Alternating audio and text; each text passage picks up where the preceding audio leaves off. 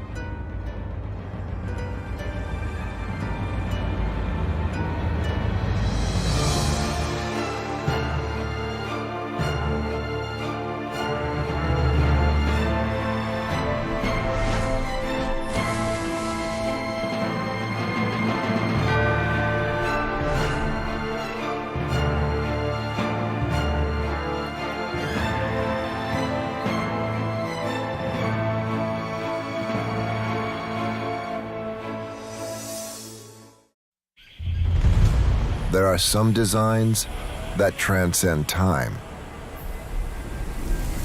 We look to the past for inspiration to craft the light fighter of the future.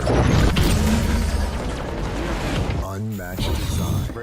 But expanding the signed distance field, serving as the basis for that tech to adapt on the fly to spacecraft with transforming configurations, like the Car-to-Wall, the Reliant, and others. This look dev, which is very much like concepting, is where we explore what's possible with the tech before wide-scale implementation, including this potential exploration of a new burn shader that can alter the look of the hull itself in line with the superheated effects going on around it.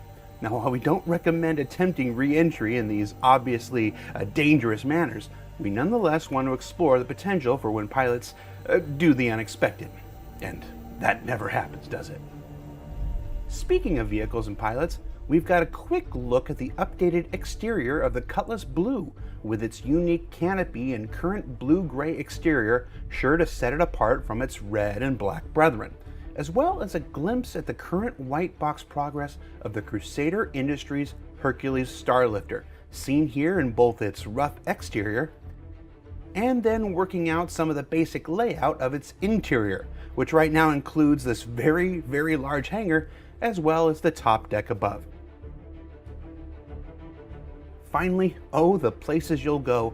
And now that the rework of our existing planets and moons with Planetech V4 has been completed, the replacement, or redropping if you will, of points of interest has begun throughout the Stanton system, with these images of derelicts just waiting to be discovered and re-explored.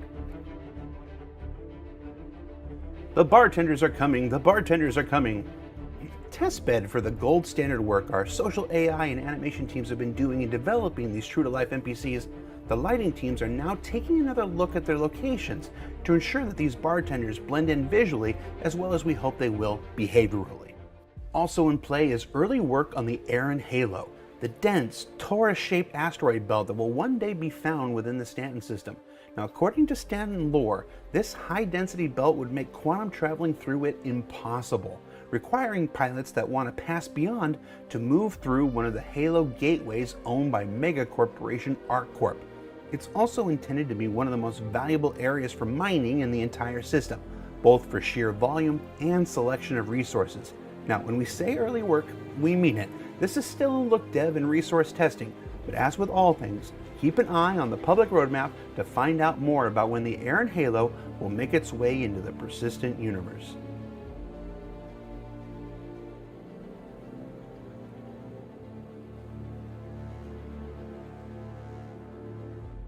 As we wrap up this week's show, Alpha 3.9 with its new features like the new Babbage landing zone, the 3 brand new moons around Microtech, the player status system, the prison system, unified friends list, personal inner thought and player interaction system improvements and more, has been in both internal and Evocati testing for the last several weeks, and now on PTU for the last several days.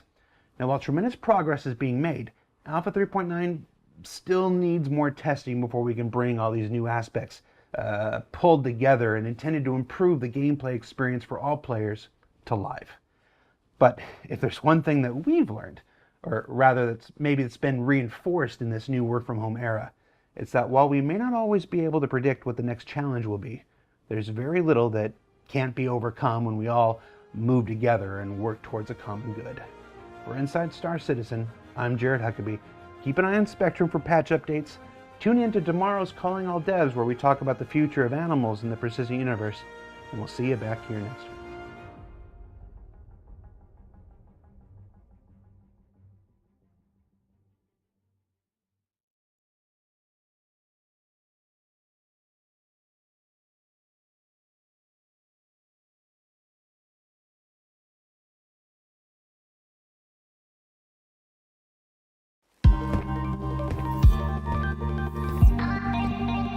Maybe you're into touring the galaxy's more out-of-the-way destinations. Or you're known for your speed and tenacity. You always deliver. Perhaps you're a peacemaker, taming a wild galaxy. whatever calls to you. Choose your lifestyle with the 100 series from Origin.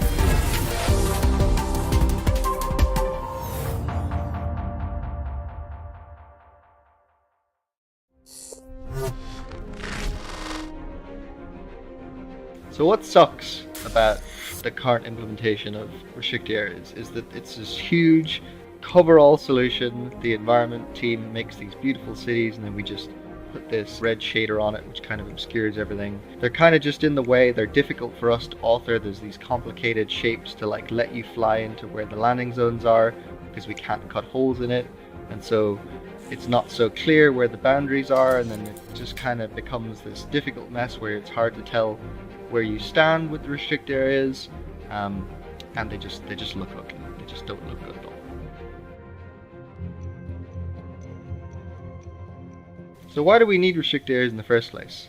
Well, we need it to fit into the lore. I mean, like real cities and real airports have these restricted airspaces around them just to keep the place orderly and keep it under control so it doesn't get too busy. So we want to recreate that. And we also want to preserve that player experience of someone walking around in the city. Like, you don't want to be walking around going to shops and having some other player fly in and crash into you. So we can protect from that. There's also just the practical reason that, you know, the environment team have created this super detailed city, and they've done it to the best of their ability. But for various reasons, it's not as perfect everywhere, and so we can make sure that you're seeing the city from the best light possible. That said, in 3.10 we've been making some changes to the system. Part of that is introducing landing splines, which is a feature that we wanted for a long time. The cities that will benefit from the landing splines are cities where the spaceport is right inside the city. That's going to be Lorville and Area 18 will have this new feature. And the idea is that the area surrounding the spaceport is covered in a restricted area all of the time, and so we don't have these complicated restricted area meshes. And then when you request landing permission, an augmented reality path shows up in your HUD that guides you into the spaceport. And that will create effectively a tunnel through the restricted area, letting you fly in and get to your landing spot. And the benefits that we get from that are quite numerous, because now we don't need these complicated meshes to let you fly into the spaceport. So we can have these large, simple meshes that don't have a shader on them. And then we'll provide you with information through your HUD about your stance relating to that airspace. So, for example, if you fly into the airspace, you'll get a notification saying, "You've entered Lorville airspace, contact ATC to land." And likewise, if you get too low, we can give you a message saying, you know, below you is the restricted area, don't fly any lower. And then as you get closer to the spaceport, it'll say, oh, by the way, you can't enter this area, there's a restricted area in front of you. And because these are really simple shapes, this holds up a lot better, because we don't need to give you this information to navigate a very fancy mesh. It's just simple spheres and stuff. And so we hope that this will make the experience feel a little bit more natural and less artificial, and make it really feel like you're interacting with that airspace. So that's what we've got in 3.10. Looking forward, we're going to be focusing on usability improvements. So better communication, telling you where your landing spot is, telling you where the spline is, things like that. But we're pretty happy with the progress we've made, and so we'd really like to hear any feedback you have for the future of this feature.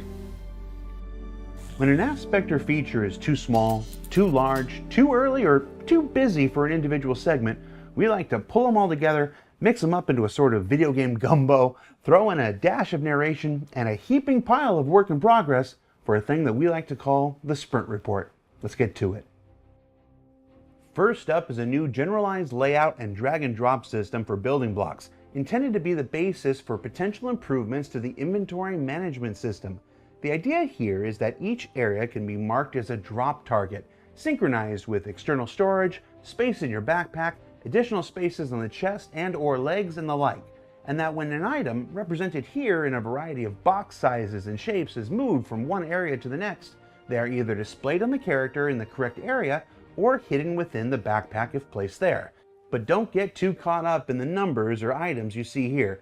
As usual, any numbers you see here are placeholders, designed only to prove out a concept or technology, but it's an exciting next step in the further iteration of inventory management for players in the persistent universe.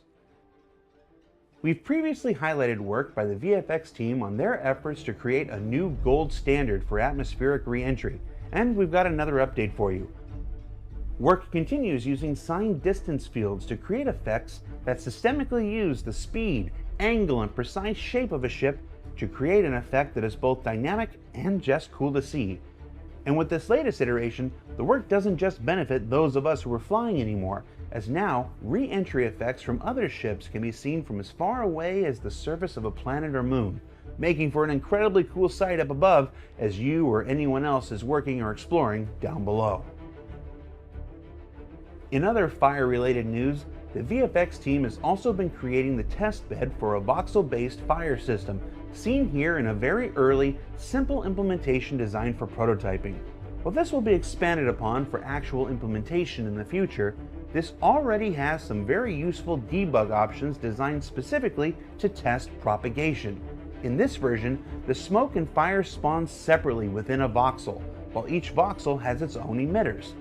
This isn't precisely the way we intend any final implementation to work, but it's functional enough for this initial prototype, which isn't actually designed to demonstrate or test the quality of fire, but instead to determine how any potential propagation of flame might work. And for those of you curious about how fire might look or move with the gravity turned off, so are we. That's next, along with proper entity-based fire, networking tests, and improved propagation all around. Propagating along to environments, first up we have these in-progress images of the Factory Line, Microtech Corporation's premier retail store. And while there are many other locations throughout the galaxy, the flagship store will be found on their own planet, with an interior that is sleek, simple, and intended to be hip in design. Eventually, players will find retail shopping opportunities for consumer-end Microtech products, like custom mobi-glass, a job board, and maybe even a service representative or two with missions of their own to fulfill. We also have a look at the inside of the current part white box, part gray box progress of the upcoming cargo decks, currently scheduled to come online later this year. As we mentioned in last week's player trading app segment, future iterations will tie into gameplay here, where folks will be able to leave things for consignment, providing a place for the storing and transfer of goods for both players and NPCs alike. Cargo decks are intended to be placed among major trading routes or Lagrange points, as well as in geostationary orbit above major landing zones, to perform their function as both commercial harbor and warehouse for all major trade goods in the universe. They're also expected to provide a range of cargo and trade-related missions, as well as those relating to trade security, so there's a little something for everyone here. Finally, we've got this look at work on the new ocean shader improvements you may have seen on the Star Citizen public roadmap. Because this has been work anticipated by the team for some time, the changes have been made without requiring the reauthoring of any new assets, which is always nice when it can happen that way. While you may not be able to see it here in this clip, because it's such a nice day on Hurston, the ripples of the oceans actually react dynamically with the wind overhead, becoming more turbulent or less tempestuous with the wind stream.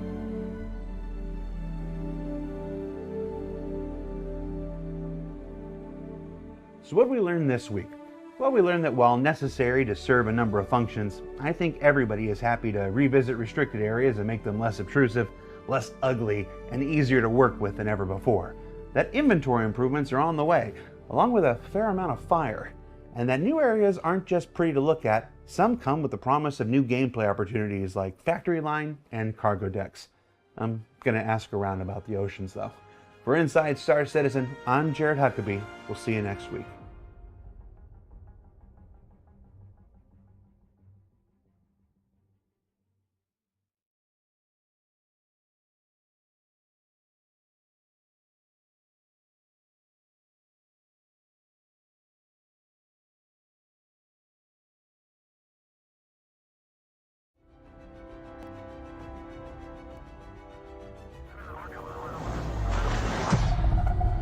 Roger, 10 Doctor,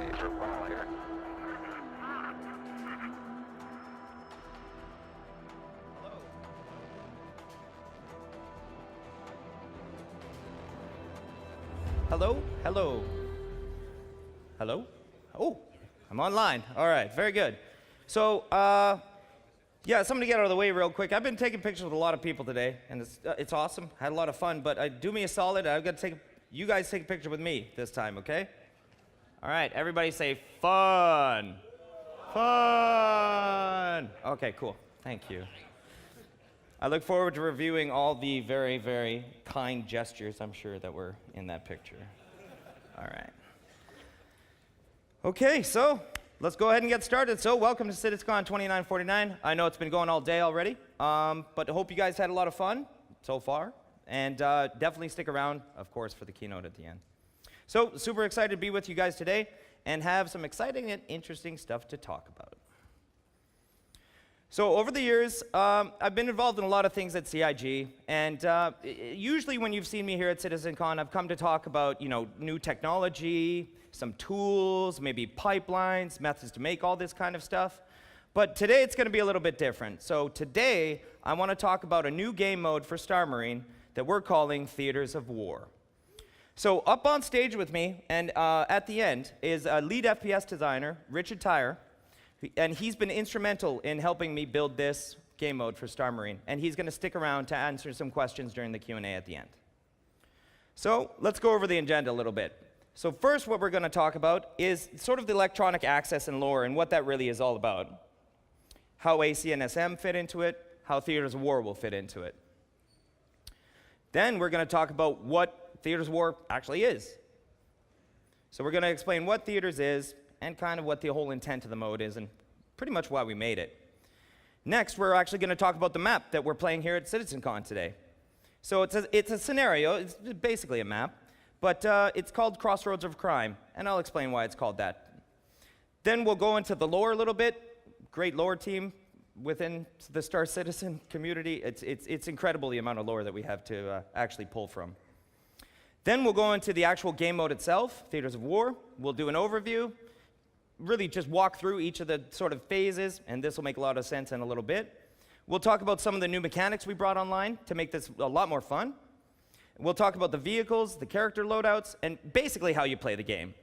Then finally, we'll get into some future plans, when you guys are going to get your hands on it, and some of the features that we're still really wanting to work on before we roll out that game mode.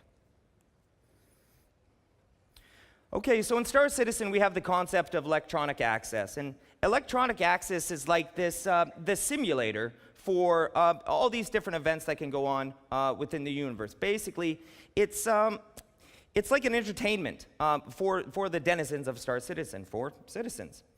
And it's really an important distinction because Arena Commander, Star Marine kind of exist under this umbrella. And because it's a simulation, we can kind of get away with some stuff that is a little more, quote unquote gamey than it is in the persistent universe. In the persistent universe, things are a little more permanent, obviously with persistence. So Star Marine and Arena Commander were the first two to exist under this umbrella. And they made a lot of sense in their own regards. Arena Commander came out, test our flight. That is our core gameplay. So let's get the flight happening. Then we had the FPS, which was Star Marine. And now what we have is Theaters of War that kind of groups the two together. So I also... Leave your enemies bewildered. After all, how can you kill what you can't catch? The 2949 Arrow from Anvil. Rise above. Available now. See your authorized Anvil dealer for details.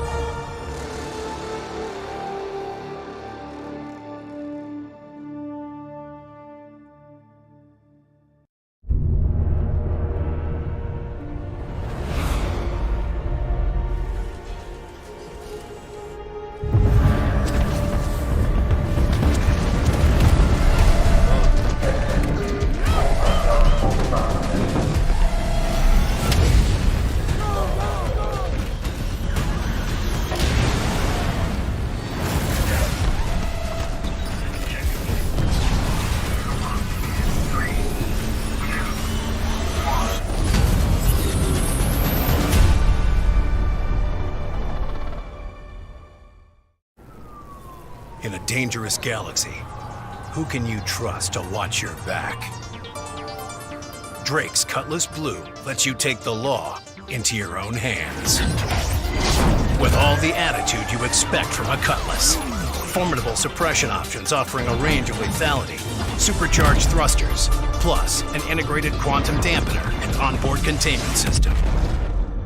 The Cutlass Blue. Bad news for the bad guys. Only from Drake.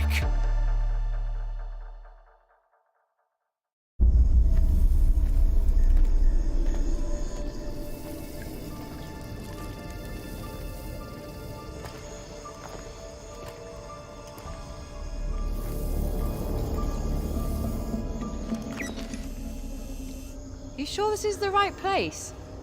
Moss has never steered us wrong before. All right, good enough for me.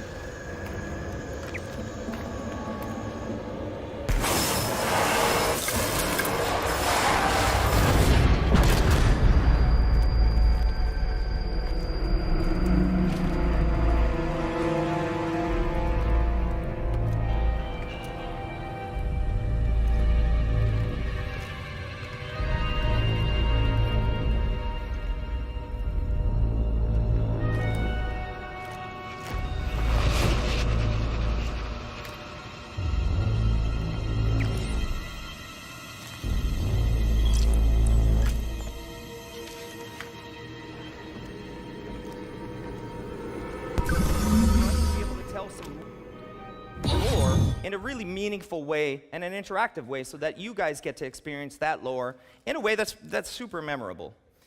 So you can imagine it's kind of like a reenactment, like the Gettysburg battles or anything like that, that basically these guys go in, simulate, and play through. So now let's talk about the scenario or the theater that we built for CitizenCon. We gotta take the space. I'll keep you updated as we go. We'll watch each other's back and come home in one piece.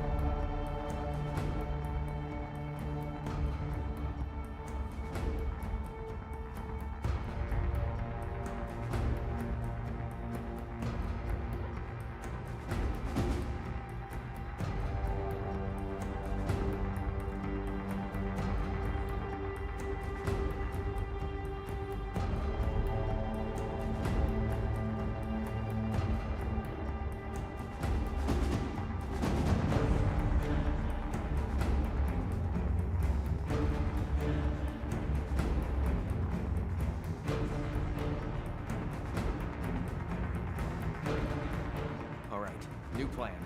I think they're controlling it from that radar tower. I need all agents to focus on that.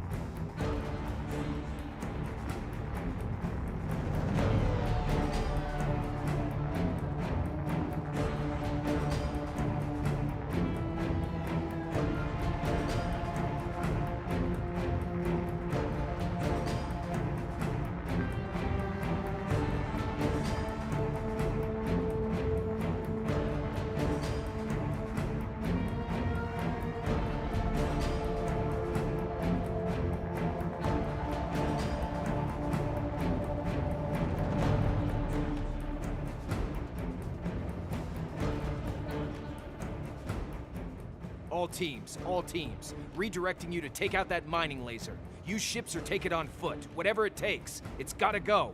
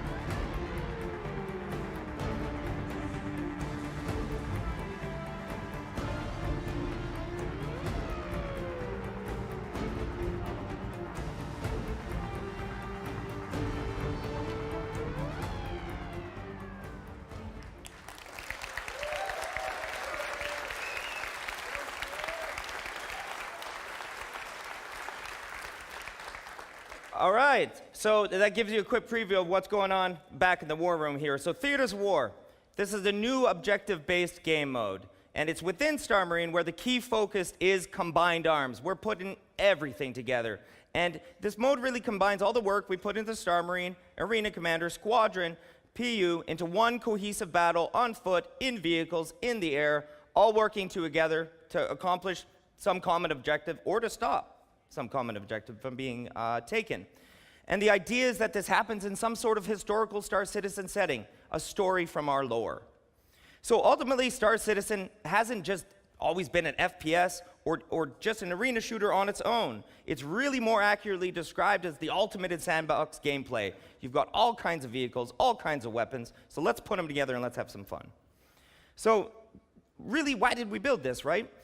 Well, at some point in the PU, we are going to get to that level of combat going on. Now, you know, the combat in the PU happens a little more sparsely, and it has to do a little bit with the player counts, but the minute that we put all this stuff together, this better be fun. We can't make it fun after the fact. It's got to be fun before. So it really gives us a really, really solid analytical environment to really hone the gameplay, balance things against each other. So again, how many shots does it take of a railgun to take down an Ursa? How many Ursa shots does it take down to take a Valkyrie? All of these things, they do happen in the PU, but a little more sparsely. And it can take some time. So having said that, when combat occurs, it's really got to be fun. So to reiterate the key points, you know, Theaters of War is another game mode like Elimination or Last Stand in Star Marine. So, and again, combined arms, everything's in play. So what do we want to achieve with this? Well, we want to be able to balance all this. We also want to give you a solid 30-minute experience where you can come in, have some fun, and get out. In the times when we're all so busy, you can't always play for 3 hours. You can't always play for 4 hours. We need actually a real quick, arcadey kind of combat, but not different than Star Citizen. It's got to be the same. And that's a really key point here. We didn't develop really anything drastically new for this. This is using the exact same assets from the PU, same balance, same everything. And if anything, we've taken a lot of the stuff that we've found within Theaters of War, that we found on fun, and we apply it to the PU from there. So it gives us a really good spot to be able to do all that. So how does Theaters of War fit in right now? Well, that was actually, how does Crossroads of Crime fit into Theaters of War? Okay, so what's Crossroads of Crime? That's actually the name of the map. That's the name of the scenario. So I want to kind of give you a little bit of a brief of that scenario. Now, I'm not nearly as good at telling these stories as the lore team is, but I'm going to give you a little bit of what they fed me. So we went through our lore and we went, you know, where's some really exciting sort of combat happening within the history of Star Citizen in the last 100 years, 200 years, 300 years before the present day PU. And we found this great story. And the story takes place in the Nexus system. So in the Nexus system, there's a notorious outlaw gang, and there's a lot of outlaw gangs within the Nexus system, but this particular one is specifically aggressive. So the Supreme is the name of the outlaw gang in this particular one, and they're facing off against an elite advocacy squad that has come to retake one of the planets. So to give you some backstory on the Nexus system was totally unclaimed. The Hathor group, which was a mining group, came in, but all they really cared about was mining. So as long as profits were being made, they totally looked the other way. And what that sort of evolved into was a really perfect sort of petri dish for a ton of crime. And in the end, Hathor group strip mined the entire area, pulled out, and just left it as it was. And that obviously devolved into something pretty criminal. So with that, pretty much anybody that's doing anything bad in the universe is going to have some time crossing through the Nexus system, and that's where the moniker, the Crossroads of Crime, came from. So over time, the advocacy, or UEE specifically, said, you know, we can't just leave this alone, and the advocacy, being more or less the interstellar police force, went in to retake the system. So rather than give it up, the Supreme would rather see the whole thing destroyed, they're of this nature, before giving it up to the advocacy. One of the interesting sort of identifying things about the Supreme is that though they're super aggressive, they kind of take all comers, and they're not super well educated. So what you'll notice is that as the Supreme took over the base from the Hathor group, they actually use like pictograms and signs because not all their guys can read. It's kind of an interesting backstory to these guys, but though they can't read, they also use these pictograms to actually throw off the enemy, which is super interesting. So let's give you a bit of an overview of theaters of war. So again, we're applying a lot of the player feedback that we've heard from Star Marine, from PU, and from all the different sort of arena commander matches that we've seen, and I'll get into some of the details of those later, but it really, again, has forced us to kind of look at things. One of the great ones that has come from theaters of war that you guys are going to see in 3.8, it sounds simple, but it was really obvious that the animations need to be sped up. I mean, when we were mantling over things, the guy is just not much of a sense of urgency. There was kind of, climbing over things. He was just taking his time. Reloads, much faster. Getting into ships. When you're under fire, getting into a ship can't take 15 seconds. You're going to die on your way into the ship. The other stuff was, all our FPS weapons, they were really balanced with, kind of the I don't want to call them legacy because they're still around, but our Star Marine maps that are really, really tight interiors. So you really only have ranges of like 20, 50 meters. Attachments didn't really matter. What's really the difference between a shotgun and an assault rifle at, 20 or 50 meters? Putting the environment so that you in a compound that started to be 100, 200 meters is much, much better. Okay, so again, the idea was that we give a 30-minute experience that was chock full of combat right in your face straight away. So let's give an overview of this game mode. So the mode is split into 3 distinct phases. It's basically, in this particular scenario, you have 3 distinct combat environments that are going to happen. In total, the game mode's meant to be 30 minutes, and right now we've got 20 on 20. In this one, we've got phase 1 is disable the AA turrets. Now, it's a ground-based battle. You've got some ground vehicles that are actually supporting the attacking team in this scenario, but the first things first, they've got to take down the AA turrets to bring in the ships. In phase 2, you've got to destroy a radar tower. After you've taken phase 1, the Supreme actually activate a mining laser because they're not going to give up this planet. If they're going to lose, they're going to try to destroy the entire planet. So you got to destroy that radar tower, which is controlling the mining laser. And then finally, actually, sorry, I'll talk about some of the vehicles in this one. We've got a lot, it's a huge area. So we go from phase 1, which is sort of the 200, 300 meter combat, with some interior.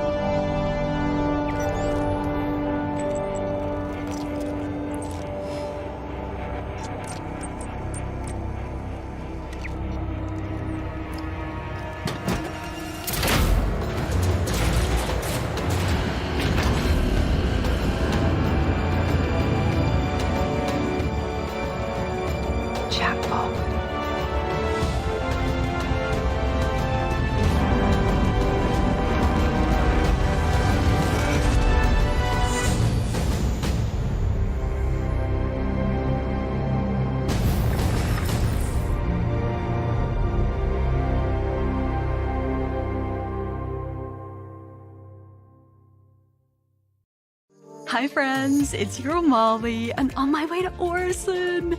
Stunning clouds and the planet is gorgeous. Big shout out to Origin Jumpworks for hooking me up with this entire experience. We're on an 890 jump. Yacht life! Origin Jumpworks has totally pulled out all the stops for this special intergalactic Aerospace Expo series. What a mouthful. But love, they totally hooked me up with the most luxe ride, the most happening cities in Stanton. Bye, Origin crew! Not sure what this is, but my niece will live for it. Look at Crusader HQ. Just standing here makes me feel rich. So apparently they're storm walls, not whales. Had to get a picture of the statue, duh. 100% tourist vibes. Like the total tourist that knocked over my Moby. Rude. Low-key though, Orison is beautiful. These fountains, the cherry blossoms, everything. It's a moment. Anyway, y'all need to be here. Gonna end my day relaxing with a sunset cocktail. Thanks, Whatever. IAE. Cheers, babes. New Spectrum post tomorrow.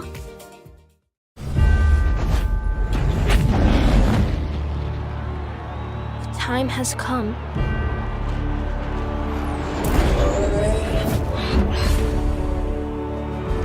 To embark on another bold adventure.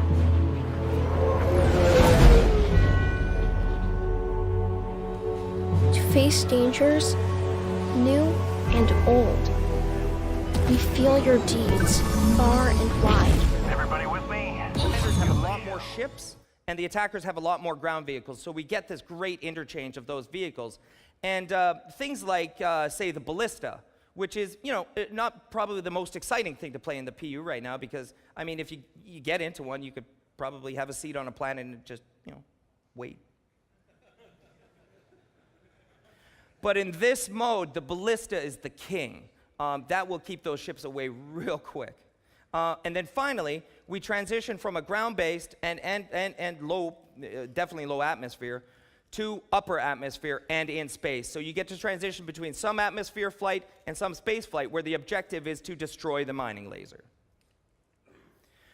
One of the things I want to mention before I get too deep into that is that it's all seamless, right? Like, I mean, we've got this technology to be able to do this, so why not use it to our massive advantage and not put any loading screens in between or anything? That combat is completely seamless as you go through this entire thing. So from ground to air to space. And this can go even further. The templates that we've built for this, you can go between, you could make a map an entire solar system. I mean, you could be going to a planet in the distance. You can do it between a planet and a moon. You can do it between two moons. You could even do it between two solar systems. It's a crazy amount of technology that we have access to here, and all it needs is a little bit of a structure.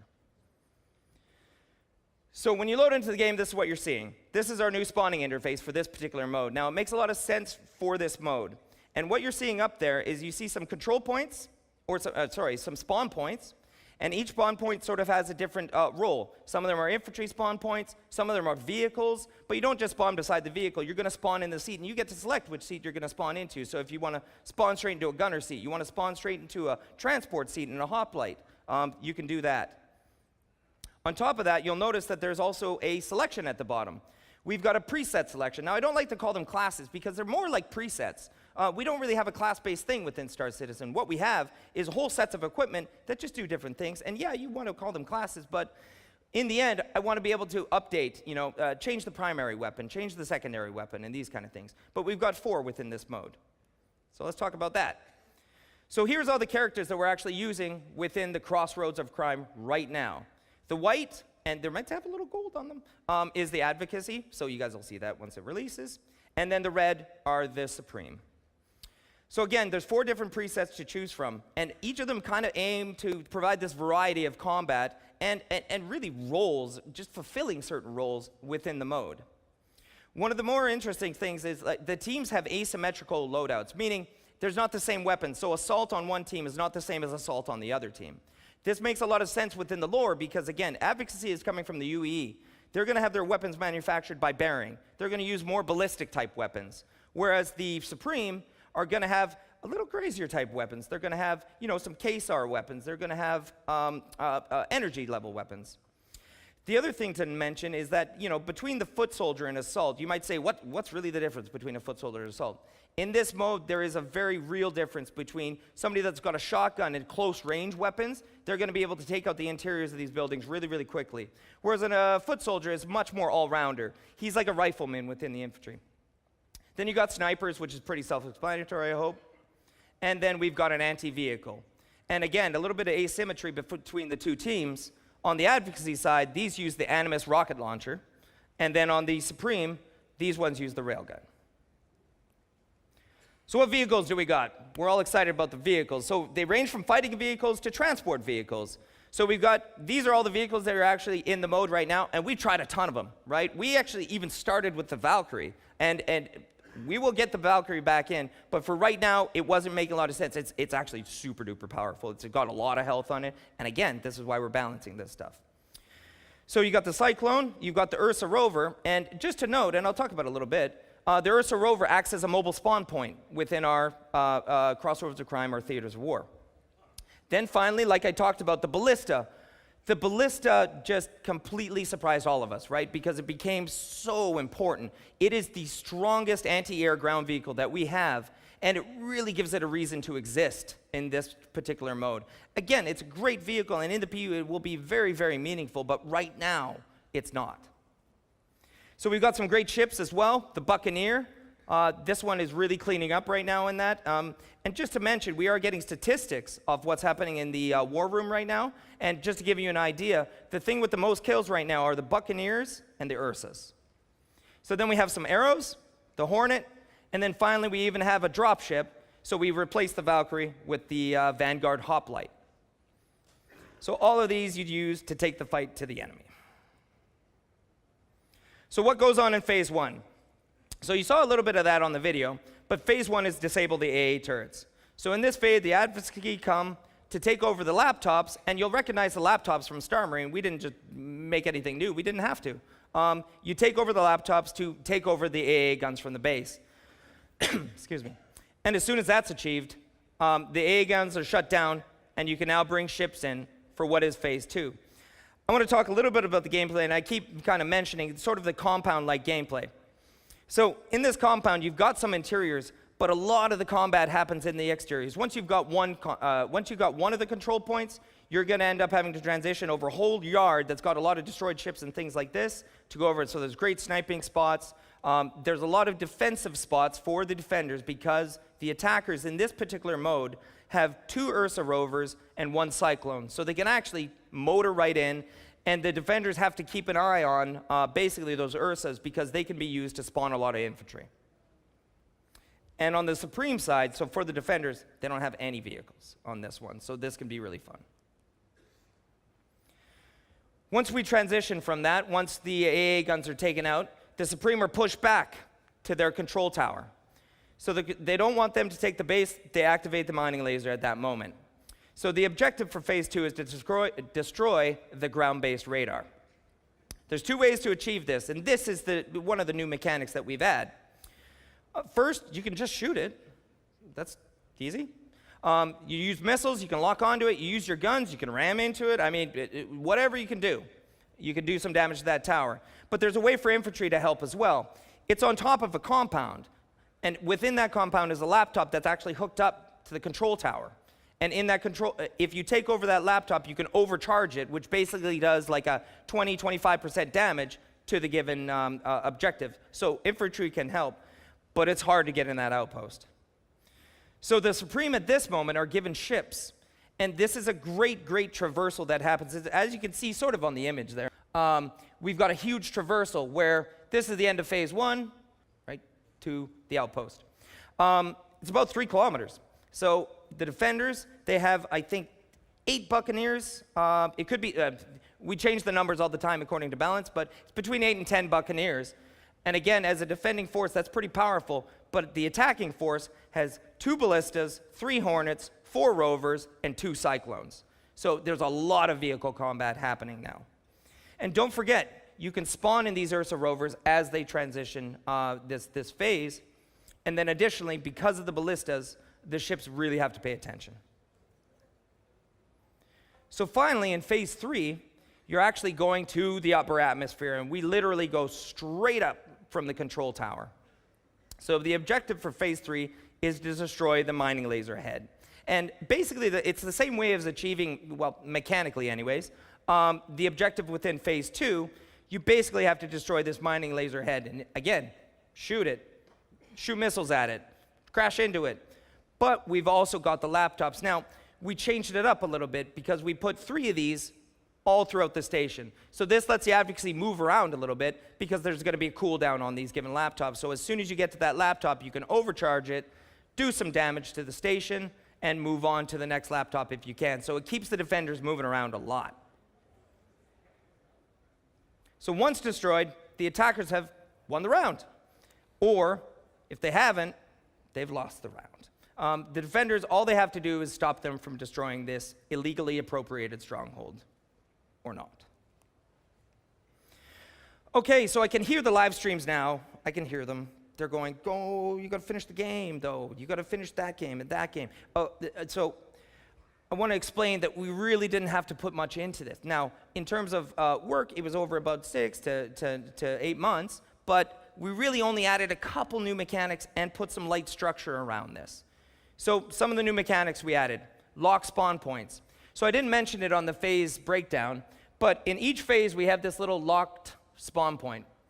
And all this is it's a spawn point for the infantry because it's a little bit further up. But all you have to do is walk into the volume and you take it. So if the defenders are really smart, they're going to try to defend that even more than the objective, because as soon as that's lost, it's the beginning and the end in that phase usually. So these also coexist with what I talked about before, mobile spawn points. So that's the Ursa. You can take the Ursa up, you can go hide it, you can try to drive it right into the outpost. You know, it's really up to you how you want to play that, but even on the spawn screen, you will see that that Ursa is in a good location, and you're going to want to spawn there. So all the players really need to do is find the right spawn point and take care of their objective. So, back in that war room anyways, it's just out the back, we've been playing for the last, I think about 6 hours here. We've had a bunch of sessions come through, and the feedback has been great. There's been having a lot of fun within it. People are understanding the game right away. There's a lot of readability that's already been built into this so that people understand what to do and where to go. So we took a quick video of sort of the reactions of some of the guys in there. All right, so it just shows you all the PCs. So we got 40 PCs set up within there. And everybody's coming in. We play for about 40 minutes. We change the sides. We play for 20 minutes. Then we switch sides. And then we play for another 20 minutes. Now, what's been really fun about this is people are talking mad to each other, right? They're yelling at the enemy. We've got them on comms so they can talk to each other. And it's actually been really, really fun. The energy is fantastic. You can see that people are really enjoying being able to get that sort of 30-minute adrenaline-packed, high-octane kind of experience right in your face. There was a great moment where somebody was yelling out, "Demo 55, you got to get better." And the guy was like, "Well, raise your landing gear and learn to lock on." You know, you can really tell the good pilots from the bad pilots, by the way. So if you want to look really good, make sure you raise your landing gear.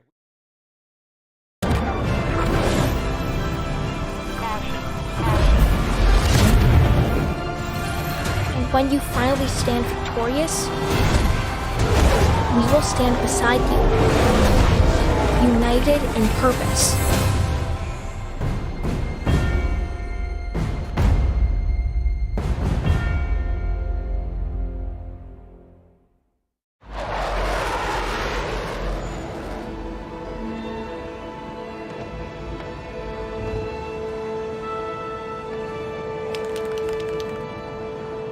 In a galaxy so vast, can one person make an impact?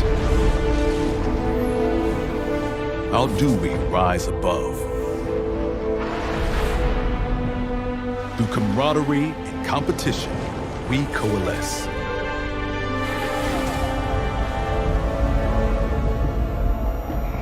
In our darkest hours, when all seems hopelessly lost. And in our proudest moments, we find in each other strength, hope, solidarity, the courage to leave the familiar behind in pursuit of the next great adventure. One person can make an impact, but together, we are capable of greatness.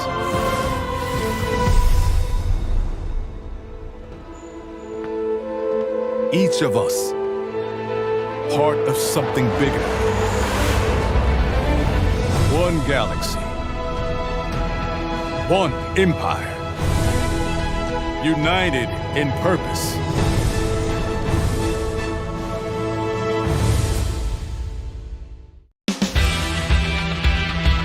Origin JumpWorks high-performance vehicles service everything from blistering speeds to the peak of culture. Toughness, however, is not a quality commonly associated with the brand. With the 100 series, Origin is looking to change that. And we've got notorious bounty hunter and IAE mainstay, Junior Pardos, who's going to do his best to dirty up Origin's image a little. Ready to take this thing for a whirl, Junior? Couldn't have put it better myself.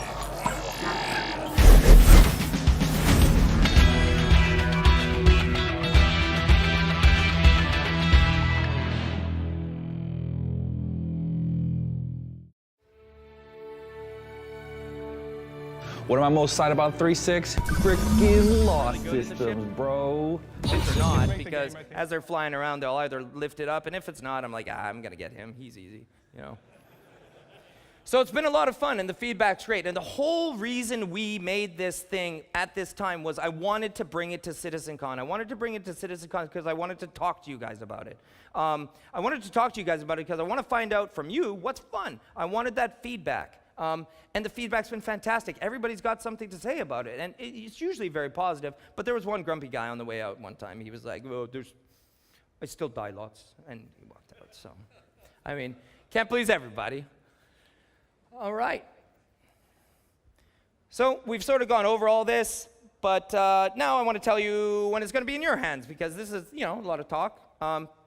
Now, you can play it right now at CitizenCon, and it's in a good state right now. I'm pretty happy with it. Now, one of the things that I tried really, really hard to do here was to take fun first. And CIG, I mean, as you guys know, we love our visuals. We can make beautiful things. And you've seen Planetech V4. You've seen some of the technology that we've got. We can make stuff beautiful, but not first. Let's make it fun first, and then make it beautiful, right? Because that's fun. But we don't want to make it beautiful, keep changing it, make it beautiful again, make it beautiful again. Let's just use some boxes. Thanks. So, just to give you an idea, I mean, I was talking to one of our the senior lead environment artists, and he was like, "Man, I didn't know if you were going to get it here. I saw that map 2 months ago or 3 months ago. I don't know. So it's not, the culture definitely at CIG is our visuals, but we have to be sure that we're fun too. And that map was really just white boxes. That was most of the time it was the same wall piece copied thousands of times all over the map just to get the placement of everything right. And we would switch it, we would move spawn points.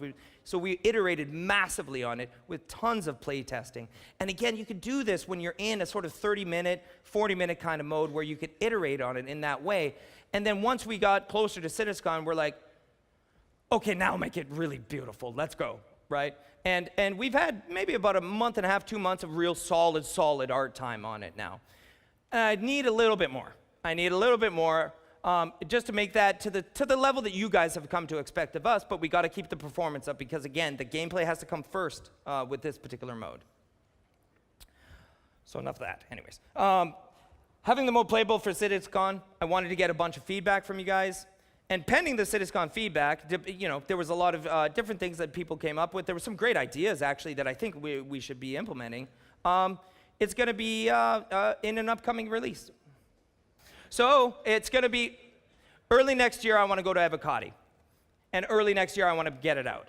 There's no reason to hold this back, right? We want to play this really, really quick. So I want to get you guys into it early next year.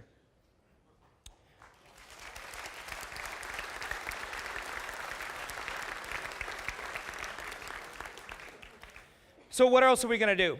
Well, we got work on the netcode. Obviously, everybody's going to go, oh, well, we got this 250 millisecond delay or whatever it is.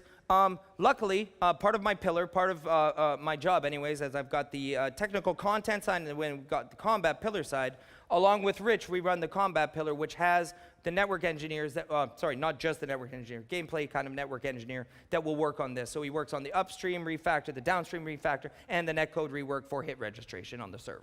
So this will make everything much, much better. In terms of the mode itself, though, because it's so tight in terms, like against the PU. It's actually not, we haven't really had any major problems with it. And because it's vehicle oriented, in a lot of cases, we haven't really seen much issues. So the other thing we're gonna do is some lobby system updates. Lobby system updates really mean matchmaking. That's the big thing for me.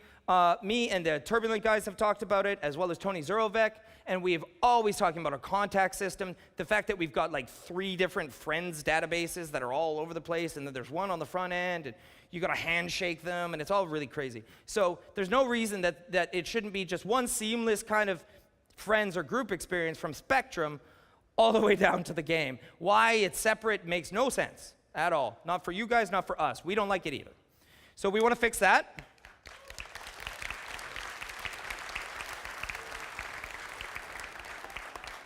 So what that's going to do, it's going to make it much easier to play with your friends and join up and get in the game right away. Because again, I thought to myself, okay, you know, my son is 4 years old and he's starting to play some of these Switch games. He's playing a lot of these Lego games with me, and I really want to play Star Citizen with him, and I can sit and play Star Citizen with him, but I wanted to put him in front of it and just leave him alone. And you know, at 4, probably not, but maybe 6, I don't know. It should be pretty soon. So it's really important to me. Also, squads. That's something else I want to bring into this. Is a really important component of it. Like, though we're going to have VoIP within it, and I'll talk about that in a second, I do want people to be able to play together in a really, really meaningful way. So form up in a squad, hell, on Spectrum, and just end up in the game within that same squad. Bring people in and out, whatever it is.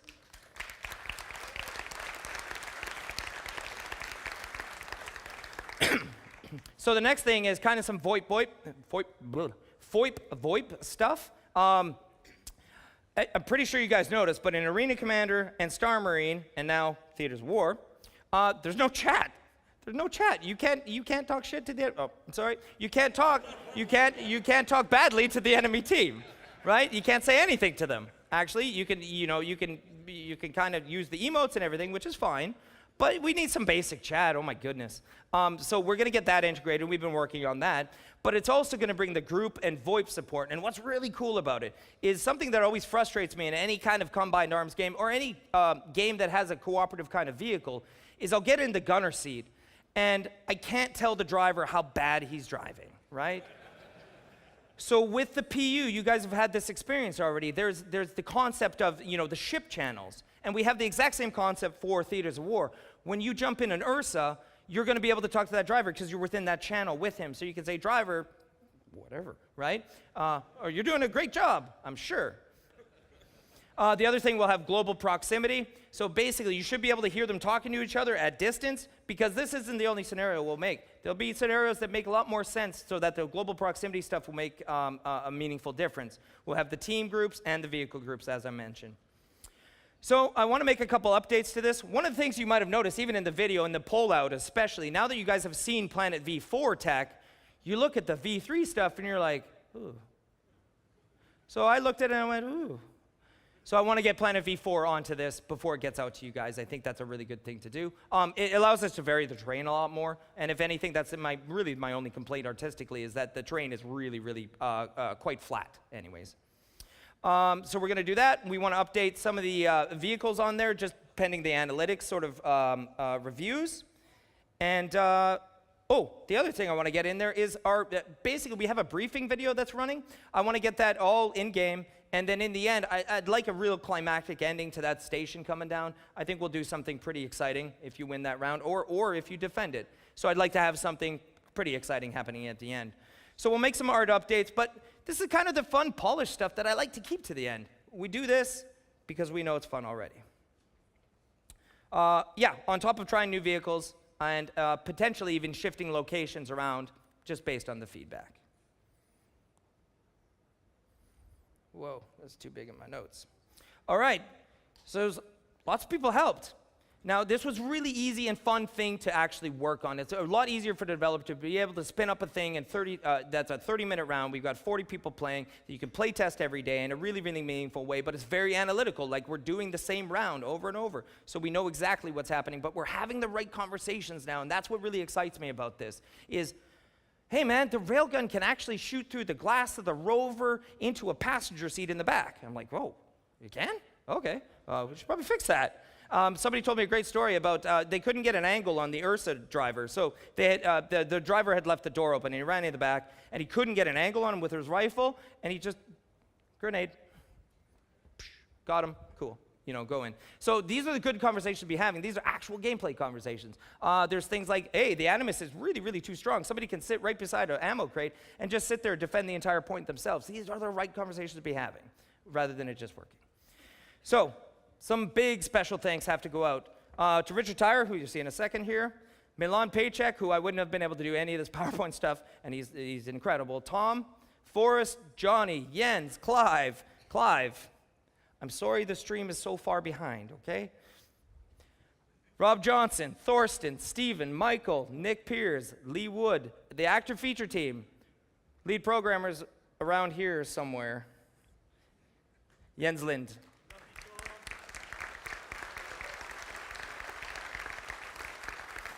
So the character art and tech team, they got really involved, which was great because the characters look fantastic. We made them nice and bright so people could see them on the map, which is really important.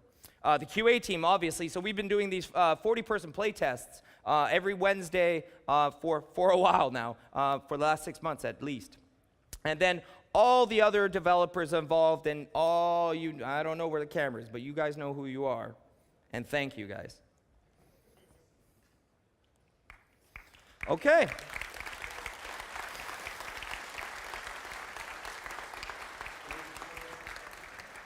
So now we'll proceed to the Q&A with whatever time we got left. We got Richard Tyre over there. I think I'm just going to march over there. All right, very good. So thank you guys so much. And to the guys that didn't get to play it, I'm really sorry that we only had 280 slots today. One of I just want to explain the reason why we did this. I've done a lot of E3s and Gamescoms and stuff like this, and when they do this big lineup, you never know if you're going to have enough time to play. There's other things that you want to be doing. We had talks throughout the day, so I thought it was much better that we had a bit of a schedule, or that you signed up for slots rather than kind of trying to get as many people through as absolutely possible. So I'm sorry you might not have got to play it. We'll try to reveal as much as we can, but I'm going to get into your guys' hands as soon as I can. So thank you very much. All right, thank you, Sean. We've actually got Ulf in the war room right now. Ulf, what's going on? Hey, Jared. Thank you very much for that great presentation, Sean. I'm here in the war room where we pitched 20 attackers against 20 defenders, battling it out. And I actually got someone who just played the new game mode, Mad Rambo. Hey, man, how did you like the new mode? I loved it. I think it is much needed, and it's going to implement more things for all combat. The most important question first, did you win? Yes. All right. Quite easily. Oh, did you know? Okay. And what was your favorite part about the new mode? I think it's more... We now have jurisdictions. We've got new locations in there where you take a stolen ship to be chopped up. It's not the Wild West anymore, and you're able to have repercussions for your consequences, for your actions, whatever that was. How about Law and Order? Is that a ship? More systems. I love Law and Order. It's a really good show. I want to tell you about something because it's really cool. Black market. Oh, black market stuff. Through the time investment and just collecting boxes of stolen stuff from other players. Things like drugs now suddenly make a lot of sense where we can crank up the profitability of them. My favorite ship in 3.6 is the Archimedes because that name is awesome. It's kind of that kind of arc back to kind of Battlestar, launching the fighters, that sort of kind of idea. An important feature coming to the game is the hover mode, and I really look forward to that. Really showcases what like atmospheric flight can be. And it has this like effect of making the low speed atmospheric flight super believable and interesting. We're making a few additions to the comms behavior in the game and group behavior. This is awesome. It brings back all kinds of like real classic sci-fi kind of tropes and interactions. So this is something I'm excited about. I think the coolest addition to 3.6 has got to be the ship kiosk. I think it's cool that you can earn almost any ship. The rework of the Vanguard is cool because the concept image is actually being brought back to life.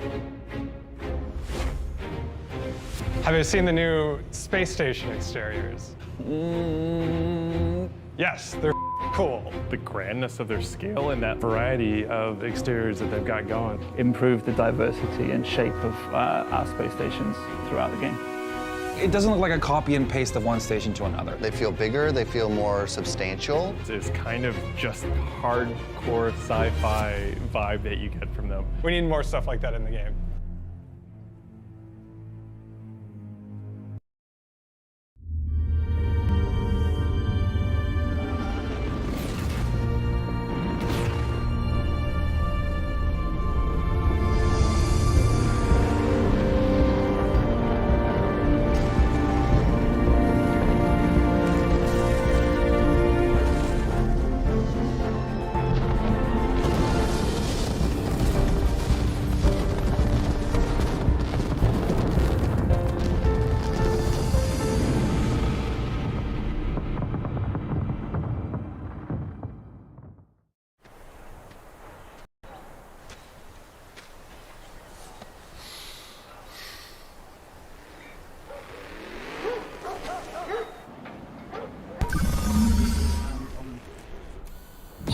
Boots on the ground. Right.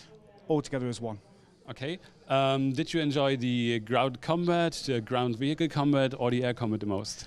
Surprisingly, being a pilot and I don't normally go on the ground, I was on the ground all the time and I find it really satisfactory. Okay, very good. And do you think it is easy to get into the mode because it's a very new game mode? Yeah, you just saw a video and then we threw you into it? Yeah, it's literally just straight through the Star Marine. It's exactly the same way as normal ones. Right, very good. And what was was it easier to defend or was it easier to attack? I think it was probably easier to defend, especially phase 1. Right. And how was the team communication going? The team communication was really good, apart from we had to keep a couple of people quiet. All right. And like every team, the defenders and the attackers, they do have specific spawn points, they do have specific loadouts, they do have specific vehicles they can use. Yeah, so there is certain vehicles you can use. I mean, there's a ballista in there, which using it in this game mode is going to be really, really good. Specific loadouts, I'm sure we might be able to change that at some point. And yeah, it was just everything combined as one. It was really good. Right. And I heard that you had that you killed a ballista with the SMG. Yes, I did. I killed a ballista with an SMG. It took a while. It took a bit of help from everyone else, but I got the kill. Okay, very good. Thank you very much for the feedback. So we're gonna throw it over to the live Q&A now. So back to the main stage. Thank you so much, Ulf. Now, just like before, there's already a list of people. All right. Well, so guys, we have about 10 minutes to use questions. So I don't know who's first. I can't see who's first. Start talking. Sean, you're breathtaking. Oh, wow. And I wouldn't worry too much about Twitch chat either. I've dealt with them for a while, and they don't know what they're talking about ever, so it's fine. I had a chance to play the new game mode earlier, and first of all, congratulations. It was absolutely brilliant. Thank you. I loved it, and it was maybe one of the single most impressive gameplay experiences I've had in Star Citizen since the Hangar was released. It's absolutely incredible. Awesome. Thank you. You know the importance and potential of game modes like this while the PU sort of gestates how much fun can be had, true Star Citizen experience can be had in these. This is a great example of it. Now, Arena Commander and Star Marine sort of languished for a while without much love until very recently. Is there a plan to update and maintain the content for gameplay modes like this in the future going forward? Yep. And actually, the exact same team that worked on Theater of War within this combat pillar was the one that brought you the Good Doctor. So actually, during this time, we just built another map on the on Planet side, and a lot of the stuff we were doing in theaters, we were just like, all right, well, let's try this in another map. We built that other map up, and again, like, it's so much of this exists already. It doesn't take a ton of doing for us to get it in, because we're not spending a ton of resources on it, and it helps the PU, it helps Squadron, it helps that whole gameplay scenario. So let me get back to actually the content on Arena Commander and Star Marine. Because we've got some resources on it, and they've really been trained up, and they all fully understand what's going on within each one, we want to make all these updates and apply them to this. So things like the lobby rework and all of these are going to benefit Star Marine and Arena Commander. And I've got some I've got some plans for Arena Commander that I think you guys will really like. I'm not ready to talk about them today.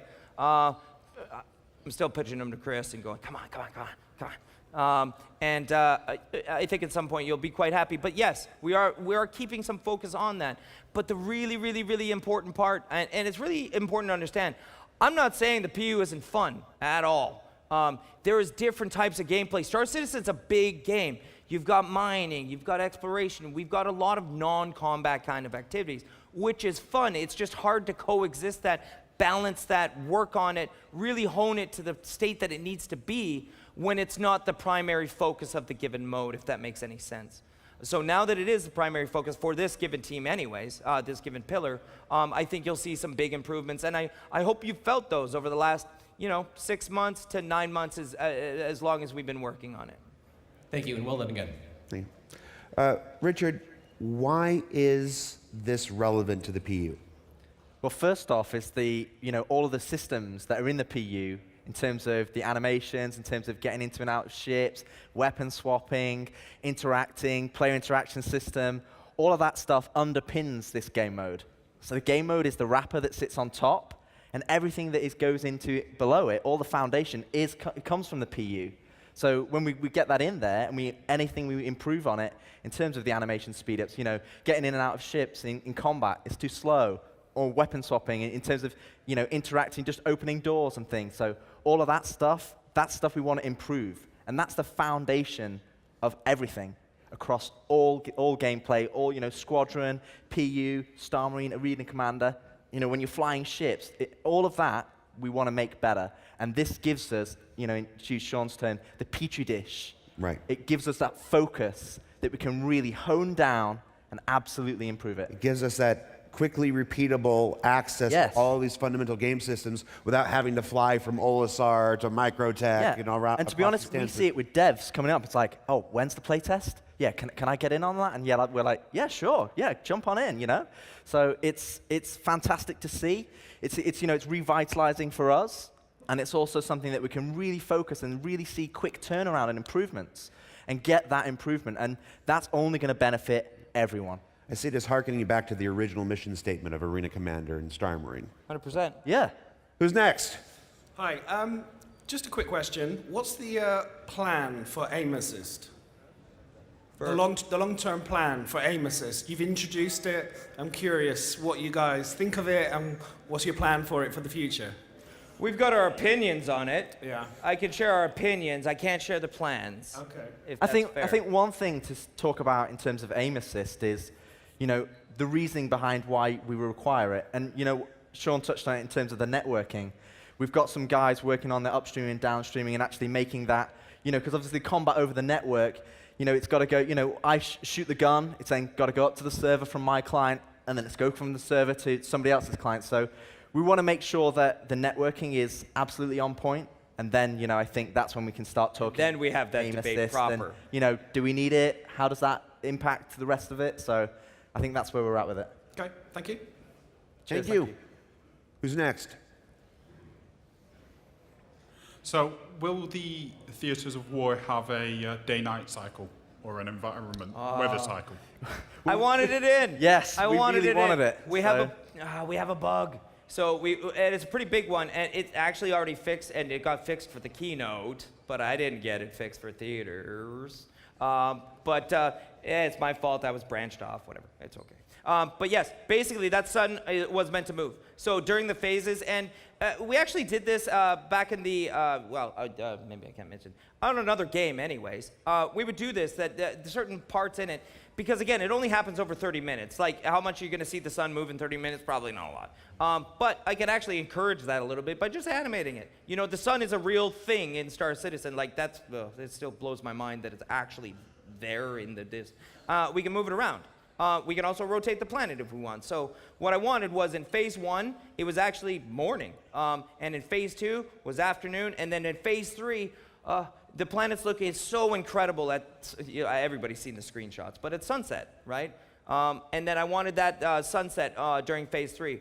So to answer your question, yes, absolutely. But it won't be, it's not like a real day-night cycle. It is, as soon as I move the sun, it looks like night. Well, the one thing to note as well is that we've not faked anything. Yeah. Even you look at the Good Doctor, there's a whole planet there with, you've got that tiny little map, that arena that's have everything, but it's all real. It's all like the PU.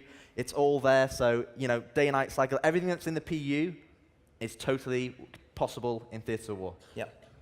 Okay, that's my question. Cool. Thank you. Sean, who is the voice of the mission briefer? I know it almost. I actually don't know. No, I swear to you, I don't know. Who do you think it is? Twitch chat was pretty convinced it was you. I know, it kind of. I was gonna say it sounds like me, but it's not. I promise you. Yeah, all right. It's not. I did Who's voice next? for a game though. You can look that up. That's fun.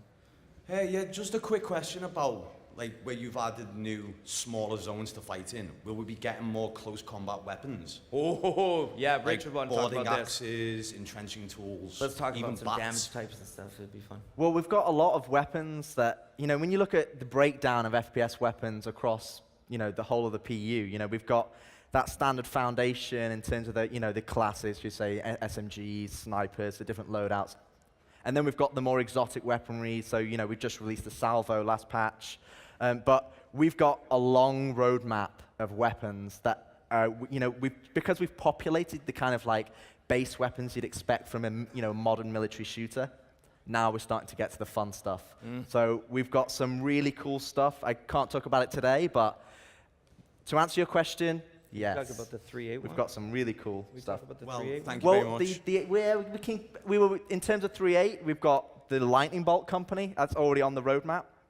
And that's going to bring some really interesting gameplay that ties into the melee system and stun. And yeah, it's good. Yeah, not to beat too much on it, but you really do need that environment to be able to bring those kind of weapon types online. Again, if you have these really exotic kind of ammo types and you don't rigorously play them, you're going to get some wackiness happening. So now that we've got these environments to be able to do this, I think, yeah, you'll see some fun stuff. Yeah. All right, thank you. We got time for one more question. Really? I just got like... Okay. You talk. My question is, can you use these concepts to create events in the PU? Yes. Yes. Absolutely. So it's interesting you say that. It's one of the great conversations I've had a couple times with Paul Reindell. And when he first heard about these, he goes, "Oh, this is cool, but just put it in the PU." Right? Yeah, that's what he said. Just put it in the PU. And I'm kind of with him on that. Here's the key. And actually, there's a Reddit thread that I saw that was perfect. And I can't remember exactly what it says, but it's basically like within the PU, it's like, wake up, go to thing, spawn your ship, get to the thing, get to the place, do the thing, get the thing, then shoot. In the war room, it's click, click, click. Oh, that's so stupid.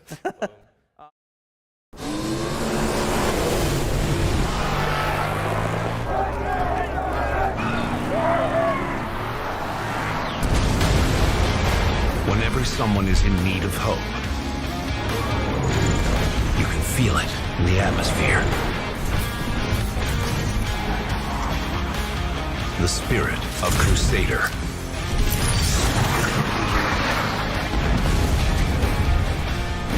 Keeping the universe safe and secure. Forge the future you want to see. The A1 spirit from Crusader Industries. It finally happened. I got hit with one of those famous pyro solar flares, and the cutter has frankly, well, not been herself. But by good fortune of the Banu god of backwaters, I found this marketplace. Ah, my good man. Do you happen to have a power coupling for a... Ooh. Are those Vandal parts?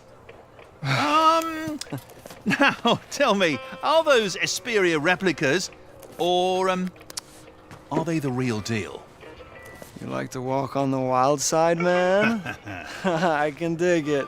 I can assure you these parts... Whoa.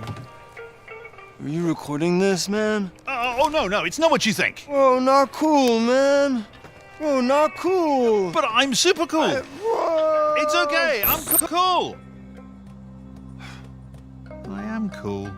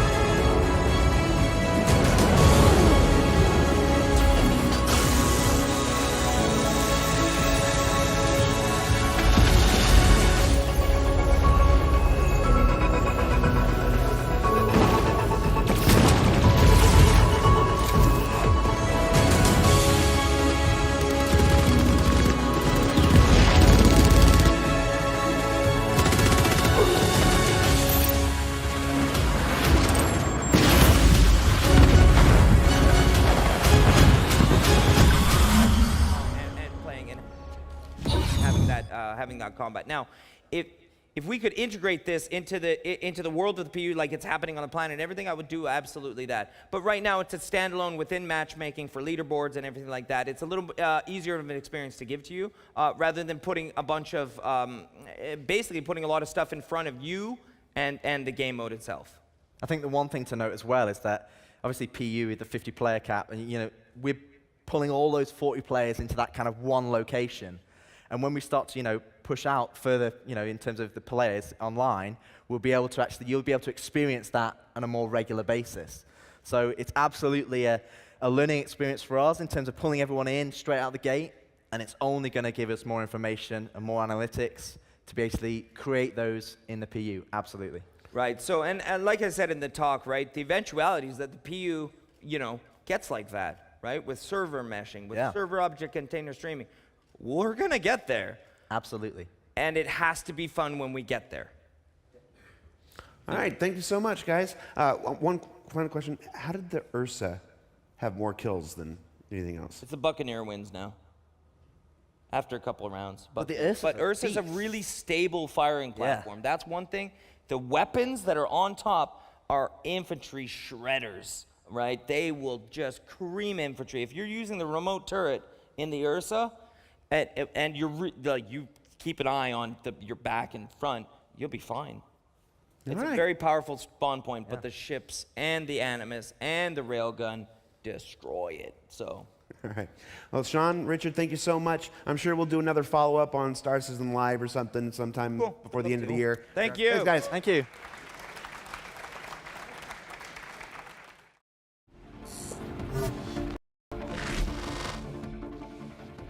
What is a shader? Oh, that's a tough question.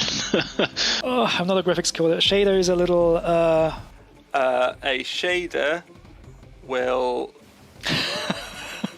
I don't know exactly what it does. Make things look cool. I'm sure Ali gave you a good answer as well. I hope I'm right. A shader is a really tiny program, a very small program, usually just a few hundred lines of code that converts the geometry into pixels on the screen. So it will decide the colors, combine them in whichever way we think is relevant for that particular object, and then figure out what color it wants for that pixel on screen. One of the things that we're really proud of is the way the vehicles look in Star Citizen. Just having untextured or flat shaded models, that you could have the best model in the world, it's not going to look great. Where it comes to life is the materials. And since the start of the project, we've just been adding to our base shader, which we call the Alum shader. But we didn't build it from the ground up, so it was the decisions that were made in building that we couldn't really change without breaking existing assets. We decided to build a suite of new shaders and to have more specific purposes. And that shader is called the hard surface shader. Any new features we decide to add, we just add to our new shaders now. We don't try and bolt on onto the old shaders that already had quite a lot of features. Things like clear coat.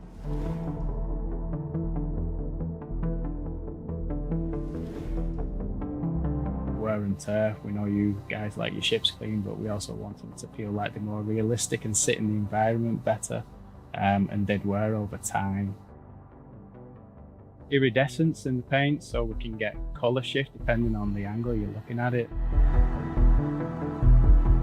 There's obviously a lot of ships in the game, and converting them over to a new shader is not a trivial task, but it is something that we are doing patch by patch. Every patch there will be some more ships that will be using the hard surface shader. The biggest feature for hard surface was the integration into our layer library, which is this type of a more hierarchical way of building up materials rather than everyone having to start from scratch every time they make a spaceship or whatever it might be. They can type of build libraries and pull from libraries of existing type of things that other artists have built and combine them in a more intelligent way. So that layer library is a crucial part of the workflow to speeding up our workflow in the engine and standardizing it as well. And the big thing from being converted to that hard surface shader is it allows us to do tint variants very easily for each one.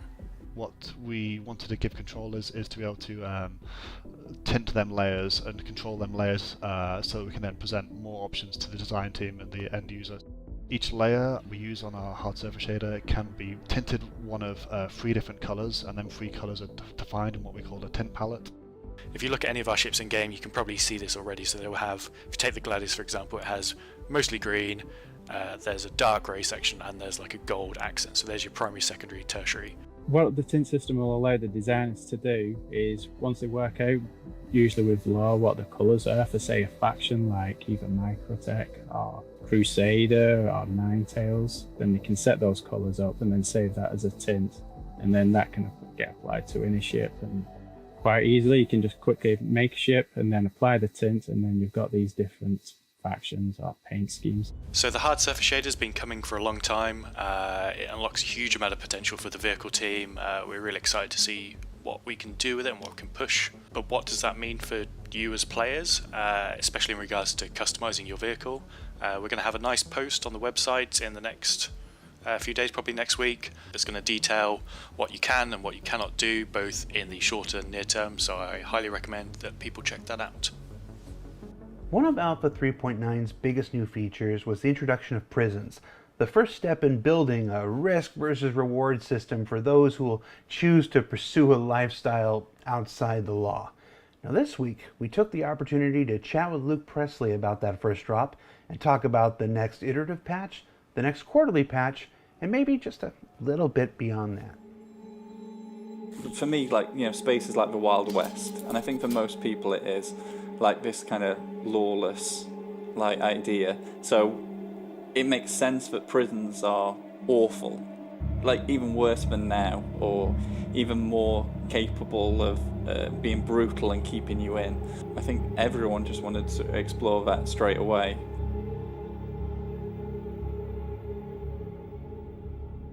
Obviously it's in its infancy, and there's a lot more to come. We know experiences vary, with some persistent issues with mining and infinite transition screens, but on the whole, feedback has been quite positive. Even people who are criminals have been saying this has changed the way they play the game and improved it for the better. Like, strangely, now there's an actual, I don't know, meaning, I guess. Everyone who worked on it is extremely proud of it. Like Ollie, especially, who made the escape route, is loving it. And I think people can see how we are going to improve it in future and how that will make it a lot more interesting to be down there. Like when we had mission givers and things like that, you'll actually maybe want to go there. So for 391, our main focus is bug fixing. Obviously there's been speed runs that have got out in 3 minutes, which was like, the way they did that was quite embarrassing for us. Like we'd left in a ledge that definitely shouldn't have been there. It was there to kind of break people's fall and actually slow them down. The main fall you drop into is like, it's quicker if you don't hit anything on the way down. In the next patch, I just blocked up two, like, I think quite ingeniously, like, blocked up the two main paths that we didn't want them to take. I'm sure they'll find some more, and I'm really looking forward to it, but it's something I'm not going to spend the rest of my life kind of patching up.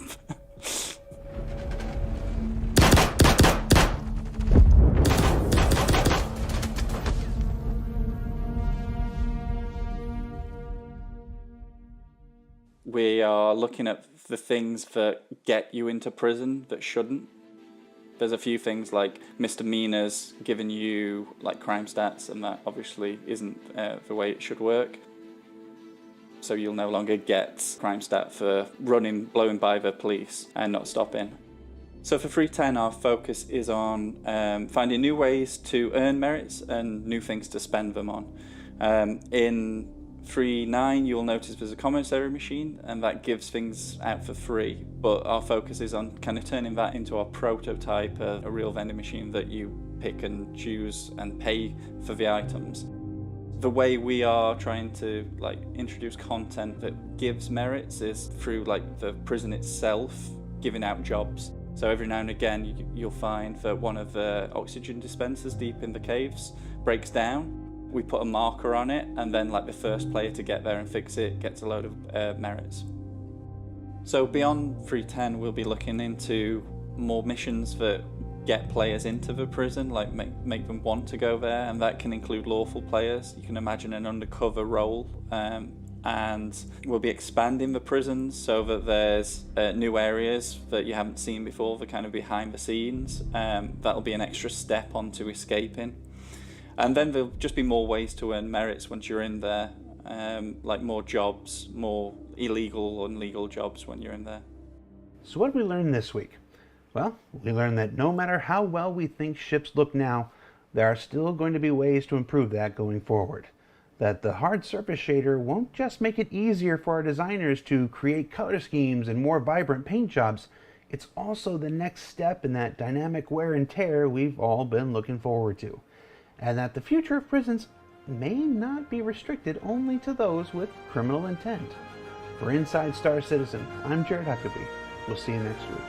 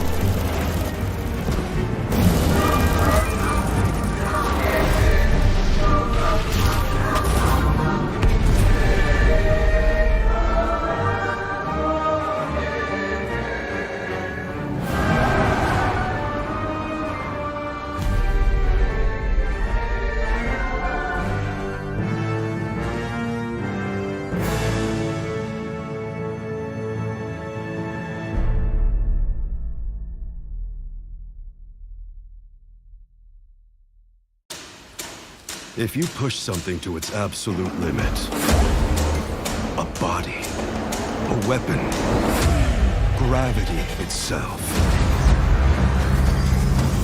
does it break? Or does it break through? Power beyond expectation. Class-defying maneuverability. Transformative integration of Xi'an tech and design. A revelation in short-range combat.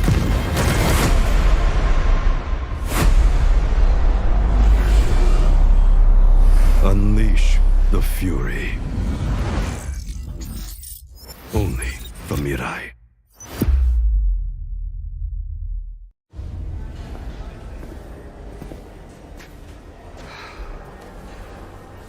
You need help with that? Yeah, right.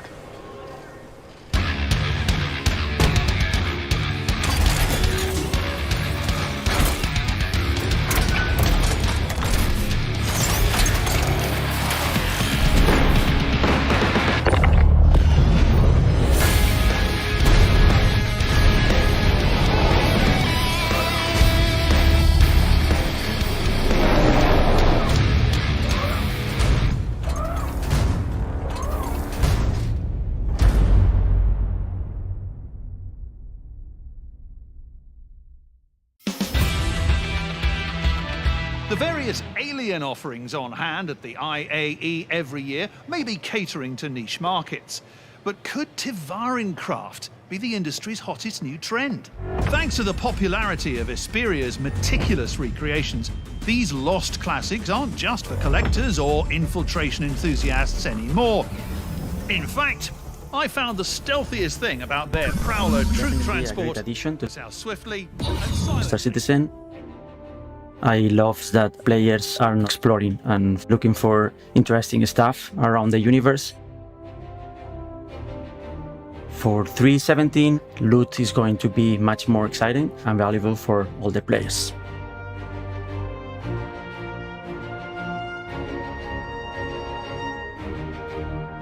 Up until right now, players got the same loot in different locations, so you could go to Korea or a cave or an outpost and potentially have the same content.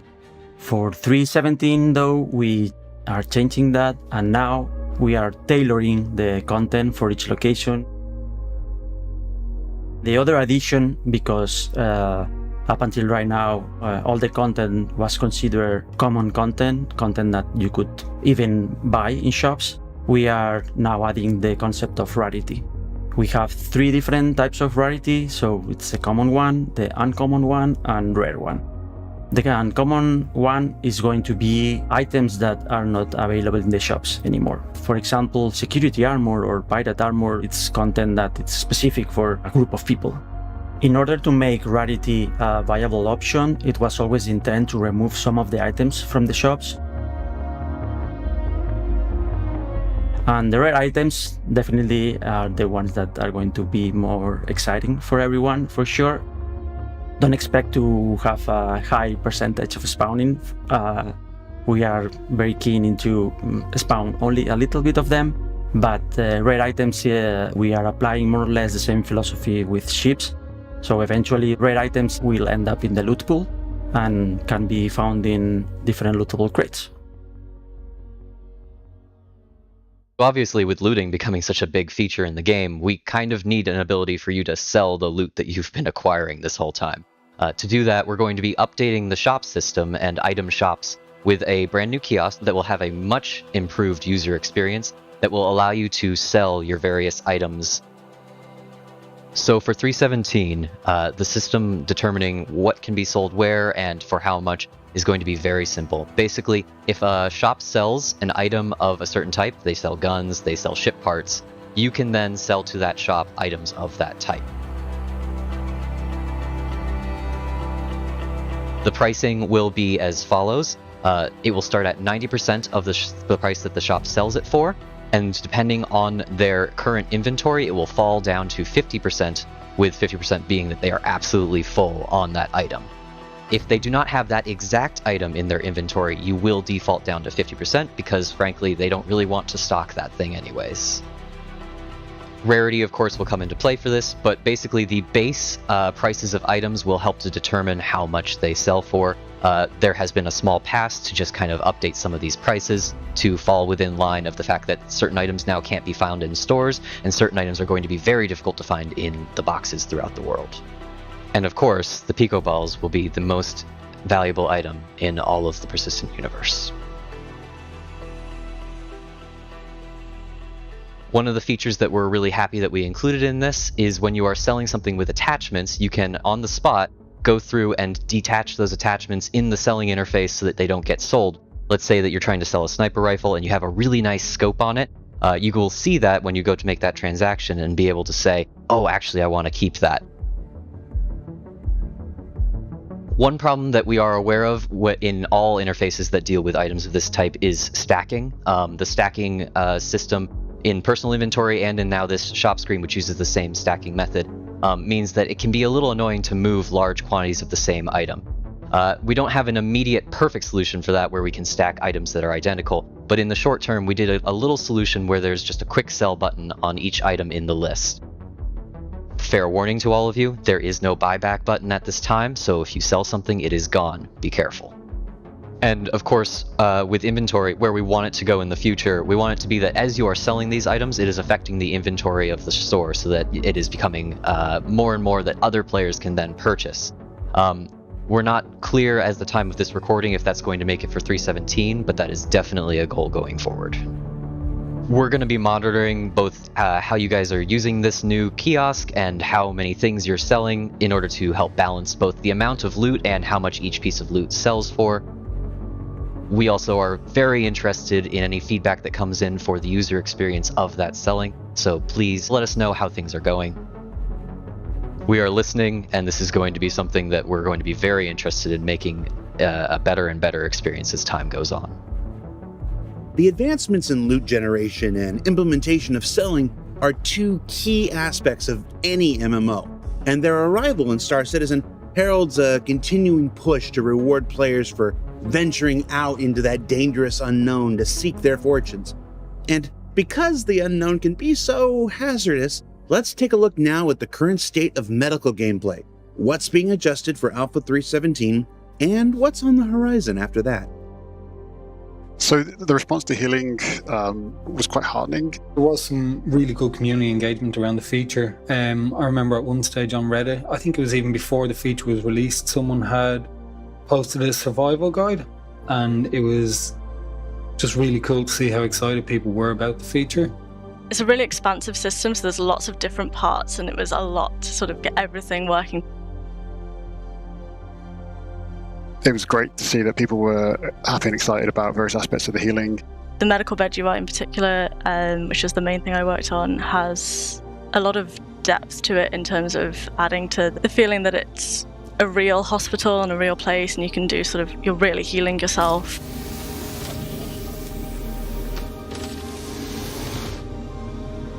I really enjoy the fact that there is some consequence to death now, that there's a sense of continuity. I don't just die and magically respawn somewhere. My corpse is something I now have to go and find if I've put something important on it. What we worked on is a T0 implementation, so it's bare bones. There's so much more to do. There are a few things we've fixed since then that should be coming out in 3.17. We've had feedback saying that bleed is too harsh, and absolutely, we've addressed that. It was unfortunately an oversight on our part, and we've reduced the severity of bleeding, so you won't start bleeding then, keel over 2 seconds later. Instant death, we never want to have someone fall over and die immediately from a single pistol shot to the head, or the foot. We've covered a couple of issues that were causing that, so 3.17 we should see that removed entirely. We've also had feedback regarding sort of hunger thirst, and also the status system in general, just not persisting between play sessions. So yeah, now between logins, most of your stats will persist, your health, your injuries, your hunger and thirst, so we'll see that gameplay back in the PU properly. We've also had some feedback regarding the crime stats. This was one that I hadn't encountered, but sort of face-palmed when I saw it. If you ram your own corpse with a ship, you get a crime rating for it, and that's not obviously great. It's sort of an extra kick to your dignity. But thankfully, the Mission Future Team guys have really drilled into that and fixed it. So 3.17, that humiliation should be removed, thankfully. For the injuries not being seen enough, we've also added a bit of probability into it. If you jump off a tree, there's every chance you're going to snap every bone in your body, or you're going to land like a cat. So we've introduced a little bit of a random element that doesn't scale linearly to try and achieve that. And it's really worked out, I think, quite well. We're seeing injuries more often, and it's not always at a gamified value that you reach. Beyond 3.17, there are other things we want to get into. We want to make improvements. Body dragging, for example, we know that's not exactly great right now. If you want to drag someone into an elevator, it can be a bit hit or miss. We're definitely looking to improve that. Some people just don't care about injuries because they just mash the die button and then respawn in their ship, and then haha, they move on. That won't be possible moving forward once we get some really big changes in. And again, this is quite a ways away, but things like permadeath, DNA degradation, being charged to respawn, the idea of your character dying forever and just having to spawn next to kin. Those are all things we're fairly confident that are going to be coming in at some point in the distant future. The manner in which they come in, we've got an idea of how they're going to be developed and also how they're going to function.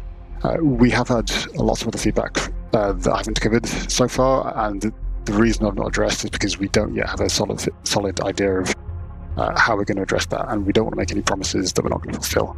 So what did we learn this week? Well, we learned that loot is expanding into both rarity and variation beginning with Alpha 3.17 and beyond.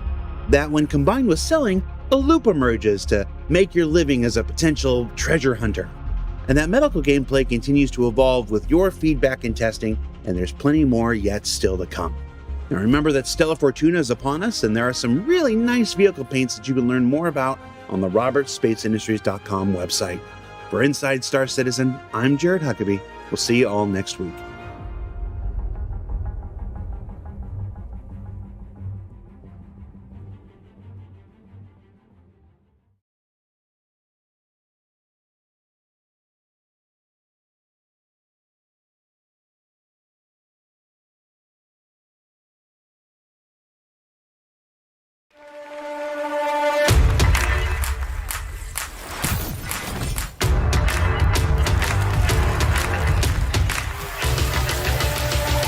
You guys want us to hurry up or keep going?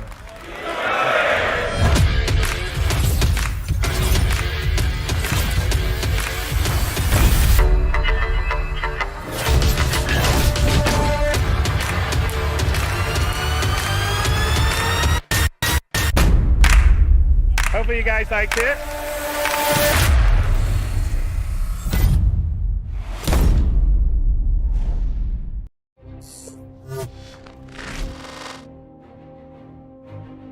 Often, logos are the first thing you'll see in an environment, and they help to give the player an impression of what that environment's all about. It might stir emotions.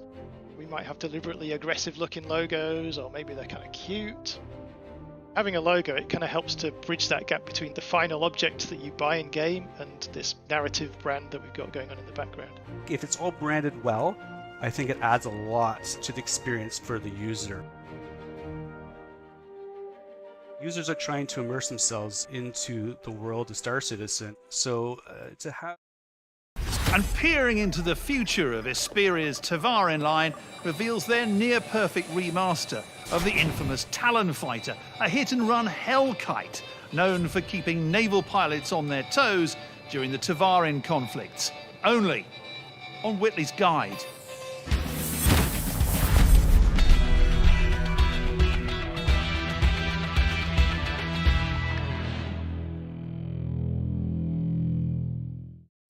So, with my cutter out of commission, I've stowed away in the extra-large hold of this MISC Freelancer Max.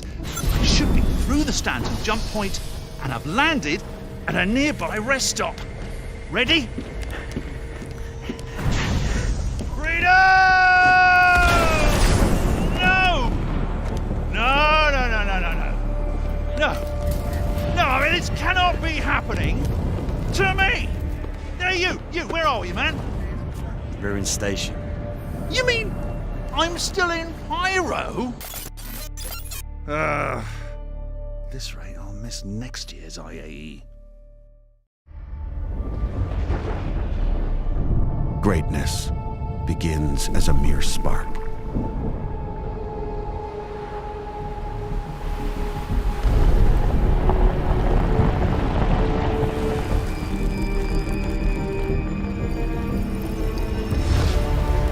Forged in conflict.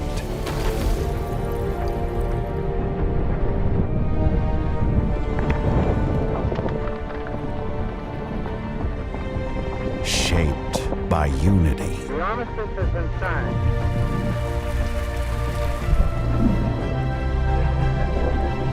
Ready to go, Zeus 1?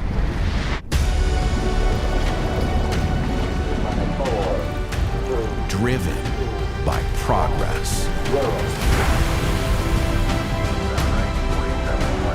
It is strength, grit, triumph.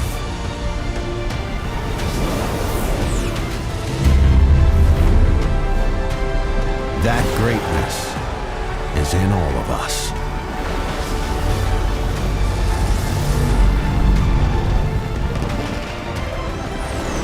Standing together. United in purpose.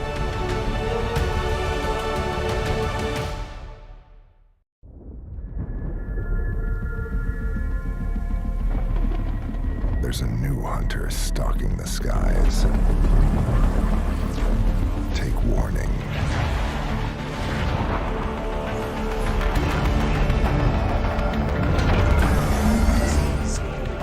Maximum responsibility.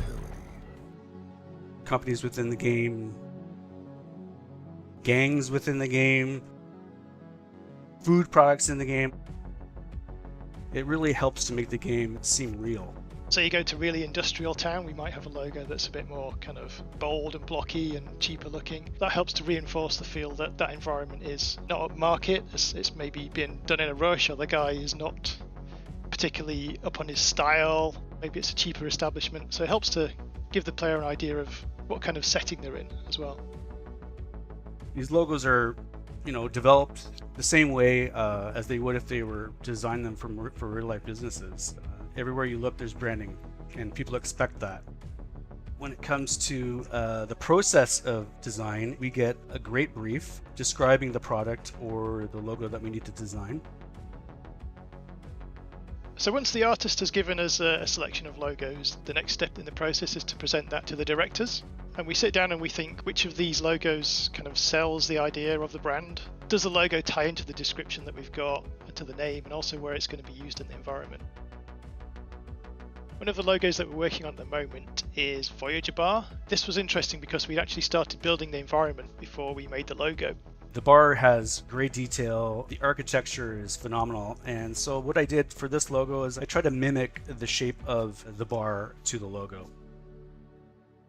When I come up with a design, I'm trying to come up with a few different ideas. So where we started with Gino's is with the chicken and the chicken's hair, and trying to incorporate fire because it's Gino's hot bird. I'm trying to come up with these little icons, colors, just a conceptual idea just to see which direction I'm going to go for the logo.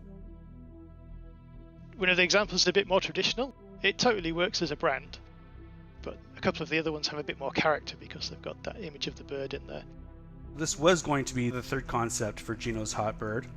I really liked how the G comes around in the beak and the eye. Unfortunately, when I finished it and I was very happy with the logo, my daughter came down and she goes, "Oh, Daddy, I really like that one the best because it looks like the Chick-fil-A logo." And I was like, "Oh, God, it does too." So I said, "You know what? We got to scrap this idea. This is not going to work. I don't want my logo to look like any other logo."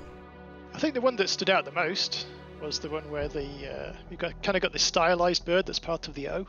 Incorporating that chicken with, the beak going into the S, and I thought, this is starting to work. This is starting to look like a great idea. So I just kept on doing different variations of this, trying the different fonts, and eventually I came up with this logo that was actually the one that was finally approved. You kind of got that cartoony look, but it doesn't feel too off-brand. It's not super cute, but it kind of gives you a humorous impression, and it's also quite stylish as well.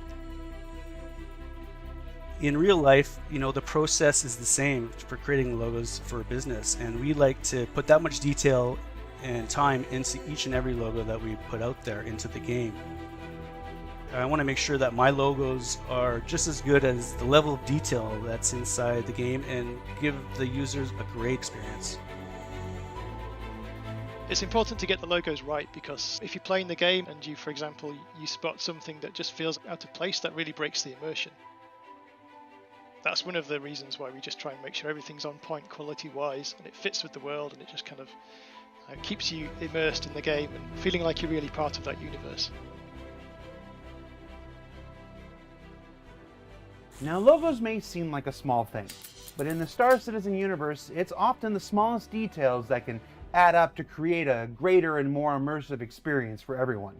But maybe you're interested in the big things, the giant space whale-sized cargo things that make their way through the universe traveling to homesteads across the system. Well, we got you covered. Here's this week's Sprint Report. We'll start things off with the Environment Art Team as their work on the docking arms necessary to bring ship-to-station docking to life have moved from white box phase to gray box. Now, one of the key elements they want to maintain are more views in and more views out, including the skylights up above. And then, of course, there's testing of the docking hubs themselves, and the hows and the whens and the wheres to place them along the stations of the Stanton system. So there's enough room to fit some of our larger ships should they need to come in for any reason I'm not mentioning right now. The character art team recently completed a pass on the space whale statue that will sit at the heart of the floating commercial platform found in Orizon, future landing zone for the upcoming Crusader gas giant. Now the next step will be to integrate it into engine and then determine the proper materials, be it stone, bronze, or something else entirely. Respawning. Now if you're like me, you're going to see the respawn screen a lot. So a small sprint was spent prototyping out some new respawn screens that provide the player with a little bit of information about where they are and how they got there, and if it's a prison, a little bit about why you're there and what it might take to get you back out. It's a little thing, but like we said before, those little things tend to add up when working to improve the overall player experience. In ship and vehicle news, the EU Vehicle Feature Team has begun work on the interior lighting states for the upcoming Hercules Starlifter from Crusader Industries. Now, each area of the ship will need 3 distinct states such as emergency, auxiliary, and default operation. Now you can see here each state in a number of different areas inside the ship. And we're going to let you guess which area of the ship we're showing as we work through these. Suffice to say, the Hercules is making terrific progress, and it won't be long before this massive behemoth makes its debut in the Star Citizen universe.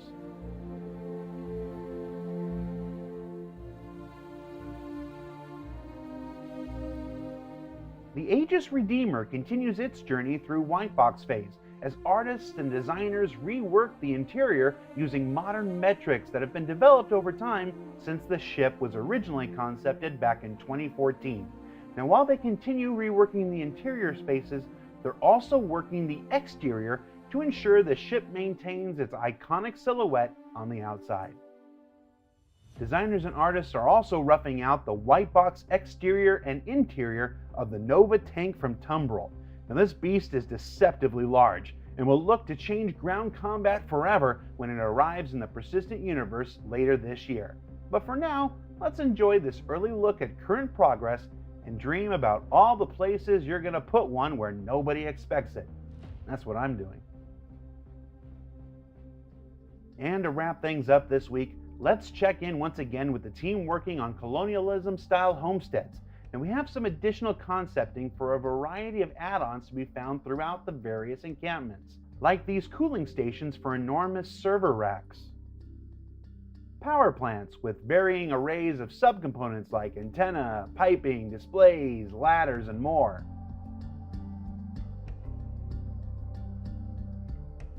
fuel tank arrays with a variety of blockouts altering the way in which they connect with one another as they expand out across the horizon,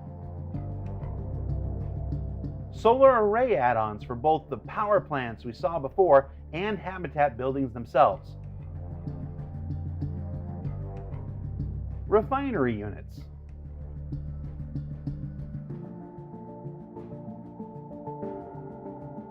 and finally potential blockouts for combining many of those aspects into outdoor storage yards that will form the basis for a wide variety of NPC and player experiences in the future. Now we'll start learning more about how these homesteads will begin being integrated into the Persistent universe in the coming months. So what did we learn this week? Well, we learned that in Star Citizen, the smallest details often get the same level of attention as the bigger ones. That the Starlifter may be farther ahead, but the Redeemer and Nova are continuing their journeys through White Box. And that if homesteads get any cooler, we all know they're going to get cooler, and we're going to keep checking in. Also, don't forget to tune in to Star Citizen Live tomorrow, where we've got Tony Z, and you can learn all about our first dynamic event called Xenothreat. I promise you're not going to want to miss it. For Inside Star Citizen, I'm Jared Huckabee. We'll see you next week.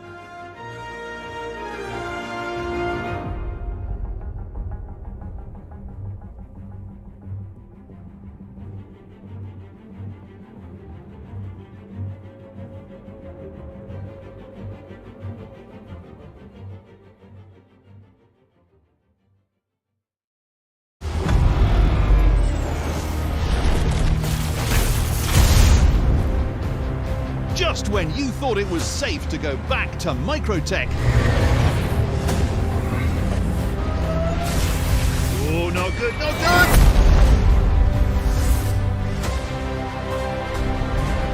Here we go!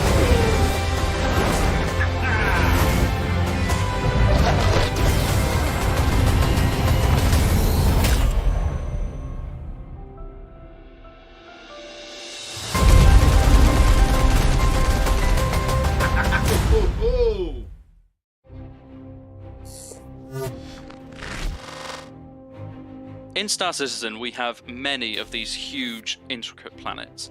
And the way that we've been able to do that is, instead of storing each vertice of the planet like you would in a traditional level editor, we store height maps and other data about the planet and then build chunks of the planet around the player. But it did introduce the problem of us not being able to edit individual vertices of the terrain.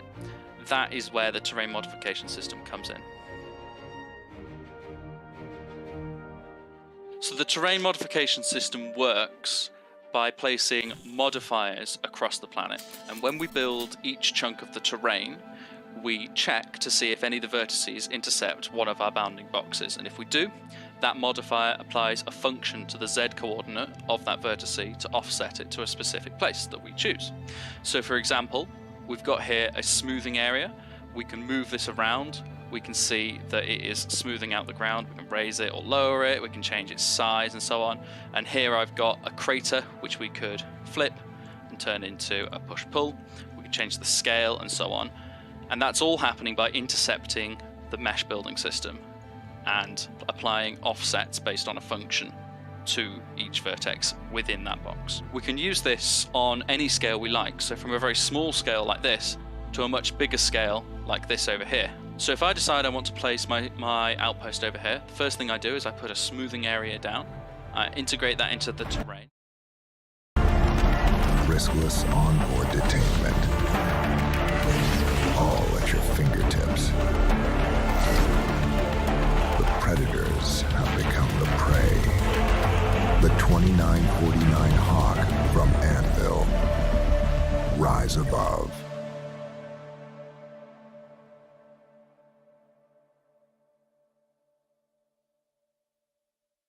Is it on? I don't know. Yeah, guys! It was right where he said it was! And to think, we tracked your little Drake ship here to kill you! Guys, I do know my way around an 890, and since your hideout's a derelict Origin Super Yacht, I may as well take advantage, so... Come on, Jax! Stay for a treat! It's kind of you, really. It is kind, but I've got to get back to Stanton, so I'll just say bye-bye. We'd love to have you for dinner. What did I say?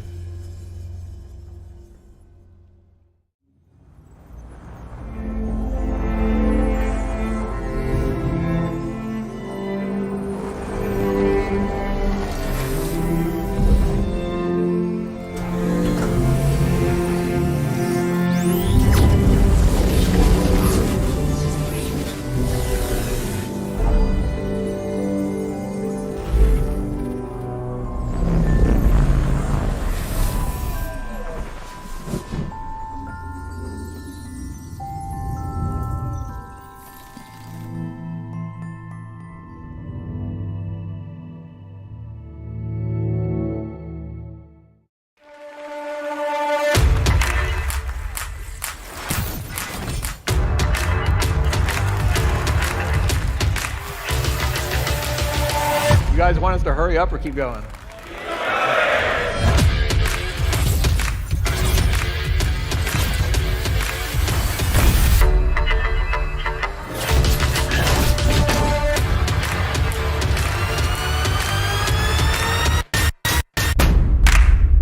Hopefully you guys liked it.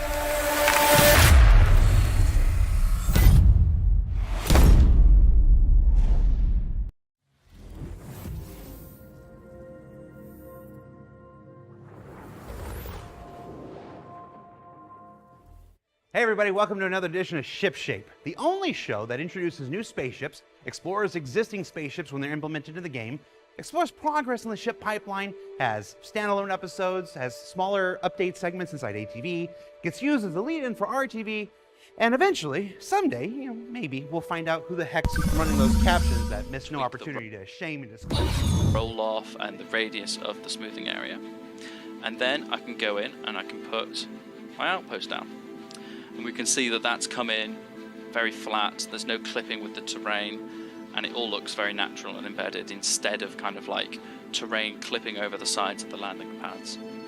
So we can integrate our smoothing areas even more in with the terrain by using a noisy edge instead of just having a perfectly spherical one. So this smoothing area here has a noise function applied to its radius, so we get this kind of like crinkly effect. And when I embed that into the ground, we don't see an obvious circle around where our outpost is. Instead, we get more natural looking crinkle around the edge of our smoothing area. The reason that we have both of these modifiers is sometimes you want to make it clear that humanity has come and shaped the terrain to be a certain way, and sometimes you just want the convenience of flat ground without it looking like it's been bulldozed by a great big group of JCBs. So using the same modification system, we can actually add water meshes to the vertexes. The first thing I did on this was a way to place river paths, because you can't start modifying the terrain before you know where the water's going to flow. So I've got this river placement tool here, where we're going to be able to essentially start off by placing a spring or somewhere where the water might come out of the ground. So I'm going to place that here. And you can see that it automatically starts working out the path of where the water would flow. Now it does this in steps. It looks at the direction that the water is coming from. It takes a step in that direction and works out an arc of points. And then it chooses the point on that arc that is the lowest, moves there, and then continues on to the next step until you get this nice flowing path. Now over here we've got a white dot, and that is because the lowest point on the arc was in fact higher than the water started with. And if you look at a river, you'll notice water doesn't travel up. So here the point is white because we're going to have to erode down the path under here for the water to have travelled to this point. We can't have it flow up on the terrain. So once we're happy with our river path, we can look at adding any contributing springs. So for example, we might have a bit more water flow coming from there, or I might choose to have a bit more water flow coming from there. And then we can score and clean the rivers. What this does is it works out a more detailed path between the nodes that the river is going to take. And it also works out how much water is going to be passing through each point. So you see, if I click on this node here, we can see the size is 5.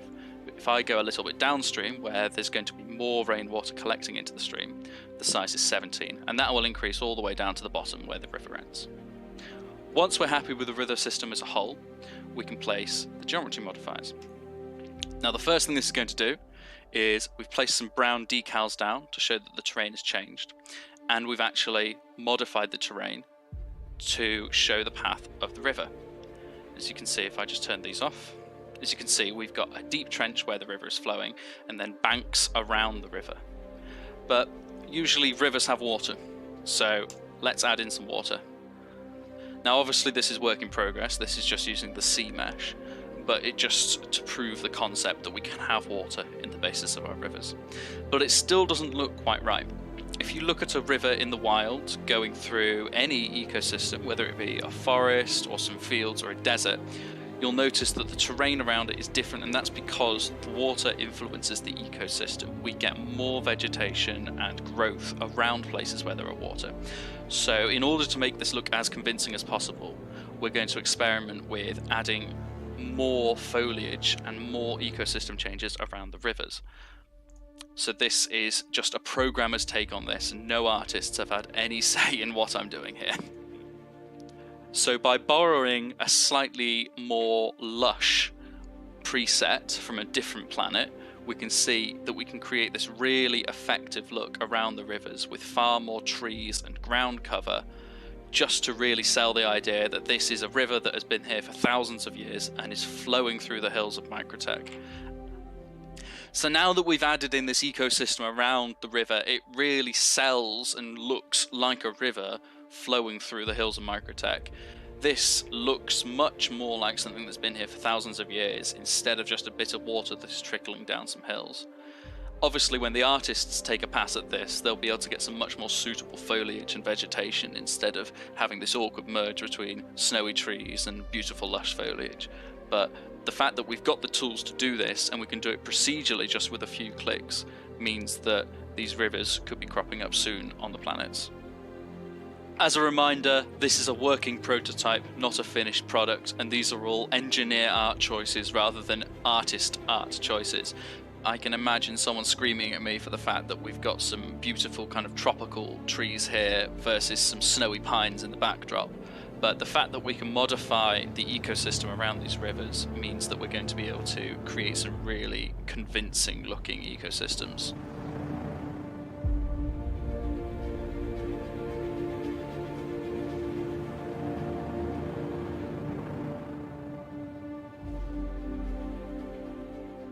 The terrain modification tool is just one more way the Planet Tech team continues to create new technologies that help our artists and designers create assets for the Star Citizen universe better and more quickly than ever before.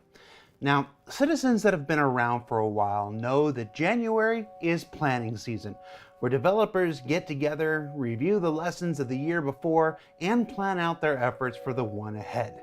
Now, by the time that this airs, that process is still in full swing for many teams, but we took the opportunity to chat with some of the folks that participated in this year's Combat Summit to get a sense of where their conversations went and check in before they go heads down and the process of prototyping begins. So the theme of this year's Combat Summit was really how we give the player control over all the systemic features we have in the game. What we want is an environment where things make sense. That choice allows players to approach different missions in different scenarios in different ways, and even the same scenario in different ways, which really expands the feel and the options players have. The main reason why we created a Combat Summit was to include more people from multiple departments of the company that have a stake or an interest in space combat. It helps gather outside data into one kind of focus point. We can kind of figure out the core problems that we have, and also, to kind of come up with solutions for those problems. It's very important to go away and come up with different solutions, test them out, see which ones are fun, see which ones play well with other features. Since last year's summit was so successful, we're in a good position to go forward into this year's summit. Building upon the work we did in the last one. In this year's Combat Summit, we talked a lot about combat geometry, which is how ships fly around each other during combat, how they're going to fight each other. One of the ways we wanted to improve the current flight model was with the addition of capacitors, which will make the actions players take during a dogfight more meaningful and have more of an impact on what they see and what they do. And capacitors really do that by sort of capping some of the behaviors as well as giving you an instant visual result and instant flight result. We went into weapons and the different behaviors of weapons and how they interact with shields and ballistic armor. We're not aiming for a meta build gameplay, right? We want each weapon to feel different and to have a different role in space combat. And then to add to this, we're discussing how we kind of move the roles forward on the ships and make the most of the features that we have to, kind of realize the roles on ships and for those to mean more in the PU, as far as what choices you make of what ship you want. I'm very excited to get some of those sort of ironed out and to get those feelings of those ships so that you know without looking at the label of the ship that you're definitely in something like a light fighter.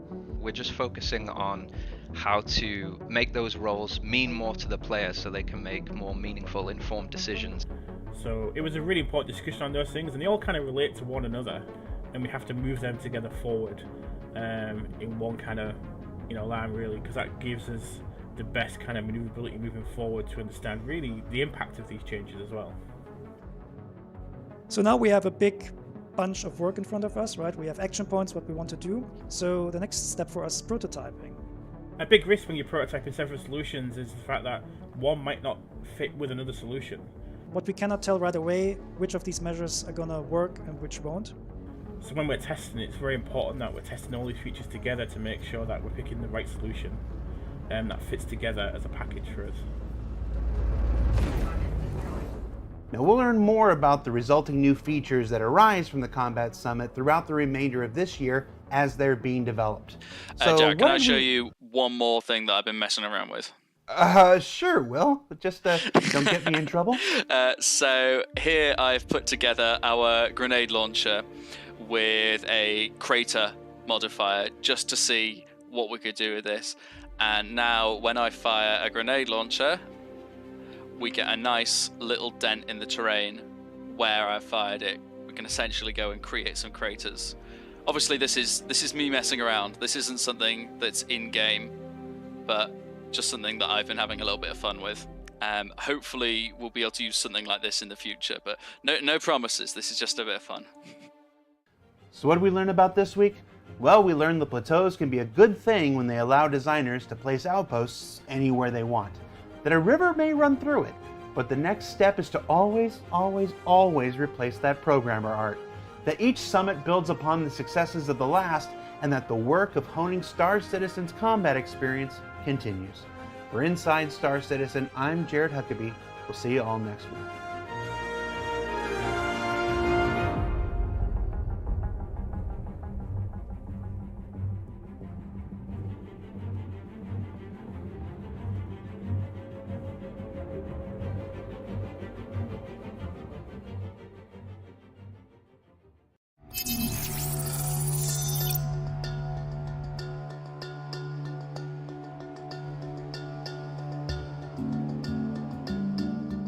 The Argo SRV is the tow truck of the universe. It is that single player, I want to rescue, recover, retrieve other vehicles in the game.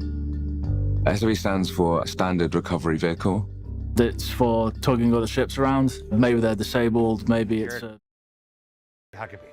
Now, on this episode of Shipshape, I'm pleased to showcase a ship that was first introduced to the Star Citizen community about 10 months ago during our anniversary 2017 celebration. So what is it? With 4 of the most devastating advanced specialty turrets on the sides and then 2 more along the top and the bottom, the Aegis Hammerhead showed up on the scene promising to realize the full potential of turret gameplay in the Star Citizen universe. Now, what's really cool about this one is that it was built on an accelerated schedule that allowed us to utilize assets already completed for the Idris and Javelin ships, which were also from Aegis. Now let's check in now with some of the designers and artists that are currently working to bring this marvel of anti-fighter devastation to life.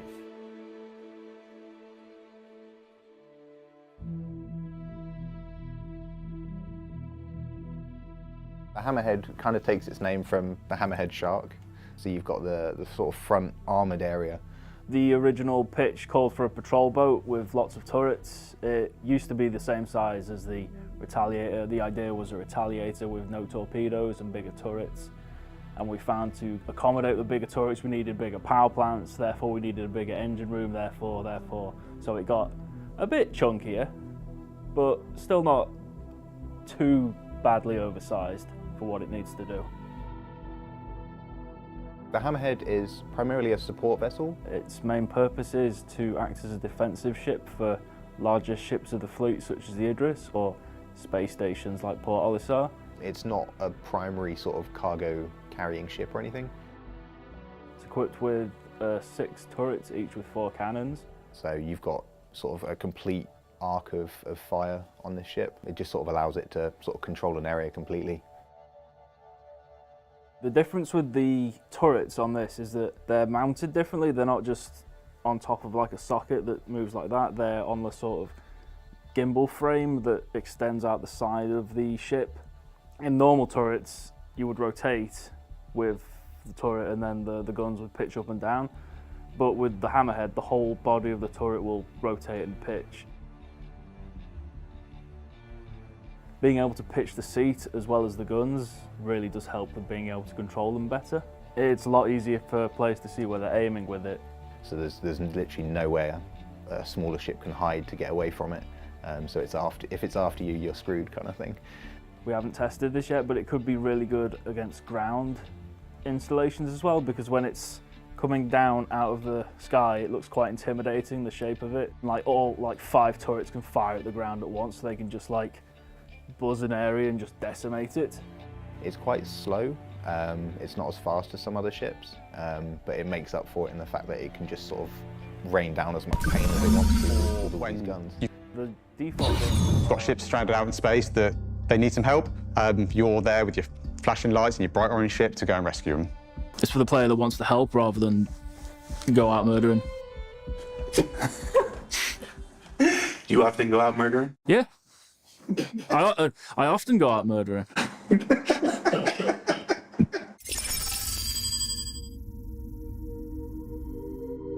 Argo has a very strong visual style in our game, so there's a few kind of core elements that we knew we had to have.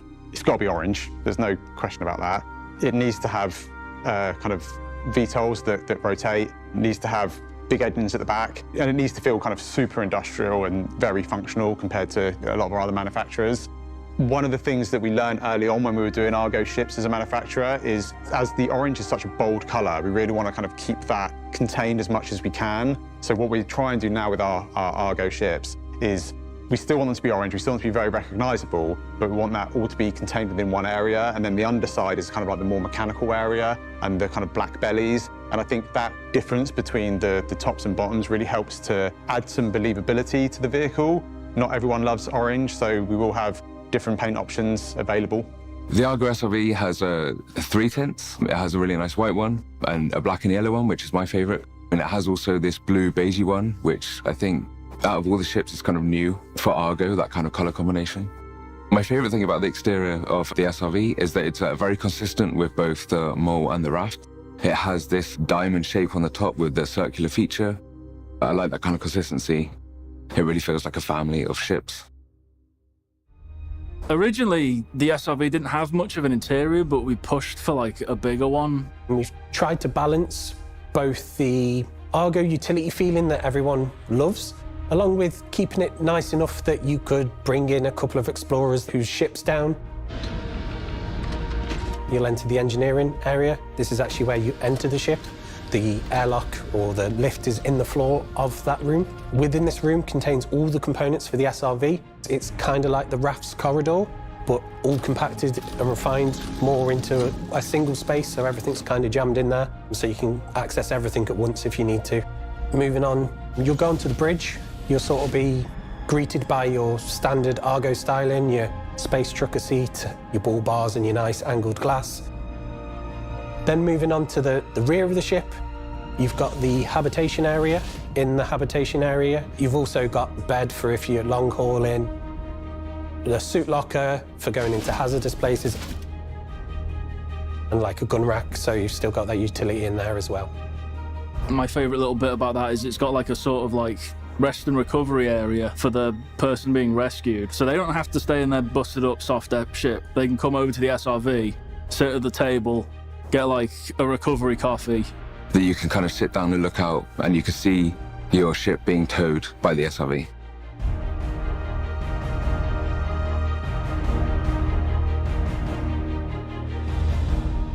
The Argo SRV has a very large tractor and towing beam assembly on the rear of the ship that the pilot controls. So they navigate towards the vehicle, swap to the turret view that controls the tractor beam, and then they position it and lock onto that ship.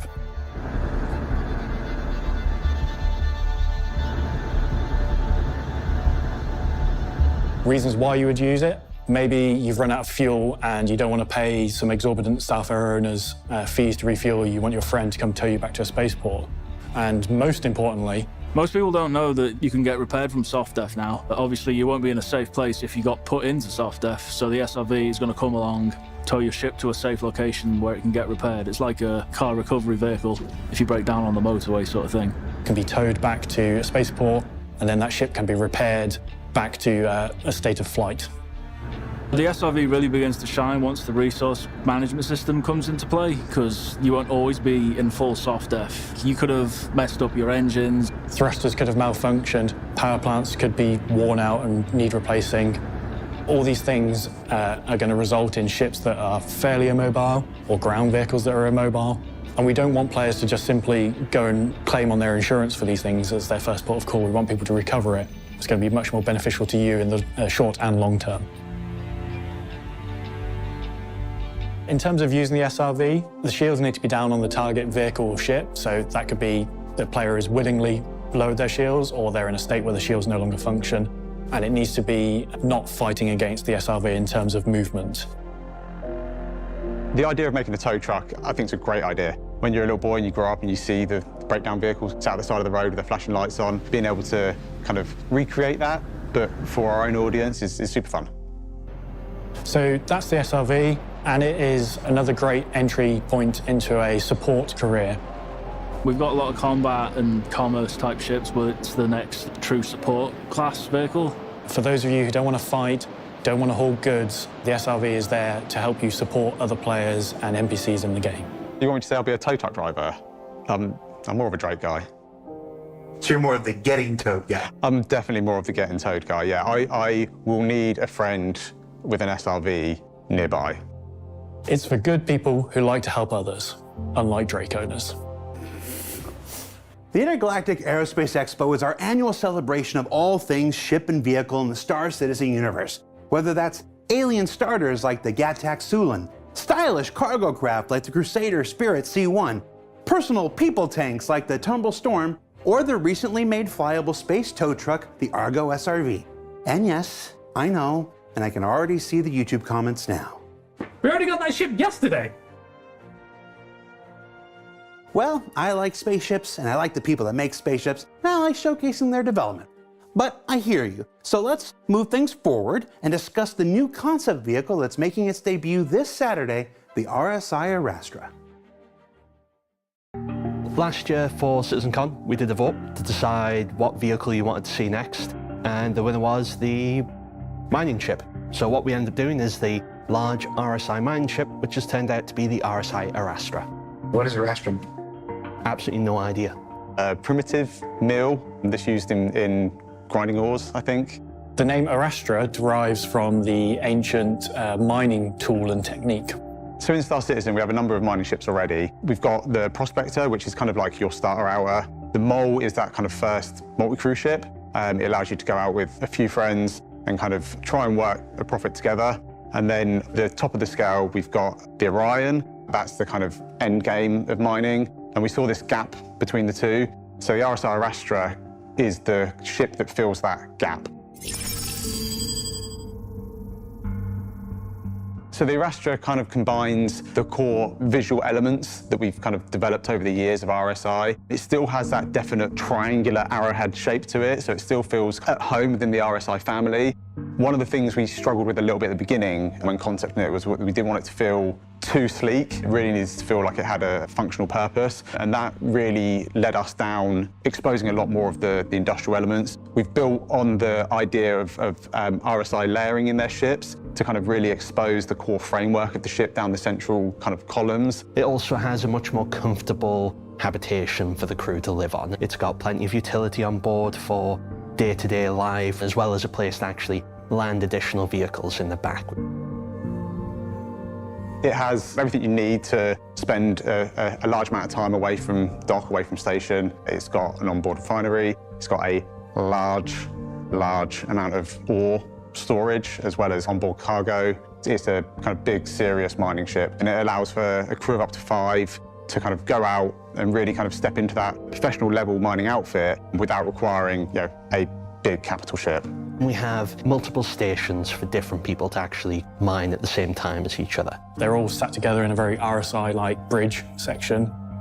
The remote turrets that are on the Arastra all have some level of transformation in terms of their location. The 2 at the front can slide backwards and forwards along, so you don't require the pilot to have to go left a bit, go right a bit. But then we also have a large one in the center, which can descend through the middle of the ships. Can actually transform down through the ship and out the bottom to cover the underside. So really you can mine in 360 degrees with this ship. And as it cuts through the ship, you can actually see the turret as it travels from one side to the other. And then additional crew members can help either position the ship if they want to change location, or deal with the mined goods at the rear of the ship in the cargo bay.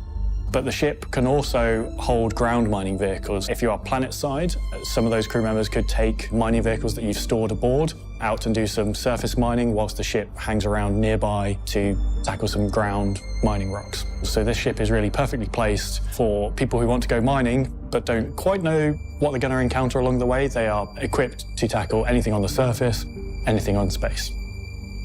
One of the benefits of concepting the Arastra now is that we know a lot more about our game, a lot more about how mining works and kind of features in the game. That gives us a much better understanding of what's important for a mining ship. And that's one of the things that we'll take on to when we kind of deliver the Orion in the future. So this is a great example of how development on some ships improves and expedites others. Compared to the Orion, this bridges the gap in a few nice ways. It leverages all the existing mining loops and mechanics that we have in-game at the moment, whereas the Orion is going to be solely mining in space. It is a big ship designed for sitting out in deep space, mining big asteroids. It won't be capable of going down to planet size and mining on there. What we kind of learned from the Orion is that a lot of our RSI ships feel very, very aggressive. They feel very military and fast. And if you think of like a big industrial mining ship, the Orion is kind of the opposite to that. It's this huge kind of bulky ship that is very purpose-built.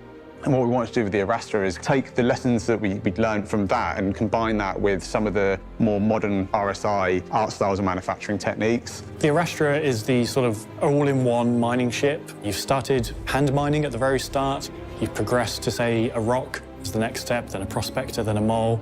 This is the big step that lets you do a bit of everything. You can mine, you can refine, you can transport. And then if you want to go even deeper into that, then you go off to the Orion at the end. So what did we learn this week? Well, we learned that the SRV is another fine addition to the working class gameplay Argo always seems to specialize in. That the RSI Arastra wants to be the next big step in the evolution of mining gameplay before its even bigger Orion sibling arrives farther down the line. And that IAE continues to be the biggest ship and vehicle event of the year. But it's also Thanksgiving. And today, while we continue to always give thanks to you, the citizens of the verse who make all of this possible, I want to give a special thanks personally to the folks behind the ships. Now, all of the ships and vehicles in Star Citizen are only made possible by the variety of content. Looking forward to seeing players switching them out for other types because there's a lot of options we can put on them. It obviously requires quite a large crew complement as well, because you've got to have all these manned turrets sort of working for it to be effective. I'm looking forward to players just getting Gatlings on every hard point and just going mad with it. Getting the Hammerhead into the game, it will definitely be interesting seeing players with all the sort of turrets and everything to do. Bit of a challenge to set up, but we got there in the end and they've actually come along quite well with how they function. The interior for the Hammerhead takes a lot of assets and sort of cues for the larger Aegis ships like the Idris and the Javelin. So things like the corridors, they're built using the Idris kits, but obviously we had to change the colours and the lighting and stuff just because we wanted a slightly different feel in it. We just wanted to make it sort of a little bit more military and not as sort of clean as the Idris one is. The challenge with using the Idris stuff, there's obviously not the same amount of space, so when we got all the corridors in, we had to kind of wedge in all the other rooms and such. So a lot of the components don't have their own rooms, they're part of the corridors. It started as one deck, but sort of halfway through the development cycle, we figured out that it needed a kitchen and it didn't have one. And there was no free space on the first deck that we built. But we lowered the rear half to add in the top deck where the mess hall is. Which it just had just enough room to get it in. And most of the main rooms in the ship, so the bridge, cargo bay, engineering rooms, stuff like that, they are very much their own rooms. So yeah, they're very Hammerhead based and not taken from the Idris in any way. In general, the ship is pretty durable. The whole front of the ship has got sort of like an armoured reinforced section just to give it an extra base of durability if it does need to sort of go full frontal into a larger ship or something. For me personally, I really enjoyed working on the bridge just because of its sort of interesting shape, and you've got the glass floor panel. In the concept art for it, originally that floor panel wasn't a floor panel, it was just another piece of glass. but I basically changed the design of it slightly, so to basically allow you to walk on the sort of glass floor panel. So you can have the pilot and the co-pilot flying the ship, and you can still have people walking around on this area and looking down on planets or a battle or anything in orbit. That would be quite cool, I think. The Aegis Hammerhead is scheduled for release in the upcoming Star Citizen Alpha 3.3, but you're not going to have to wait until then to learn even more about this ship. That's because you can also check out the latest episode of Reverse to Verse Live, where we put questions to our developers directly from an overall Star Citizen community experience. Despite a few YouTube comments that seem to think Dan McCabe makes some of these things all by himself. Because there's like 62 people on the vehicle content team alone. If only there were a way to make everybody remember that. Perhaps with the power of song. All right, relax. I wouldn't do that to you. Even I'm not that cringe. So for Inside Star Citizen, I'm Jared Huckabee. Thanks for letting us share the process of game development with you, and we'll see you all here next week.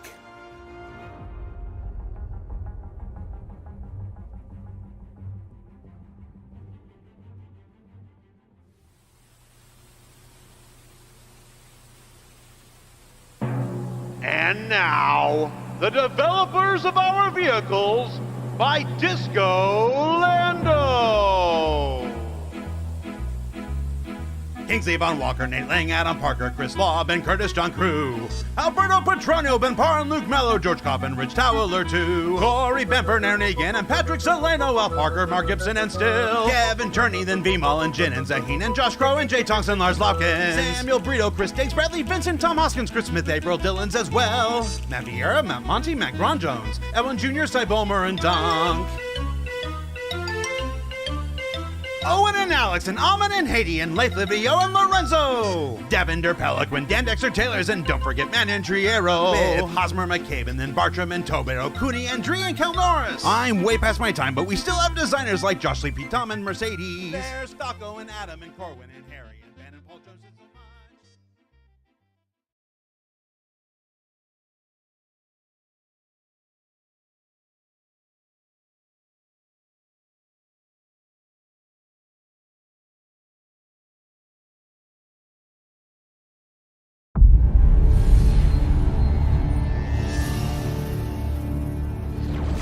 Hostiles inbound. Stay alert.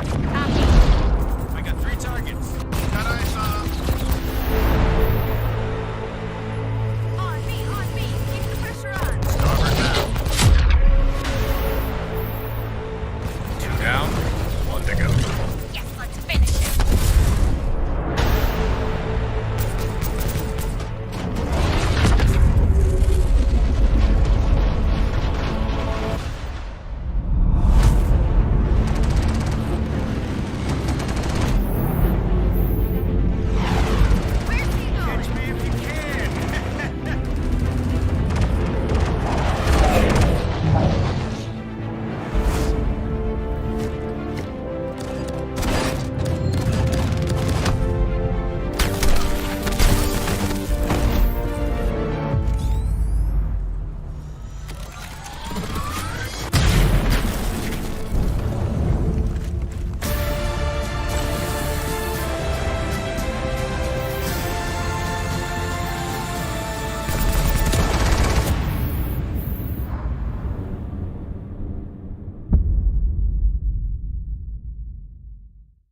There's a lot you can say about the upcoming Pyro system.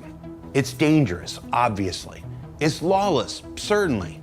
But it's not all just chaos and carnage completely. It's also people just trying to make their living where they can in a place that's challenging and pretty different from the adjacent Stanton system. From repairing your neighbor's generator to supporting the nearby farmers, there's much you can do to be a social and upstanding citizen for Pyro's prosperity.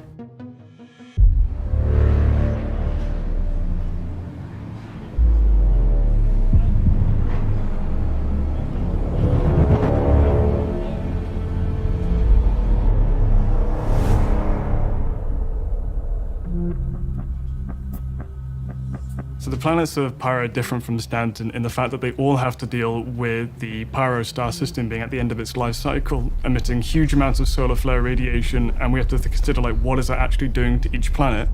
Naturally, Pyro 1, closest to the sun, is going to be the heaviest influence of the solar flare firing off. So how do those people live? But the people furthest away from the star on Pyro 6 are going to have the least amount of radiation, but it's also going to be super cold at the same time. How do those people live instead?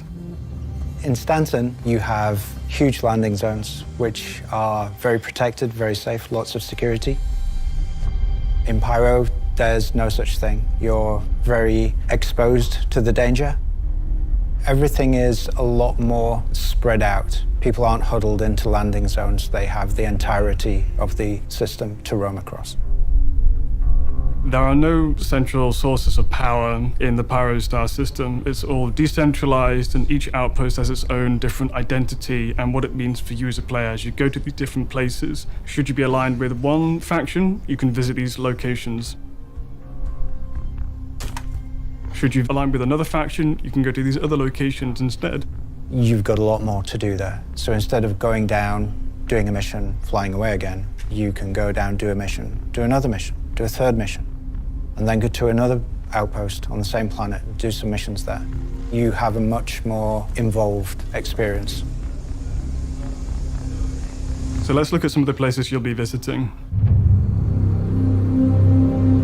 So farmsteads are a small slice of life within the Pyro star system to get you introduced to what it's like to live there. Landing complete. There are places to gather harvestables, places to complete your missions, and ultimately your first introduction to how people live in the Pyro star system. Farms are probably one of my favorite ones, just because I really like the vibe of them. Is the closest thing to a home feeling I think you'll find in Pyro. You feel like there's a smaller community living here. There's a lot more fields of crops, there's a lot more greenhouses. For the lawless ones, we've got these like grub farm greenhouses, which are really cool as well. They tend to be in a lot more open, plain-like areas, big fields of crops around them. There is things to do, there's things to harvest, but it's also just the vegetation that kind of sits on a lot of the desolate landscapes that we have in Pyro. Give you a little bit of this mini feeling of like a little oasis. There's one in particular on Pyro 2 that's really nice and has this really nice vibe, that kind of like lazy windmill circling in the breeze on a plain that's just like almost featureless apart from these few buildings on it. That really gives especially at sunset, like really gives an amazing vibe of like, these people live in the ass end of nowhere, but are really trying to do their best to survive. There are going to be some goods that are only grown in Pyro because of its unique star system that can be shipped back to Stanton. We have a whole bunch of new mission types that you'll be able to do there. Then they're more geared around repairing pieces of machinery. We have what we call charge drain technology coming over from Squadron, which enables you to transfer an electrical charge from one component to another. So you can like jump-start a generator, for example. There's scope for much more gathering type of missions, like going out into the field, collecting crops. There's a big focus on non-combat at a place like a farm. Next, let's talk about scrapyards. The scrapyards are one of the few locations within the Pyro star system where you can actually service your ship that is not on space stations or LEOs. We'll have more scrap in a scrapyard, which makes a lot of sense, but we've got the towering cranes with derelict spaceships in there, the skeletons of spaceships being pulled apart. And we can see that there is a certain order to things where things get disassembled and moved around, and where your aircrafts are getting refueled and repaired. There will be little shops as well to kind of get you on the way for your journey. And we've got these large landing pits in all the scrapyards that are unique to the scrapyards, which are the big sort of sunken pits for repairing, rearming, refueling. They kind of bring that kind of unique, okay, this is a scrapyard because I know that there's a landing pit here, and they're the only types of outposts that have those. Landing complete. Here, you're able to interact with Chrysler services, refuel your ship, repair your ship, even rearm your ship as well. In addition to servicing your ship, you can also service the scrapyard itself. You've got to use your charge and drain tools to be able to repair pipes, repair canisters, any faults in machinery, etc. It's very much about taking things apart and organizing them and shipping them off again. But unlike the landing zones within the Sentinel system, there is no air traffic controller. There is nobody to filter out where you can go. You simply choose a parking space, you land there, you service your ship, and you must fly out. The new mission type that we have is salvaging, but in first person. So you don't need to be in a ship. It will be something that you can do on foot. So salvaging all the various panels which have turned up at the scrapyards in order to process them. Another piece of non-combat gameplay at scrapyards might be repairing machinery. We have a system which uses the resource network and engages it in missions. So you will be able to, for example, if there's a broken piece of machinery, you will be able to find a working piece of machinery, rip components and fuses and parts out of that, apply it to the broken one and make that run instead. But of course you've broken the first machine by doing that.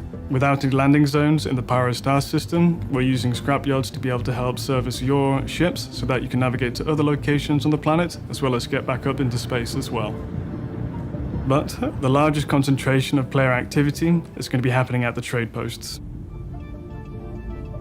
The trade posts are where the player is going to be dealing with trade and commodity, organizing themselves between different groups in order to purchase different food, water, ship weapons, ship components, armor, grenades, med pens, whatever, you name it, it can be found and sold here. They focus quite heavily on hauling, delivery, and shuttling goods around. Trade posts are organized by several different factions within the Pyrostar system. At these different locations, you might find different inventory, different perks, different goods. So if you're aligned with Citizens for Prosperity, you might visit locations such as Jackson Swap on Pyro 2 or Conard View on Pyro 6. Conard View is in a very cold location that's very inhospitable, but people still need to be able to service and trade and do things around this planet. You can find different goods, different resources there, all being sold at this location. As Conard View is sheltered within a crater, it is also a safer location. I'm on Twitch. That starts in just a few minutes. So, for ShipShape, I'm content manager for global video production, Jared Huckabee. Until next time, or again, in just a few minutes.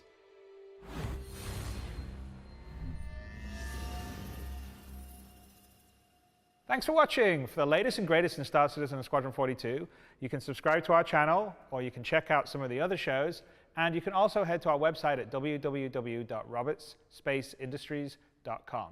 Thank you very much for watching.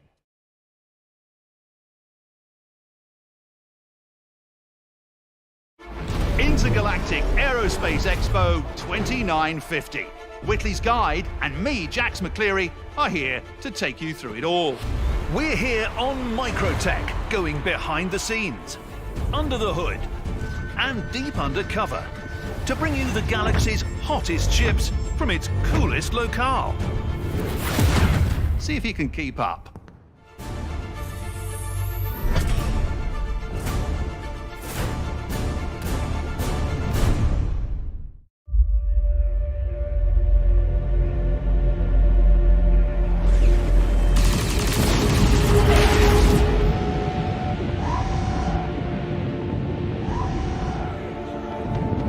All available pilots to the strip. Kill these flight. You are cleared for takeoff.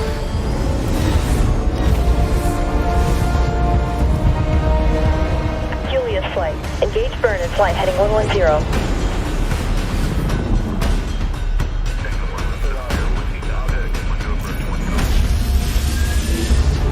All right, here we go.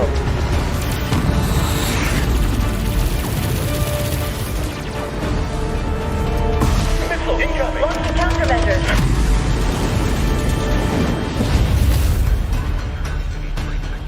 All right, shut them down.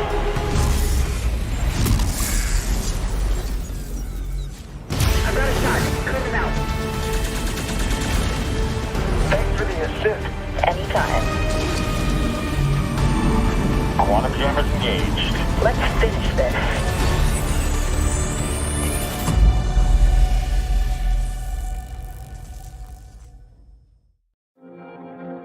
Ask any soldier. They'll tell you that battles aren't won or lost based on weapons or numbers or even hardware. They're won on choices. For over a century, our ships have distinguished themselves in thousands of civilian and military combat operations. We are proud to announce another weapon in the arsenal of victory. Get ready for the next generation of warfare with Anvil's Valkyrie dropship. This multi-role weapon platform is designed to get personnel in and out. Looking for your wares or trying to pirate from you either. Jackson Swamp is sheltered between these two different cliff bluffs, offering them lots of protection. And through there we went for a spaghetti western style main thoroughfare with lots of different landing pads around. And because it's well established, it's got some nice defensive measures so that it can't be immediately attacked by any rogue factions within Pyro. We see in Jackson Swamp, it's a hard environment that these people live in. It's not an easy living. Visually, it echoes like the rest of the sort of art style that we call the sort of frontier art style. If we look at the buildings, we see that there's a lot of stucco elements, there's a lot of makeshift little knickknacks that people have gathered from around the Pyro system. It's a mixture of that hard Scrabble life and people trying to make the best of what they have and repairing things over and over again and like replacing things that break. You can see that the way that people are living there, it's very makeshift. Rooms were built to have a certain purpose, but have lost that purpose many years ago. There's still that sort of decorative, artisanal, craftsman-like elements in there as well with the rough weave rugs and things like that. So we're trying to really like push that homesteading vibe in complete opposition to things like the space stations and, you know, Microtech, which up to now has been this very corporate, lots of metal, lots of angles, lots of edges, lots of sci-fi. This is supposed to soften off all those corners. You as a player can land whatever size ship you have, purchase whatever size ship components and ship weapons you might want to have. You can visit the local warehouse or order any potential things that you might need to have, commodities, food, etc. Where anybody needs to be able to get something, purchase it, collect it. This is where all the players are going to be collecting. But maybe you align yourself with headhunters and you visit locations like Gone of Steel and Golden Riviera. Gone of Steel is a smaller outlaw trade post perched in Pyro 4's massive crater. It's there as a stopgap between Pyro 3 and Pyro 6 because there is not much landmass around Pyro 5. Pyro 5 is a gas giant, and yet you need to have a midway drop-off to get from Pyro 3 over to Pyro 6 on the far side because Pyro's star system is far larger than Stanton. Golden Riviera is one of those sleazy towns which is just full of seedy people, absolutely taken over by the headhunters. They've butchered everything, they've changed how they want things to work. Trade posts are possibly selling slave pods and find other illegal goods, but it's just a central hub of like sleaziness. Don't judge them. It is still built out of this minimal things that are laying around. It's very a hodgepodge of different things that come together. What makes Golden Riviera different is that now a tornado just went through the entire place. It is absolute chaos. Bits and bobs are laying around, things have rusted, and you will find mattresses of where people have been sleeping in the weirdest corners. We can see that the people that have been living in the space have really outlived this location a little bit. The idea is that these are once prosperous outposts that have since been like basically home invaded by the bad guys and taken over completely. So we use a lot of like more like fire and lots of spiked kind of like cladding and rusty metal elements just to give that kind of, I hesitate to say Mad Max, but kind of that more apocalyptic vibe, I suppose. Jackson Swamp, even though it is very improvised, it has a certain structure underneath it. And Golden Riviera this structure is nearly gone. It is really chaos, anarchy that this place really embodies. The The players coming to our locations should feel like they are encountering a whole new frontier where people feel a little bit on edge and they're curious about you, but they're also hesitant to meet you at the same time. There is no law, there is no jurisdiction, there is no protection. There is just you and people trying to get by and live their lives. So, what did we learn this week? Well, hopefully that there's a whole lot more to Pyro than just being a jerk and destroying everything you see and touch. That while all the systemic gameplay systems of Stanton can be found there, Pyro arrives with a few new ones of its own. And that at launch, there are two primary factions that currently dominate much of Pyro's planetside. And your choice of allegiance will determine much about where you'll go and what you'll do with your time there. And if you were asking yourself, hey, do these two factions ever fight? Well, I'd say come back in 2 weeks to see not only how much they don't like each other, but how they both have to contend with the ongoing presence of Xenothreat as their neighbors. For Inside Star Citizen, I'm Jared Huckabee. Thanks for letting us share the people and process of game development with you.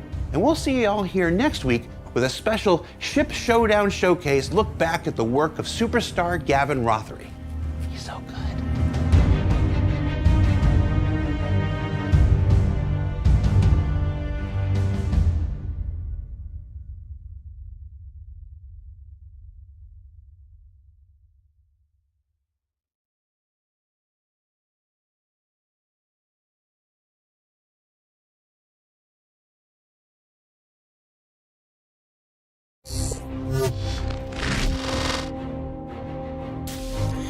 Hey everybody, the upcoming 3.17.2 patch looks to bring with it a variety of new gameplay opportunities, bug fixes, and quality of life improvements. And one of the ways it aims to do that is to include important evolutions of mission systems you may already be familiar with. On this week's show, we're looking at two important expansions, beginning with the addition of delivery missions specific to those unafraid of breaking the law. Currently in Star Citizen, we have our delivery missions that everyone knows. They're only for legal, law-abiding citizens. We have no missions for someone who's on the wrong side of the law, someone who lives out of Grim Hex. And in 3.17.2, we will rectify that by adding our illegal delivery missions.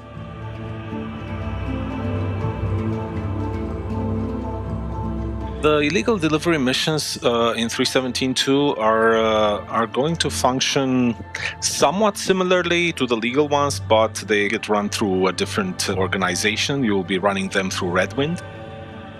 You will have to build up your reputations with them. They will test your trust. They will see that you're reliable by doing fairly legal things at the beginning, and eventually they will give you one of these missions where you have to do something a bit dodgy. And based on how you do that thing, they will either open this career path for you or not. There will be some risks involved. You will have to visit some really nefarious locations, some drug labs, some stashes where generally they're not populated by your lawful citizens. So you might encounter some people doing similar missions that are not very favorable to other people doing them. You might bump into them, you might have to end up in a fight, or maybe you join up on other adventures. The other more fixed risk factor is the chance of getting interdicted a lot more.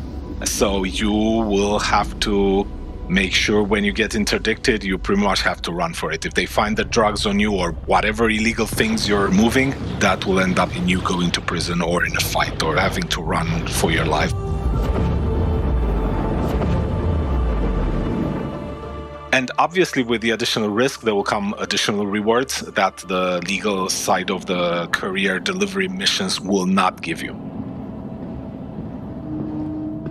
Looking ahead, we're also looking to add different sizes of parcels to delivers, including small handheld items that the player can stash in their inventory and all kind of other items that whatever you can think of.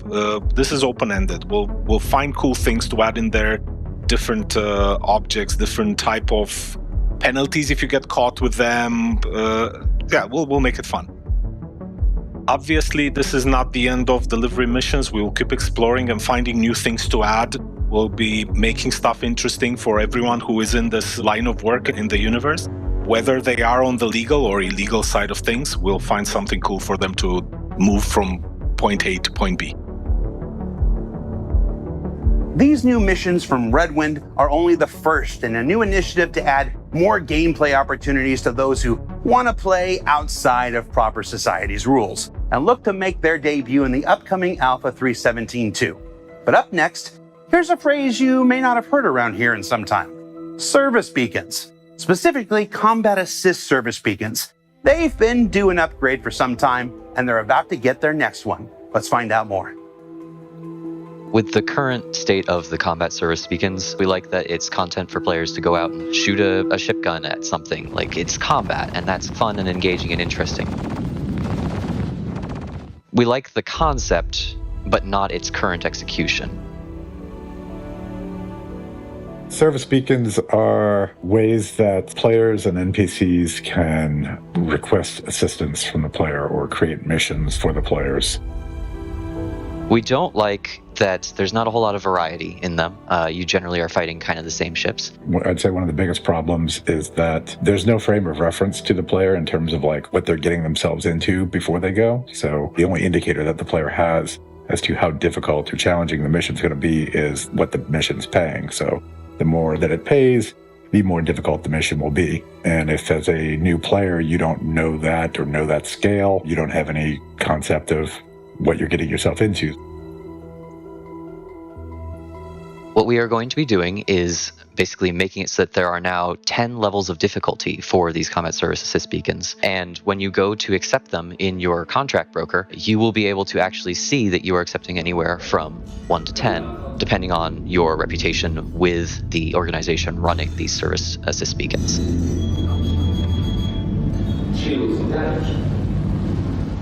In this particular case, difficulty 1 might be something as easy as go save this little, relatively undamaged ship from an Aurora or something. Pretty easy, pretty starter, something that you should be able to handle. As you do more of them and rank up, you will unlock higher and rarer variants, up to difficulty 10, which should be something on the lines of like, oh, there is a relatively damaged ship being attacked by either a small group or an Idris or something quite threatening. And that mission should basically mean that when you are accepting it, you immediately say to your friends, everybody hop in, we're going to go and handle this together. That to us is kind of the key goal. Rotating thrusters with VTOL capabilities, the Valkyrie is capable of landing with surgical precision to deploy assets.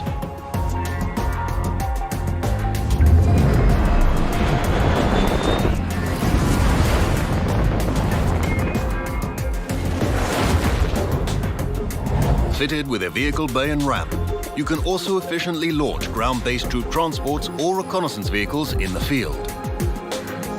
Each high-performance operator seat features rugged construction with added support to minimize G-force for up to 20 personnel, making sure that your fighting force arrives on site ready to jump into the fray. And don't think for a second that the Valkyrie can't hold its own in a fight. 2 remote turrets featuring size 3 hardpoints can provide suppressing fire during deployment. 2 additional manned turrets provide even more devastating fire to blur the line between dropship and gunship. In the days of antiquity, the Valkyrie were believed to choose which warriors may die in battle and which may live. With Anvil's Valkyrie, we put that choice in your hands.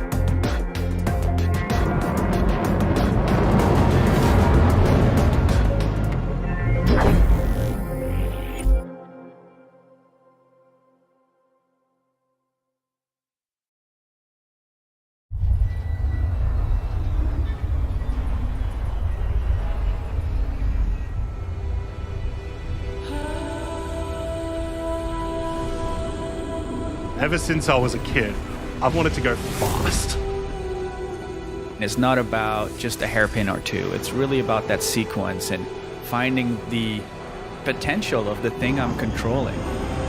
Being in the cockpit, you start to forget what your body's doing. You become one with the machine. Racing in general, I think it's kind of becoming an art. Got split decisions to make. You got to be fast.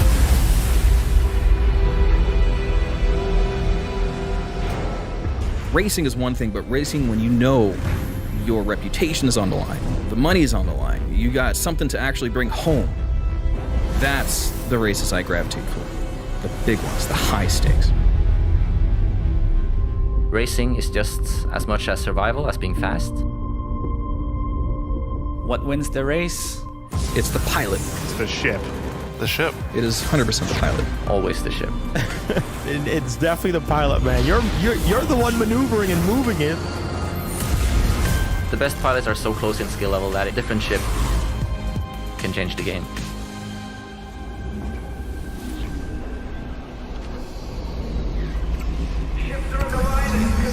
And making the game feel more multiplayer, even in these simpler, smaller missions.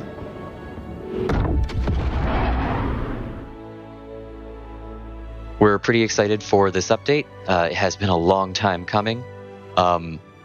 We're hoping that it will make this this piece of content considerably more engaging, something that players can have a bit more fun with and will want to engage with more.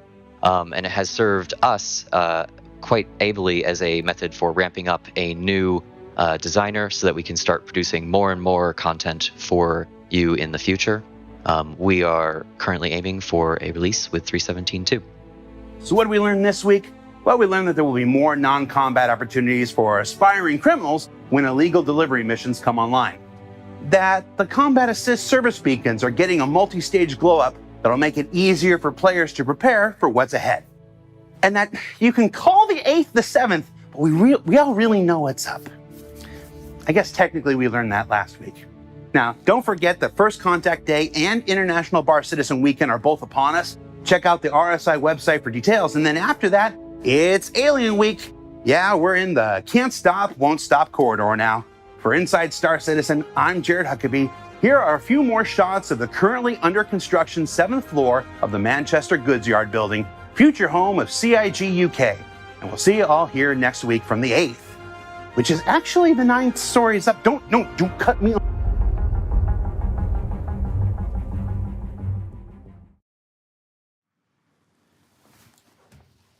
You're still here. Go.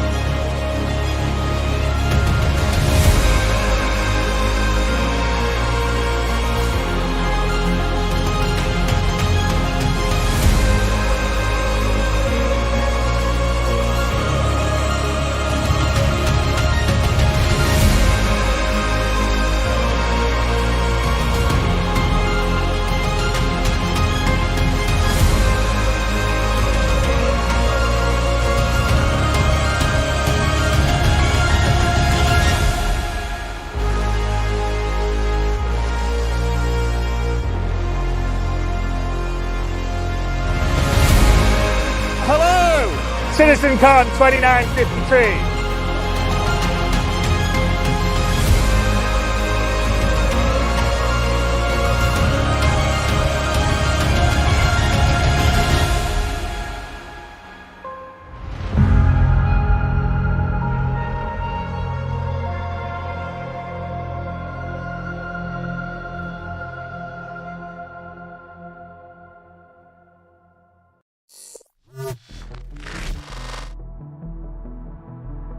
I think that profession vehicles are really important to introduce different careers to the game because not everyone wants to do combat. You know, this game that we're making is sort of this open world sandbox game. You know, just like in the real world, you have specific tools for specific jobs. And it helps people who don't want to be in that combat profession actually be able to contribute to the economy. And I think that it shouldn't just be spaceships, it should also be ground vehicles, and the Rock is one vehicle in a whole line of vehicles that we want to do in the future for ground-based professions. The original pitch was simply we wanted to make a ground vehicle that did mining. One of the biggest challenges for making a ground-based mining vehicle is making a vehicle that can actually fit in another ship. So there was a lot of back and forward on different designs of where the player could get in and out of and where the beam should be. Because transporting it around would kind of like determine how much you could actually mine. So the mining laser was a little bit tricky as well. We had to change that up a little bit. The initial concept had it gimbaling sort of at the front, like mount. But that would kind of intersect with the cabin a little bit, and you couldn't get as much range as you wanted to, like to hit all of the rocks in front of you. So we had to put an articulated arm on there so that you could actually gimbal the arm around to get as much range to hit everything. And also we actually restricted movement to when it's folded back, you can't go left and right with it, otherwise it crashes. So there was just like some trickery we had to do with the animations to make sure that it, you know, it's smooth and it doesn't, you know, intersect with the geo behind it, basically. So when we first started off with the concept, we thought that we'd only have the mining laser, and in order to pick up the crystals, you would just get out of the vehicle and just pick them up, or you'd have a friend pick them up and then you take them around to the back and then put them in the back. The problem with that was when we increased the size of the FPS mining rocks, we also increased the number of crystals that would spawn from the rock, and it became very tedious to have to pick all of those up. So we decided we needed some sort of gathering mechanism. One of the initial ideas was to have like a vacuum on the front of the vehicle. You sort of break them up with the laser and then you drive over them like you're driving a vacuum cleaner. But that was a little too gamey, a little too like unrealistic in some of our minds. So we decided to go with the gathering beam, which is awesome. It's actually kind of like a little tractor beam, which is exciting because it's the first time we've ever had one of these in the game somewhere that players could use in the persistent universe. And then that shoots out basically a cylinder. Everything in that cylinder gets pulled into the head, and then those are then deposited into your inventory in the back. So if you point it at the player, nothing will happen. That's because when we're developing the challenging step of figuring out what objects should be queried and what objects should be processed into this beam, we explicitly ignore players. Sorry, no trolling for you. And it's pretty fun to drive because it's somewhere in between like an Ursa rover and a Cyclone. It's not as fast as a Cyclone and not as slow as an Ursa rover. It has a good turning radius, but still not as good as a Cyclone. But it's got some pickup to it, and it goes pretty quickly. And we want it to be nimble so it could kind of turn around and kind of find those rocks around other rocks, possibly in the future get into caves, that kind of thing. And no, I think it's pretty fun.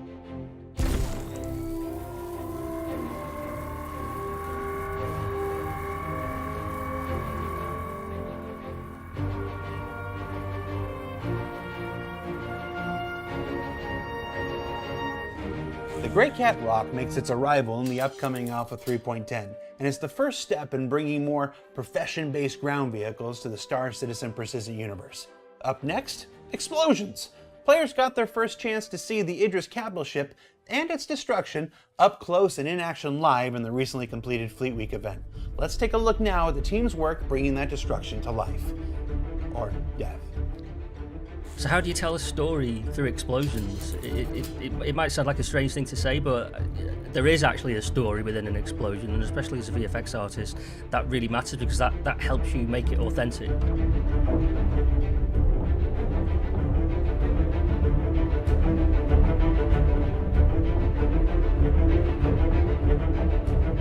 The thing that I enjoy most about working on explosions or being part of a team making explosions is, I mean, it's kind of why I got into VFX in the first place. Who doesn't like a good, big, monstrous explosion in films or games? When you defeat your enemies in any game, really, you want to have this sense of accomplishment, and that very often is achieved by explosions. It's the attention-seeking visual thing that's going to kind of dominate the screen, and to be a part of that, and to be able to work on that and to make that in a game such as ours, it's a real privilege. So the process of blowing up something the size of an Idris begins with reference gathering. All effects actually start with the reference process. We do this because we need to understand what that thing needs to look like, as obvious as that sounds. We have the core explosion itself, so the actual fuel source creating that big fiery blast. We've got the shockwave, there'll always be a strong light source, we'll have debris, we'll have shrapnel, sparks, there'll be lingering smoke, and then typically we'll have things like camera shake and other post effects that can really sort of bring that whole thing together. When it comes to capture ship destruction, what happens is we do a little bit of back and forth between system design and VFX team, so all the pieces are split in a way that allows us to express visuals a bit more the way we want it.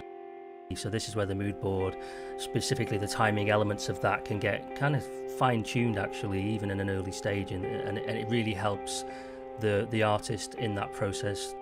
So rather than just a big one-shot, all the inner workings of that ship, you're conveying the catastrophic damages that has happened to that thing. It's a chain of events really, and that is the same really for a big explosion in our game. So after the mood board, which is essentially pre-production, we move into full production. This is where the artist, armed with all the information that they got from that pre-production stage, they now actually go into engine and they do the fun part really. This is where they start to work on the effects. They know what they're trying to make. Knowing how the vehicle is separated into pieces is very valuable, because all these individual elements will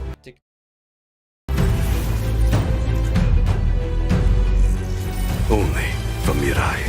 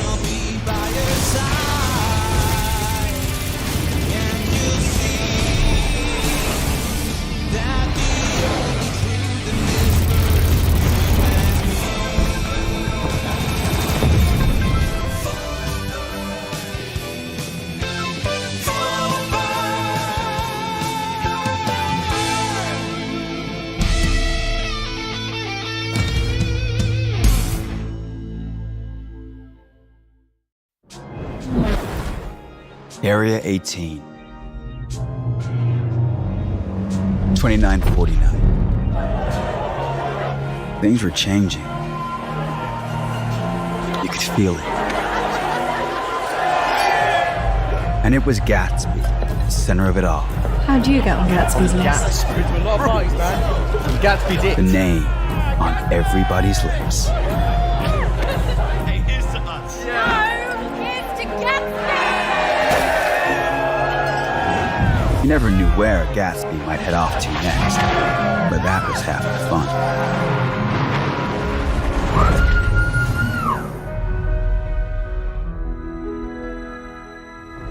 No one dared sleep for fear of missing something incredible.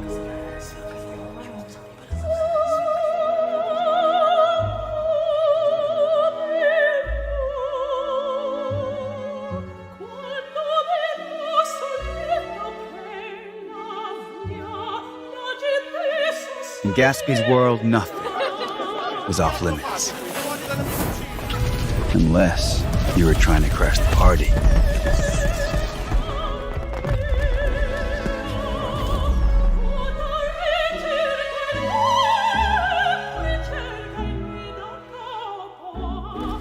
No matter where Gatsby may be off to next, whatever mysterious port of call she's heading to.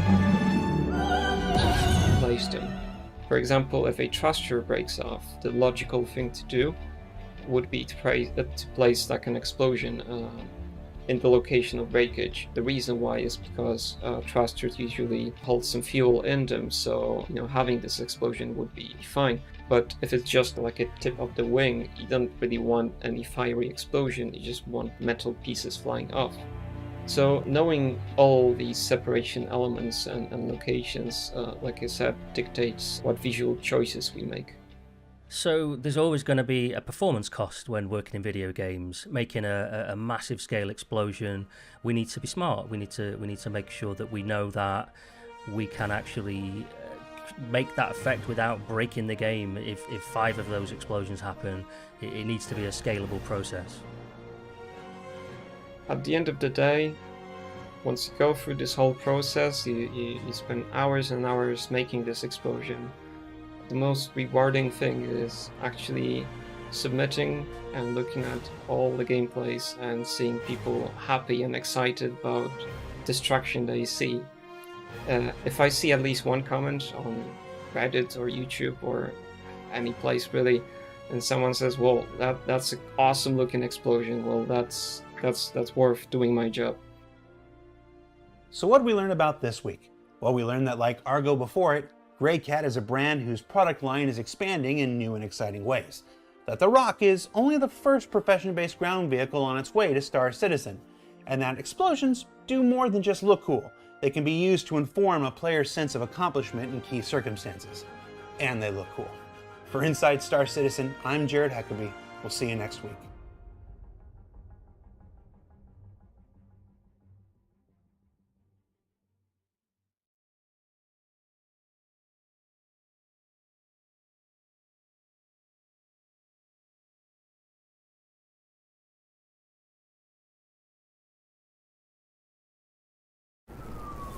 In a dangerous galaxy, who can you trust to watch your back? Drake's Cutlass Blue lets you take the law into your own hands. With all the attitude you expect from a Cutlass. Formidable suppression options offering a range of lethality, supercharged thrusters, plus an integrated quantum dampener and onboard containment system. The Cutlass Blue. Bad news for the bad guys. Only from Drake.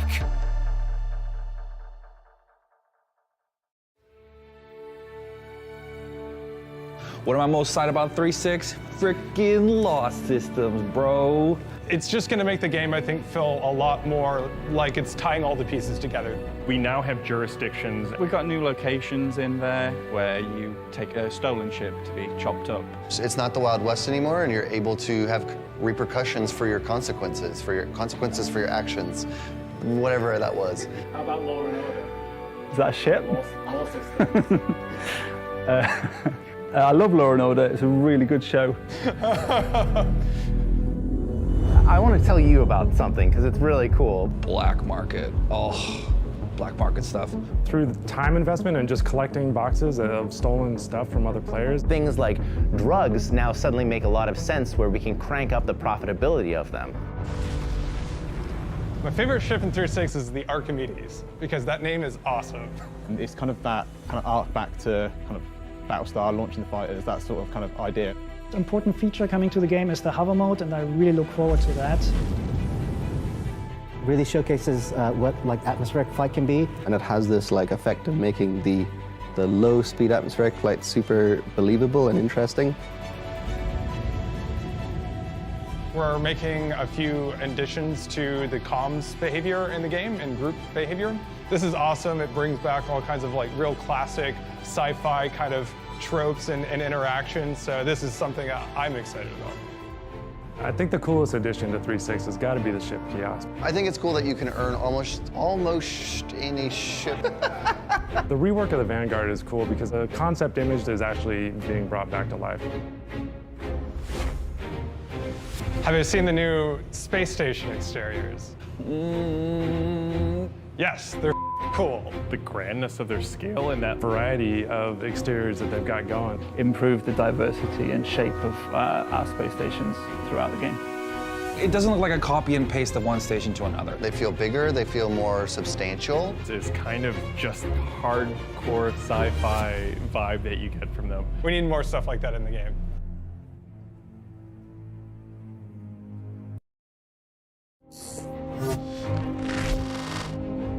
I don't necessarily think that bigger is better when it comes to spaceships. For example, with the 100i being a small ship, you're a small target in battle. Your cargo's easily accessible, and if there's maintenance to be done on your components, it's all there to hand. These are examples of why a small ship does have its place. A lot of the time with ships, there'll be many changes made from concept to final. Thankfully with the 100 series, however, that hasn't really happened. Obviously it was very important for us to keep the look of that initial concept going, which we've managed to do. I found that working on a small interior such as the 100, you have these specific areas that have a unique purpose, and the difference of working on a small ship like the 100i is everything is contained in this small space. When the 100i was initially concepted, we were obviously going off the metrics that were being used at the time, and since then metrics have been updated. So for the dashboard, for example, we've now gone into a more physicalized dashboard where every button can be interacted with. This will be the first new ship using this new mechanic. It's always a challenge trying to fit everything you need to into a small package. For example, with the seat, we had to raise to accommodate for the landing gear from the exterior. Although an issue through making an animation to work, it actually provided a nice result in the end because it kind of separated the pilot from the living space, even though in tight confined space it gave a feeling of a separation. So the components went through a couple of iterations of placement and layout just to try and maximize the space. The bed went through a couple of iterations in terms of animations and placement. So the pilot will have that default logout option in their ship.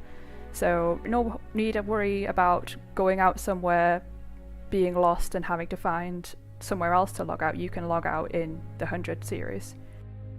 One of the evolutions of the 100 series was the missile launchers. In order to not change the look of the exterior of the ship, we built these bespoke missile launchers that are tucked underneath the ship itself. So the 100i and the other two variants will all have a missile launcher at the front of the ship, which is tucked away, and the 125A has an extra bigger missile launcher also at the rear of the ship. Now these are completely hidden away, so again you wouldn't notice them at first, which helps us keep the nice sleek appearance of the 100 series in place. I'm very pleased with how the 100 series has gone personally. Being able to focus on a smaller contained area and actually focus those details in has been refreshing. It's been a great experience. It's very fun to work on. I learned a lot of new things. There's been very little change made, no major issues. I hope players, when they fly this ship, get a sense of grandeur and class when they're flying it. While the 100 series of starter ships is making its way through the ship pipeline ahead of its debut in the upcoming Alpha 311, the front-end experience for Star Citizen itself is being refined via the use of building blocks. Now, while this next version may look and feel much the same as you've already been used to, the conversion itself will provide improved reliability and set the stage for additional functionality down the line. So what we did this quarter is we converted our front-end UI to the new building block system that we're converting the rest of the game over to. And what this is doing is it's setting us up for the future for further expansion of our front-end experience, and we wanted to walk you through what we've done so far. This is the new UI that we've put together. You'll notice that there's a lot more real estate because we do have a lot of panoramic shots we want to swap out for the players on a regular basis. What we will get to is some sort of character selection where you can see your character in the middle of this screen here. And so this is kind of setting us up for the future of that. You notice we got the videos running in the background of these buttons here. So we preserved that from the Flash implementation. We've got the friends list here and the notifications list here, but one thing I wanted to show you that we thought was pretty cool is we actually allowed these to pin to the side of the screen now. So kind of emphasizes that freeing up the space so that you can see these cool backgrounds that we're putting into the game here for you. So on the way in, we wanted to try and think about the players that have never played our game before. So what do they need to do here? There's a drop down here that they need to fill in, and once they do, cool, you get another drop down, right? So we're trying to guide the new players through this process a little bit more, a little more hand holding. But what we've got here is we've got a bunch of different backgrounds so that you can kind of see the location that you're going to. We thought that was a really important thing to try and put into place, and and then you could join the game, right? So going back to our main screen here, I've got a party invite, and bam, there you go. So all the previous functionality still exists, right?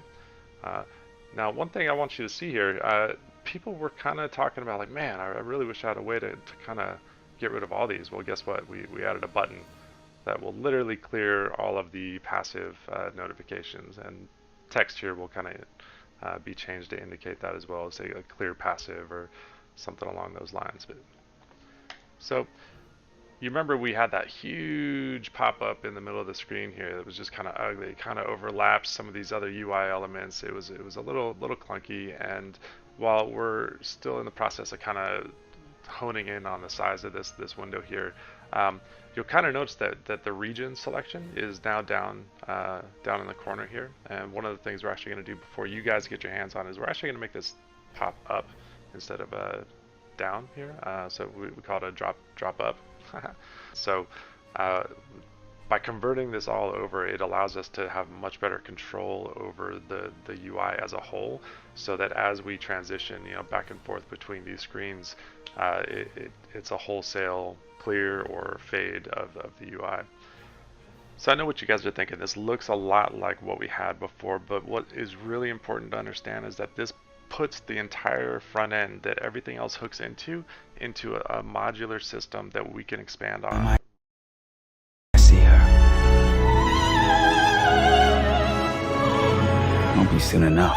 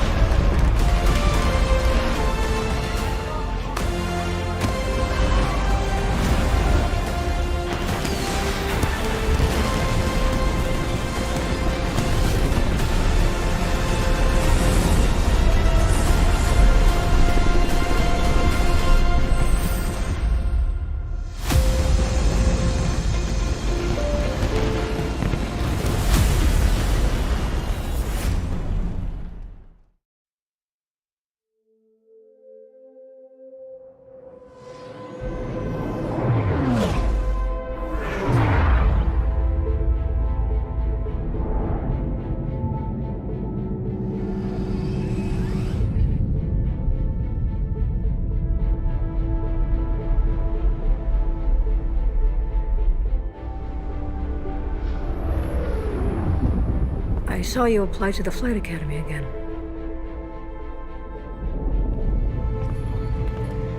I'm your new wingman, sir.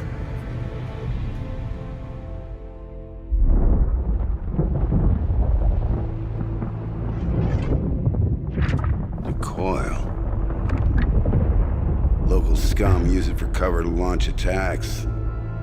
This is their turf, so move when I'm moving. Keep your eyes open.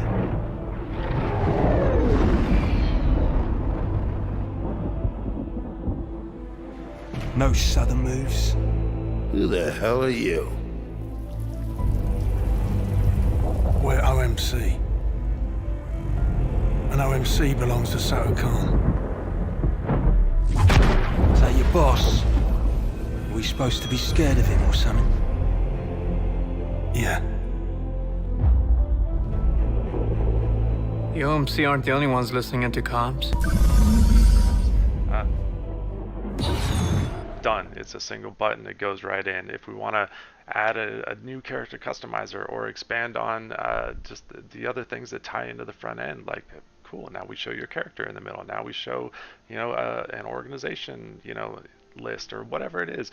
It's going to hook in super easy, and that's what this is really all about here. So what did we learn this week? Well, we learned that with the 100 series, good things can still come in small packages. That just because you're starting out in the verse doesn't mean you have to look like it. And that Building Blocks continues to be the tool allowing our designers a modular system that can be easily expanded upon and further configured as development continues. For Inside Star Citizen, I'm Jared Huckabee. We'll see you next week.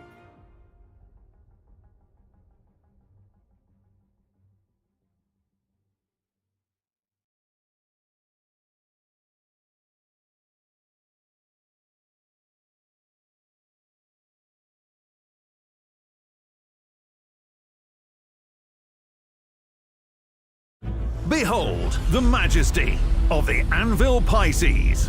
A paragon of exploration, the Pisces features a dedicated scanner, convertible cabin space, and best of all, it's designed to fit snugly within the hangar of Anvil's perennial Carrack. This one, however, fits in the palm of my hand. I'm Jax McCleary, and this is Whitley's Guide.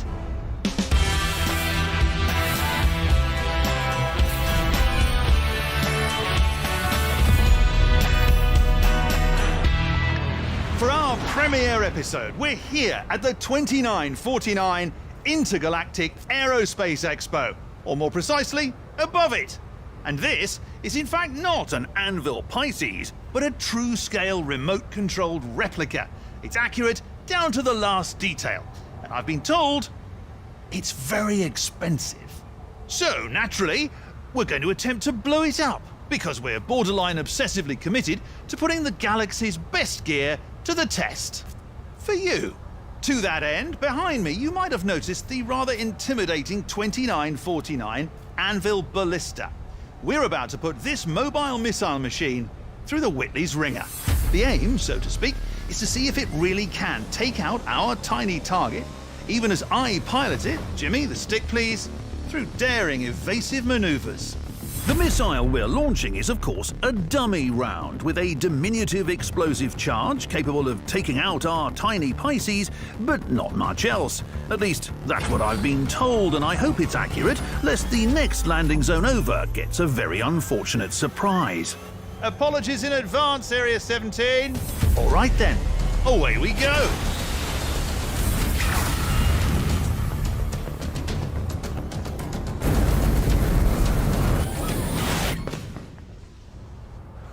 Well, will you look at that?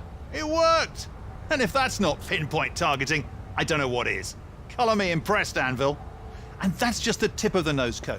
There's a lot more to see here at the IAE. Ships to fly, new tech to test out, and presumably more objects to obliterate in the pursuit of consumer awareness. Plus, we should probably get off this roof before that guy in the vendor hall realises we borrowed one of his super expensive remote control ships. Wait, what? Don't you dare go anywhere. Whitley's Guide returns after these messages.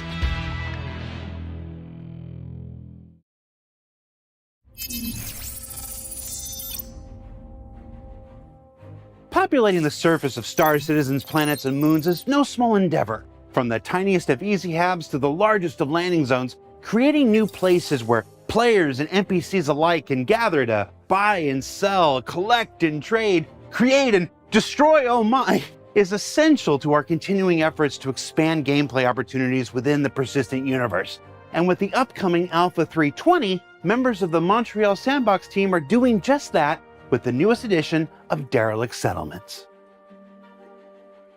Since the last time we talked about these derelict settlements, we've been progressing quite well.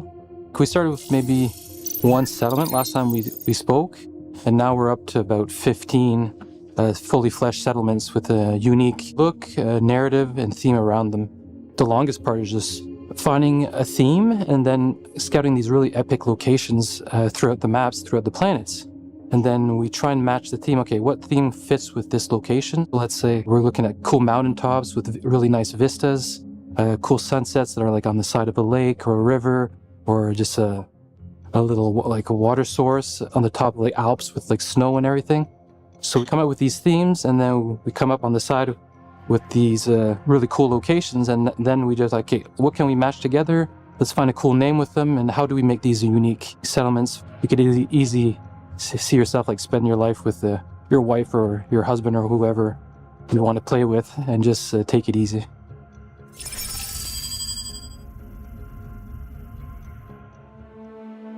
My third favorite settlement would probably be the one beside the lake. It's a small settlement, as if like one person had a small little ship. He was by himself. They landed in the woods, but near enough to a little lake. And he's like, I'm going to make this little, almost like a fishing cabin on the side of the lake and live this super peaceful life. It has a few little cabs that are just like basically for shelter, for like shaded areas where they maybe has a little workbench or a little table that they're making like crafting elements. He also built like a little dock so he can like maybe fish there at night.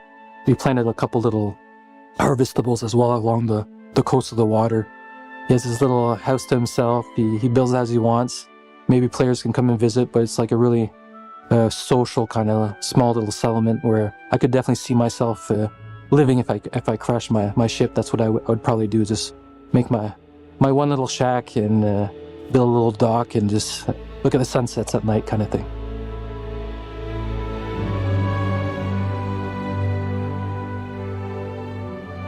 The next most visually advanced one, we nicknamed it Cable City. There's a lot of wires, so they connect a lot of the solar panels, the windmills to all their habs. It's like overlooking this really cool lake down below.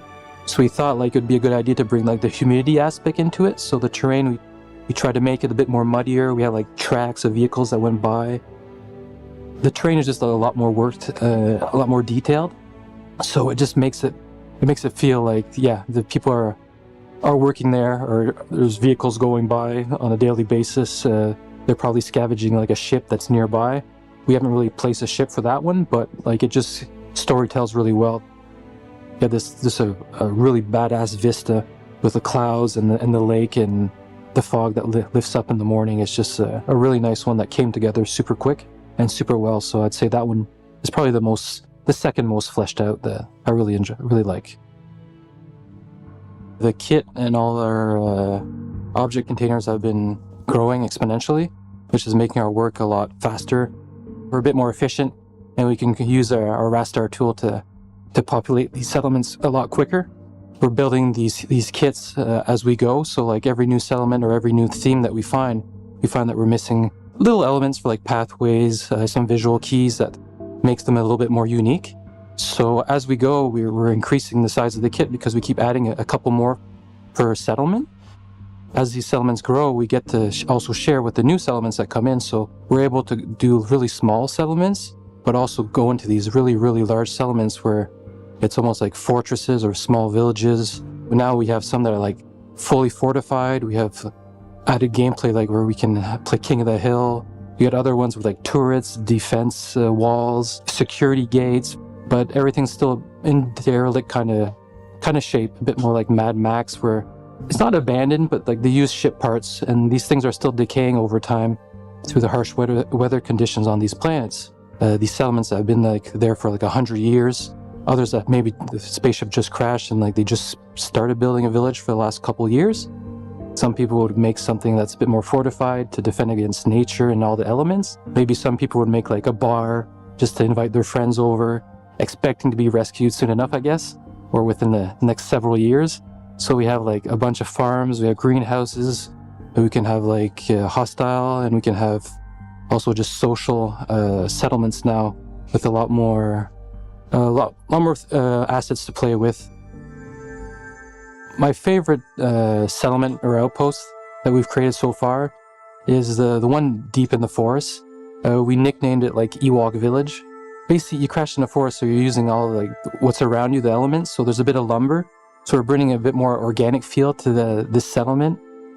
I could definitely see myself building a nice little town in there that's nice and protected. It has these little half barricaded walls made out of lumber, and it has all these drapes, these fabrics, these tarps that are playing in the wind. We have these old windmills that are in the background with fields of crops that they grew, but also it's a bit of like overgrown vegetation at the same time because it's not like lined up perfectly. It's just like this little savage garden that you can pick some berries to survive or whatever. You have these big greenhouses during the winter season that you can actually grow stuff. You can also use these as harvestables. The player can go visit the greenhouses and just pick some things and add it to his inventory. And we really customized the art direction for each angle. So when the player approaches the settlement, we really have like either a big ship carcass that you can actually like go through, and then it showcases like the whole settlement to the player's eyes. And on the other side, it just shows like different elements and different little hubs in the areas. So you know, like, okay, this is the farming side of the village. This is the more like the town hall or like this little bar side. They have like really nice paths that are developed. When there's mud, we put like little metal plates and panels so that the player, like, you can tell like it's clearly a path.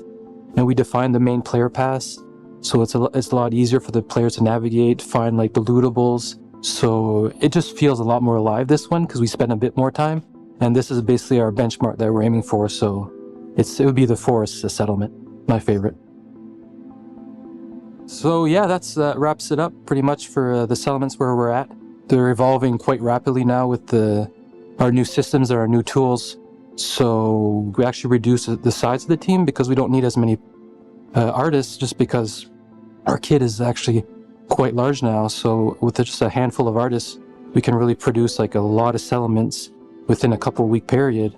I'm super excited to be able to show the players and share the awesome art that we've been creating over the last several years, actually. And yeah, I'll see you on the other side. I'll see you.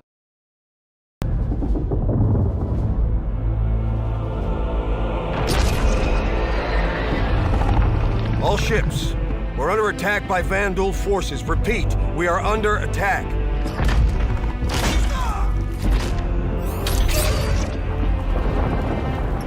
There have been battles.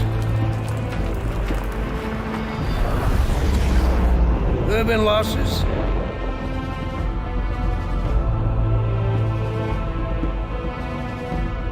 Each and every one of you has proven yourself time and again.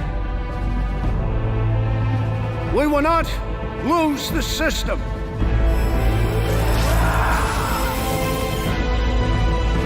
We will not fall back.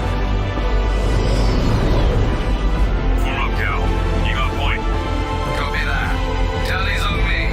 Let's say hi. We will win. Because we have to.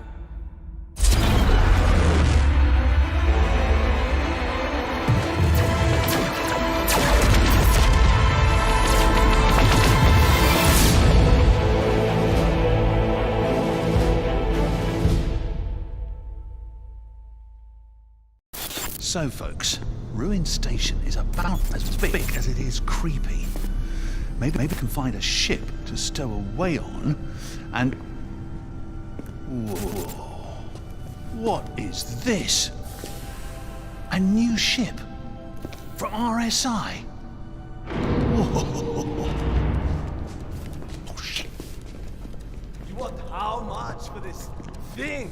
It's a damn prototype! Yeah, exactly! Ain't nobody else got one. What, you throw a brand new coat of paint on this, and you'll be good. And the reg, my friend, squeaky clean. What the hell is that? Just some kind of ambush or something? Oh, this is no ambush, right? That will be a rodent or something. Rodent? This place You is... think I'm stupid? No, you're smart. Very smart. This is a smart deal. Tell your man to stand down or I'm gonna blow your goddamn head off! Hi there. Just looking for the bar. I think that's Jax McCleary. How you doing? Boys, we've been hacked! Kill him!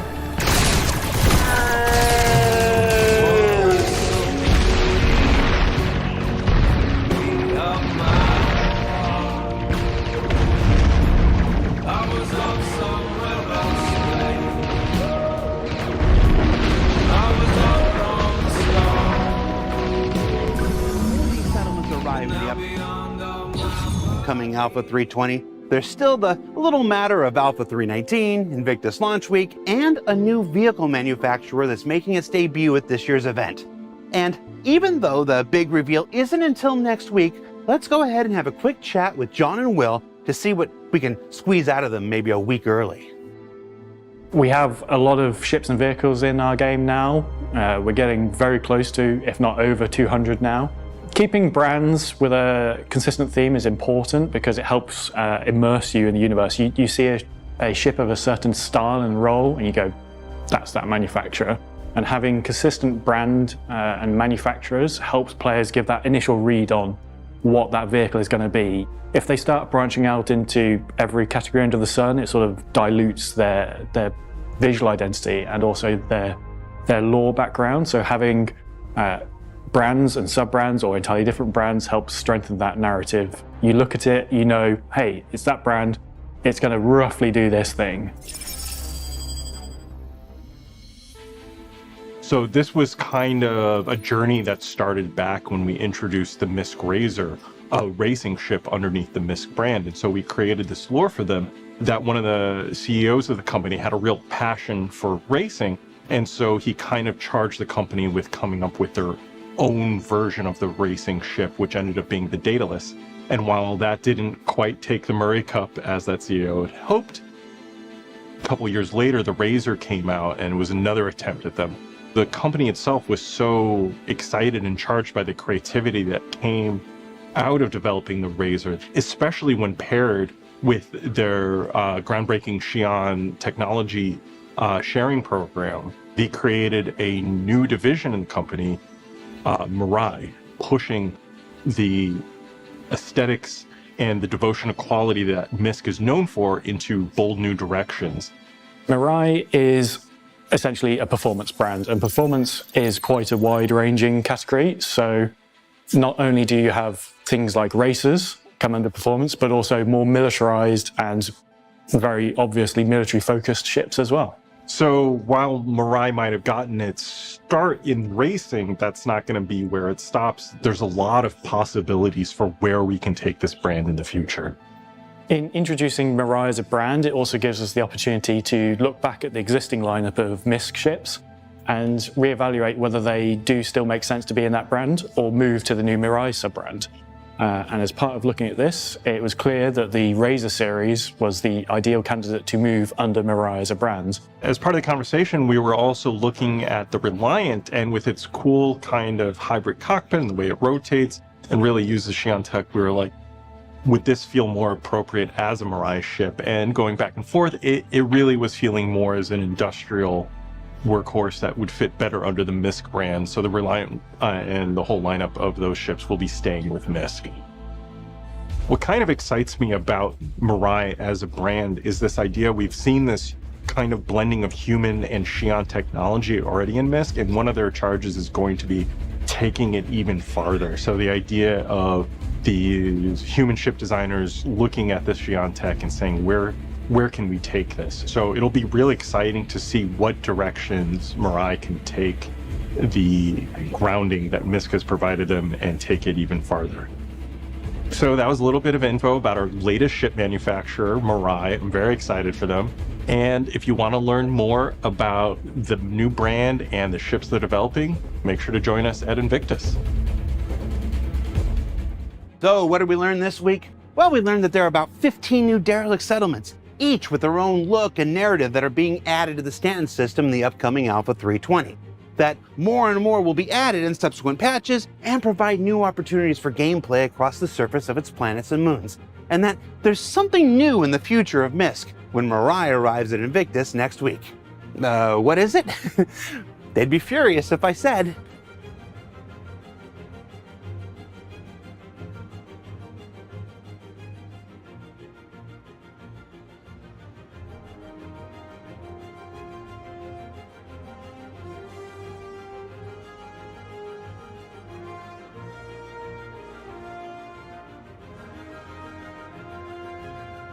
For Inside Star Citizen, I'm Jared Huckabee. Thanks for exploring the process of game development with us, and we'll see you all here next week.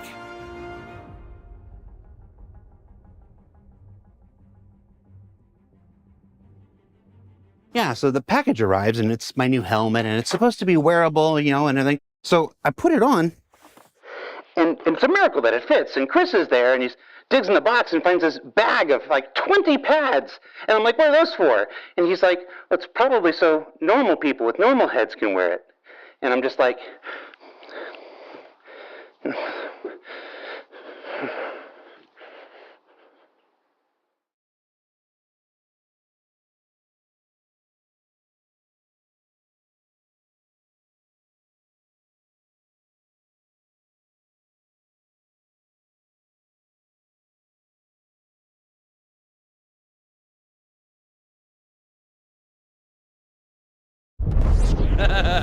and needless to say, they never let me dock at that station again. Kid, that story gets worse every time you tell it. Look what the cat dragged in. I ever tell you about that job I did on Demian back in 48?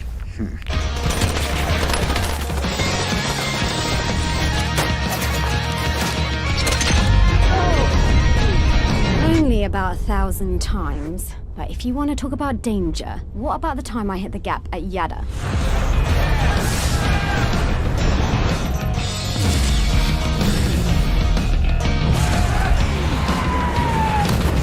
That's nothing! You kids wouldn't know real danger if it shot you between the eyes. You guys already forgot about the pyro incident?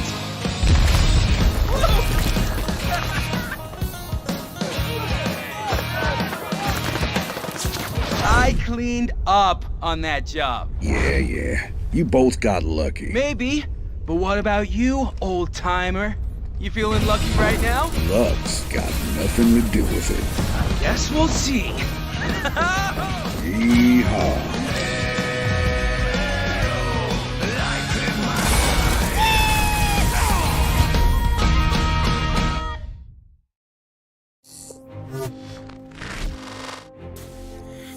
The RSI stuff is always a little bit tricky because it's got Chris's name attached to it, right? There's always just a little extra pressure. Basically, taking what we've done previously and pushing it again, and just breathing new life into it, and finding ways that we can keep the RSI style interesting, but also keep it fresh for the players.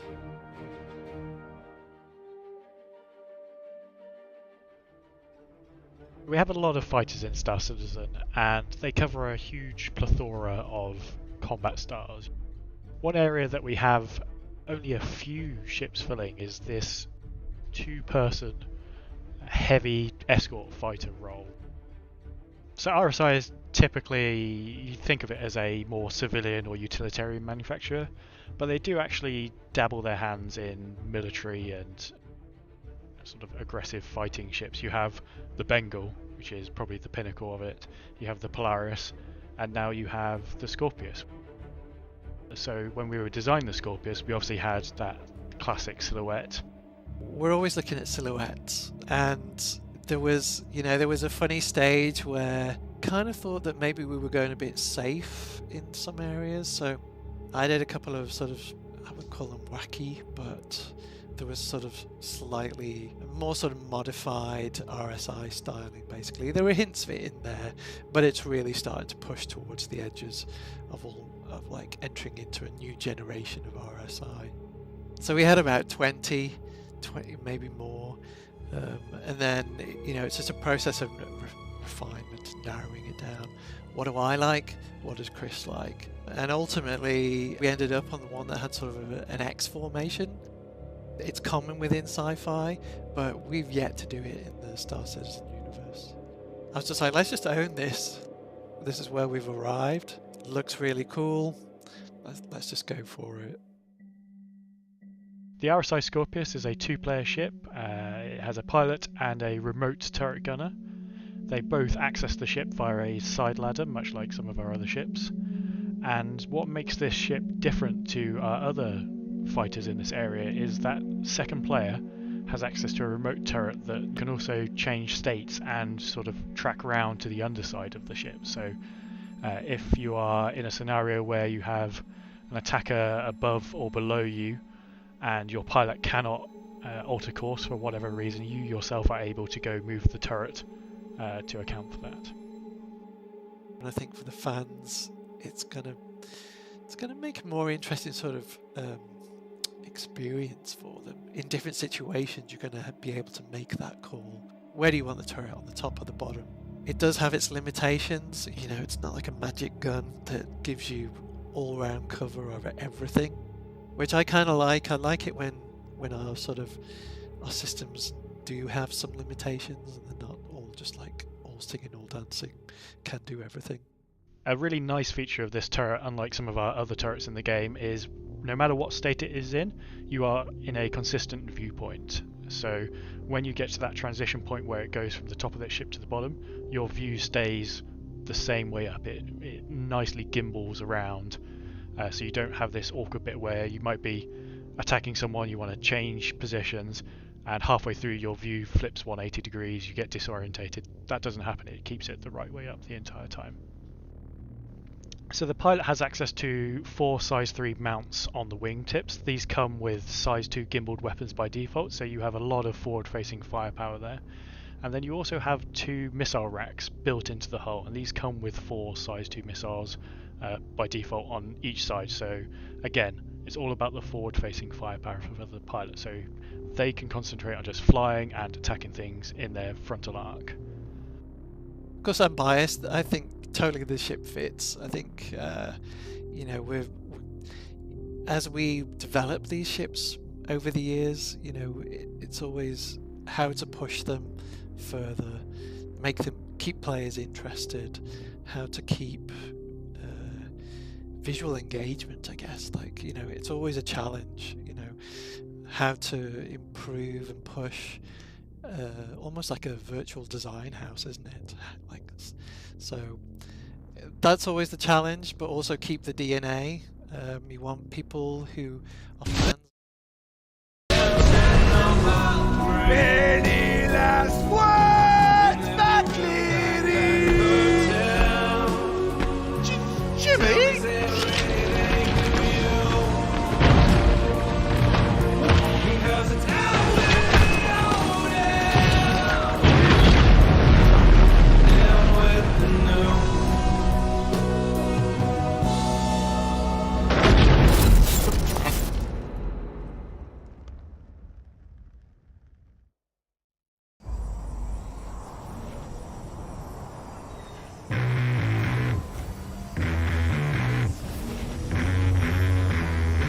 When you need to get it there.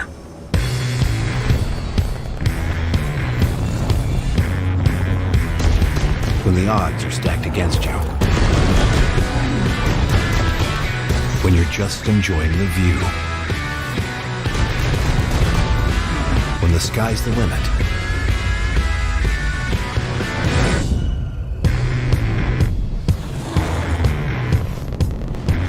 When it's time to get to work. The spirit of Crusader.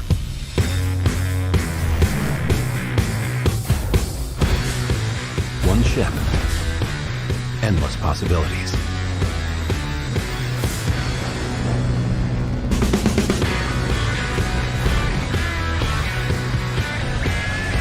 Introducing the C1 Spirit. Deliver the future you want to see.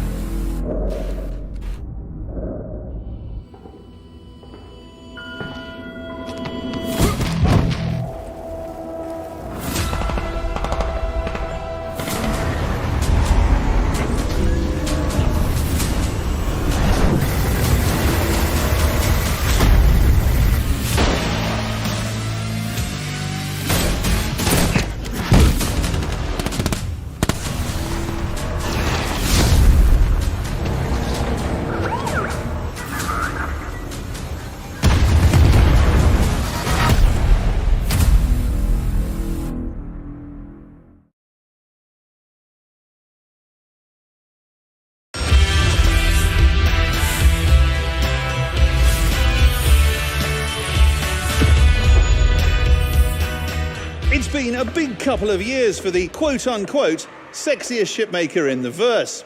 Even as seemingly every ship manufacturer and their mum tries dipping their respective toes in the hot tub of luxury, Origin Jumpwork. Yeah, but it's also feeling fresh. And I think with, normally we don't have wings on RSI ships. Often it's sort of nacelles and movable parts like that. So this is kind of a hybrid. So it is pushing into new territory. So the Scorpius adds an additional multi-crew ship to the game, and one that really takes the fight to other players.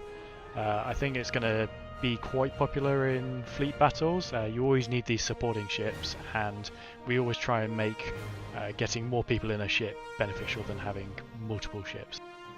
And as we develop and improve upon the multi-crew aspect, I really think that ships like the Scorpius are just going to get stronger and stronger and stronger.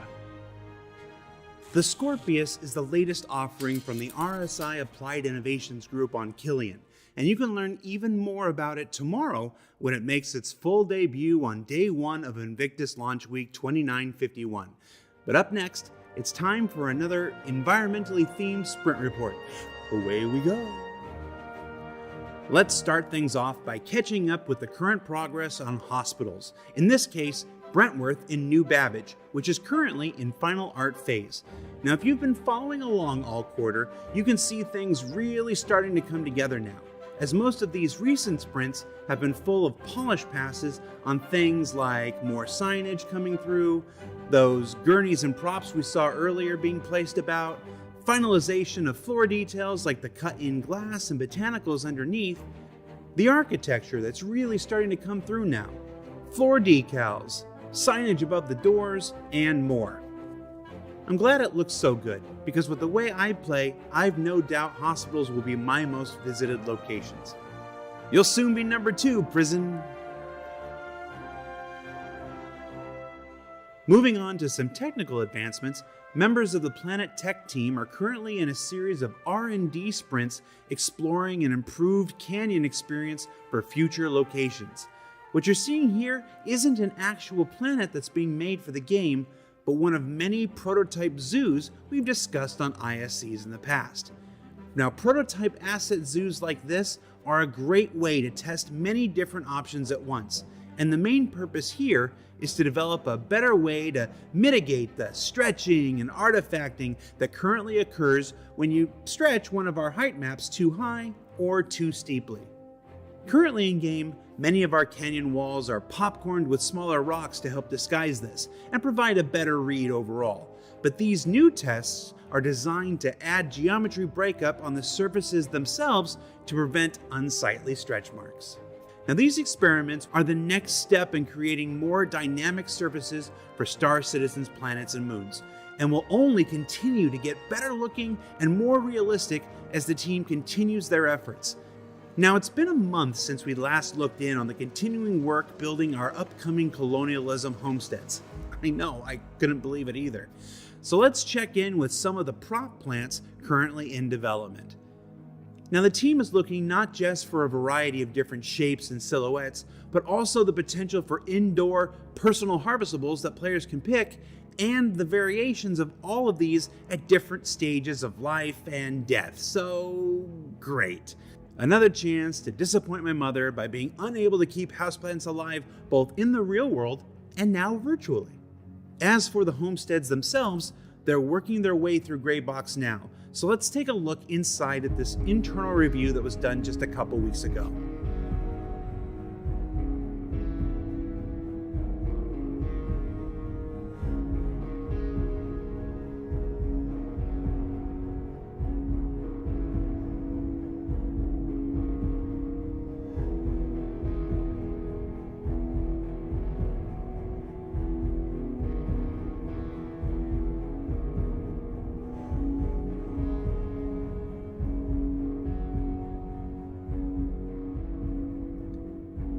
And outside, whoa!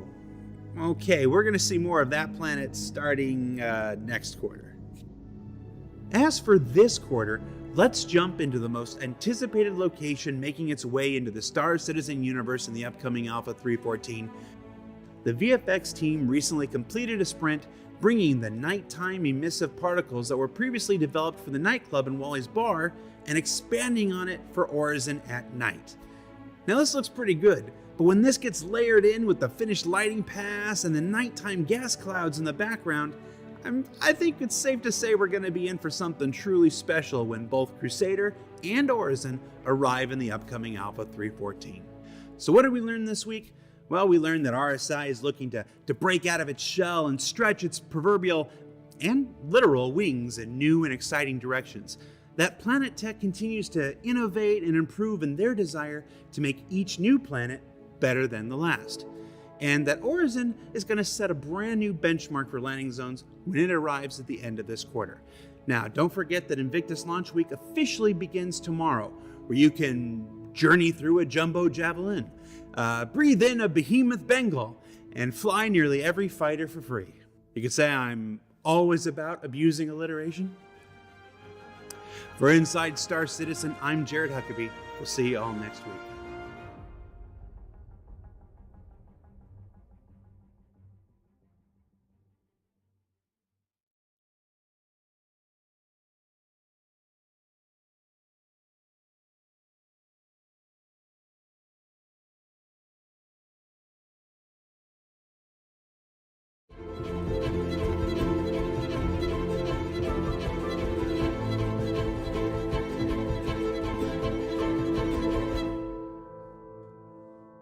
Welcome to Day 7 of our 2948 Anniversary Special.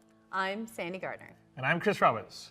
So, as you guys know, we're in the, we're heading towards the end of our anniversary event. And if you have an RSA account, you can get into the game right now during this special and try out all the ships that are available to fly on any particular day. Today is going to be MISC, so the MISC ships will be available, all of them, to free fly that are flyable in the game. Yes, and to discuss their intriguing combinations of human and John Tech, here are John Crew, Will Weisbaum, Kirk Tomei, and Jared Huckabee.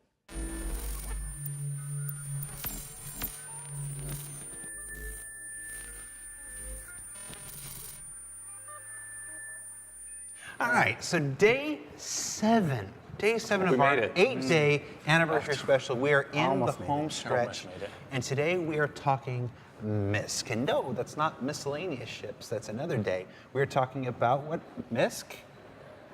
It's a manufacturer of starships. What's it stand for? What's it stand for? What's it stand for? I told you not to ask me. I know, that's why I asked you. It's Musashi Industrial and Starflight Concern. Yeah, before they were conglomerate. I always mispronounce Musashi. But who is MISC in the Star Citizen universe? So there are big industrial company. Pretty much their bread and butter is making these big bulky ships that just get jobs done. I mean, they came out of the gate with the Freelancer, and they had that sweet commercial for it, where it's kind of embodied that like truck feeling and that deep voice heading out. So that's one of my favorites. And so they started off as a conglomeration of a bunch of different companies that came together and started they had a one company that was known for their great designs and another company that was known for their manufacturing prowess, and this is kind of what they spit out. So even though they are industrial, I think they have a unique sense of style to them. They have these really nice sweeping curves that go along, so it's kind of versus something like the Orion or some of the other bigger industrial ships. They're kind of bulbous. Yeah, they have a lot of shapes. A nice tie-in with the Xi'an as well. Oh yeah. So, their engines are very Xi'an styled with that almost orb. The bulbous nature of them sort of flows into that, where they've got the not spherical, but sort of the Reliant does, but even the ones that don't, they're very cylindrical. Right. Yeah. And that was kind of what the thinking was. Back in 2910, the Xi'an approached MISC because they were fans of their ships, and you started seeing them appear there. And that was one of the big first joint efforts between a human corporation and ended up being the Xi'an doing a tech share with them. So they were the first ship manufacturer, I think, to actually get some Xi'an tech incorporated into them, and then like the MISC core is really cool for that kind of combined technology of the multi-directional thrusters. And Xi'an ships are all about their verticality, and so that's why the Reliant was able to flop directions in a really fun way. Flop is Flop directions is the technical term? Yeah. Is that what we call it internally? Flop directions? Flopping. All right, now there are 20 MISC ships. What? One of the more prolific Not quite manufacturers. Aegis. They're only, not quite Aegis. Aegis only has like 3 more than MISC, but there are only 8 flyable in the game at present. They're lagging behind Aegis in how many have actually made their way into the Star Citizen universe. What are you guys doing? Come on. But perhaps at the front of the MISC vanguard, if I can mix my terminology here. I prefer if you didn't. You've got the Freelancer and the Prospector. So let's talk about the Freelancer and the Prospector. What's the Freelancer? So the Freelancer is like the everyman's truck, right? It's like a little trucker. It's got a great cargo capacity for its size. Like it's really just a tube that you fill with cargo, and it's got some living space at the front and space for everyone to sit up front with a great view for a truck. Like, I'm going to take the bait for the view. No, I'm better than that. And it's really well armed for pointing forwards. It's got a little turret on the back for defending, but it's got those, for its size, big guns pointing forwards. John, be real. Is that turret worth anything on the back? It provides options. Turret's garbage. You have an option to use it. I'm just saying it might not have been MISC's best design choice. I've never seen anybody in one of those Freelancer turrets actually make use of it. Just real talk. Just real talk. All right. You know, when the heat is on, though, that could make all that difference. Yeah. That one. Especially if you're getting chased from behind. Those 2 size 2s. That said, you know, if you fill up your cargo capacity, or if you fill up your cargo to capacity, I don't believe you actually have access to that. You can just squeeze. More than ever, heading into 2950. I know, you're going to say, but Jax, I'm just not an Origin person. And are there plenty of complaints? Of course. But take the 600i. It's a totally viable exploration ship. But with so much to explore on the inside, you might never make it out of the bar. And speaking of loaded, the new 300 series can be tricked out with more bells, whistles and trim options than a Banu marketplace after everyone's eaten their nutrient bars. But before you write it off as more posh posturing for well-to-do shipophiles, I for one appreciate a little variety. After all, when you're stuck in Area 18 traffic, there's only so much silver and white you can look at without going a bit mad.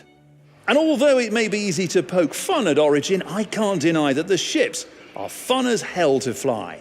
And even if you aren't flying an Origin ship, simply being on one is an experience all of its own. So Origin would like you to meet the 890 Jump. The crown jewel in their fleet has been wowing expo goers all week long, providing a taste of the pure, uncut VIP experience.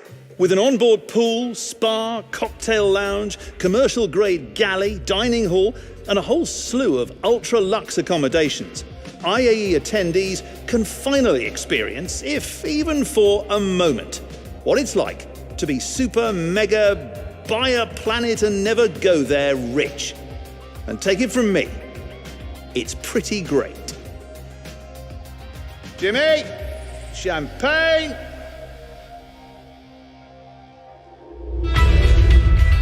And there you have it, folks. We've seen all there is to see at the Intergalactic Aerospace Exposition. We laughed, we cried, we caused a moderate amount of property damage. I'd like to thank the entire staff here at the IAE for not kicking us out on day one. I'd like to thank my producer Jimmy for deftly persuading the IAE staff to not kick us out on day one. And of course, I'd like to thank all of you lovely creatures for watching. This is Jax McCleary saying, see you next time on Whitley's Guide.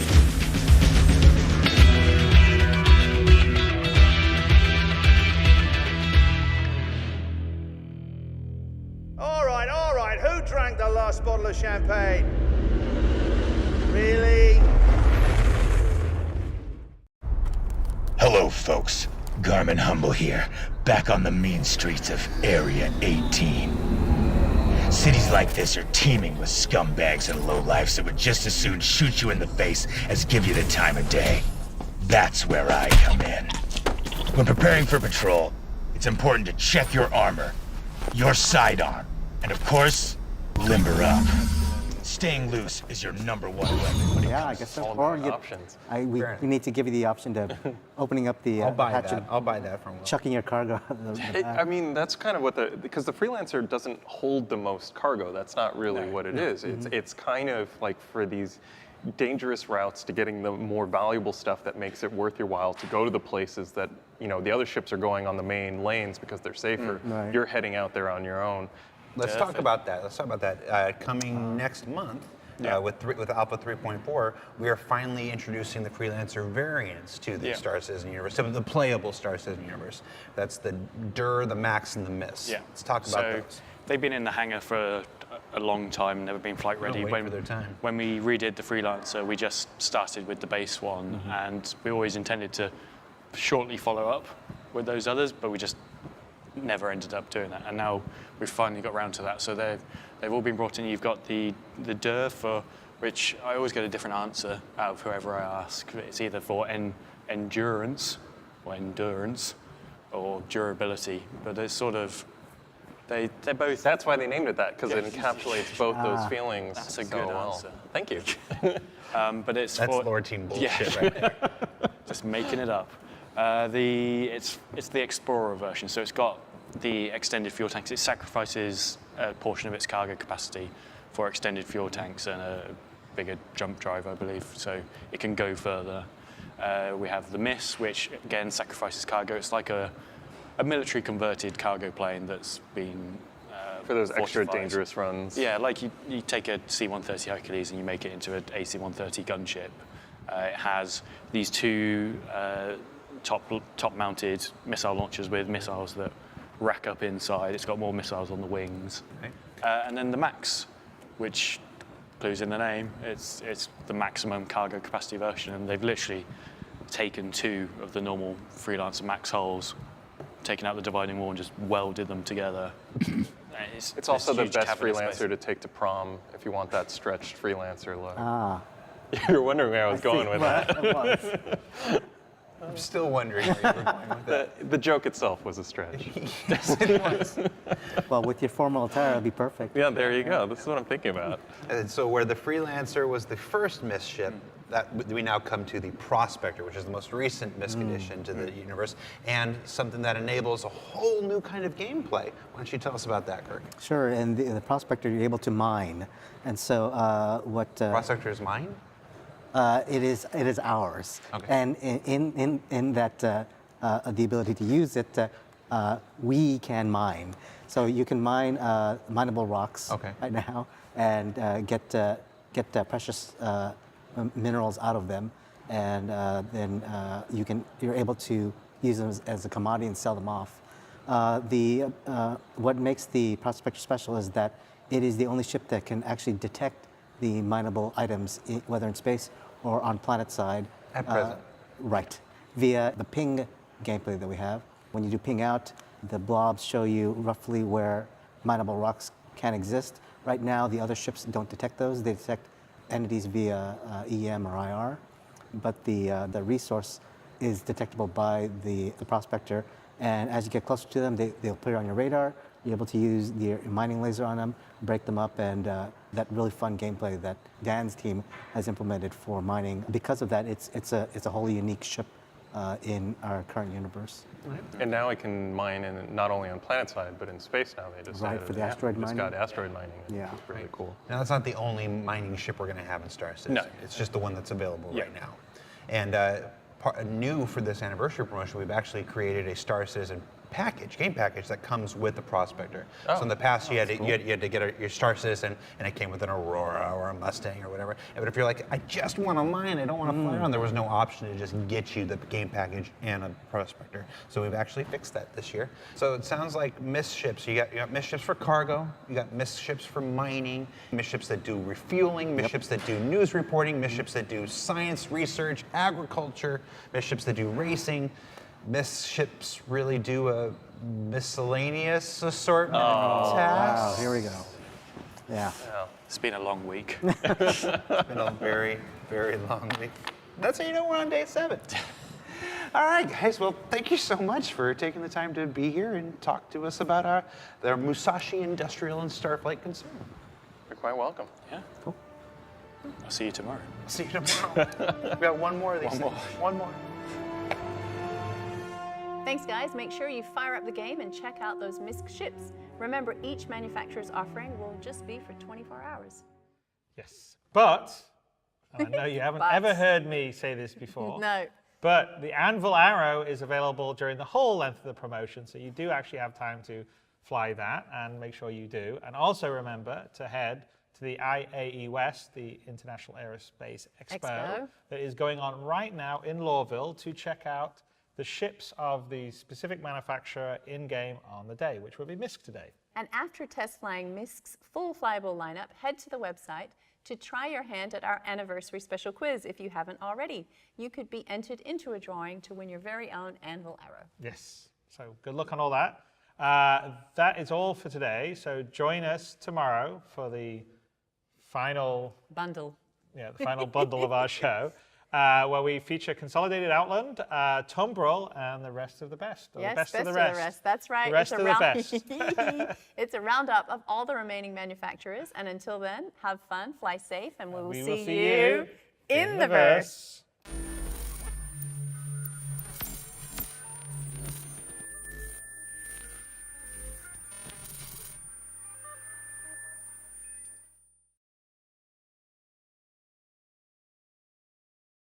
Thanks for watching. For the latest and greatest in Star Citizen and Squadron 42, you can subscribe to our channel, or you can check out some of the other shows, and you can also head to our website at www.robertsspaceindustries.com. Thank you very much for watching.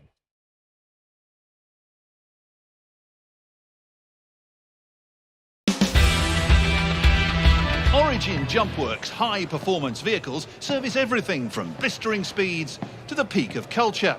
Toughness, however, is not a quality commonly associated with the brand. With the 100 series, Origin is looking to change that. And we've got notorious bounty hunter and IAE mainstay, Junior Pardos, who's going to do his best to dirty up Origin's image a little. Ready to take this thing for a whirl, Junior? Couldn't have put it better myself.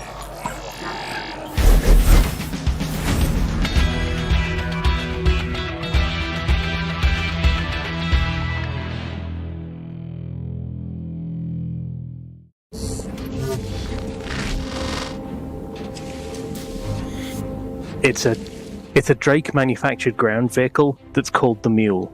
I mean, it's a little on the nose.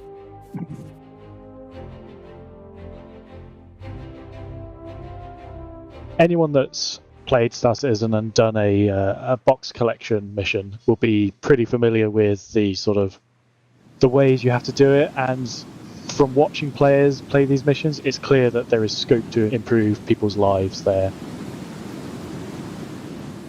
So let's say that you and your friends have just picked up a cargo collection or cargo delivery mission or something like that.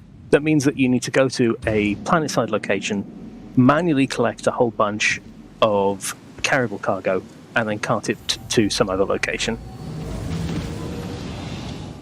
The Mule comes in here, where you can land your ship however far away from the location as you need to, drive the Mule in.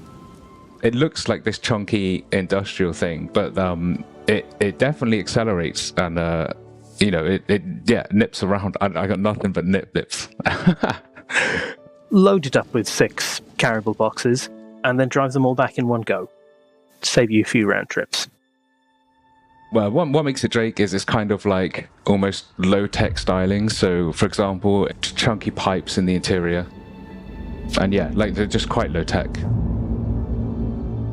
When we were building the Mule, we were conscious of trying to make it fit in as many ships as possible, and size-wise, if you can fit a rock on board your ship, you can fit a Mule. Visually, my favorite part is either the entrance door, because it has these big beaming lights on there that kind of light your way, but it just gives it like a really nice character to it. Or the front arms, as I said, like when they deploy, it just looks like it's trying to give you a hug, and it's just like these little arms that kind of fold out, and yeah, it makes it look kind of cute. That and like the oversized wheels kind of make it look like a Tonka truck. It's just a cute little thing, you know.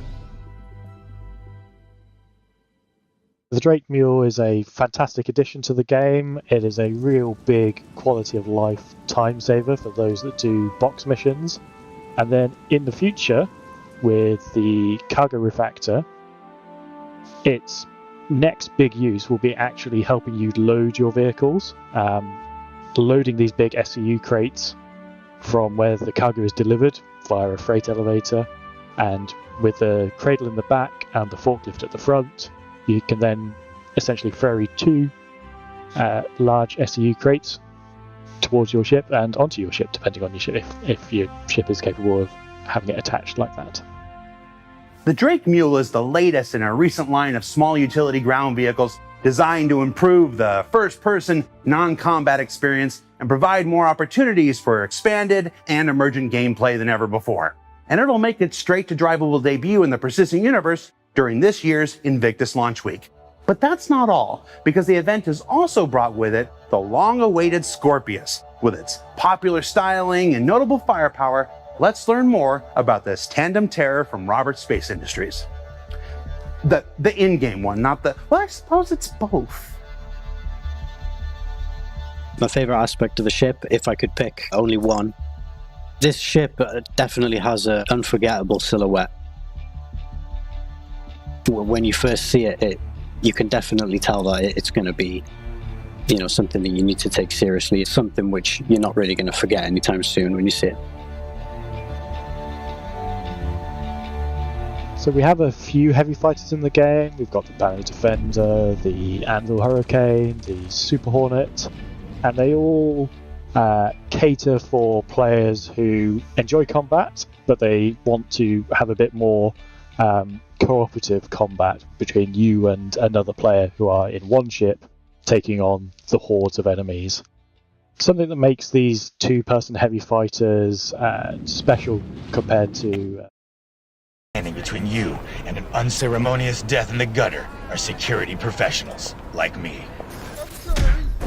Don't test me. Oh there, buddy.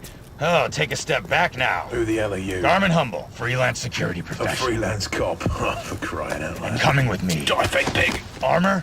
Check. Sidearm? Check. Should have stretched, scumbag. Don't worry, no need to thank me. You're welcome.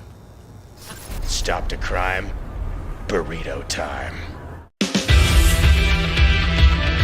Under the watch of hotshot Wunderkind CEO Andon Arden, Drake Interplanetary has attempted to pull themselves out of the quagmire of controversy. If you ask me, they continue to turn out the same scrappy, dependable stuff while attempting to song and dance a white hat onto their admittedly tarnished image. But at the end of the day, you can't argue with results. That said, Drake claims that they no longer willingly sell their product to reprobates and nefarious Nellies. I'm about to go undercover, thank you Jimmy, to find out if Drake's people are really towing the line or if they are beholden to the almighty credit. Here on Witness Guide, we aren't afraid to tackle serious issues. Come on, how many civilian ships do you think this thing can take down without rearming? 10? 15? You say credit ships? Oh, sorry, there's blood on those.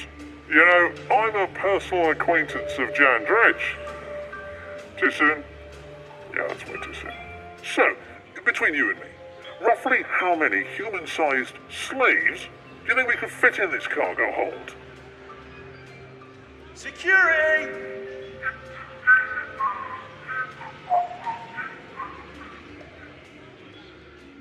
Coming up, we put on our fanciest pants and then sully them with caviar and champagne as we bask in the uncut opulence of Origin Jumpworks. It's nice to know there's one series of ships you can rely on. Like if the job calls for a little more cargo room, you can rest easy with double the maximum rear payload. Maybe you need to go that extra mile. 4 dedicated fuel tanks will get you there, and then some. And when you're expecting trouble on the horizon, well, even the most brazen outlaw's gonna think twice staring down 2 tailor-made missile launchers. Whatever life throws at you, we've got you covered. MISC Freelancer, built for life. Combat. It's just a much nicer gameplay experience when you're in this one ship taking on the world rather than 2 people doing their own thing. So the Scorpius is a heavy fighter. It's quite agile given its size. It's a 2-person ship, and the gunner is in control of a remote turret. When we first conceived the concept of this ship, we didn't have the tech in place to have moving turrets. So I worked with Yogi and Mark to get this in place. And for the first time, you'll be able to control where the turret sits on the ship. And it's also the first ship in Star Citizen to feature the iconic wing split. We added a ship transform hotkey. So when the landing gear is retracted, you can use Alt and K to deploy the wings without having to also deploy the landing gear at the same time. There were certain elements from other RSI ships which we've taken, most notably the thrusters.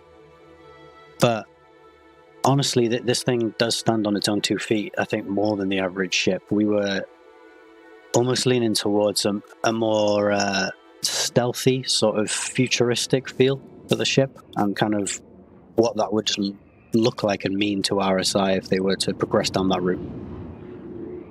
So since concept, it's doubled its missile loadout, so it's now got 16 size 2 missiles, and the shields have gone up to a single size 2 shield, which is pretty hefty in the current combat meta. Whilst the Scorpius will be launching at Invictus Launch Week, development is not stopping on the ship. There are some things that we want to do with it in the future, but they weren't essential to the vehicle releasing.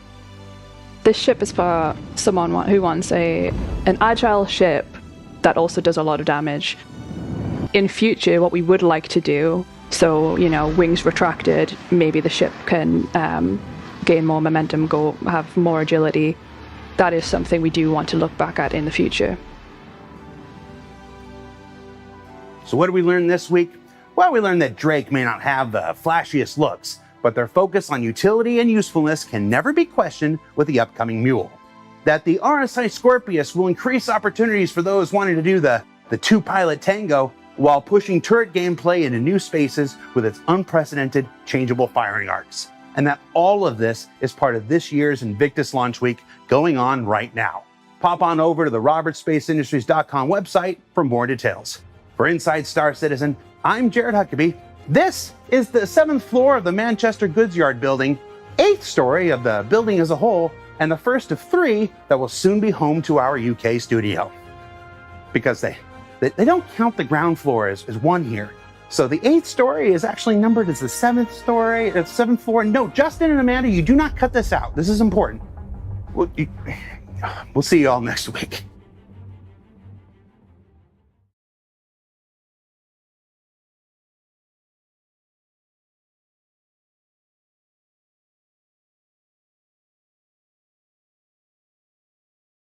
So folks, Ruin Station is about as big as it is creepy. Maybe we can find a ship to stow away on, and... Whoa. What is this? A new ship? For RSI? Whoa. Oh shit. You want how much for this thing? It's a damn prototype! Yeah, exactly. Ain't nobody else got one. What, you throw a brand new coat of paint on this, and you'll be good.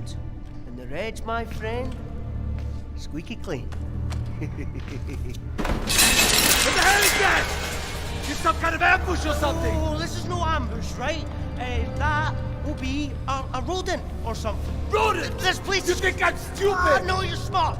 very smart. This is a smart deal. Tell your man to stand down, or I'm gonna blow your goddamn head off! Hi there. Just looking for the bar. I think that's Jax McCleary. How you doing? Boys, we've been hacked! Kill him!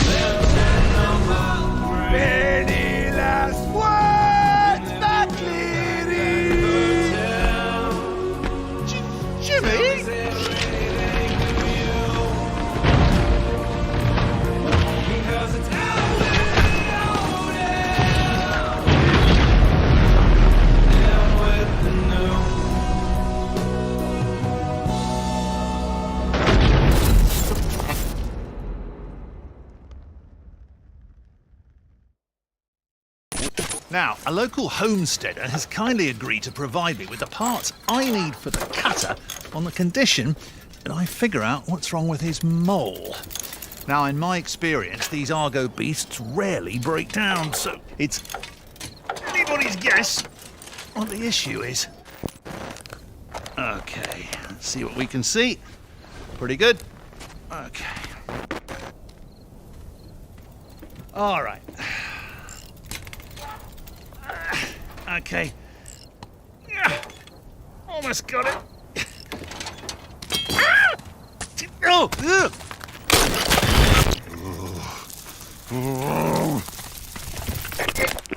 Well, I fixed it. The mole should run fine now.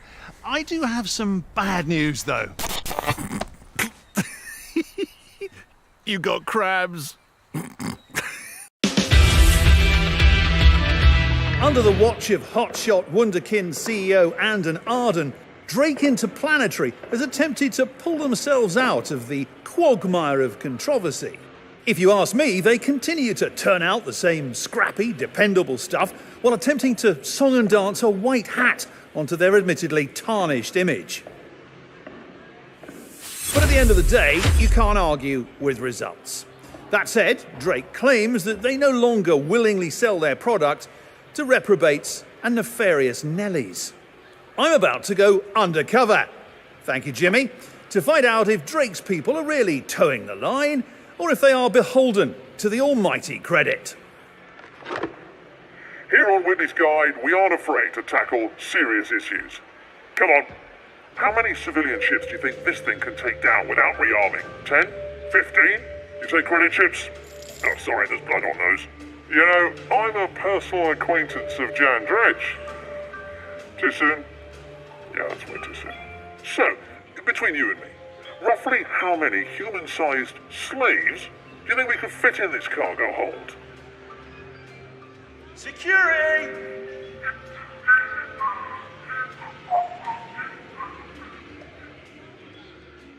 Coming up, we put on our fanciest pants and then sully them with caviar and champagne as we bask in the uncut opulence of Origin Jumpworks.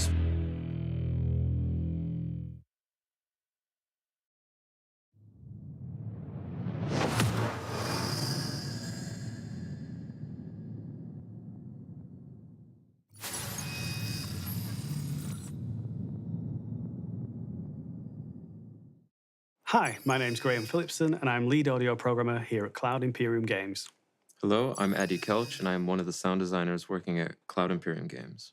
And we're here to talk about some of the big developments we've got going on in audio tech, specifically SIG Audio and Claudius, which is a new audio engine layer and associated tool that we hope will greatly improve the development experience of our sound design team. Getting started on this project can be quite challenging due to the amount of tools that we have involved in implementing audio into the engine. And with the Claudius tool, we aim to streamline that process as much as possible. This talk will be very much focused on workflow and tech, and as such, there won't be too many sort of exciting explosion sounds going off and things like that. But, this is all about how we improve the workflow for our sound design team. And we know these guys can make amazing sounds anyway. Thanks, Graham.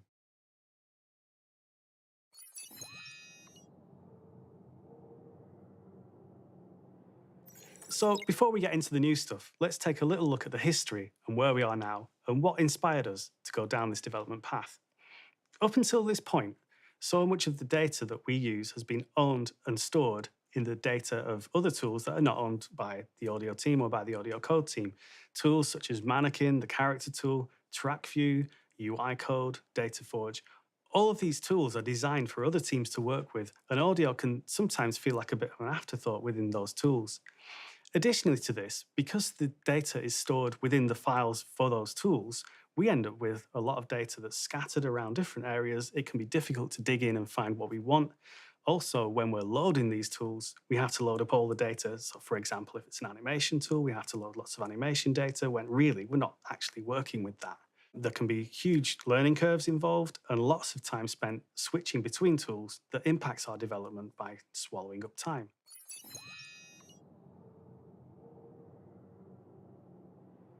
A lot of our ways of working haven't changed in a very long time, and we thought it was time to take a step back, look at all the challenges we face, and see if we can come up with solutions for all of them by coming up with a completely new design that addresses all the issues that we face day to day and tries to overcome them in an elegant way that makes the sound designers' lives much easier and makes their jobs much more fun. And this is what we came up with. So with Claudius, what we did was we put workflow at the very core of the design. From day one, when we started working on the design of the SIG Audio and Claudius systems, we wanted to make sure that workflow was always the focus of how things were working. We never wanted the tools to get in the way any more than they need to. And we wanted to make sure that the tools could be as smooth and as fun to use as they possibly could be. I think that this designer comes first workflow is quite important, and it's going to become an integral aspect on this project. Currently, we have quite a bit of focus shifting, and that tends to break momentum. Not only that, audio seems to be treated a lot as a production aspect of the game at the moment, and this tool is going to help shift that.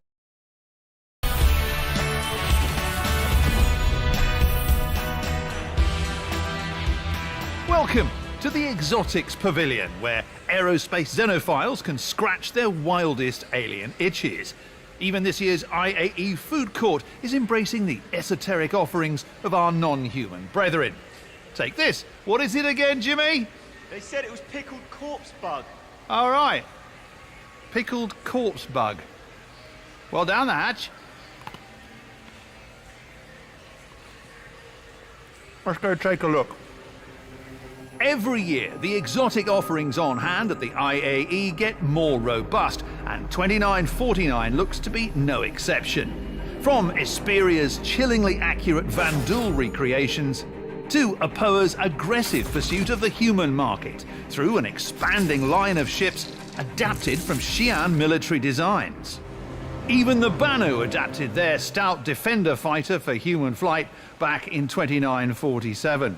Both the ship and its related marketing efforts have come a long way in just a few years. I mean, has anyone seen their early attempts at an advert? Jimmy, do we have a clip?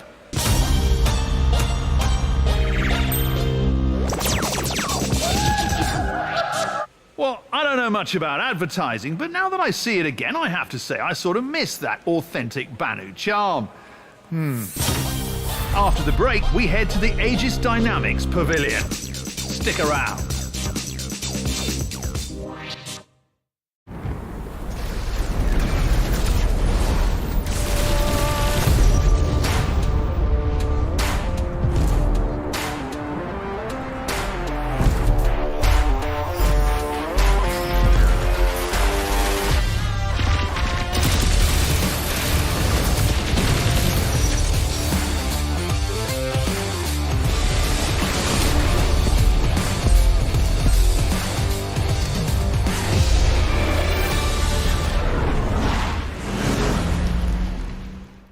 Come on!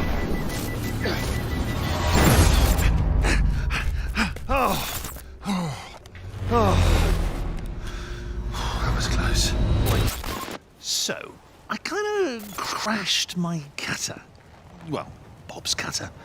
Don't tell Bob. Right into a racer and their trusty Cyclone RC. Yeah. Well, fortunately, the rest of the competitors here agreed not to murder me if I took the incapacitated racer's place in the upcoming heat. Let's see if I can beat my time on the tumbrel test track. Here we go! Woo-hoo!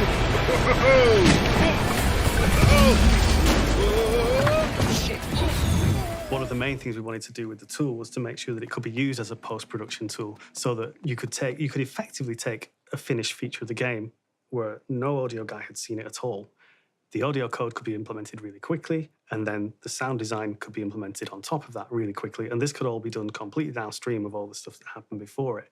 Obviously, in practice, we're working on this game in parallel with lots of other teams, and we never work in the sort of post-production way that, like an actual film post house would work. But by carrying over some of those principles, we think we've made a really good tool. And part of how we've achieved that is by sort of completely abstracting the audio data away from the code that calls it. The calling code knows nothing of what the result of what it is saying will do. So it will trigger some parameters and some events, but it doesn't know what the audio system will do as a result of that. And there's a very clear decoupling between the audio system and the game that calls it.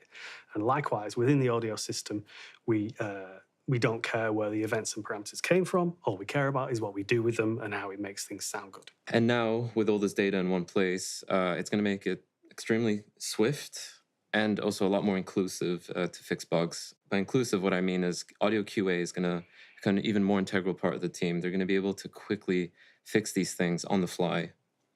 Yeah, I think that's a really important point. Like, because we've got all this data in one place, and we've also got the game's behaviors in one place, what we've done is we've integrated all the debugging tools into the exact same tool that the sound designers are using. So an audio QA person is working in exactly the same place, but they've got an interest in some different data. So what they care more about is like, why is something not sounding as it should? Or is the system behaving as it should? And we want to offer up all the information that they need.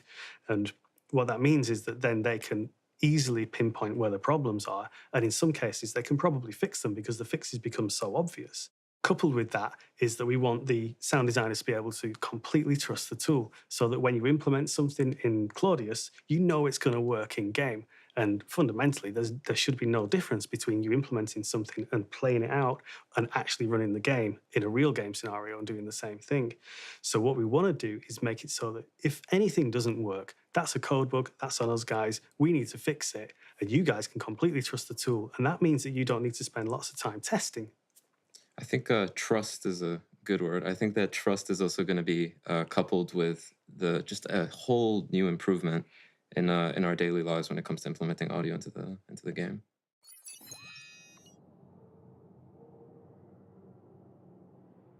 So let's take a little look at Claudius itself.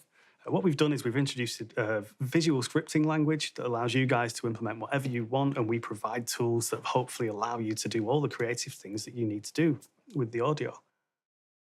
But the design of Claudius under the hood is interesting, because the tool itself doesn't hold any data of its own. All it does is exposes data that exists within the game engine.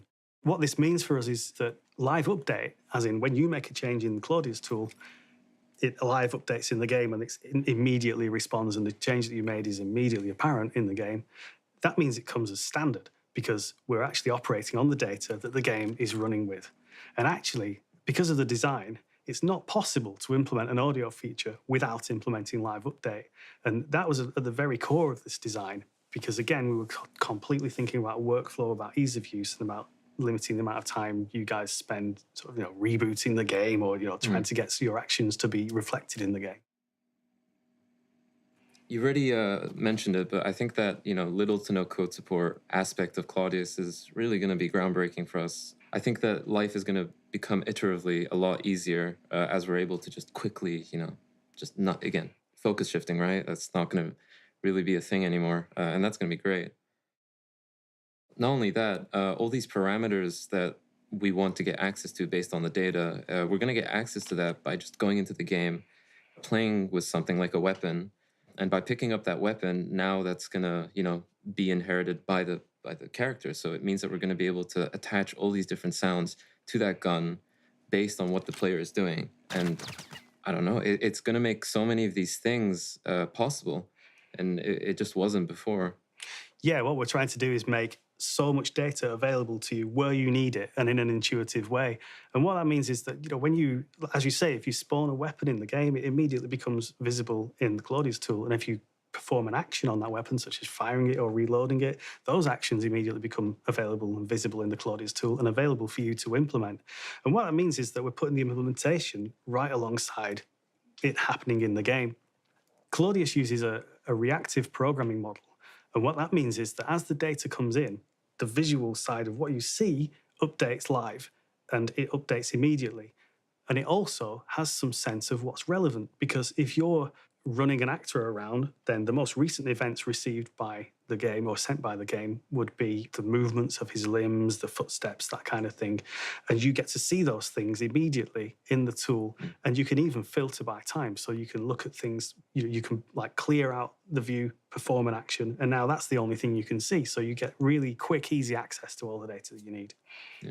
And all of this tech, I think, just puts us in a great position to continue to support the ever-increasing demands of CIG's games. I also think that the designers are going to be quite empowered by the amount of time that they're going to have to focus on the creative aspects because of this tool. Yeah, that's the whole philosophy of this design, is to empower the sound designers to be sound designers. Yeah.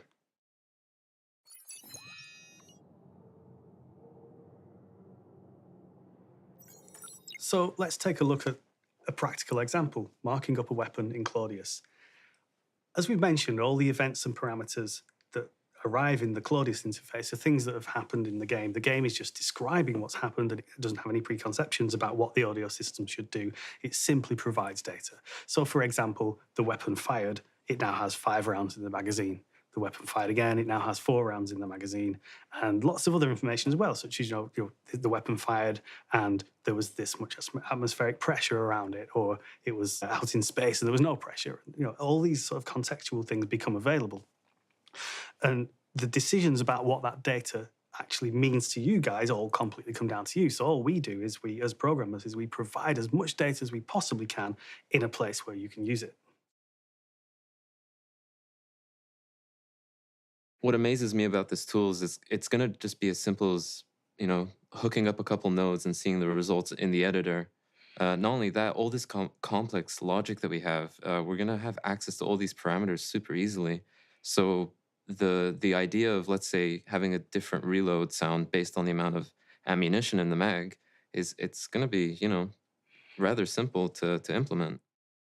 Yeah, absolutely. What we've done here is we've gathered all the data that may or may not be relevant to you, and we don't mind whether it is or not. We deal with all that code side, the efficiencies of that, and you guys get access to any data that you may or may not be interested in. So you could do like crazy things if you wanted. You could make it so that the reload sounds different if there are, like you say, if there are different number of rounds in the mag, but you might want to make the reload sound different if the character's wearing armor or not. Yeah. I mean, that makes no sense, but all this data becomes available to you, and it's totally up to you guys what you do with it. So we're opening up lots of possibilities. I think that comes back to empowering the sound designers again. I think all this freedom creatively it's going to be great. Yeah, absolutely. And I think that sort of giving you that creative freedom, I think, is going to be amazing to see what comes out of that. Because for example, we can have something like a parameter that says whether it's nighttime or not. And if you wanted, you could change the whole aesthetic of the game, change all the sounds based on it being nighttime. Yeah. And that would require no input from the code team because we've given you the data that you need. Yeah.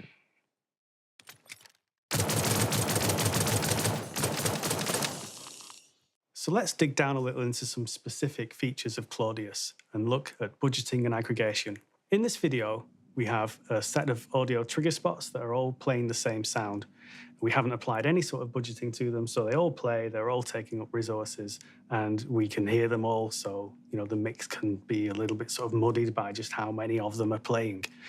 I want to show here just how simple it is to deal with that and to reduce the budget for the sounds that they're playing. So here we go to the audio source settings, and we're going to add a new category, which is how we budget. And we're going to reduce the number of sounds in that category that can play at any one time. As I said before, this all updates live, so every change we make now is going to be reflected in the game. And when we spin back to the game view now in the editor, you'll see that because we set the budget to 5, only 5 of those sounds are now playing, represented by the sort of lighter green. We can go back and we can change the budget, and again, that will, we'll drop it a little bit more. You can see now only the closest 3 to the camera are currently playing, and then we'll just whiz the budget back up so you can see they all come back again when you do that. Now, that's the budgeting feature, and that's one tool to sort of reduce the amount of resources we use. But what we also do is allow you to deal with what happens when all those sounds that are not allowed to play because of the budget are prevented from playing. So what we do is we have a system called an aggregation system. And every single one of those sounds that hasn't been allowed to play can contribute to a further sound that attempts to represent that crowd of sounds that were not played. So here we're going to do a really simple example. We're going to hook up a sort of more musical tone to this aggregate.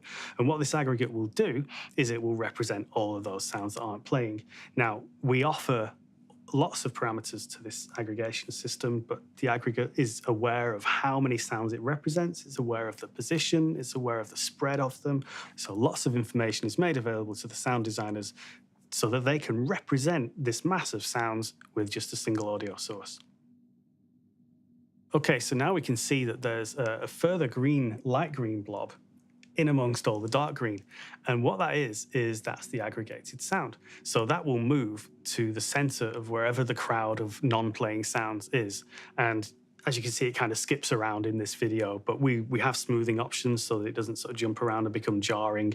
It just moves around as quickly or slowly as you want it to with the crowd of sounds that it's attempting to represent.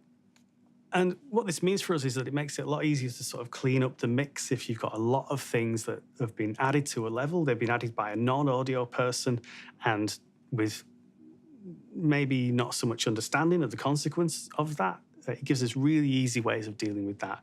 You can see here, if we increase the budget, the aggregated sound moves further away. And then if we completely reduce the budget to nothing, then you end up with just a fixed aggregated sound right in the middle of all the sounds that are playing. All the sounds that are not playing. Now, this is a really simple example. None of these sounds are moving, but if they were moving, then that blob would move appropriately to the position where all those sounds were moving. I think what this tech has showed us is for ambience work specifically, the designers are going to have quite a lot of creative.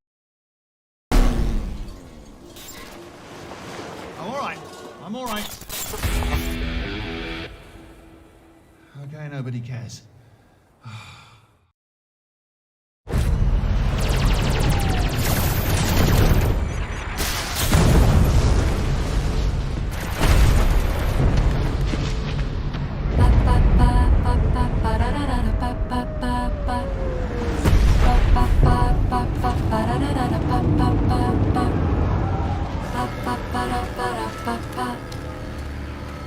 Vai dizer que não me quer, jurar que nunca mais se deita aqui chorando até de manhã. Me perdoa, meu amor, me chama pelo coração.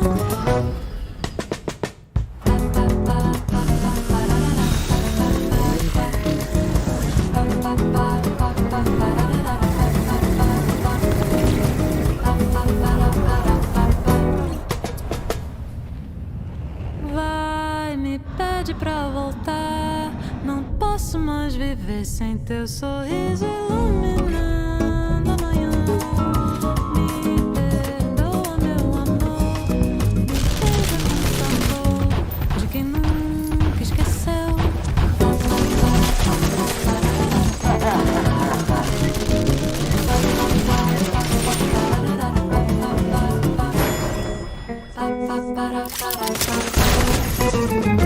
Vai, me pede pra voltar. Não posso mais viver sem teu sorriso.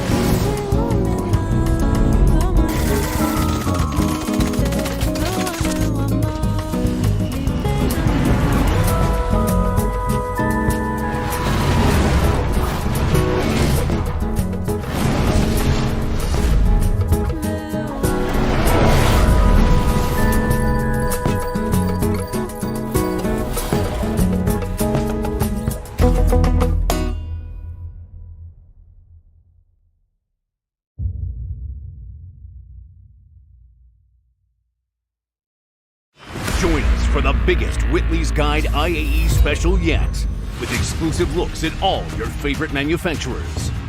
Drake CEO and an Arden. Plus, surprises and announcements you won't want to miss. We'll see you there.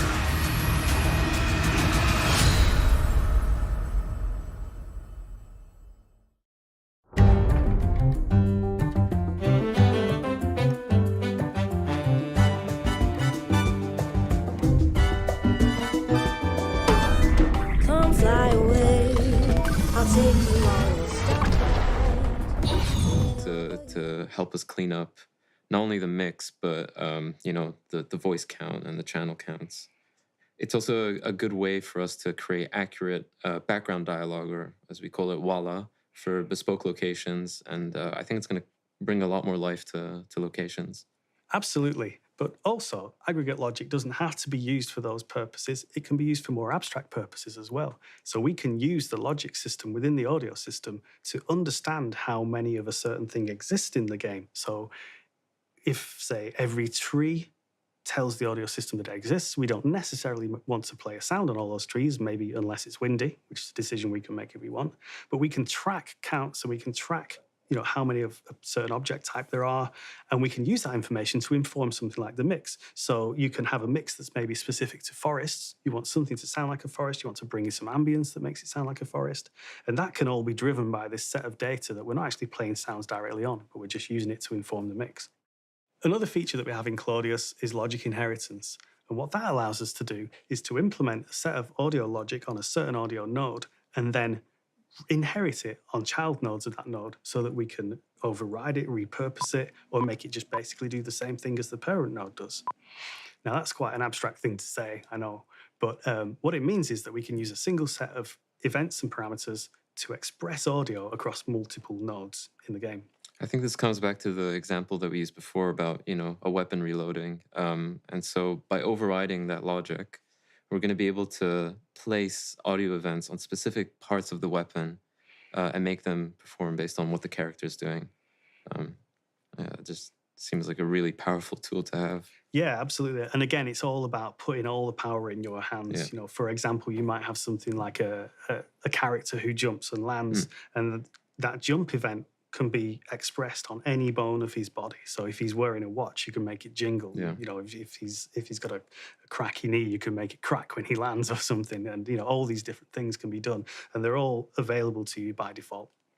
And quite easy to implement as well, as we're seeing. Another thing we have in Claudius is a set of systemic parameters. And what they are is a set of parameters that are available by default to any audio node in the game. Things such as atmospheric pressure, velocity, acceleration. So for example, you can do something like take the atmospheric pressure and the acceleration of an object, and you can use that to express some wind noise. And that's something that previously would have required code support, but you guys can just dive in and do it on literally anything. You can add a SIG audio component to something that the audio system's never seen before, and you can start expressing the audio on these things in this way. Claudius, I think, rationalizes the whole process of being a sound designer on this project. All that relevant information is going to be in one place, and it's going to be quite digestible, especially for people just getting started. Yeah, absolutely. We want the sound design process to be as organic as possible, and we want you guys to have the freedom to just express yourselves, and that's the point of getting all this data to you by default. So let's take a look at an example of something you can do using SIG Audio and Claudius without any code support. Here, we're adding a SIG Audio component to an entity type that's never had one on it before. It's a really simple thing to do. We just drop the component in DataForge, and then we can jump over to the editor and we can spawn one of these things. And I'm going to use the example of a plushie here. And what we're going to do is we're going to use some of these systemic parameters and events that come for free without any extra code support, and we're going to use them to express.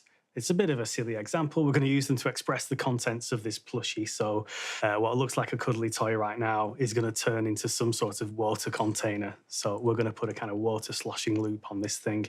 So we need to respond to its spawn event and also its despawn event. So the sound stops if it ever gets despawned. And we can add an audio source that is the water sloshing sound. And then if we hook that up, it's going to start playing that sound. But the way these sounds are set up is that they don't play anything unless certain parameters are set on them. So they're muted until, for example, they have some sort of rotational or directional movement on them, because you don't want an object to just sit there playing a sloshing sound when it's not moving. So we're going to hook up some parameters as well. We're going to hook up the systemic acceleration and velocity parameters. And we're going to just demonstrate a little bit of, we're not going to go into sort of too complex logic here, but we're just going to demonstrate a little bit of what you can do. So we're going to multiply them by each other. And then the result of that, we're going to set it on a couple of parameters on that object. And then, as I said before, everything is live updated. So we're going to see the result of what we do here. We're going to hear the result of what we do here immediately once we've done it. So just finish hooking this up, and we'll pass over to the editor view once that's done. Oh, one last thing we need to do before we can make that happen is, because this entity's already spawned, we need to send its spawn event again. And in Claudius, you can send any events that are set up for debugging reasons, which is really useful. So now we can see the green blob, which says the sound's playing, but we can't hear very much because there's no velocity or acceleration. Now, as the character runs around carrying it, we can hear the sloshing sounds, we can hear them play when it's dropped, and all this is coming from this set of parameters in Claudius that are being multiplied together just for a bit of fun. So all that was done without any code support. The code system had never seen that entity before. It could have been literally any entity in the game. And what we've done there is we've been able to express the contents of that entity without any additional help from the code team. So that's a really sort of freeing thing for the sound designers to have available. As we've seen with how easy it is to implement something like this, we have a lot of control over the physics, and it gives us no reason not to add sounds to literally everything in the game that's interactable and that can move. It's going to bring a lot more life. The speed that we can get this done with, it's going to make iteration a lot more plausible. And yeah, I think it's going to have quite some interesting outcomes. So yeah, it opens up a line of creativity. It opens up a line of experimentation. And that goes, hand in hand with how quickly this was achieved. Yeah, absolutely. And I think, the example there was quite a silly one. It was putting a water sloshy sound where it doesn't really belong. But as I said, it doesn't matter what that entity is. It could be a little cuddly plushy thing, or it could be like a 400-foot tower that's falling and hitting the ground. And those same parameters can be used to express the sounds of that thing, to express the weight and the size of that thing. And, this tech isn't so limited to props and carryables. It can be used on literally anything. Anything that can move, you can express its movement using these parameters.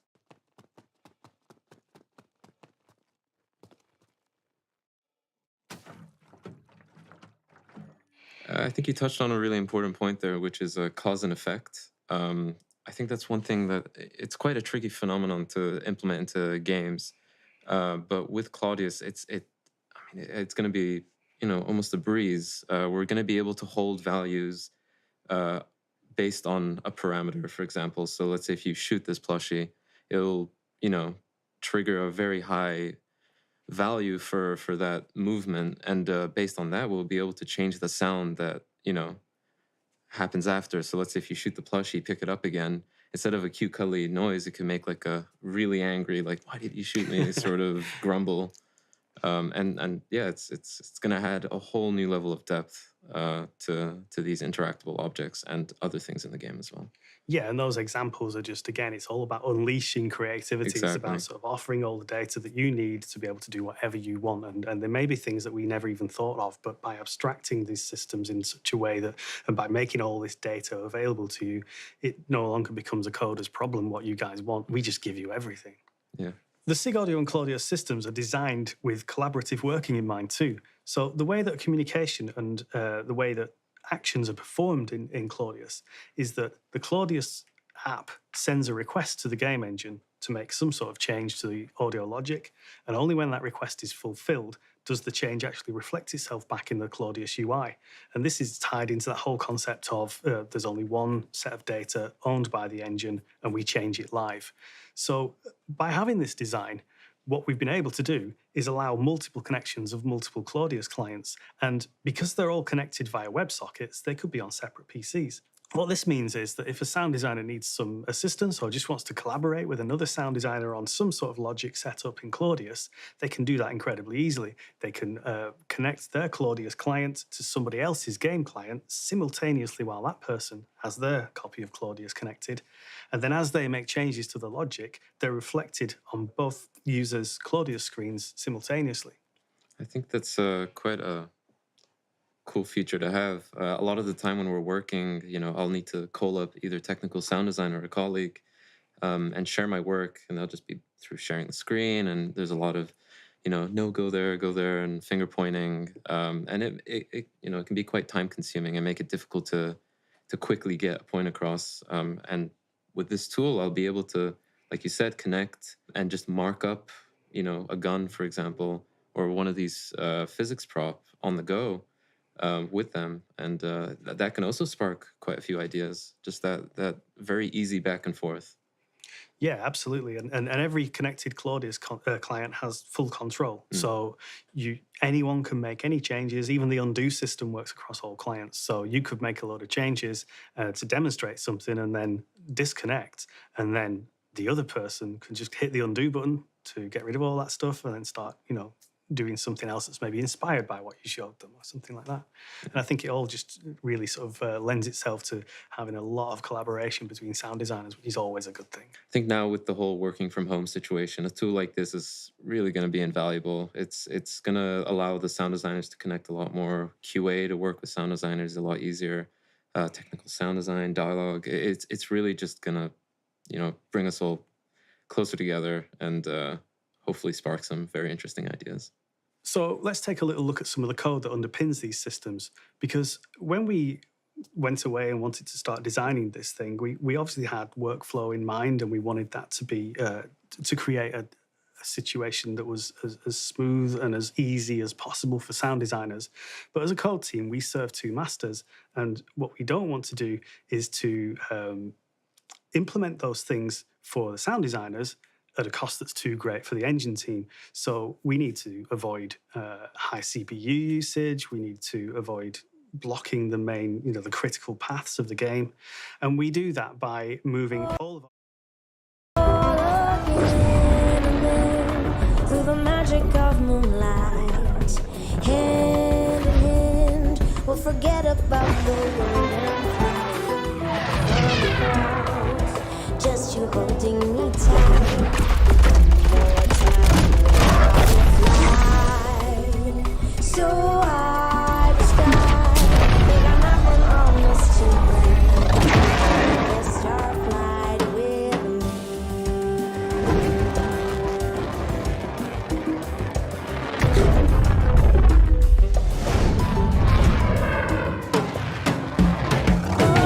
All the lights, still intoxicating starlight. What else can I do? Whisper I know. Take you on a star flight. Gonna take you on a star flight. Gonna take you on a star flight.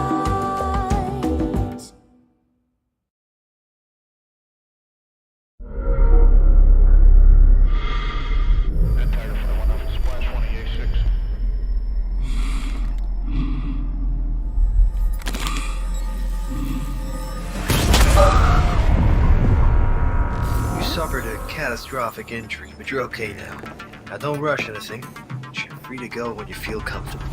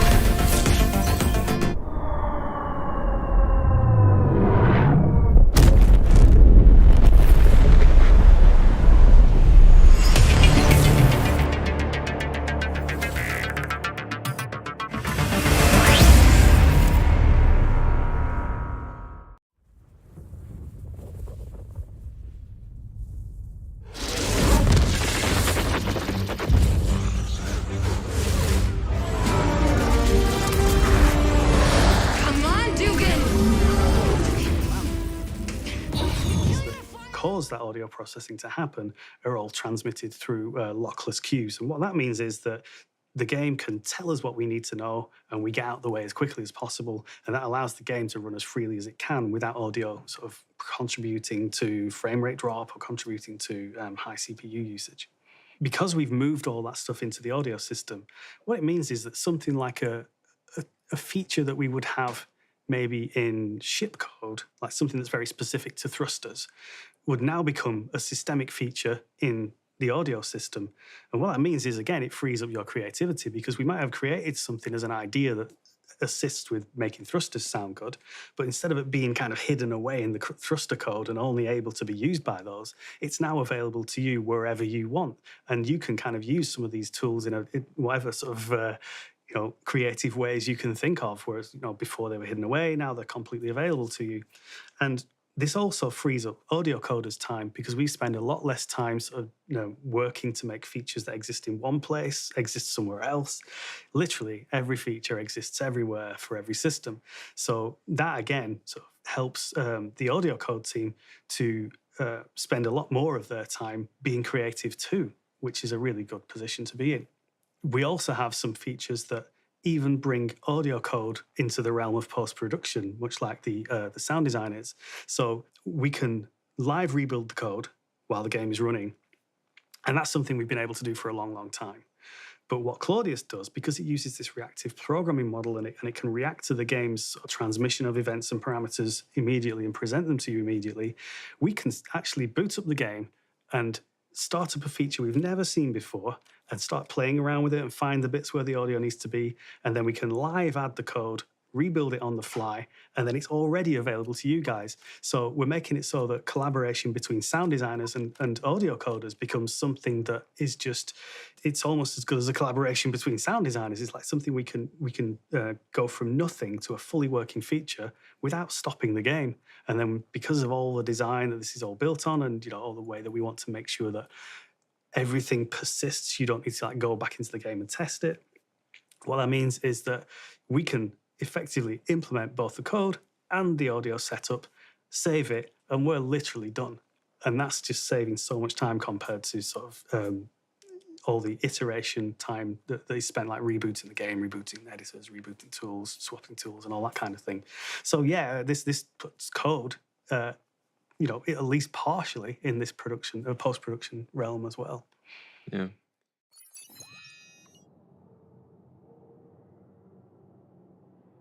So we've looked at a lot of the features that we've already developed for Claudius, but we have lots of plans for the future too. The design of SIG Audio and Claudius aims to solve future problems before we know what they are, and where it can't solve them completely, it's going to make it easier to solve them. As new game features come along, and we don't know what they're going to be yet necessarily, we want to be able to support them as quickly as possible, but also we want to be able to reuse everything we create. And the SIG Audio and Claudius design is central to that. It's all about reuse, and it's all about having systemic features that are available to sound designers. I think what's so great about this technology is that we're going to be able to take all this information from the game, bring the audio engine into the game engine, and just make it all so easy to access. I think one key aspect of Claudius that the audio team is really looking forward to is sympathetic audio. So this is the cause and effect that we were talking about before. I think having this like one event trigger another, for example, it's going to make the game a lot more cinematic. Everything's going to be real time. We're not going to have to pre-render all these events, and it's basically going to become procedural, which means that a lot of these scenarios that you get into, a lot of these different contexts that you can get into while you're playing the game, we're going to accommodate them, and you're going to get really just vastly different experiences every time you do something. And this is because we can infer so much from the game data and create those links to create a beautiful experience. A lot of the time we think about how can we sonify this nonlinear spectacle of a game, and I truly believe that is through cause and effect. It's having things done in real time and conveying all this information to the player that can be critical. So if, for example, you're flying and you start to enter a debris field or an asteroid field, that all those things can start having an effect on the environment around you. You can start hearing creaks. If you're entering the atmosphere, you can tell like that your ship's going through some strain, and instead of pre-rendering it can happen in real time. It can take values from like atmospheric pressure, temperature, and it's going to be quite a amazing experience for the players. Yeah, absolutely. I think, at the core of sympathetic audio is this idea of resonance. And with the sympathetic audio design that we have, we'll be able to give objects resonant frequencies, and we'll be able to make it so that, if something sort of broadband in its frequency spectrum goes off, like a huge explosion or something like that, then you're going to expect a lot of metal panels and glass windows and things to rattle and resonate in sympathy. Sympathetic audio in sympathy with the explosion. And all we really have to do is just set up the logic for that to happen, and it'll happen. And yeah, really eager and interested to see what the players are gonna have happen to them through their playthroughs. Yeah, absolutely. And I think all the features that we're looking to develop are all about bringing this game to life more and making it more cinematic and making it just feel more immersive. Yeah, super high fidelity. Yeah, absolutely. So we're looking at sort of improving the mixing support so we can gather some of this. We've got a huge amount of data coming in now that can be used in lots of ways to decide which sounds play and how those parameters affect those sounds. But we can take a step back and look at the bigger picture and say, we've got all this data that's telling us what's going on in the game. Can we then use that to sort of decide how the game should be mixed? So, for example, if you're exploring a moon or something like that, you're going to want to hear a lot of the ambiances and maybe some distant mining going off and things like this. But then if you sort of end up engaged in battle with someone, that's something that the audio system's aware of through the data that's coming in, and maybe it can change the mix so that those ambient things don't really get so much of a look in anymore, and it's all about the battle focus and things like that. And then again, as the battle ends and that kind of scenario falls away, we could automatically analyze the data and say, okay, we're now back into an ambient situation, so let's raise the level of some of these ambient sources again. Yeah, I think that importance to what the player needs to hear at that moment. I think that's especially on the FPS side, that's gonna really be valuable. So that concludes our look at some of the features and tech that we have in development in the SIG Audio team right now. Hopefully, it's going to make the lives of the sound design team much easier, and hopefully some improvements to the way the game sounds too. Yeah, I think the sonic aesthetic of this game is going to change for the better because of these tools and because of these workflow improvements. Cool. Yeah. Okay, well, that's it from us. Thank you very much for watching. I hope you enjoy the rest of your CitizenCon, and I really hope next year we can all be back together in person and we can see each other in person then. Thanks for watching. Goodbye. Thank you.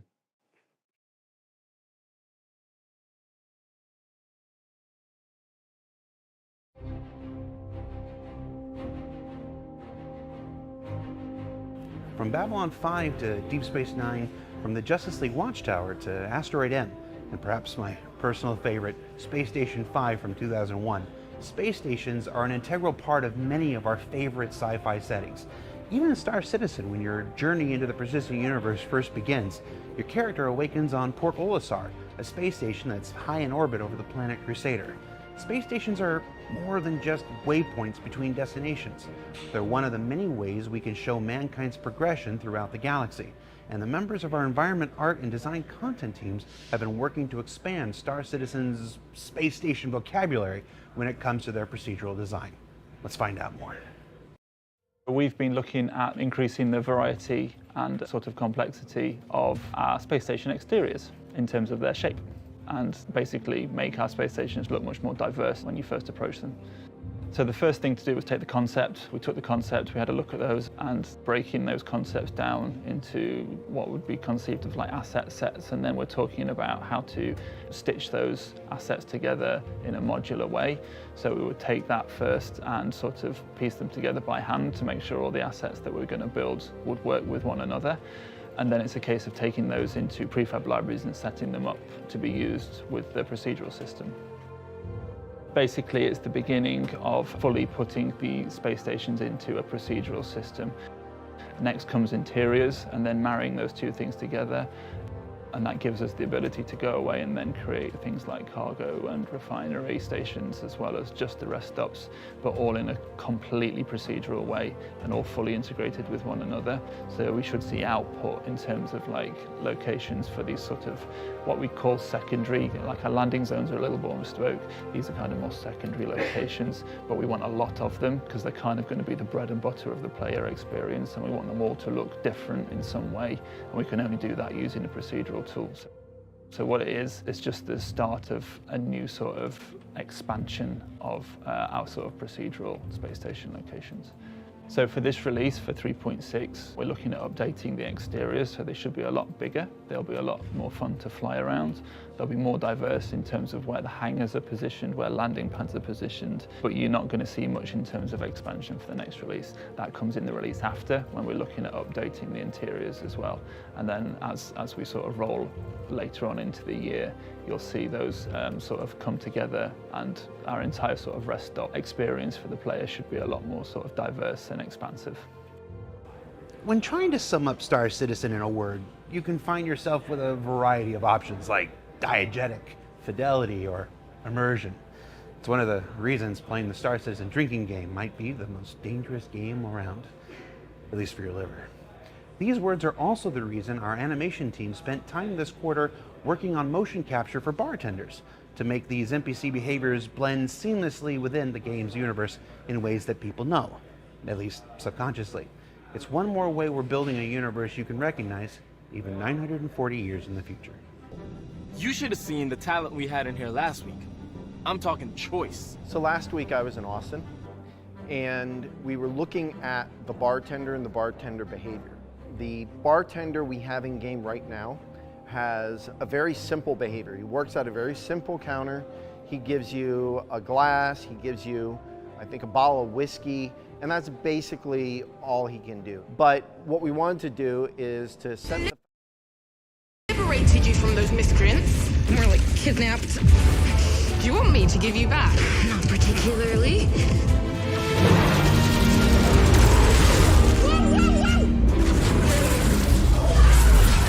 Whoa, not a good idea!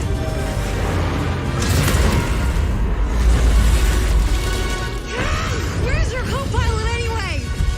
Mal? Really not a good idea!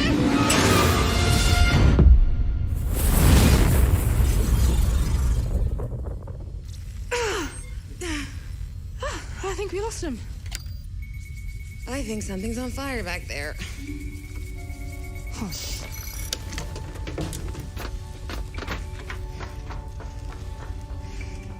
We had some wild times on this ship, huh?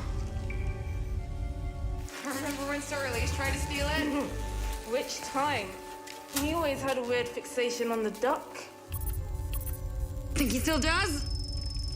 No, I heard he's dead. So are we if you don't get back up here? Those miscreants caught up. Hi-yi-yi. Just get in the damn turret.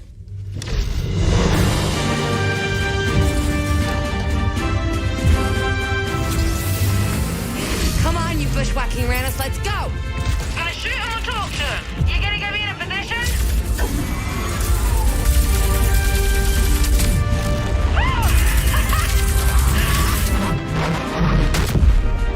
You see that? Do I still got it? Or do I still got it? Sulo Pindo.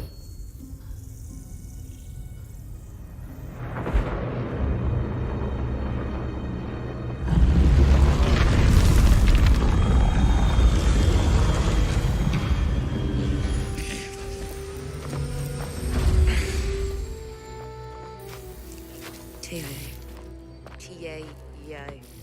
Your Banu is terrible. And I told you, they're programmed to recognize my voice. T-A-E-A. How much are the deacons paying for me anyway? You aren't gonna talk your way out of this one, buddy.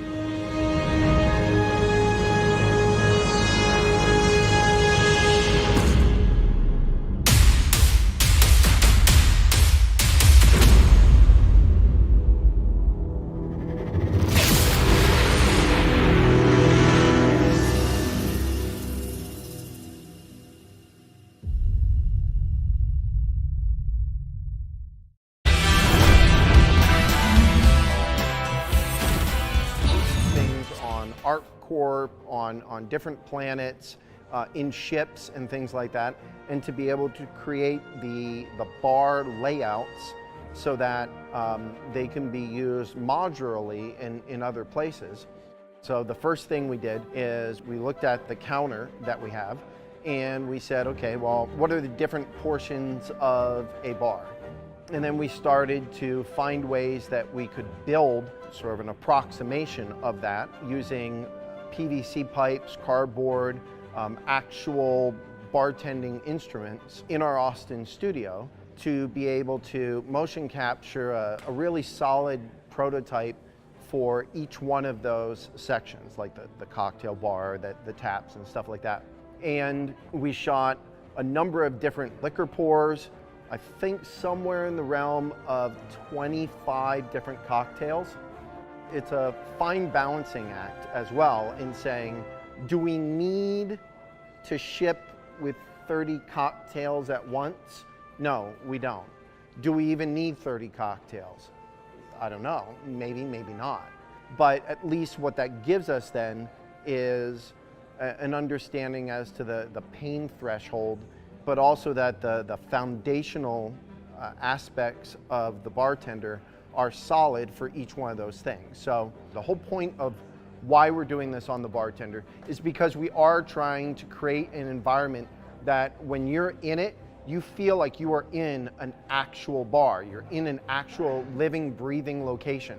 That bartender is operating just like you would expect a bartender to operate in the real world. You go, hey, I know what that's like, and that there's an honesty and a realism to the environment that you're living in. Gotta go. Not that kind of place, boss. If you're a subscriber, you may have already seen the first work-in-progress images of the Vanguard Warden exterior rework in this month's Jump Point magazine, along with the story behind our team's efforts. Now, many of those teams have been looking forward to the chance to return to the Vanguard a bit of the character and aggressive personality that was found in those original concept images. Joining us this week is Joe Neville with more on our look at the return of glowing engine intakes and tank tread landing gear. So the Vanguard was one of the ships that was in line for a visual update. And we've taken this time to reintroduce some of the features that were in the concept and push it more back in line with that. So one of the features we tried to reintroduce to the Vanguard was the glowing intakes. And this helps the ship to look a lot more aggressive. These are glowing with the missives right now, but they'll be filled in with VFX and particles so that when the retro drives get activated, these will have a lot more presence. Another feature we introduced was the shoulder-mounted missile bays. And these will be deployable when landing gear get deployed. The profile towards the front of the ship is now a lot sleeker.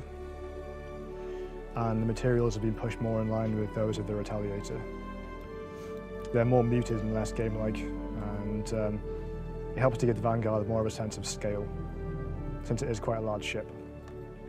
So another feature we've reintroduced have been the support columns. I think these are just a bit more interesting than what they were. Again, they help to give the ship a sense of scale. These large nacelles, all the kind of engine columns in the ship are very, very big. So these columns really help to show that they're supporting the weight of the rear engines. So another feature we reintroduced was the landing gear, and we gave it the tyres that used to be in the concept. And we've also given it the tank treads that were previously there as well. We've also widened the bottom of the ship to accommodate the habitation pod. And the rear ramp has been widened to be more in line with the Vanguard hoplite variant. And this just allows more players to be able to exit the ship at the same time. So the exterior of the Vanguard's almost done now. The final steps will be to redo the damage, make sure that all works correctly, and then do the LODs again. And hopefully it'll be with you guys soon. So what did we learn this week? We learned that the process of procedural stations is progressing propitiously. For bartenders, it may be the littlest of things that make a universe feel alive and believable. And the Vanguard appears well on its way towards achieving its namesake at the forefront of badass-looking spaceships. To our subscribers, like I said, check out this month's Jump Point for more on the Vanguard rework story, and of course this week's Subscriber Vault for more images from last week's look inside the 890 Jump. And to everyone out there in the Star Citizen real-life universe, I suppose this one's persistent too, we'll see you next week.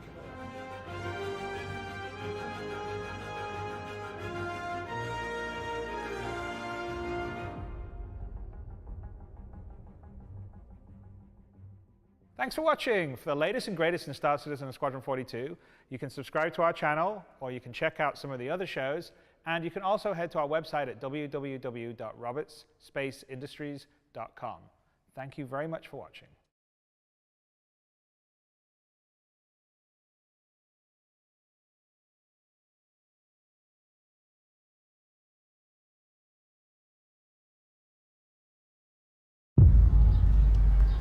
Hey, happy birthday!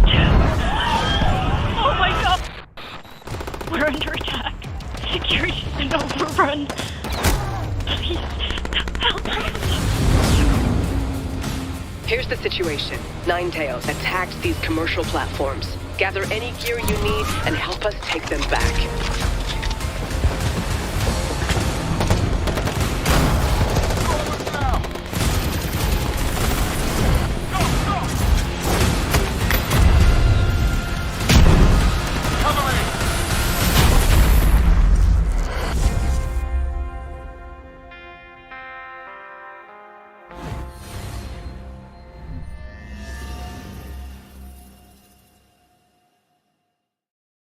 Hey, before we get on to the normal business of Inside Star Citizen this week, we wanted to take a moment and recognize and acknowledge what's currently happening with the live gameplay experience. Obviously, anyone that's been following the project for any period of time knows that running a live gameplay environment throughout the process of development is an unusual, sometimes trying, but often rewarding experience. But it's not just the tremendous work of our developers that make this possible. It's also the continuing commitment of you, our players, that allow us to test things at scale. Because it's often easy to forget that with the hype and excitement of a new release, that every level of Star Citizen is a development and testing platform, even the live alpha. Now, even knowing that the launch of Alpha 3.18 was going to be rougher than normal, I think it's fair and safe to say that we were all hoping for a somewhat smoother experience than the one that you have been finding the last week. Now, while I'm going to continue pointing you to the amazing efforts of our platform team, the player experience team, and especially the community team in updating you on the continuing progress through the website and socials, because, quite frankly, they're far more plugged into those things than I am and will have much better information than I ever will. We did feel it was important to acknowledge the current state of things at the top of this show, whose story was set weeks and months before. I said it on SCL, and I'll say it again here. We don't just share in the victories with each and every one of you. We're often right there with you with the same thoughts and the same feelings about our disappointments. We're sorry for the rough launch, but I hope you can see the determination and the dedication of those people working to improve things in the improvements that are being made each and every day this week, and will continue until we get things where we want them to be. So with that said, let's get started with this week's show. Since the launch of the Persistent Universe in December 2015, mission gameplay has been at the center of the Star Citizen experience, whether that's doing someone a favor and investigating a few ICC probes, delivering an important package from one planet to the next, or infiltrating a gang of would-be ne'er-do-wells in efforts to keep Stanton safe. Missions often push players forward into areas they might not otherwise have discovered and pull them deep into the scandalous underbelly of the star system. And over the years, through the work of the mission feature team, missions have continued to evolve into a modular system that allows for designers anywhere in any studio to create missions not in the weeks and months of 2015, but in the mere days of 2023. So on this week's Inside Star Citizen, let's learn a bit more about how that modular system works, the technical complexities that make it possible, and take a peek at some of the new modules currently in development for Alpha 3.19 and beyond. Go ahead, you can do it. I can do it? Missions matter. No, missions modules. Elliot Maltby. Mission modules, you're at scene 5. Mission modules, Lars, scene 5. Always wanted to do that.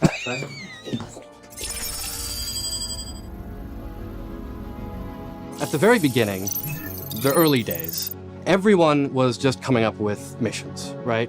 What we used to have to do is have a bespoke mission for every mission we had. Someone might have built it to act this way, and then another person might have built it to act this way, but in a completely different way. So one person would start like a delivery mission, would have to write it from beginning to end, and then some other person would have write a bounty mission from beginning to end, and then another delivery mission, again, from beginning to end. And the problem with that situation was that everyone wrote their scripts differently. Each mission, while might have similarities, every bit of logic was different in some way. We are a game that constantly evolves, that constantly gets updated, so things break sometimes. We used to get bugs back, which was like, oh, you know, that when we enter the action area for this mission, this happens, but it wouldn't happen on the other one, even though they're functionally doing the same thing. Everything was built in a different way, and so everything also needed to be fixed individually. It was a lot of reworking and redoing and over again, and eventually that could not be scaled up anymore. In a game like Star Citizen, where we really want to populate the entire universe with missions, we can't really do that. We have to come up with a different solution. We don't need all these people working on all these things all over the place if we can have more of a unified approach towards it. That's where mission modules come in. So the answer to this, to fix all of those issues, is a more modular system. This is where we identify key functionality between missions and plug them all together and make it all operate under one module. This means that when we get a bug, it is likely that every other mission will experience this bug and we can fix it. RSI is at it again. The elder statesman of the industry continues to inspire. Now we're all familiar with their fleet. Rugged land crawlers, medium-sized explorers, and dedicated peacemakers.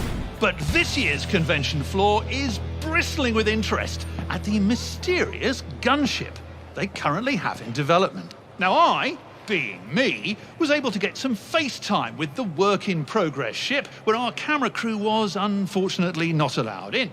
Fortunately though, Jimmy is a great artist. The ship is, in a word, impressive. And don't just take Jimmy's drawing's word for it. One of the RSI bigwigs showing me the ship was a huge fan, of course. And once the official tour was over, he let me sit in the turret, where I was able to capture this super unauthorized, don't tell my bosses about it, double secret exclusive footage with my Moby glass. Ooh, can I sit in this turret? These aren't loaded, are they? Lead suckers! What does this button do? Jax, come on, full go! Right, time to go! Come on, quickly! I'm in serious trouble now. Coming! No, wrong way, other way! Jax, come on, go! And just between you and me, the word Perseus was stamped on, well, everything. So there you have it, folks. Whitley's Guide, bringing you so many exclusive reveals, we can't even keep track of the lawsuits. But we'll keep the lawyers on standby as we continue to explore IAE 2950, making new friends, wild adventures, and of course, future memories.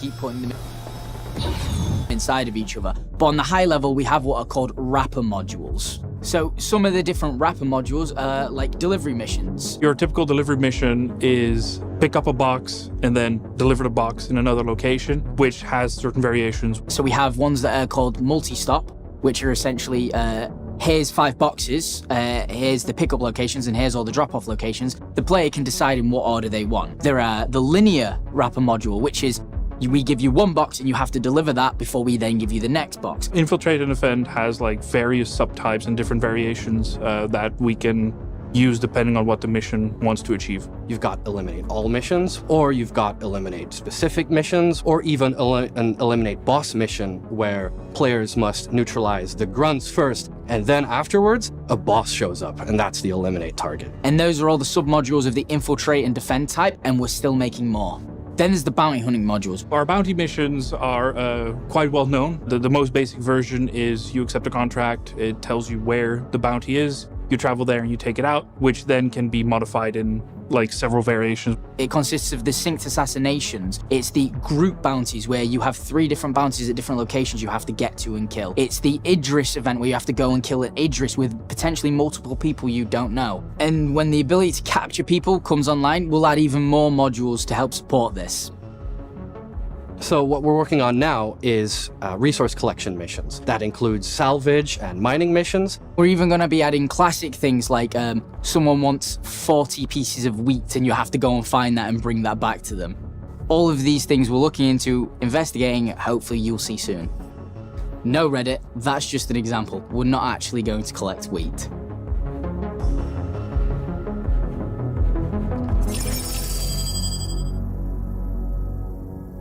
So let's dive deeper into submodules and let's use one that looks relatively simple, the delivery module. The delivery module uses a wrapper called the multi-stop delivery.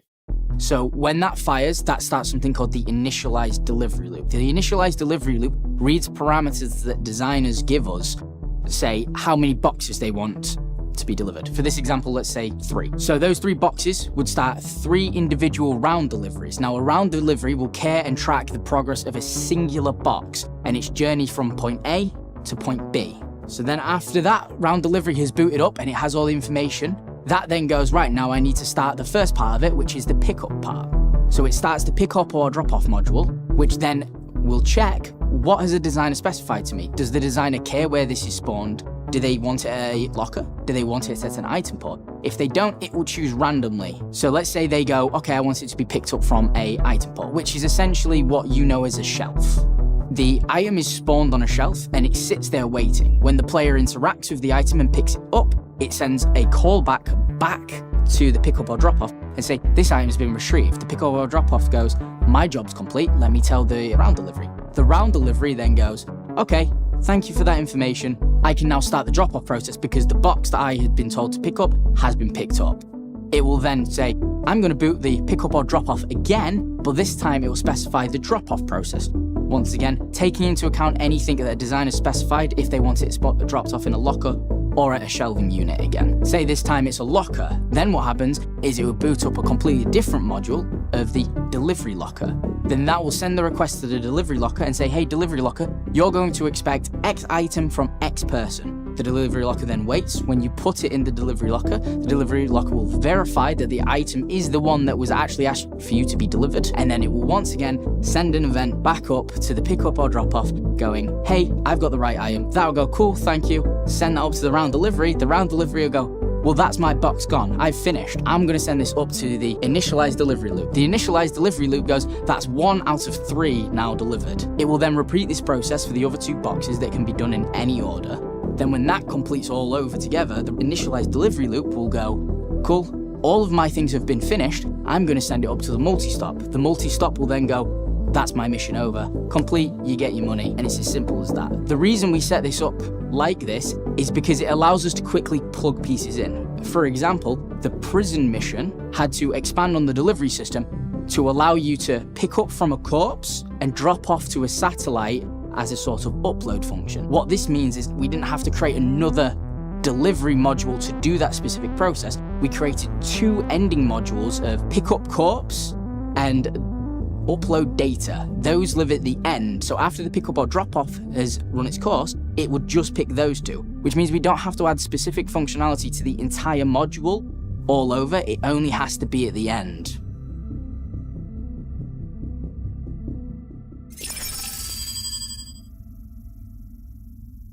So I guess you really want to hear about some of the new stuff. So let's talk about salvage modules. The salvage module is currently a singular module, and what we have done is allowed for a bunch of functionality. The most simple version is you get a contract in your mobiGlas given by a company that has salvage rights. You accept mission in a mobiGlas, and then it's going to give you a piece of salvage, and it says, well, we have a piece of salvage for you, and it's located at this Lagrange point. The player is shown a location where a shipwreck can be found. So they make their way there, and it could be that another NPC is there salvaging already.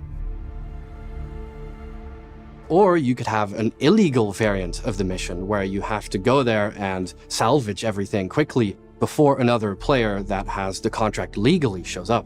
But there's going to be a timer on screen of whenever the legal owner of that salvage is going to appear, which can end up in enemies arriving because he calls them in. We've made several submodules that allow to work with it. So the first one is spawn ship waves. So it's going to be a wave-based module that allows the designer to define what the waves are like exactly, and then they show up. And another module that we've been making that we're actually quite proud of is a chicken ship module. And that's a ship that shows up and then is either going to attack you or try to run away. And if you scare it off by either damaging it or taking too long, it's going to try and jump away. And if it does so, then it allows the designer to define what's going to happen then. So the most basic version would be he's going to call in his friends. They come in, and then all of a sudden it's not you and a vulture against another vulture. It's going to be you against a retaliator bomber and 4 arrows, and you're in trouble. Now, the other option is like, okay, if you destroy it, then what happens? So we have the option of like a Carrick arrives because the company is like, well, we haven't heard from Bob in an hour. We're going to send like someone else to do the salvage, but maybe something happened to him. We're going to send something bigger. Or you basically warded off the defenders and you're now safe to salvage at your own leisure. This kind of modular approach will allow other designers to come up with whatever they want when it comes to building missions. There could be a number of possibilities. It is only limited by their imagination. All of these sort of modifiers and options are there to sort of allow us to create different types of gameplay or different experiences with very little changing of the logic. It's a lot of just changing different properties on what's called a mission record. Another mission module that we're working on that hasn't been revealed yet is package extraction.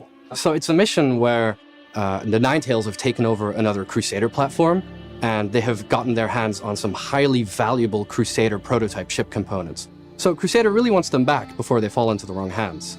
And as a result, they put out a contract, and many players all around Crusader are tasked with going to that platform and handing it to the Ninetales, essentially getting back the prototype ship components before they can be flown off-world. One thing we've been playing with is that we hooked it up to the bounty modules that already exist. So we would fire a bounty module where the player goes to a location, they kill a ship, and then we kick off a salvage module, all in one mission. So the player goes there, kills the ship, and then instantly their objectives are like, and now harvest it. And then that's the completion of the mission. So at the moment, mining missions are on pause while we wait for resources from other teams, but in the meantime, we will continue to develop salvage missions, mining missions, and the overall scope of resource collection missions. So, you could hopefully see your wildest imagination of resource collecting missions come true. A reasonable expectation of resource collection missions in the future. So the biggest virtue of this is it allows other designers like Guillaume from Montreal or Sam from the EU locations team to go in and be able to piece together their own custom mission. We just send them, once a mission module is finished, all the questions that they need to fill in for this. Their designer can go to Date Fudge, select a mission, modify a few properties that will change the behavior of the mission, whether it's the type of box they're delivering or what enemy they want you to kill. All of these modules are intended to be stitched together in easy ways to be able to create completely new bits of content so that the content expansion can be huge. And this is really important for when you try to build a game of the scale of Star Citizen. They could build a mission where you go to a location to do an eliminate all, and as you're arriving there, there's a bounty target in the sky you have to take out first. As you go in and manage to kill them all, they use the item dispenser we use in Jumptown and Korea to spawn an item that when the player picks it up, it then starts a delivery mission. That's the real win of thinking modularly. So that was a little look behind the scenes of what we do in the mission feature team. The mission feature team consists of more than just the people you see here. We have a much bigger team that are building these behind the scenes to be able to bring you this new content, these new functionalities, and also help our designers internally to be able to also deliver the same thing. This is only a fraction of things we have worked on and are working on. Obviously, as more systems come online, we are going to start making more and more modules. Salvage and mining were the most recent ones, and we've worked on those. Crafting is coming soon, so we're going to probably make some modules with that. And we're going to continue to make more and more mission modules and more things for you to play and enjoy. Thank you very much for letting us tell you what we do. We're hopefully making everything you like, and yeah. I don't know what else to say.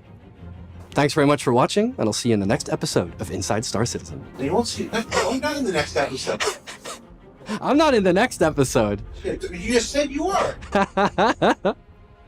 So, what did we learn this week? Well, we learned that modularity is what allows for the work of one mission to be carried over and utilized in a variety of others. That it allows for the relatively quick construction and iteration of missions by designers from all over the globe. That it is ultimately what is allowing us to currently add gameplay quickly and efficiently to new locations like the underground facilities, building interiors, and even the upcoming pyro system. And that new modules are being created along the way, like the salvage and mining parts of resource collection, as well as the investigations we've discussed previously. And just to touch on Alpha 318 once more, the team continues to tackle the troubles that have plagued launch since Friday, and you'll find continuing updates as needed at the robertsspaceindustries.com website. Now, stability has been steadily returning all week, with more and more people being able to connect in and stay in for longer durations. You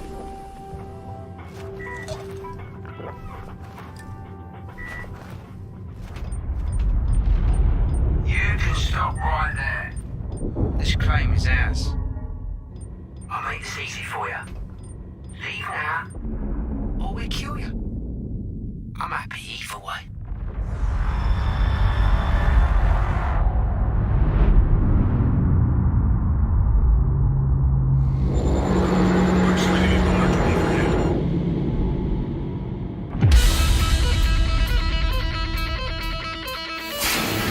The time has come for something new. Something to change the game. When seeking fortunes at the fringes of civilization, you need someone you can trust. In this age of uncertainty, it's time to take back your strength. It's time to release the Kraken.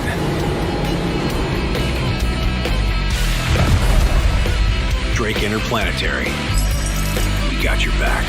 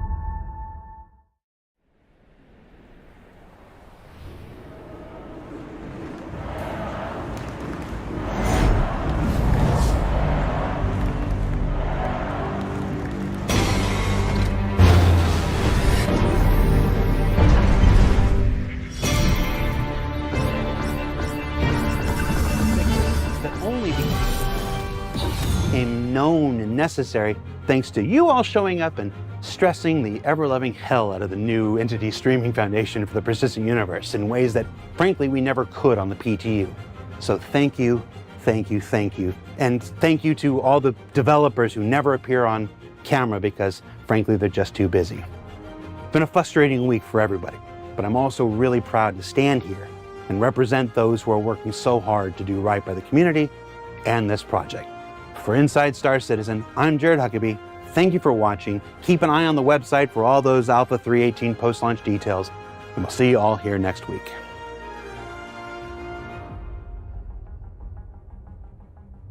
The last time I was in front of a camera, it seemed like really artificial, and it was difficult to talk to the camera. It felt like it was just judging me, whereas with you guys, I feel like I'm more having a conversation. Do you know where mission logic comes from? No. Well, the earliest record of logic that we have in our world started with Aristotle, right? He wrote this book that we translate nowadays as The Instrument. And he was preoccupied with stuff like Socrates is mortal. All humans are mortal. Therefore, wait, did I mess that up? I said Socrates is mortal. Nope, that's it. You had one chance.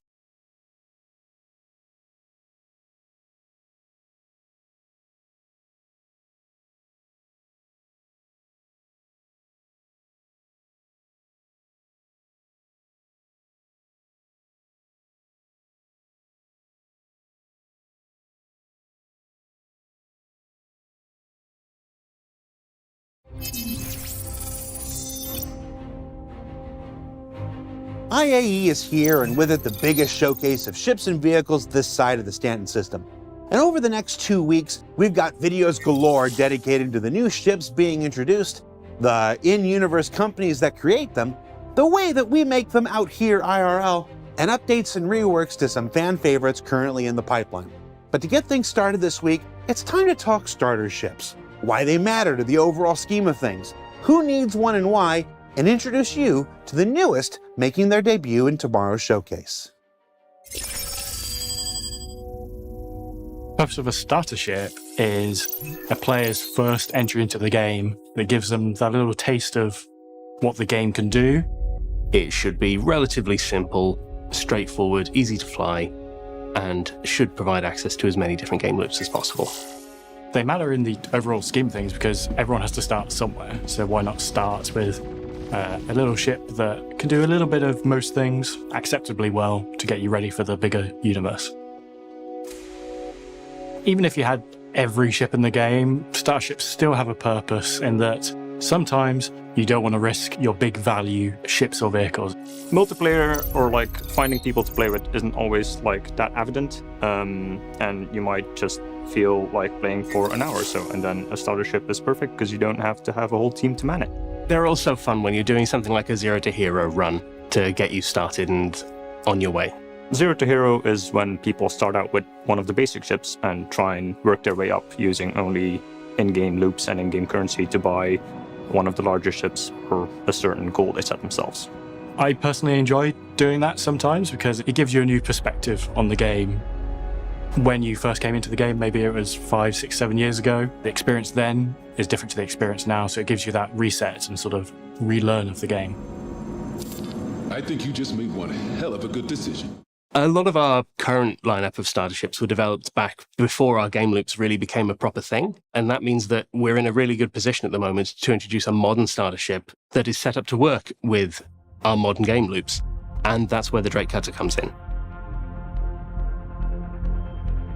The Drake Cutter is Drake's entry into the starter ship market. It provides a well-rounded experience for one person to just go take on all that the verse can offer. It's a ship that is very straightforward in the way that it's designed. It's designed to get a starter player from A to B as safely as possible while they do their starting gameplay loops. You'll notice the materials and the whole look of the ship and how it's built. It's not really aerodynamic. It's very bolted on and like put together out of like different kinds of metals, and like some are more rusty than others.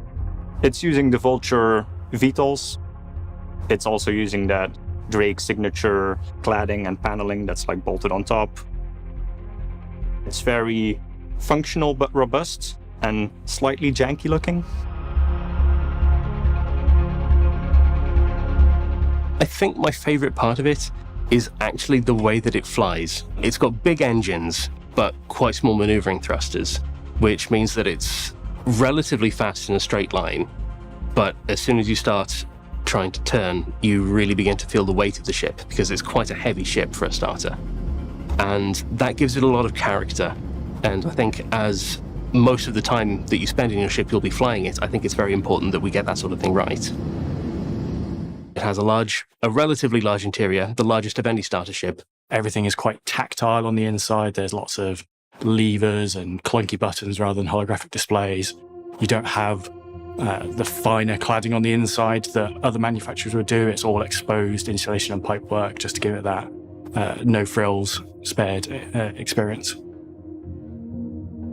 As the ramp lowers, you're greeted by the cargo hold. This is where most of the components live in their component bays, and this is also where cargo is stored.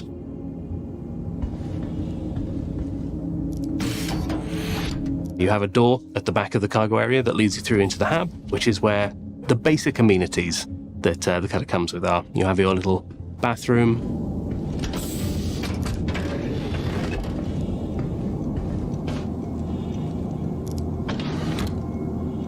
bed with a little reading light, a little storage locker and some shelving. And then through on the other side of the hab is the cockpit, which is where the last two components live, the pilot seat and dashboard.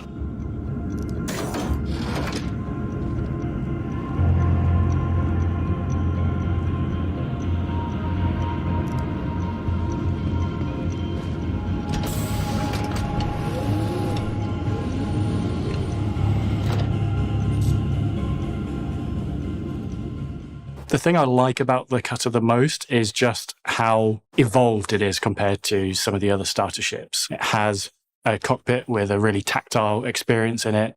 It has onboard living quarters and storage, as well as an actual cargo bay that you can fit cargo and larger things in. So it gives you lots of variety in what you can do with it.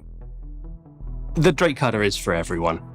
It's a simple starter ship that everyone will be able to find a use for.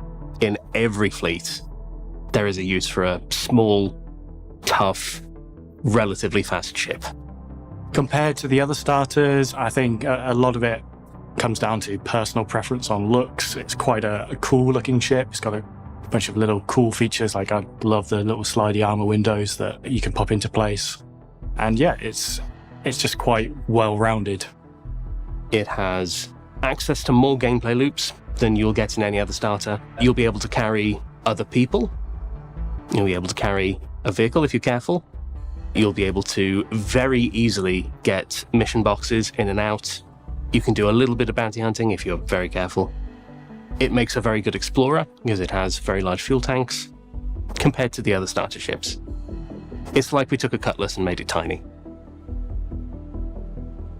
The cutter is Drake's first foray into starter ships for the persistent universe, and will become available to all players straight to flyable when the Intergalactic Aerospace Expo 2952 launches proper tomorrow.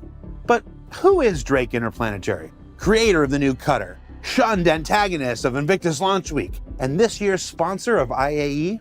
Let's find out more. Do you have a favorite Drake ship? I love the Buccaneer. I used to be able to really wreck some stuff in that ship.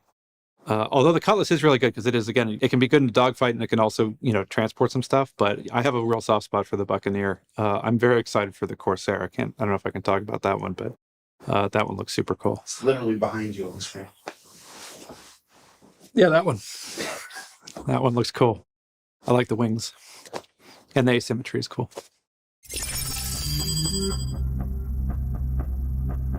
Drake Interplanetary is one of our bigger ship manufacturers, but they sort of, in a nutshell, kind of sell themselves as the bad boys of ship manufacturing.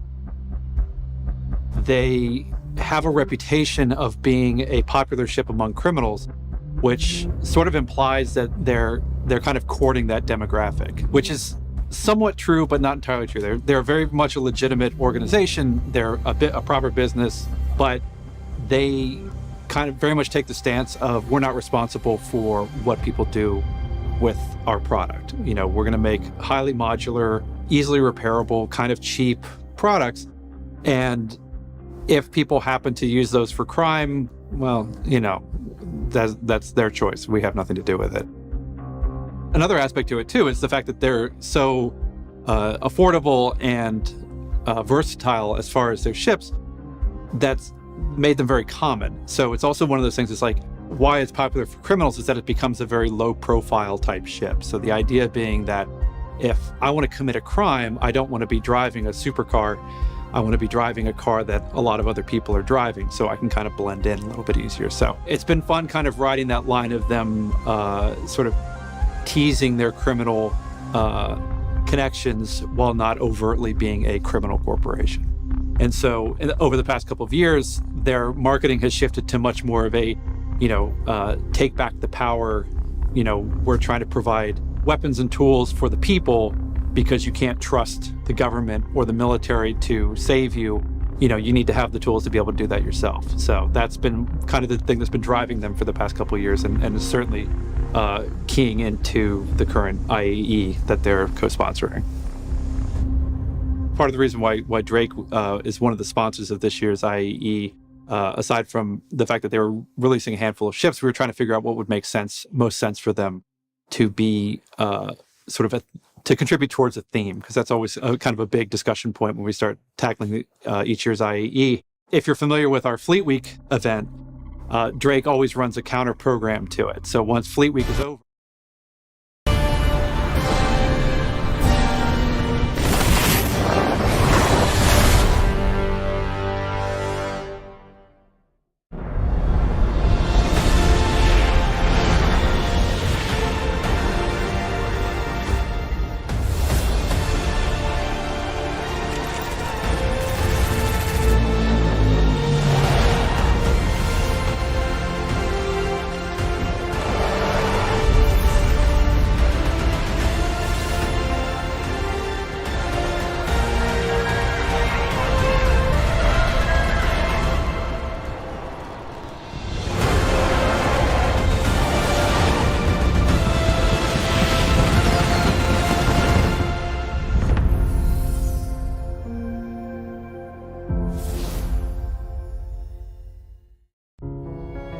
The Origin 600i has been called a symphony in motion, channeled to create the ultimate in luxury and performance.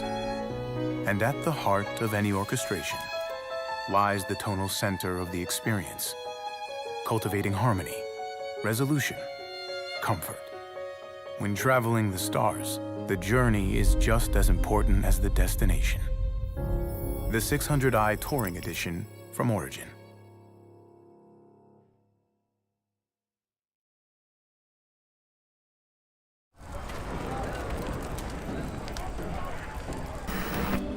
Are you tired of the pain of the drudgery of the boring ship? Are you waiting for your lucky day? Well, hello, lucky humans. It's us, your average friendly Banu Suli, specializing and excelling mightily in procuring and selling of many great and amazing ships. So many good ships from alien worlds suitable for humans. Don't go there. We'll bring them to you. Comfy human seat. Not made of human, probably. Humans love breathing. Our ship's full of atmosphere. Great for breathing. Your next great ship is waiting. We have it. It's right here. Come on down. Today, voted friendliest Suli. 3 years subsequent. Davian 4 Commercial Chamber.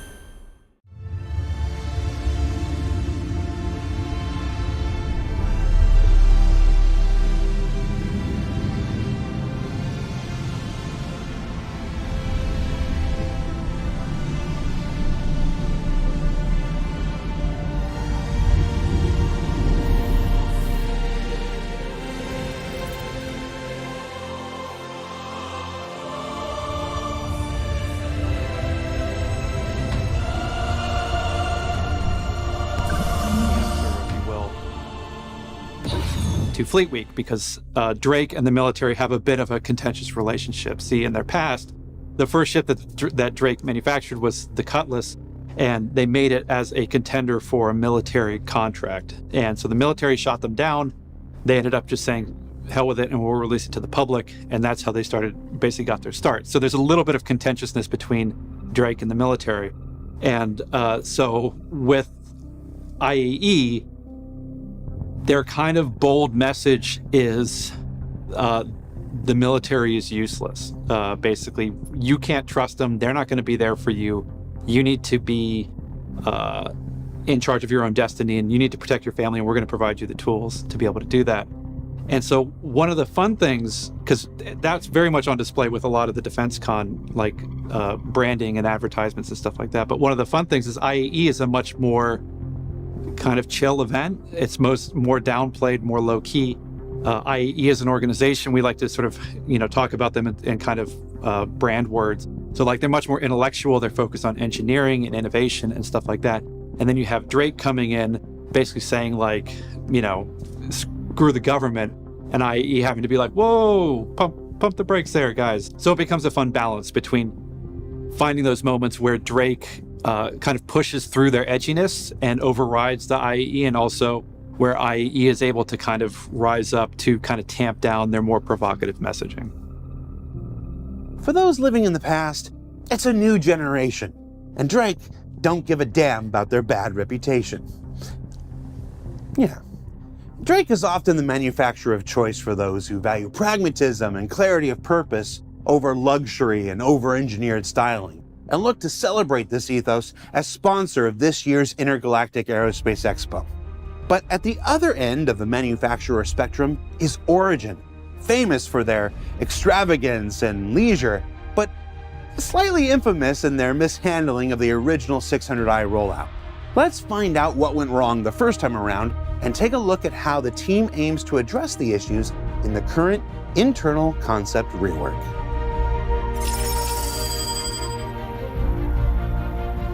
So the 600i, when it first came out, was one of those ships that we talked about in the past that has had a troubled development. The original 600i, its core issue was what we prioritized for space. The rear was a massive habitation area where there was pool tables and bars. And then you had the very front of the ship, which had the bridge and the captain's quarters.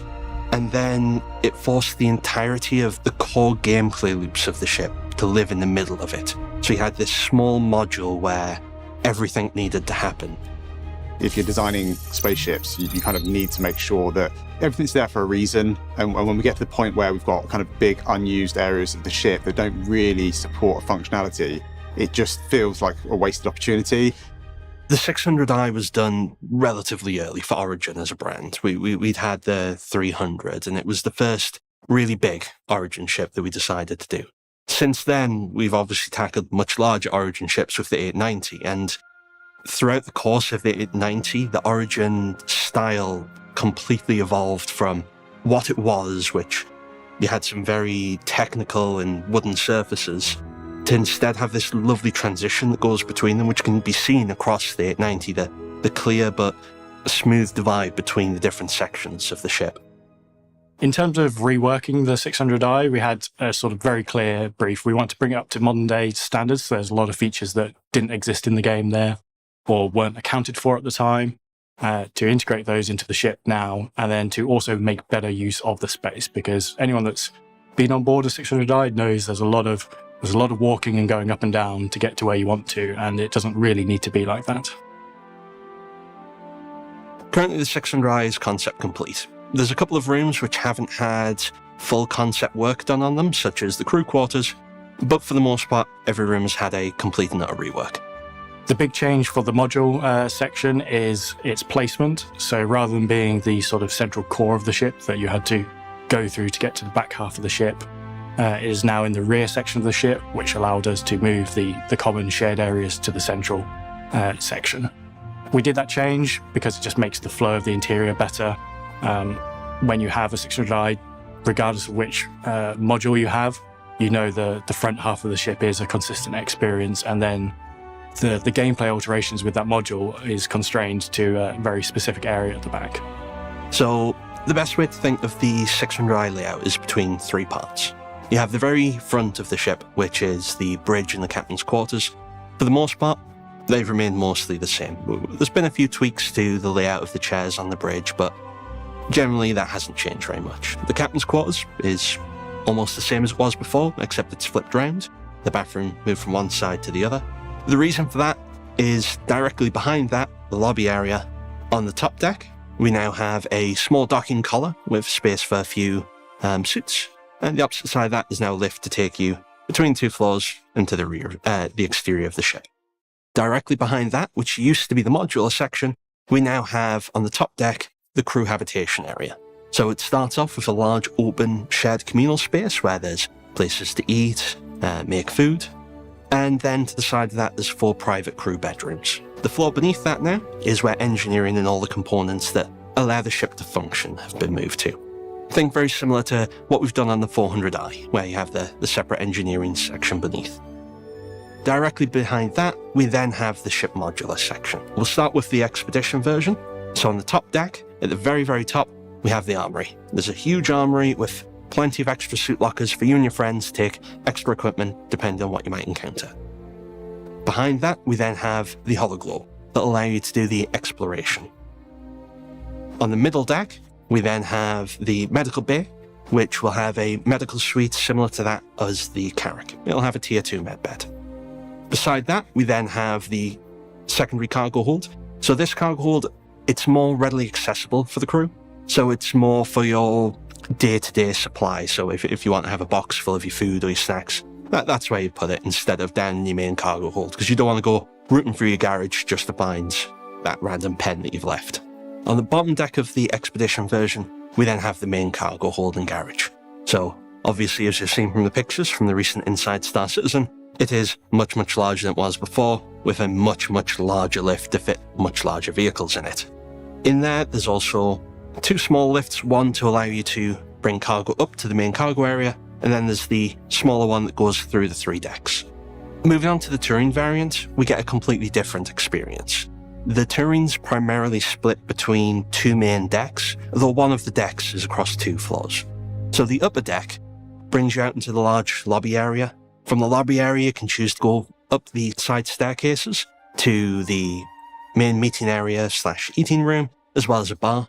And if you go left and right from there, you can get to the private guest suites.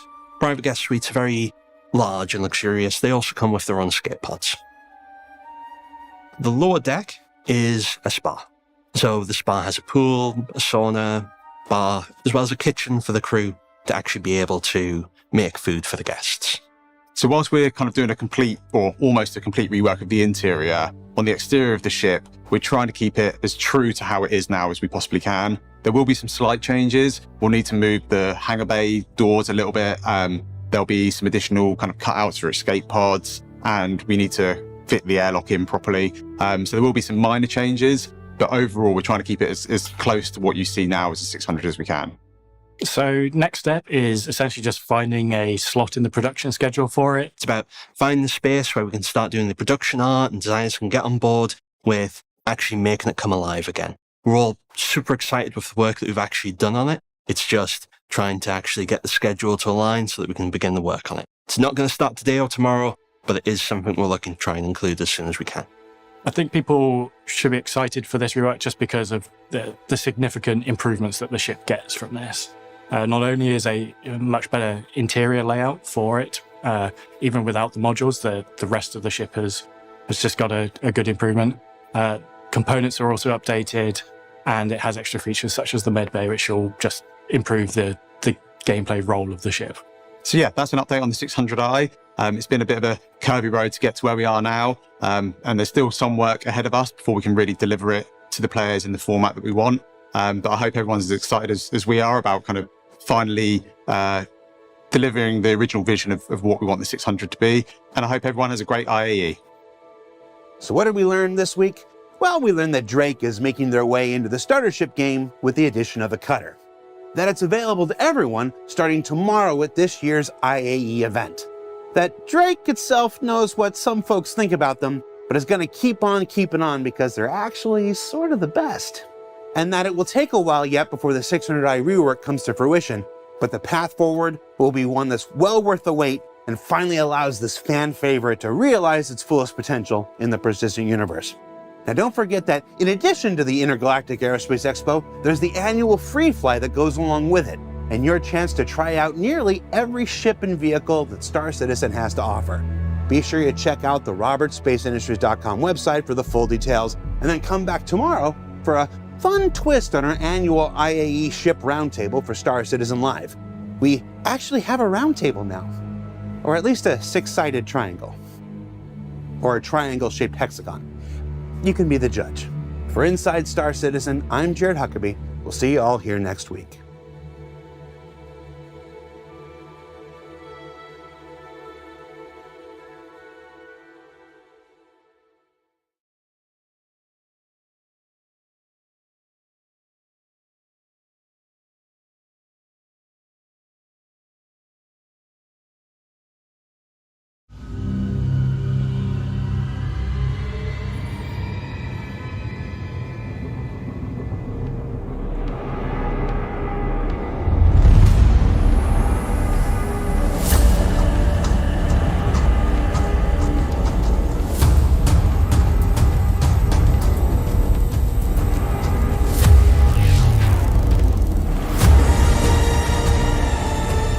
Going to do something that we've not done in Star Citizen before.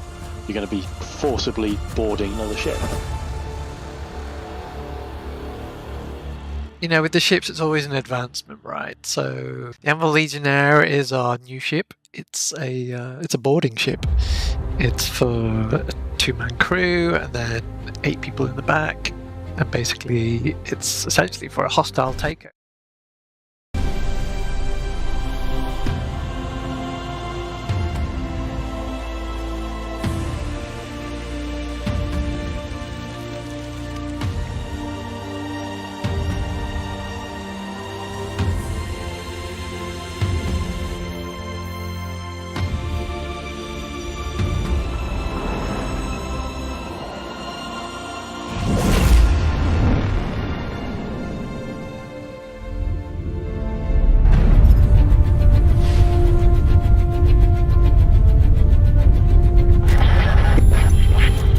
Please. The criminal gang known as the Ninetails have launched an illegal blockade of one of the sector stations. Crusader Security is calling upon any trained security professionals in the area to assist.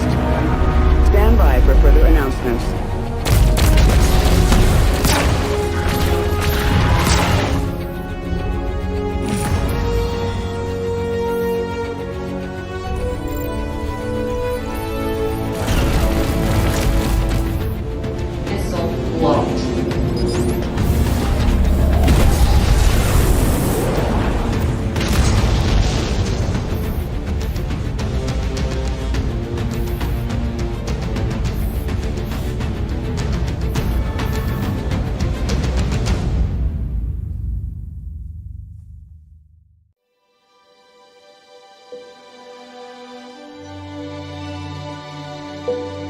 What's cool about Alpha 3.8? New planets, new tech, new features. It's like we're exploring new frontiers here, and that's pretty cool.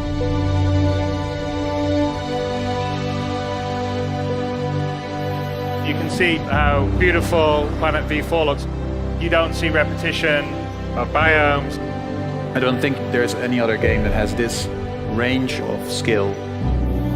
Microtech is the first planet which we approached fresh with V4. Without V4, we would not have been able to do it. So as the lore describes, you know, there was a terraforming accident, very, very cold planet. If we actually take a look outside, there is a ground snowstorm blowing in.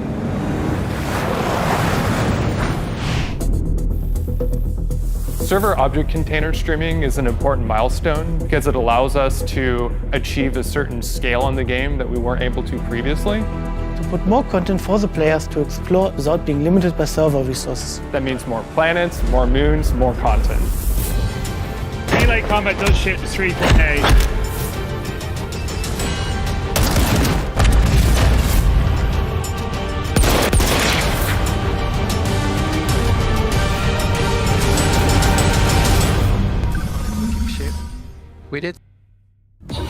some really cool stuff in like the experimental phase. We had like sort of crazy arms and things that could basically sort of latch onto ships. But I mean, ultimately, because you've got to take into account all the other ships that are in the universe that can be boarded, you kind of have to come up with a really sort of simple universal system, which is kind of why on this Legionnaire it is such a simple mechanic, essentially.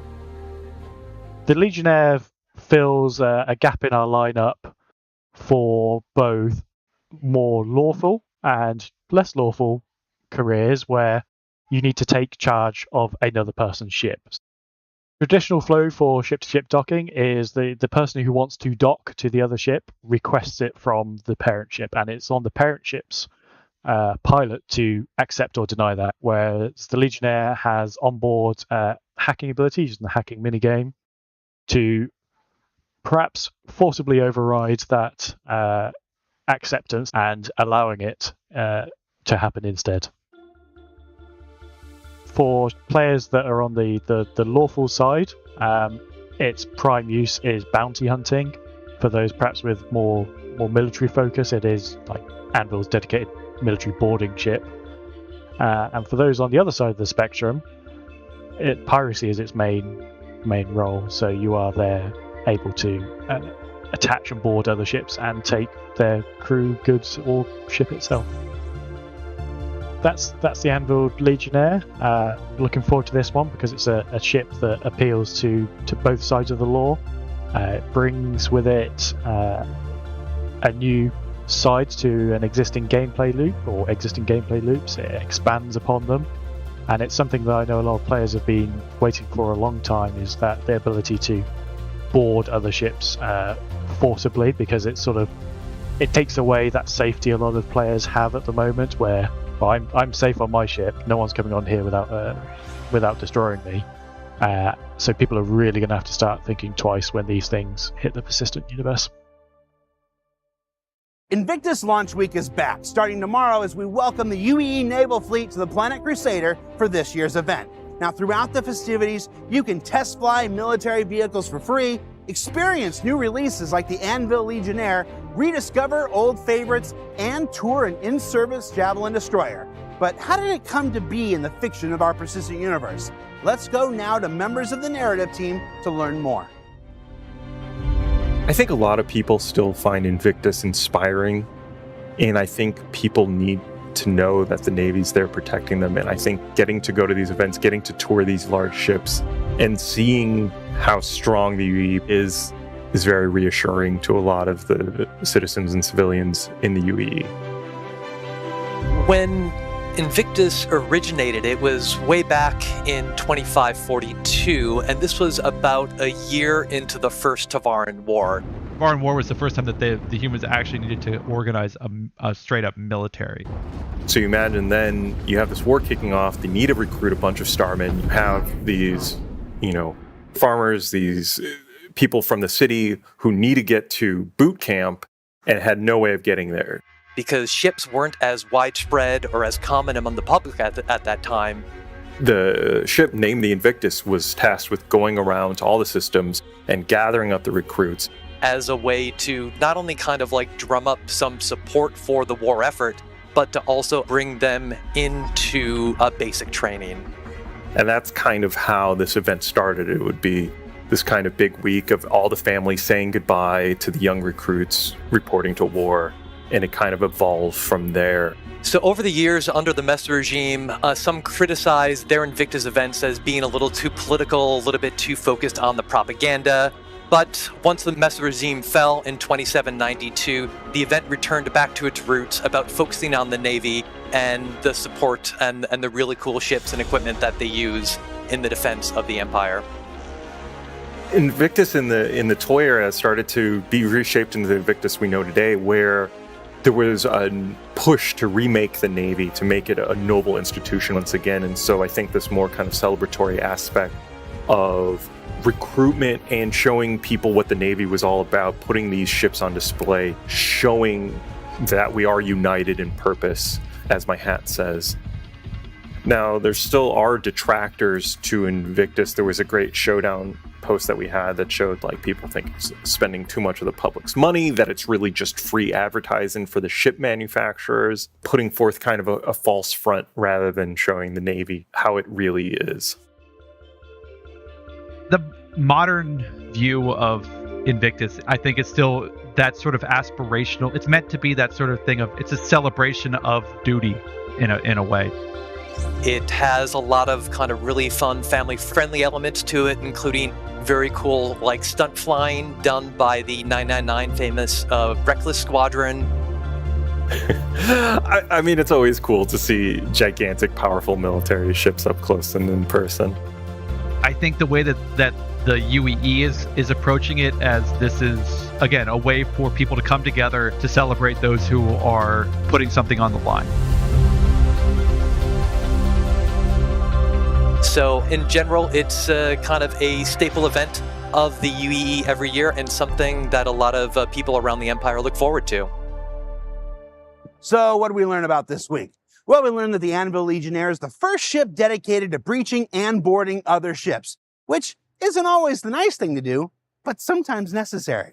And that Invictus Launch Week has become a mainstay of the persistent universe over the years, as well as your chance to tour the interior of a Javelin destroyer, if you're into that sort of thing. For Inside Star Citizen, I'm Jared Huckabee. That's the new Manchester office. Maybe we'll go inside next week. Oh, see you then.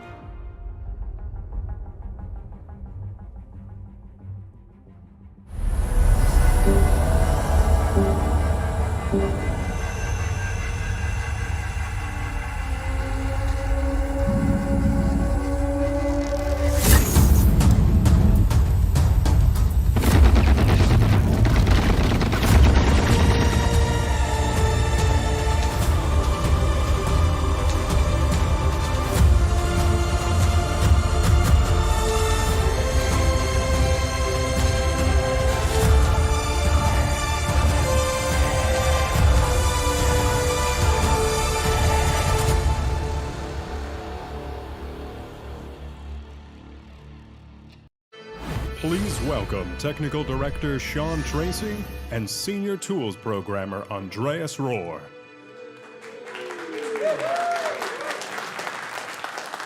Thank you. Well, great. Thanks a lot for coming, guys. Star Citizen, CitizenCon 2948. So I've been doing these for a few years, so it's pretty fun, and I'm super happy that you guys came to our talk. Because who cares about spaceships in a space game, right? Exactly. Let's hear about content and physics and claw simulations and all those manners of things. So before we get too far, I just want to introduce myself and Andreas. For those that don't know me, I'm Sean Tracy, the Technical Director of Content at Cloud Imperium Games. And with me on stage today is Andreas Rohr. He's one of our senior tools programmers out of Frankfurt. So thanks a lot for flying all the way out from Frankfurt.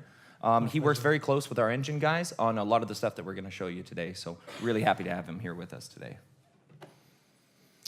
All right, so let's dive right in. Now, this is a bit of an introduction. I want to talk about what we're actually going to do here. So, environments and even characters in some cases within Star Citizen have arguably been a bit static, and recently the physics, engine, and game teams have been making a really concerted effort into helping bring some life into basically all our scenes and with our content using physics on our assets. So this talk is going to cover some of the work that they've been doing, and some of the features that Art and Design are now able to start using within Star Citizen and Squadron 42. So before I get too far, I really want to give a big shout out to the guys that have actually done this work and allowed us to kind of represent it and show you guys today, because this is super early stuff. We've only been kind of having this online in the last, let's say, month and a half, 2 months or so. So I'm really happy for guys like Chris Rain and the physics gurus over in Frankfurt to kind of let us show you this in a very early state. They were quite nervous, obviously, about that. I'm a little crazier. I want to show you guys all this stuff all the time. But of course, this is really important that I give them a really nice shout out. And we're really lucky to be able to kind of stand up here and represent those guys. Okay, so let's actually talk about what we're going to talk about. The talk is split into 2 sections. First, we're going to talk about environments. And this is going to include things like Planet Wind. We're going to talk about the wind entity, which is something new for us. We're going to talk about kind of an animated asset or content versus a simulated asset. So doing physics to move it around, or basically having some sort of pre-canned animation. Then we're going to talk about environment cloth itself. So this is our entity cloth, we call it. Then after that, I'm going to pass it over to Andreas, and he's going to talk about character cloth. Now, this is unified now with our environment tech, and this wasn't the case up until now. Then we're going to show you a bit of a demonstration with the implementation that we use right now, because obviously you do have cloth on characters and stuff in the game already. But it's a pendulum simulation versus a vertex simulation. Just show you guys the differences between the two. We'll show you a bit of the actual workflow that we're using and that he's still developing right now, so that the artist can work on this a little bit faster. And then we'll show you a little demonstration of a multi-layered cloth. So this is the thing that we couldn't really achieve before, this kind of content. And then finally, we'll talk about some of the physics of the future, I guess. Yeah, that's a nice one. We'll sell that one. All right. So why do we want to simulate things physically? Now, using physics simulation at runtimes in games is often preferable to using sort of pre-baked animations, especially when placed in dynamic environments. So what do I mean by a dynamic environment? Dynamic weather and wind, it needs to kind of support things like weather effects. You need to be able to do player collision. You need to be able to react to explosions that are nearby. You need to be able to react to AI collisions. All kinds of things that will change around it. So you can't just pre-can an animation asset and do that. You'd rather simulate that physically, but there's problems with that. Obviously comes performance implications and things like this, so we had to solve all of these. So generally when activity is going on near the objects, it should be reacting appropriately. The other thing to why to use these physics is actually content creation itself becomes way, way easier. When we have to make an asset that's just simply animated, it actually goes through a lot of teams. So it goes from design to art to rigging to animation.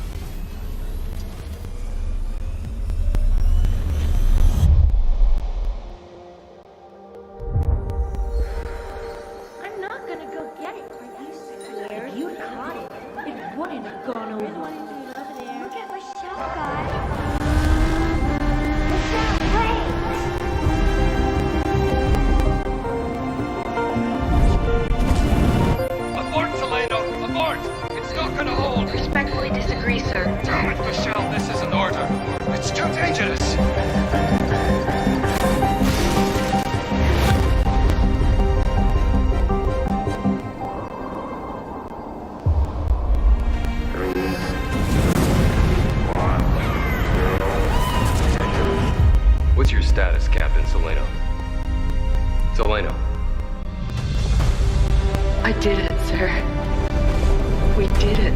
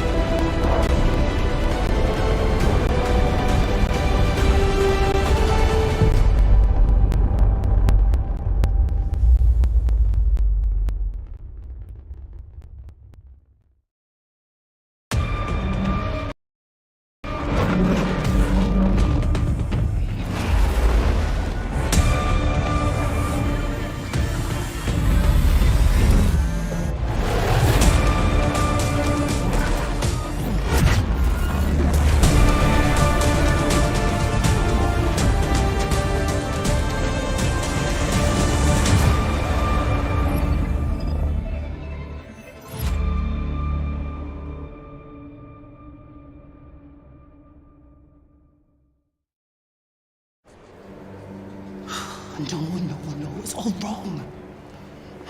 Well, the RSI Galaxy prototype didn't show, and now the piece is a mess. Well, figure out how to punch this up while I go prep the Anvil segment. Oh, come on, Jimmy, you're supposed to be good at this.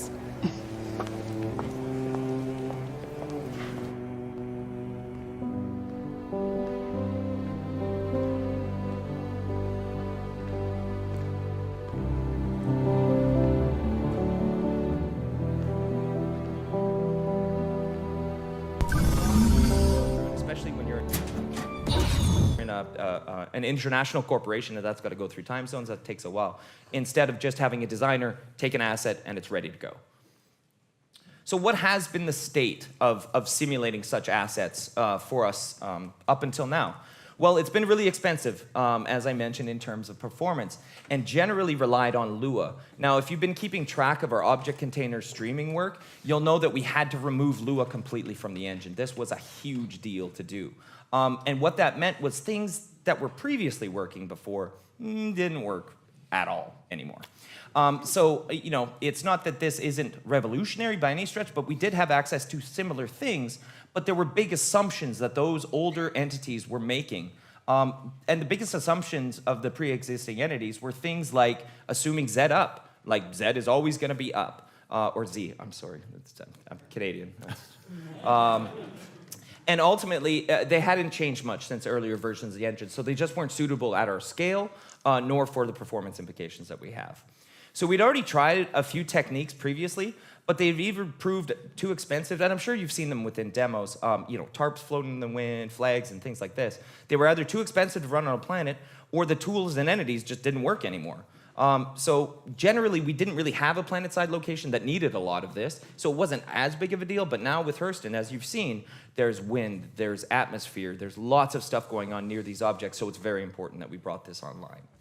So, and again, thanks to our amazing work by our physics gurus back in Frankfurt, new implementations are now usable by art and design for things like constraints, soft bodies, environment cloth, and last but not least, character cloth. All right, so we'll keep going. So, as you saw already in the demo, we have wind on planets. So even tweakable to each of the planets and even to each of the ecosystems, which is really cool. So this was created by our planet technology team. This helps give tons more movement and life to otherwise a really static environment. If you saw those trees just sitting there, not moving at all, it would take you back to the early 2000s, even early 90s of games where the stuff just didn't move around. As mentioned previously, this whole wind system, it did exist. We had wind for levels. But again, this needed to be rewritten to work in a non-flat 2D world, basically. This is actually, convolved around a sphere. So the wind, in the end, has to be relative to this a spherical position on the planet. So you can imagine how that's actually a little bit difficult. So changes were mostly related to making that work in 3D on a sphere. So the second type of wind, well, I'm sorry, let me show you a quick video here. So this is the savanna biome that you saw a little bit of. I'm actually right in front of the crashed satellite in this particular video. And I just wanted to do a quick pan because you see how much life already that brings. So you see leaves moving in the wind. You see it affecting the particles. You see it affecting the grass. And again, this is the wind flowing through. This just happens.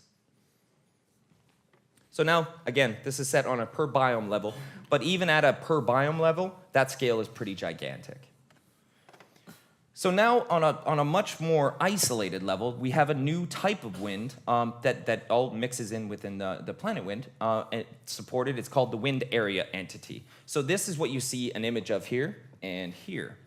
So the wind area itself physically simulates the air with a given resistance, viscosity, and it moves in a user-defined direction at a user-defined speed. And users, meaning the designers, basically. They can select this entity and set all of these things really, really quickly.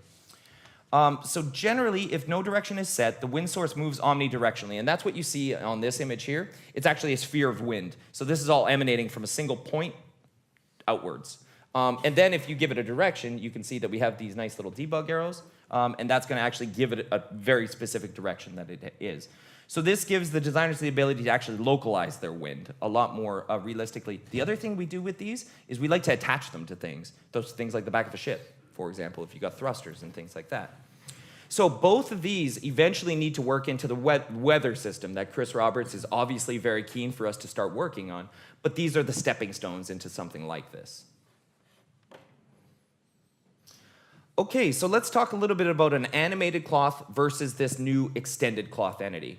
So sometimes animation is suitable to do, especially if the player's not going to be near it or nobody's going to really affect it. But again, it kind of has to go through a lot of people. So it's not that great because it's not affected by dynamics in the end. So let me show you a quick example of that going on. So on the left, on the left, sorry, we have a pre-baked one. Now, all these little gizmos you see there are actually joints. So there's 30, 40 joints moving this around. Now, these two tarps are actually placed on boxes. I've removed the boxes, obviously. So it takes a certain amount of markup to still get our entity cloth reacting to this. I've also got now a wind entity that we just talked about, and I'm going to move it over the dynamic one. Did the video pause? Why did the video pause? I'm sorry, I got excited and I clicked on it. So you see, as it moves around, that actually reacts very realistically to it. And again, it's marked up as if it's on boxes, and we do this just with vertex colors. So we can make an asset, we can mark it up, and as you see, when I move the wind entity over the animated object, nothing happens, right? Because this is just a pre-canned animation doing the same thing, and this will collide with players, this will move into any of the wind direction changes, and as you see, I'm just pulling it all over it. So if any explosion happens, if anything dynamic happens, it's going to react appropriately. So that sort of gives you a good example of, there we go, sorry. A good example of why sometimes you want to make this dynamic rather than pre-canned sort of animation. And again, it saves on our joints, saves on animation, saves on a lot of work. So let's show a couple of the features of this extended cloth entity. So this is kind of a fun thing. Now, our physics guru, Chris Rain, really wanted us to do this really nice sort of ship reveal with a nice satin cloth and everything, but we had a lot of work to do for this demo and some other stuff later on. So it's close. It's close to what he wanted. I hope he's happy with it. So the physics team, similar to the RIN, had to rewrite this cloth entity implementation completely from scratch. It was really important because we had some trouble with earlier versions, and it's not only that it didn't work at the scale of planets and assumed things like Z up, but there was other problems with the earlier implementations within the engine anyways. And most of these problems related to instabilities within the simulation, and what that would cause is something called, we kind of call it poly soup. It's like a big ball of polygons that just can't recover from the simulation. So you can't ship a game with that kind of stuff. If we shipped it out to you and you had an interaction like that, I mean, that's not acceptable to us, so we had to change that. So major culprits of poly soup are usually the topology of the asset itself, and without going too deep into it, the geometry being simulated has to be really regular faces, or the face areas have to be the same. Otherwise, you'd end up with this sort of poly soup ball. Ultimately, the issue was that the topology of the render mesh and the simulation itself were coupled. So basically, whatever your render mesh topology was, that was how it was going to simulate. We've decoupled that now. Lastly, we didn't have self-collision before, so cloth couldn't collide with itself. That's an important component because it means you can have freely flowing cloth, meaning not attached to anything. You've probably seen it in a million games. They have, a tapestry up on the wall or just something hanging from something. And very seldom do you ever see free-flowing cloth just moving around soft body in the world. So let's get this video going because I'm already going over time. Sorry. All right, so I've got a quick video. I just threw an M50 down on Daymar, and I got a couple deck crew taking care of it. I was getting lonely. So you see, I spawn up this cloth, and it keeps pausing. Sorry about that. I spawn the cloth in, and I just turn on our AI physics, and basically physics starts simulating, and that drapes over the ship just as you would expect it to. So now I keep playing around with it a little bit, and there's so many different properties actually exposed directly to the designers for something like that. So I need to mention that this is a hyper-efficient simulation, and there's a certain amount of, it's a user-defined variable for friction. Right, so we can pull the ship out, and I can change the friction so that that thing will slide right off, or it will kind of hold on to it. But now I'm gonna do something a little more extreme, and this is where you really need the self-collision.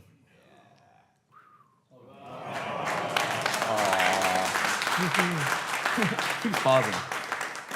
So there you can see it fold up upon itself, and we're going to run it again just to show you again. It never gets to a state that it can't recover in terms of the simulation, and it's always going. It's a purely deterministic simulation, regardless of the frame rate and time step size, which is a big deal for us. It's also unconditionally stable, so it's never going to explode and will fully recover. So, and I mentioned those wind entities before and sort of attaching to the back of the ships. And I was just wiggling it around under it just to show you how dynamic that stuff actually is. So let's say you had, I don't know, a little flag on the ship, or, you might have a Superman ship with a cape on it. Who knows? Why do these videos keep pausing? So I dropped it on the back, and I've got a little wind entity actually attached to the back, so let's turn on the ship. Yeah. And it blows off onto these poor guys back there. So we'll do that one more time because, I don't know, they need it. So now you can see their heads poking through. That was my fault actually on the topology of the asset itself. It just needed to be a little bit tighter for collision. And you can see that that wind is still going on and it flutters down onto them quite nicely. So I'm going a little bit over time, so I'm not going to go over too deep of the other things. But again, this is early times. You guys are going to see tons of this now within the environments. Yeah, I'll pass it over to Andreas, who I sucked up 2 minutes of your time. I am so sorry. Well, hopefully that's not going to be a problem. Thanks, Sean. All right, so I'm going to talk about character cloth. As Sean has told you, the solver had been rewritten completely from scratch. Previously, we've had 2 different pipelines, 2 different solvers, and that's always like a pain in the... It's a big pain to maintain these 2 things. It needs like separate teams to do that, and like, yeah. So the unification is really a big deal for us. And let me tell you a little bit more about how the previous system worked that Sean has mentioned, this so-called pendulum simulation. So imagine like the characters, all our characters in the game, they have this internal skeleton, which is made up of joints or bones, as they're called. And these pendulums are essentially extensions of these skeletons. So they were used primarily to attach more kind of rigid, like simple objects, like for instance grenades, attach them to a body, or like a rocket launcher at the back of your back. And whenever you moved, this stuff like wiggled slightly around. And it wasn't originally not really supposed to be used for more complex, simulating more complex types of objects, such as cloth, shirts, capes, trench coats, whatever. So what they did was, like in earlier titles that used the system, they created ropes of these basically joined chains and created several of them. Pick yourself up, mate. No time to feel sorry for you. Hello? Oh my god! Oh my god, this one is crazy! He's poking him with this. Still alive! Oh, there's one of those new Anvil C8R ambulance snubs I've heard about. Oh, hey Jimmy. Hey. Oh, you've been watching these videos, right? Oh, this one's crazy. Seriously? Oh, it's great stuff. Jax has been beaming it in pyro. What? Well, we'll have you back out there, patched up and save lives as soon as we possibly can. If I can work out how to use this built-in medbed. Jimmy? Where did he go?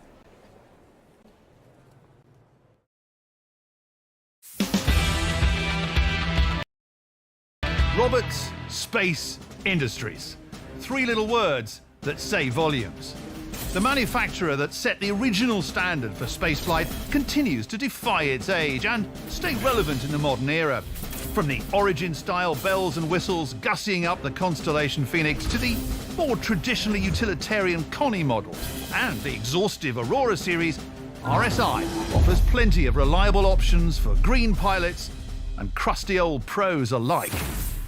And of course there's RSI's more aggressive side, exemplified by this lean, mean interdiction machine. Behold, the Mantis. A perennial favourite of law enforcement agencies and the scourge of space scum everywhere. That little doohickey in the front there? That's a state-of-the-art WATEC quantum enforcement device, or QED, and where the Mantis gets its bite. This little beauty can rip a ship out of quantum with ridiculous precision, a privilege that has previously been restricted to responsible and qualified pilots. So what do you say we test her out? Roomier in here than I expected. But a spacious cockpit isn't why the Mantis has the hearts of law and ordery types aflutter. Let's get down to business and see if this thing does what it says in the brochure. Now, Jimmy is in a trusty Aurora around the other side of the planet. I'm going to fire up the QED, and when I give the signal, Jimmy is going to attempt to QT right past us. Here we go.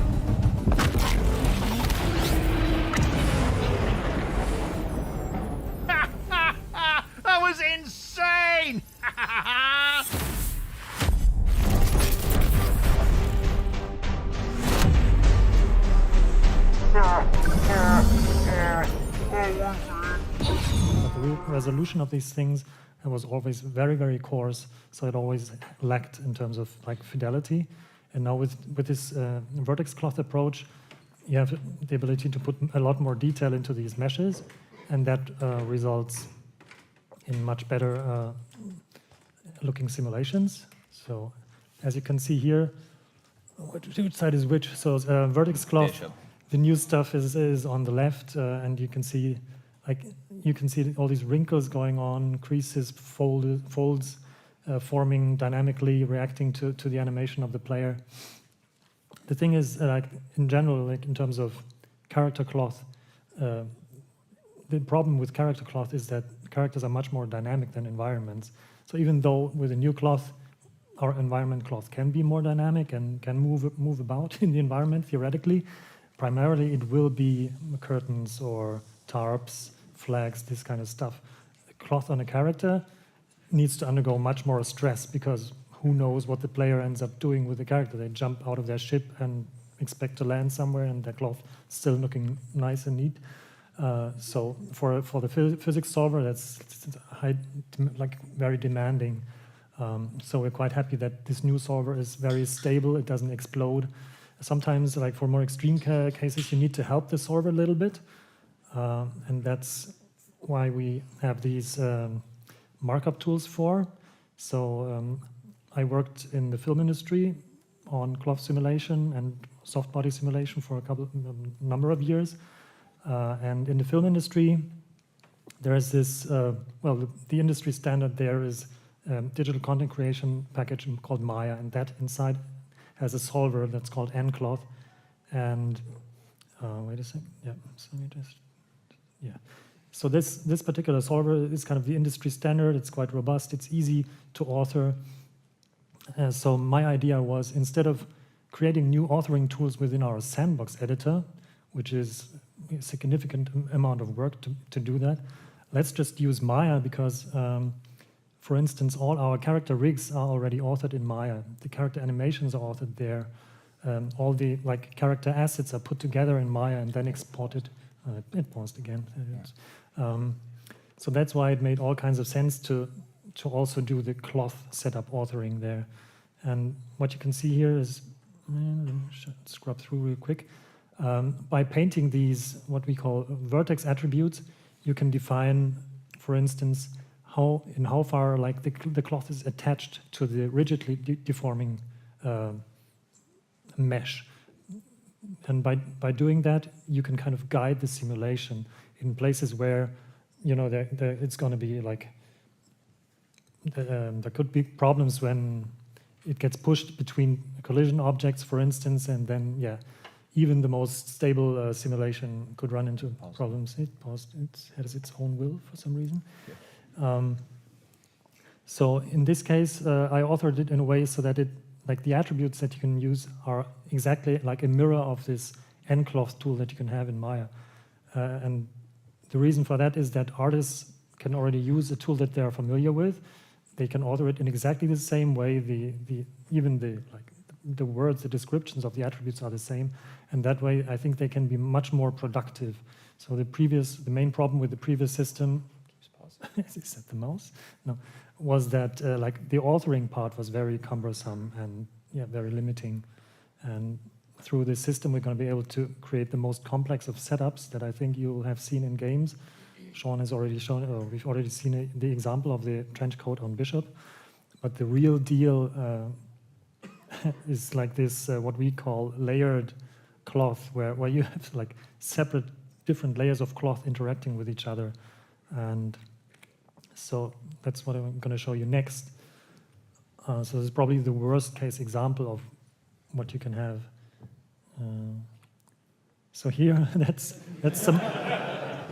That's not the final product, but I do it on purpose. Yes, I think when you're a physics programmer and you've been working on your code for so long, the first moment you see stuff like that, it's like you're super happy because that's already a big breakthrough.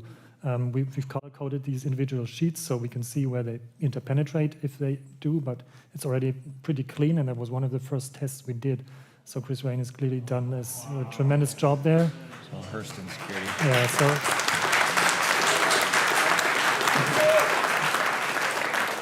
Yes. So that is one of the Hurston security guards, I think, and yeah, it's just amazing how complex this stuff is, and it still looks like impeccable. It looks similar to like an offline cloth simulation. And ultimately, with this system, what I'd like to do is like simulate as many objects as we can. Like currently, most of these more like dangling, free-hanging cloth things are simulated. But there are other things, like even if you have like trousers that aren't super tight, even if those have like a tiny amount of degree of freedom to move, then your entire animation will look more dynamic and more believable. And if we end up doing this on the entire body, I think we'll have really like amazing looking characters in the future. Right. So talking about future, yeah, Sean is going to give you a bit of an overview of what's coming up next. Sure. I'll just let that one play out here. I was manually looping that last bit there. Well, yeah, thank you. Yeah, you're welcome. This was some great work, literally in the last week, from some super good tech artists, Gage Hallman, Marcy Lee, Chris and Forrest, as well as the physics programmers helping them out. So Chris Rain and the physics team there. So big props to them for doing this. There was no clipping in that at all. That was the idea. So the comment was no clipping, definitely. And that's the whole idea of it, that there's self-collision, that we can do that layered cloth, and it's not necessarily something that we could do with pendulum cloth before. So it's going to let us kind of do the Queen Amidala cape, dragging on the ground, going down the stairs, and these kind of things is going to be pretty awesome. So some of the future stuff that the physics guys are okay with us kind of mentioning a little bit, something called deformables. This might be something where this is all R&D and kind of, hopefully we can do this. But this was something we tried out in one of the early games on an earlier implementation of the engine. Deformables is something that will react to an explosion force. The easiest way that I've ever had to explain it is like, imagine it simulating like a cloth for a single frame. So that once something deforms and it holds rigid. So we could deform things like sides of the ships, sides of buildings, doors, train containers, whatever you can think of. So train containers, sea containers. Yeah, there's trains in Hurston, we're good. Further performance improvements, it's already orders of magnitude faster than what we had before. So this is going to be very, very accomplishable within the game, and you guys will see it quite soon. Tessellation, so even getting further to basically density on those assets that you see. Something we mentioned a little bit called sign distance fields. That's something I was hoping we could talk about today. Not quite ready to talk about it. This is something we're going to do to massively optimize collisions and to do some work basically with effects like shields and things. To just make them conform a little bit more to the ships. It's going to be quite nice. Tearing, so imagine that cloth being able to tear, maybe shoot some holes in it. That'll be quite cool.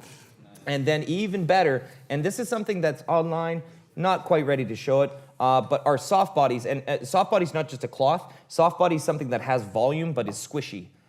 So like a pillow or like a duvet or something like this. So then on top of that, we want soft body to soft body collisions, of course. So that'll be quite cool. And many more things that I'm sure are sitting in their brain that will come up. Yeah, of course. So with that, we want to give some big special thanks in alphabetical order. So that to Ali Brown, Director of Graphics Programming, Chris Rain, as I've mentioned, senior, I'm actually not sure what his title is. He's a physics guru. That's fine. Math wizard. Gage Hallman, tech artist on the cloth. Forrest Steffen helped with the captures. Ivo Herzeg, implemented that pendulum simulation that we are sitting there talking crap about. Jens Lind, gameplay engineer. Milan Paycheck helped us all with the management of this presentation. Marcy Lee, one of the tech artists doing the work on the asset. Rob Dixon, a tech artist in the UK, also working on the asset. And then Thomas McCallick, I'm probably saying that wrong, that did the help. So big special thanks to those guys for helping us do this talk, basically, under pressure, definitely. So thanks for the time, guys. Really appreciate you coming.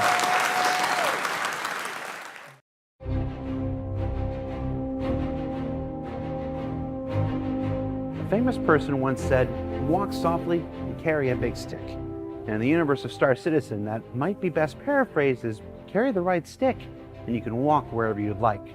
Whether you find yourself walking the savannas of Hurston or beneath the surface of ArcCorp's moons or even within the confines of massive ships like the Reclaimer or the 890 Jump, When conflict arises, it's important you have the right stick for the job, whether that's a new pistol from Bearing or a machine gun from Klaus & Warner. Let's go ahead and let Johnny tell us more. Do you want the action shot? So, we were watching some of the videos from like 4 years ago that we did here, and a lot of them were literally like camera behind them. They turned around and was like, and then started talking. It was great.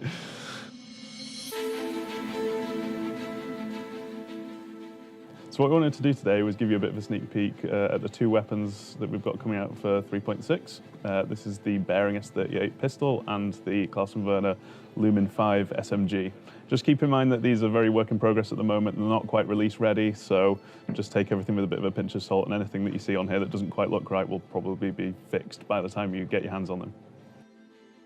We'll start with the Bearing S38 pistol then. So here it is in game. So this pistol is kind of a bit of a middle ground between the LH86, the Gemini pistol that we've currently got, and the Castak Arms Coda, which is the big old-style revolver kind of 50 cal pistol that does, you know, really heavy damage, fires incredibly slowly, whereas the L86 you can kind of fire incredibly fast and it fires a bit lighter ammo. So yeah, like I say, this one's a bit in between the two. So you won't quite get the same fire speed as you can from the L86, but you can still fire quite fast at shorter ranges, and it's still reasonably accurate from the hip. But you'll also find that it's actually pretty accurate at longer ranges as well. You're still hitting reasonably reliably at 30, 40, even 50 meters with this handgun. If you eat while doing it, I could feed you if you want. All right. Let me just. The agents seem so stuffy all the time. If my job entailed snaring ships out of QT, I'd be happy as a clam. Although, I suppose today my job does entail that, and I don't have to deal with any violent criminals. Just Jimmy. So, when we're supposed to. Stick around for more from the IAE and Whitley's Guide.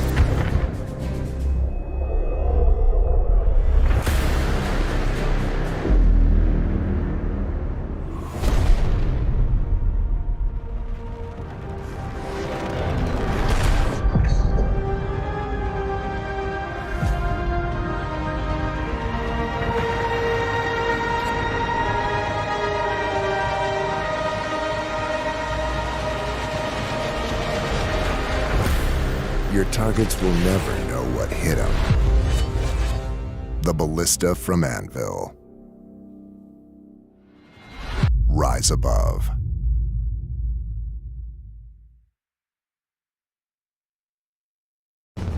For 2950, the Intergalactic Aerospace Expo is continuing its tour of Stanton, landing on the snowy slopes of Microtech.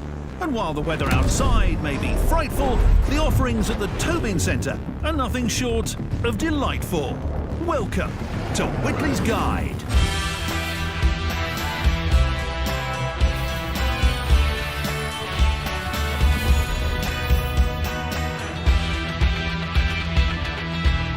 Here in the consolidated Outland Pavilion, they're gearing up to unveil Silas's all-new Nomad.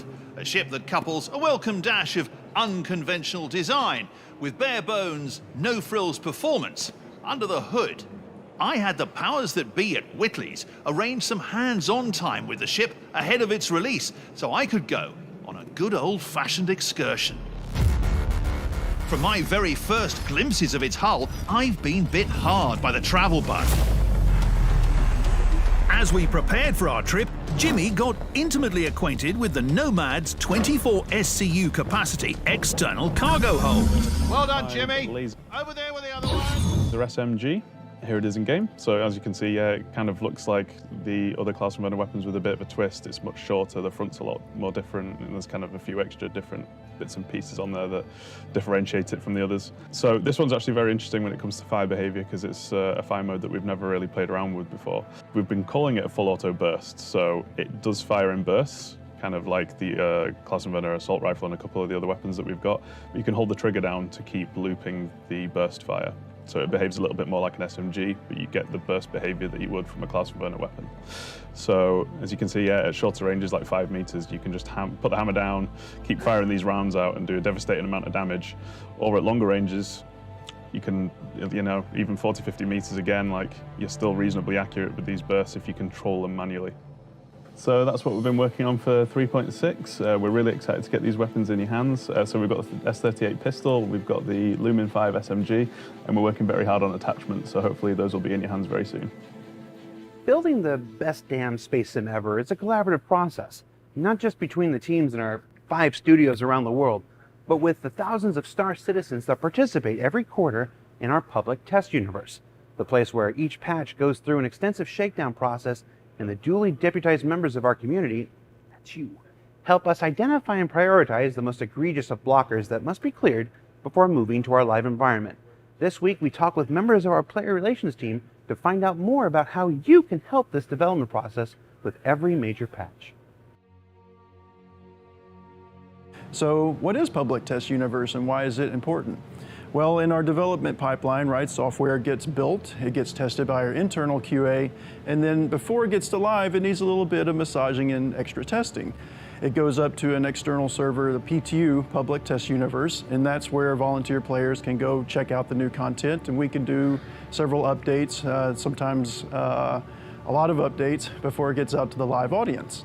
Yeah, another thing we can do with the PTU is we can actually be a little bit experimental, and a good example of that was during IFCS testing. We can tune numbers and give it to players, see what they think about it, and then tune them again and give it back and see what they think about it and kind of work iteratively from there. So we have several waves. The first wave is the Evocati wave, and these are usually our most dedicated testers. They spent the most time playing the game, they spent the most time on the issue council, they're very familiar with the game and the systems, and we throw them basically our rawest product. This stuff is very new, it's very fresh, it's very buggy, but they're able to identify those bugs easily and quickly because they're so familiar with the gameplay. Out of that, we run several surveys to collect the feedback. The feedback at that point gets collected by Michael Bayor-Smith. He coordinates with Jake Ross in production. And we put all of that feedback into various silos. That could be flight, that could be missions, that could be characters, that could be grouping, you name it. Well, that goes into the development pipeline for future updates. When we go to wave 1, which is concierge subscribers, we're usually looking for higher concurrency to let us test load on the system, to let us test lots of players playing at once and lots of players pushing the services in all of our systems very, very high. And then we expand from there when we want more and more players as we're going on into wave 2 and then finally into everybody. So the whole wave system, starting with Evocati all the way through up to everyone, is a really good way for players to engage with the development and for development to see how players are playing the game and just work back and forth across that line to sort of build the product together and to test it together and make it better. And we also are still listening when we go live. That's when we're still collecting feedback, we're still working iteratively, we're still looking at all of your comments so that we can move forward into the next build and make corrections from there.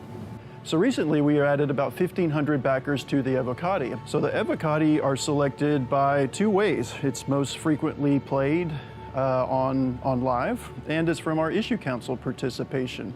If anyone is interested in getting involved in Evocati, play more, get on the issue council, you're going to get selected on a long enough timeline. Hey everybody, you know what time it is? What time is it? It's sprint report time. What the hell was that? Use that, we're using that one, go. Trains. Everyone loves trains. And our EU feature teams have been working on transit tech improvements like this demo of a new train manager that expands the number of cars that we can have on a single line. I'm looking at you, Lorville. Now this new system will let designers set an interval of how often they want trains to appear at a station, and the system will automatically generate the appropriate amount of cars and time them to achieve their goal. In ship damage news, have you ever noticed how you can damage a ship and strip away the outer hull, but once you separate apart like a wing, the personalized damage you've done is gone? Well, not anymore, because our US feature teams have been working on shared UV2 damage between ship hulls and their debris.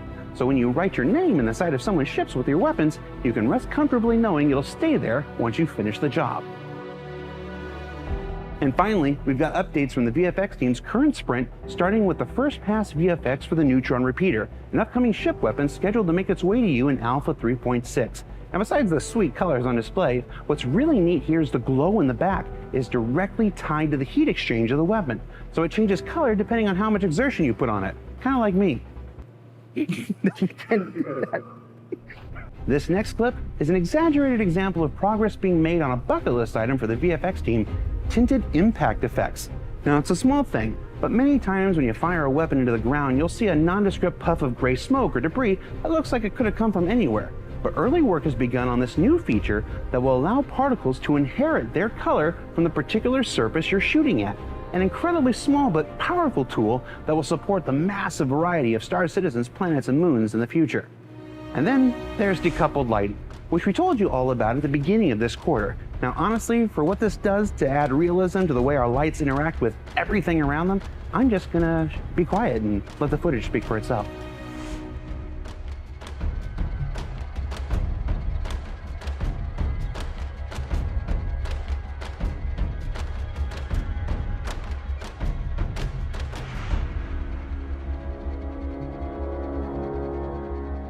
Parasite craft, snub fighters, little ships that go inside big ships.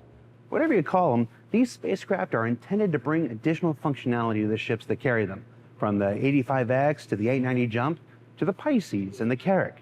These ships bring additional character to the Star Citizen universe. And this week, Elwin takes us on a tour of the current updates to our original snubs, the Merlin and Archimedes from Kruger Intergalactic. We've got two cool ships coming to Star Citizen very, very soon.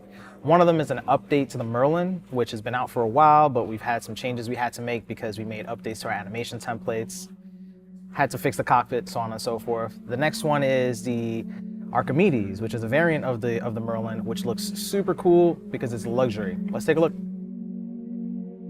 So this is the Merlin that you know and hopefully love, but not really because we've made some changes to the exterior of the ship. It's very minor in terms of the geometry. It's all essentially the same thing. We've just kind of optimized it a little bit. The main difference is that we've given this a real clear coat shader. So you can kind of see here the reflection. I mean, it's hard to see the reflection in this environment, but you can see the spec highlight very strong. So we've got more of a car paint that actually looks like real car paint actually working on this thing. And in conjunction with that, we've gone ahead and updated the wear on this. So while you will not receive it this way when you buy it, hopefully, eventually it will be able to sort of rust away and get extremely worn. So there's a little bit of work that still needs to go into this thing, so that way we don't get the spec highlight in the wear areas, but it's looking really, really cool, and the tech's working really nicely. Another thing that we ended up doing here also was going through and sort of redoing the cockpit lighting. And we did that because when you do sort of video conferencing from one ship to another, it was lighting characters in the cockpits incorrectly.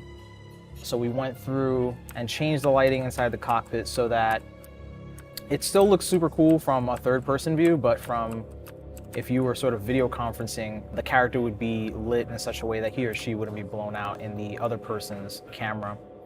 We also did a little bit more tweaking on the lighting here in order to get the glass for the HUD to show up a little bit better, which is kind of cool. And we've also did a little bit of mood lighting for the weapon in the front because it's always nice to see the thing that you're gonna blow people up with.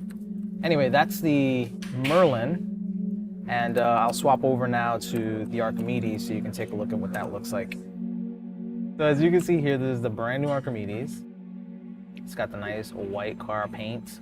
It's got brand new racing thrusters in the back, because it's much faster than the Merlin.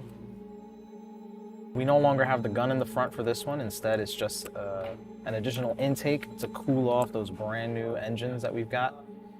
And in addition, we've got pretty snazzy, a little bit more luxurious cockpit. We've got that white paint continuing onto the inside. And we've also got some custom mood lighting in there, which you can see here, a little bit of the nice mood lighting on the inside that's a little bit warmer as opposed to the Merlin, which is much cooler with all the blues. The other thing you can notice here too is the wings. This ship has winglets on the edges, so it's got a little bit better maneuverability as well. It's overall a really cool ship. It would be very hard to get shot down on this thing. So that was a quick look at the Merlin and the Archimedes. The artwork is being done by Daniel Kamensky, one of the good artists on my team. Yes, go Daniel. Doing very, very cool work. So I think it's looking really cool. I hope you guys really enjoy it. It should be coming out in Alpha 3.6. So stay tuned. It should be playable for you guys very soon. So what did we learn this week? We learned it's impossible to have too many options when it comes to FPS weapons that are right for you. That your participation in the public test universe and issue council makes for a better overall Star Citizen experience when patches go live. And the Merlin and Archimedes weren't actually named after the Wizard and Owl in that animated movie from my childhood, but my headcanon still says otherwise. To our subscribers, our thanks each and every week for making this show possible. And to the Star Citizens in over 170 countries around the world. We'll see you next week.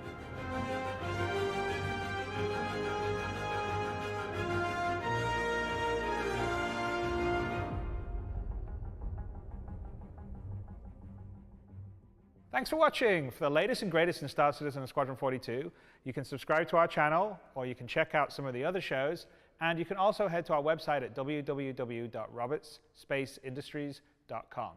Thank you very much for watching.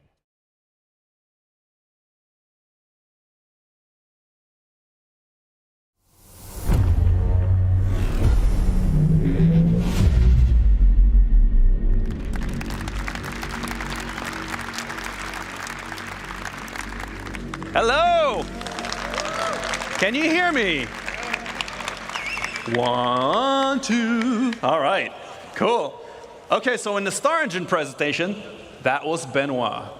In this one, edible food, and air traffic laws, we were able to really flex the Nomad's muscles. Where's Jimmy? Let's test these triple shield silos are going on about, eh?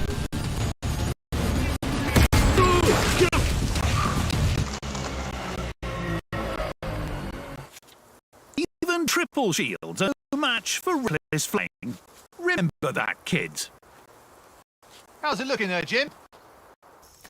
After sharing a few campfire stories, Jimmy and I decided to turn in under the stars. What was that? Jimmy? Jimmy? The onboard bed provides that extra level of security someone of my stature is used to. And convenient access to the laser readers made me rest extra easy.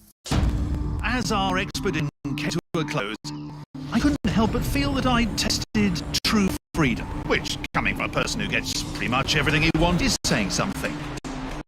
As I spooled the quantum drive one last time, I knew I'd return to civilization, a changed man. And I'd never need to shower so badly in my entire life. And here we are, Jimmy, safe and sound at IAE 2950. Now, it looks like they're getting ready for the official announcement, so take over, would you, Jim? I've got to get over to the VIP lounge before the open bar closes. Back in 2944, we aimed to reshape dream spaceflight. Since then, much has changed.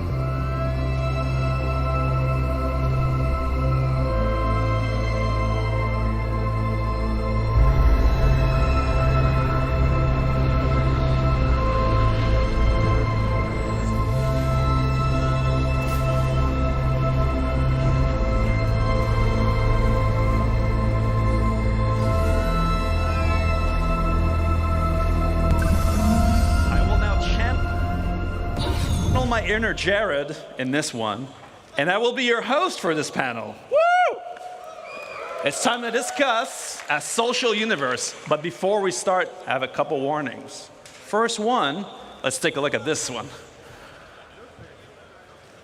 I took this in our last technical preview demonstration, and God, I was so happy to see all these people on the train.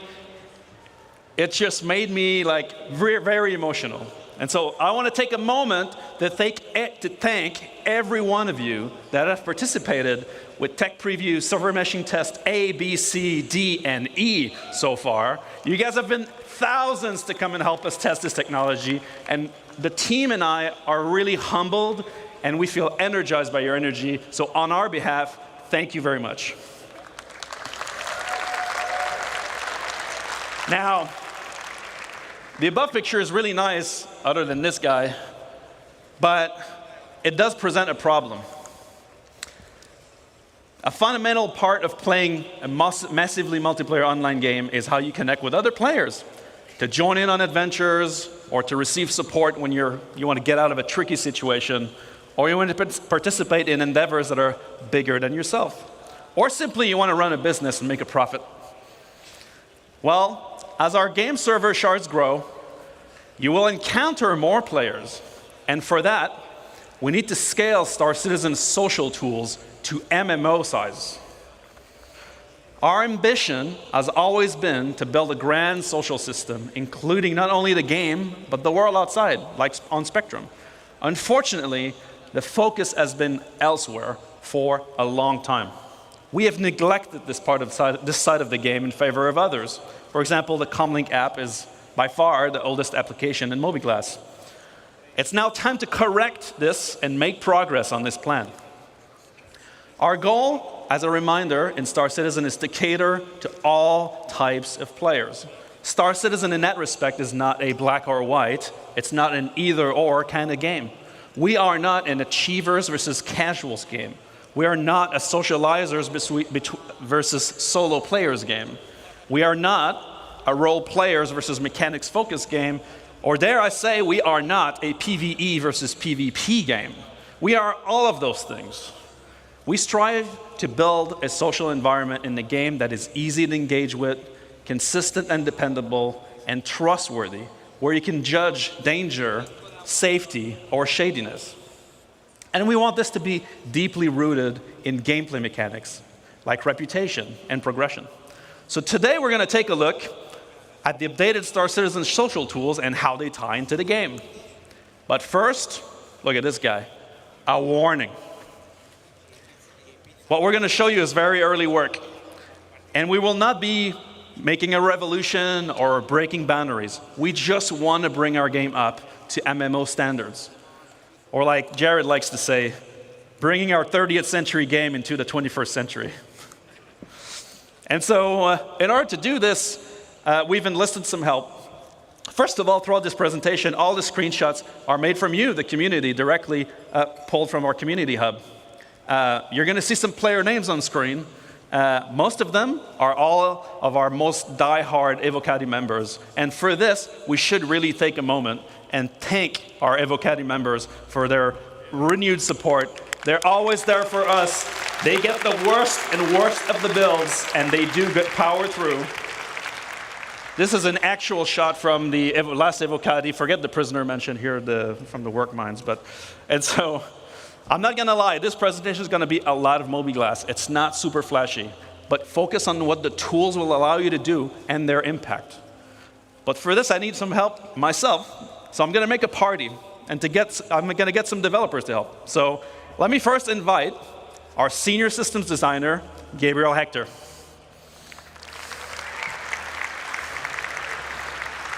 Hello, CitizenCon. Hope you're doing all right. And Ben, you forgot to cover the Swedish before in your earlier introduction, so tjena. Ah, nice. All right, we need some more. Let's invite Assistant Design Director, JJ, to the stage. Hi, guys. My spot's quite far away. Yeah, no, you walk it out. Walk out. Okay, so social universe begins with your friends. That's your closest group. It's the first go-to when you want to play. Our current friend system is dated, and it includes things that are, well, not really friends. So my first question goes off to JJ to kick us off. What are we doing to improve friends and friends management?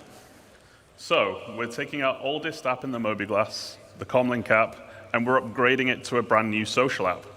And this is now going to be your one-stop shop for all of your friends and group gameplay.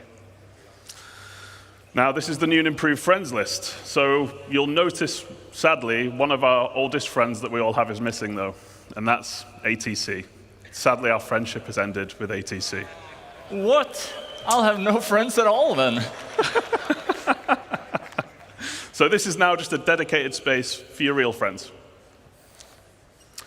So you're now going to be able to see what those real friends are doing with richer presence information. So giving you better awareness of where your friends are, what they're doing, or if they're not on, when they were last seen. And then you'll also be able to reflect your own status. So you can let friends know if you're away, don't want to be disturbed, or if you just want to hide offline for a while.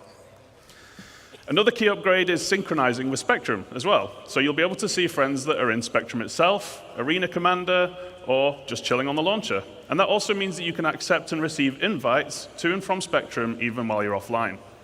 And throughout this presentation, any functionality that is shared between the game and the web and the launcher, we're aiming to synchronize across all. And speaking of synchronizing, when we have multiple characters, your friends will be shared across all of them too. Nice. So some people are real socialites. I know, I've seen them. They have a lot of friends. I'm talking multiple pages and pages of friends. What are we doing to help management of huge friends list? Nice humble brag, Ben. Well, in fact, we are giving you the ability to add notes to your friends list so you can remember, hey, this is that cosplayer that I met at CitizenCon 2954. Or maybe it's JJ's super weird username. This is JJ. Also, you can add people to a favorites list, meaning that the people that you interact with most in the game are always going to be shown at the top of your friends list for your convenience. Additionally, we're moving the voice chat into the social app. And, well, why? Who are you going to call? That's the question. You're going to call your friends. You're going to call your party. So this is where it should live. Seem to have got a lot of UEC there as well, Ben. I swear to God, I didn't dupe any cargo. This is just my personal allowance. Yeah, sure. All right, so that's all cool for your close buddies, but the one thing that always happens when you meet people is that some of them aren't nice. Abusers, pad rammers, active griefers, you know? Currently, we can't do anything about that in the game. What are we doing to help the situation? So in addition to the friends list, we're also now going to have a block list. And we like to think of block people as reverse friends. They're just people that you really don't want to talk to anymore. So what we're trying to do is we're doing something called blackholing them from communications. So you can't see them talk, and they can't see you talk anymore. And not only for communications, whenever you see some of these other systems we're about to talk about where you can group up, we're going to make it harder for you to see each other as well.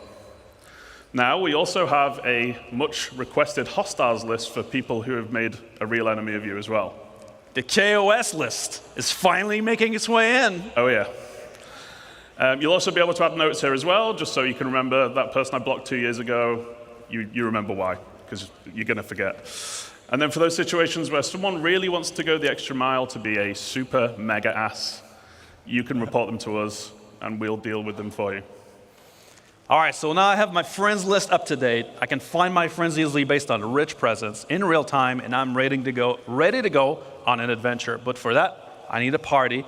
The party is at the core of the social experience when you're heading into a mission, meeting with other players, or whether they're a friend or not. Our party system is very bare bones at the moment. It does have some cool features, but what are we planning to improve parties? Yeah, so as you said, it does have some cool features like party launching, the party markers, quantum syncing. It's all good stuff, but let's take a closer look at the new features of the party list. So, with server meshing, we are right now at a unique opportunity for us. So we already support large parties, But we want to do this well. We have been seeing what you do in the tech previews, and people have been partying up in hundreds. 100+ people in one ship? Come on. And that's all right. We just want to make sure that we're adding better support for this, like search functionality, making it easy to find people in your party. Also, just like we did with the friends list, we're adding rich presence here as well. But for the party, you're going to want more real-time gameplay-related info, like if someone's downed or dead or maybe offline for some reason. A big thing, though, is the ship and seat breakdown. So you will see, yeah, maybe that's worth applause. So you will see all the vehicles that your party members are in, as well as the seat that they are in. This will give you great situational awareness and allows you to coordinate better than ever before. It's essentially a mini fleet manager. Okay. Oh.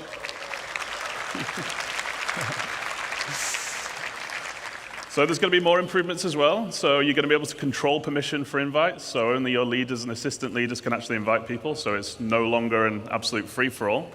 And we're adding an absolute MMO staple as well, which is the ready check. So as we add more and more challenging group gameplay, you're going to be able to coordinate a lot better. And while we're talking about group play, and maybe it's unwanted group play in this case, we're improving the quality of life for our streamers as well. So we'll no longer have a shard player list. We're going to be obscuring things like your on-screen name and location and so on, just so you're a bit harder to find.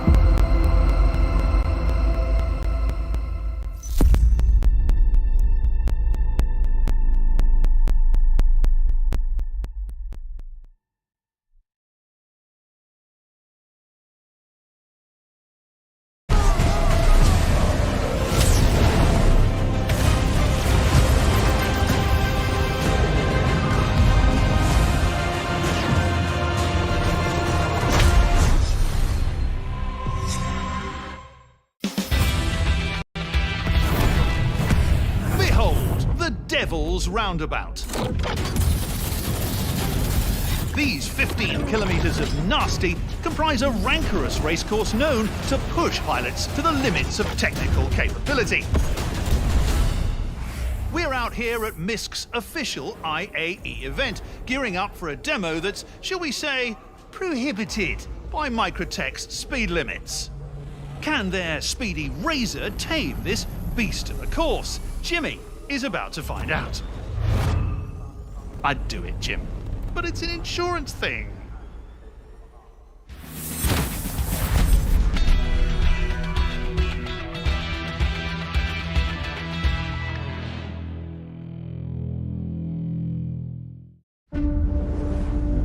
Most folks, they see a wreck, and they just see a bunch of junk. Not you, though. You see a gold mine.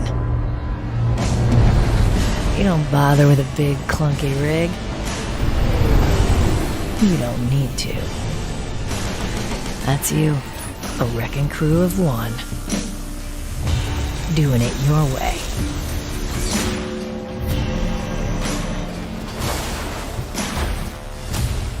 One crew's wreck is another pilot's riches.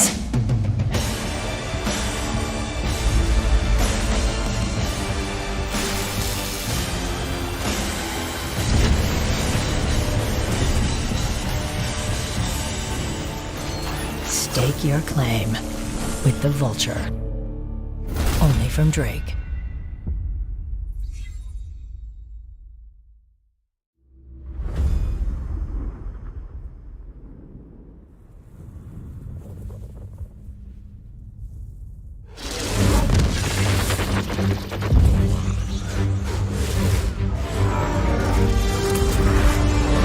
Come on, Dugan! We kill you to fly a little? That's crazy! I don't know what you're griping about. I just liberated you from those miscreants. More like kidnapped. Do you want me to give you back? Not particularly. Pretty cool. a party for the eyes. It's a party for the eyes.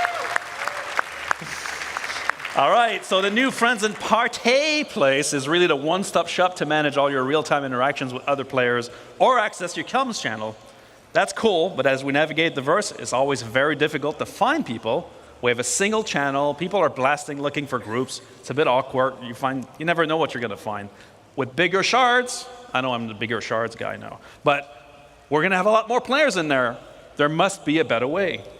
Well, Ben, we have given this some thought. So, the second tab in the social app, introducing the Party Finder.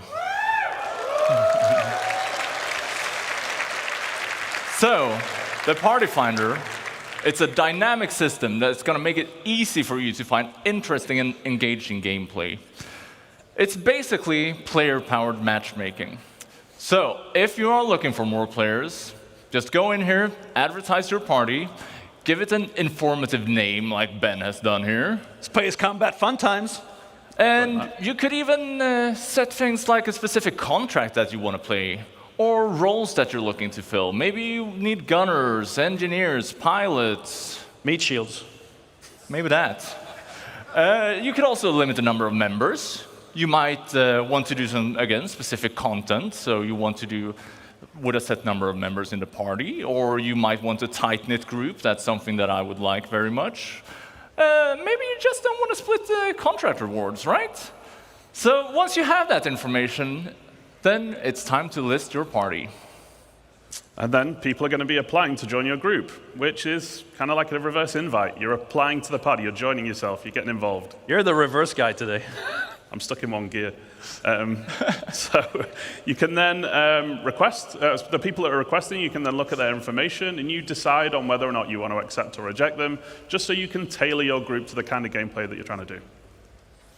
Then, on the other side, finding a party should be easy too. So all of those super cool things that Gabriel just mentioned, so like setting your group name, roles needed, party size, and so on, you're going to be able to use those as filters to find the right group. And this is all purely because we want you to find the kind of group gameplay that you want to engage in. And it's for all types of players. FPS combat, racing, beacons, role play, eating burgers at Whammers, finding cool vistas. It should always be easy to find action, things to do, and people to play with. So I can create a party from a couple friends, I can party launch into the game on the same shard, then I can share my party with the Party Finder, and other people will want to join up. Now we're talking. But I'm curious, as we're going to get bigger shards, let's say that already, how will we improve communication? It's very much of a mess right now. Our chat's very bare bones, and voice comms, we never really know if they work. Well, let's chat about chats. So, we're adding options for you to customize the chat window, giving you the power to make the chat your own. We're also adding chat tabs. We're bringing back tabs. We're bringing them back from other games. And this means that you can set up customizable views, filtered for any area of the game that you are interested in. And Ben, you had a UI team make a little mock-up of some of the other functionality we're adding, right? I sure did. I also got them to add the combat login. That's sweet. How kind of you. So, first off, as we can see here, we're making slash commands actually useful. So no longer just chicken dancing and flexing. It's going to be able to help you send messages to party, to proximity chats with say and /dl commands, as well as sending DMs to other players. What the hell, Ben? You said you were going to take that Hey, you wanted a real example. Sure. So, another thing we're adding is that we're giving you the power to share information more easily via links. So, first off, here we have contract links, taking you to the contract manager for that specific contract. Cheesecake! Yes, cheesecake. Yeah, cheesecake is maybe better than Xenofret. Also, we are adding star map links. Let's have a look at what that looks like. This means that you can click the link and it will take you to the exact location in the star map, making it easy for you to group up. Another thing we're adding is item links, and, well, you'll see why you want to link items in our Crafting Your Home presentation tomorrow. Lastly, we're adding player links to make it easy for you to connect your friends with one another, right? So while we're talking about comms, Sean just messaged us about VoIP. Do you want to invite him to the party? I sure can, Gabe. We do need an expert to discuss VoIP and FOIP anyway. So you guys give us some air, remember hot mics, and let's invite Sean, Master of Faces Tracy, to join the party. All right.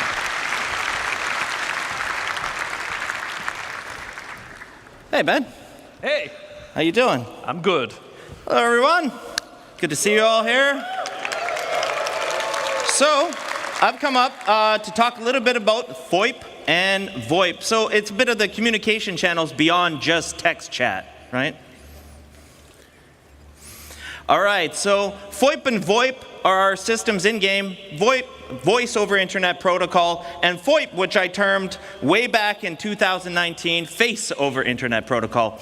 So VoIP gives us spatialized audio where you can hear and be heard within the universe. Whether you've got a helmet on, you've got a different filter. If you're far away, you can hear that they're far away. But we added Face to that way back in 2019. So it's cool because you can place video calls, you can speak and see each other speak in the game, and you can take fun selfies like this. So again, I mentioned, it's back in 2019, so it's been in for a little while, but it hasn't really been updated so much since then. So the cool part about it, and I really got to mention, it's not a replacement for motion capture equipment. It's not a depth camera. It uses pretty much anybody's 2D-based web camera to track your face. So it can do great things, but it's got its limitations as well.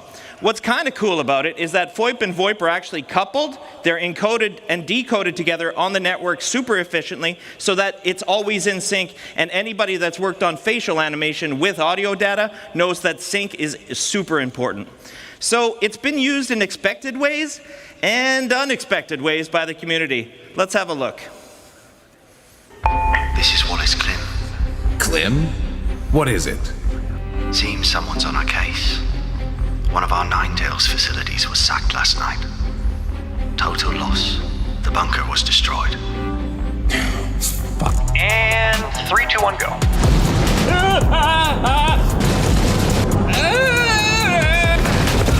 This isn't what they said it would be. The subject has crossed the perimeter. Most people don't associate ladies like us with salvage, do they, Shell? That's right, Mel. In fact, we're the best in the whole system at salvage, aren't we, Mel? That's right, Shell. And you look like you get about a bit. I'll do it. You need a break. What? No, you're up there in what? Your underwear just drinking hooch or something and just singing away? Wait, we have hooch?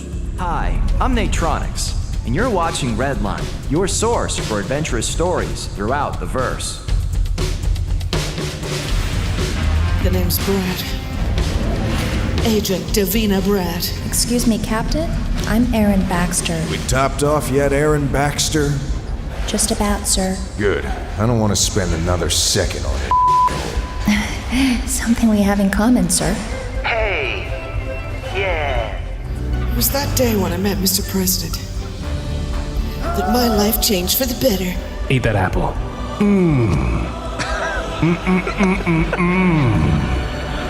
Apples. You were never supposed to know any of this, Detective. You were supposed to die at Safe Haven. Rachel. Rachel's dead. Hey man, I'm back again. You have any hats? Oh dude, I read the cap.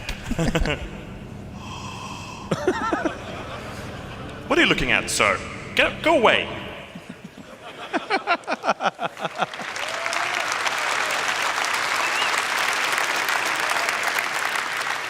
So that was all content made by the community, and I love it. I love it. I think it's awesome, bugs and all. But there's probably some improvements that we can make for that. So one of the big ones that we've made is head rotation tracking. It's actually something we were already doing to do head tracking in first person, but we never could move the head around on the actual character itself, which we've been able to do.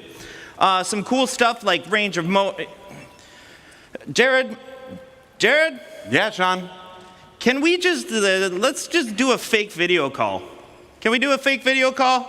Oh, you know we can do a fake video call, Sean. All right, cool. So let's call one of my guys, Oliver Cook. He's been working on some new tracking updates.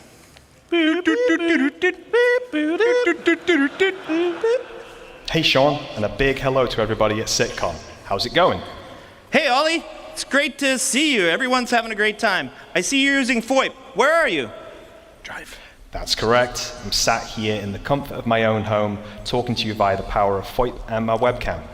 We've been working on VoIP recently, and we're starting to see some improvements to the quality of the tracking in-game. That sounds awesome. Can you tell everyone what you've done to improve it? Well, we started off by looking at what we originally had, and we realized that some mouth poses were really difficult to pull. So we focused on improving the range of motion of the mouth, which now looks like this.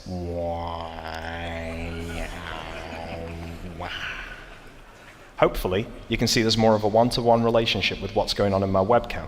And this has helped some of those problematic poses we were seeing before, one of which being a closed-lipped smile, which was quite difficult to achieve previously. We've also started to add in secondary motions that happen naturally when pulling combination face shapes, like squinting in the eyes when smiling or frowning. And when we combine these secondary motions with the wrinkle maps, it really goes to show just how much work has gone into these heads. Let's see how many wrinkle maps we can trigger, huh?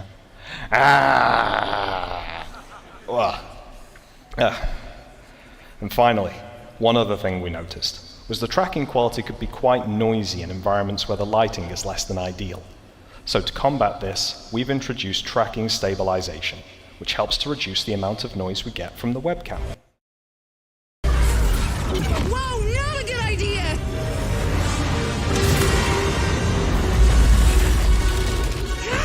Where's your co-pilot anyway? Mal? Really not a good idea!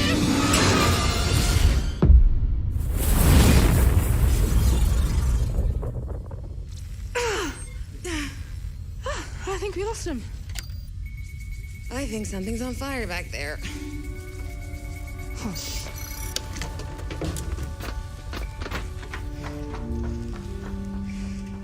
We had some wild times on this ship, huh? Remember when Surly's tried to steal it? Which time? He always had a weird fixation on the duck. Think he still does? No, I heard he's dead. So are we if you don't get back up here? Those miscreants caught up. Hi-yi-yi. Just get in the damn turret.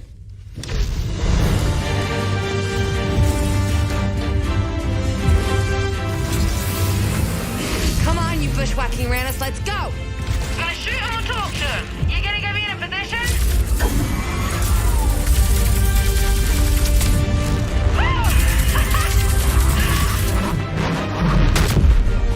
You see that? Do I still got it? Or do I still got it? Sulo Pindo.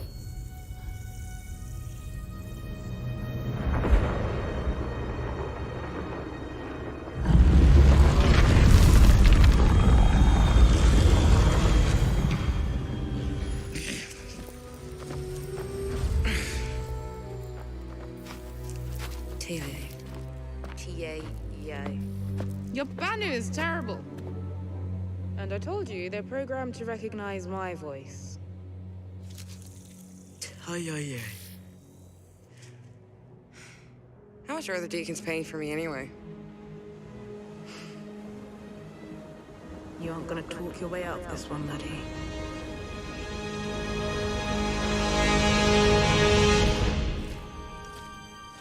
I can get you money, you know? Hey, think about it. Pop these cuffs, you and me get back on the duck, and we'll go rob the damn central core bank. Come on, Dugan, it'll be just like old times.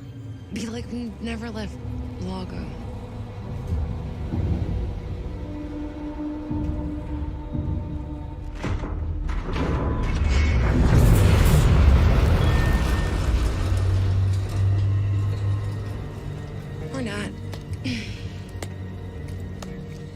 dog.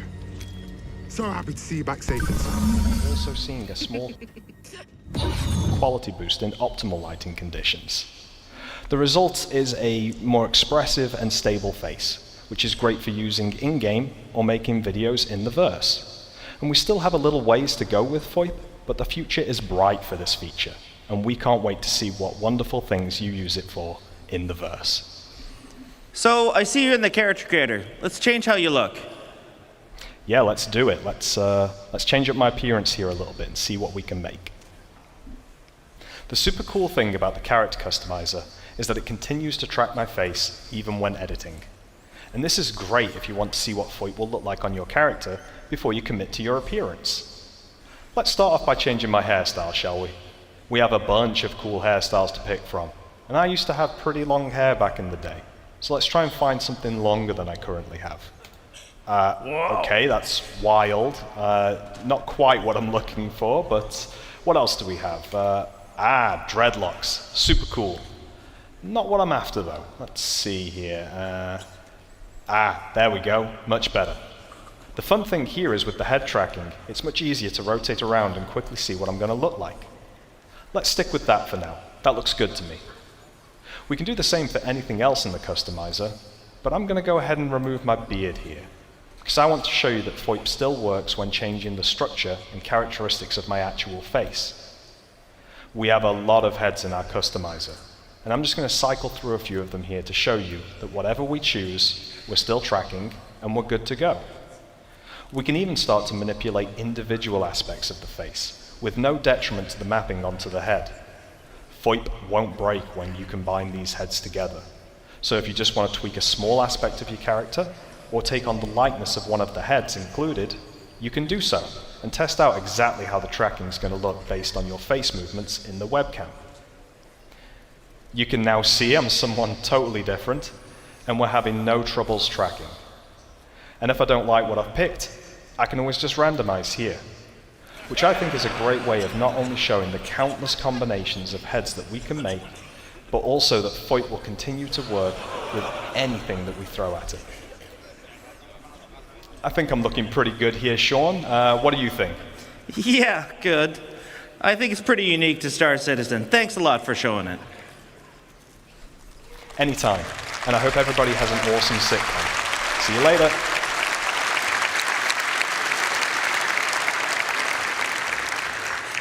Pretty cool. All right, that's great, Sean.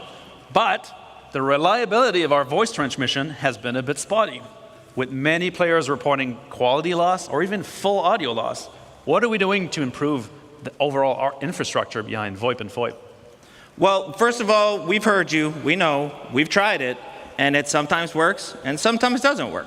So what we're going to be doing is we're going to be updating the voice service and a total overhaul of the voice server. This is actually important, and we need to do this anyways, because we have to update the voice infrastructure for the much larger shards that are coming. So this is going to improve reliability and the voice quality. So one of the biggest things that we're going to be doing for you guys is to make sure that you have feedback in the game for when this is working and when this is not working. When you're transmitting, when you're receiving, you really have to know. So whether that's picture-in-picture, whether that's an icon telling you you're transmitting, these are all going to be things that we're adding as we go forward with these features. Cool. Good stuff. What? Am I done? Should we get Gabe back on? Yeah, let's get Gabe back in here. Hey. Okay, there's room for 4. Yeah. There's a lot of people on stage now. It's a bit crowded, right? Can we kick Sean? Yeah, we can. I think we should kick Sean. Bye, Sean. Certainly do it. Bye, Sean. Bye, Sean.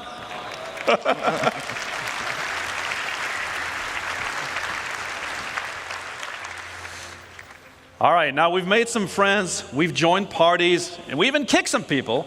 That's super great. But what if you're new to the game?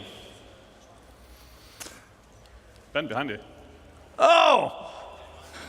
The guide system.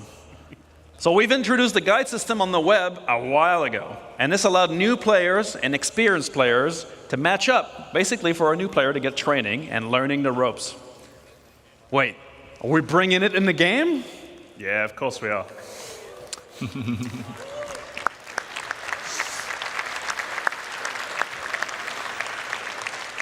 So, ultimately, we want to encourage you all to help one another. And it's very important for a game as large and as complex as Star Citizen is. And while we're improving how we teach you the game, it's irreplaceable to have another player by your side showing you the ropes. So, we want to keep the guide types from the website, because there's already a lot of good ones there. And they already cover a very wide variety of gameplay. And as we add more game systems, more guide types are going to get added too. And base building's a great example of that, which is a little teaser there for tomorrow. No, little teaser. Your tease. Oh, yeah. But now, how do you become a guide? So now there's going to be a list of requirements that you've got to meet.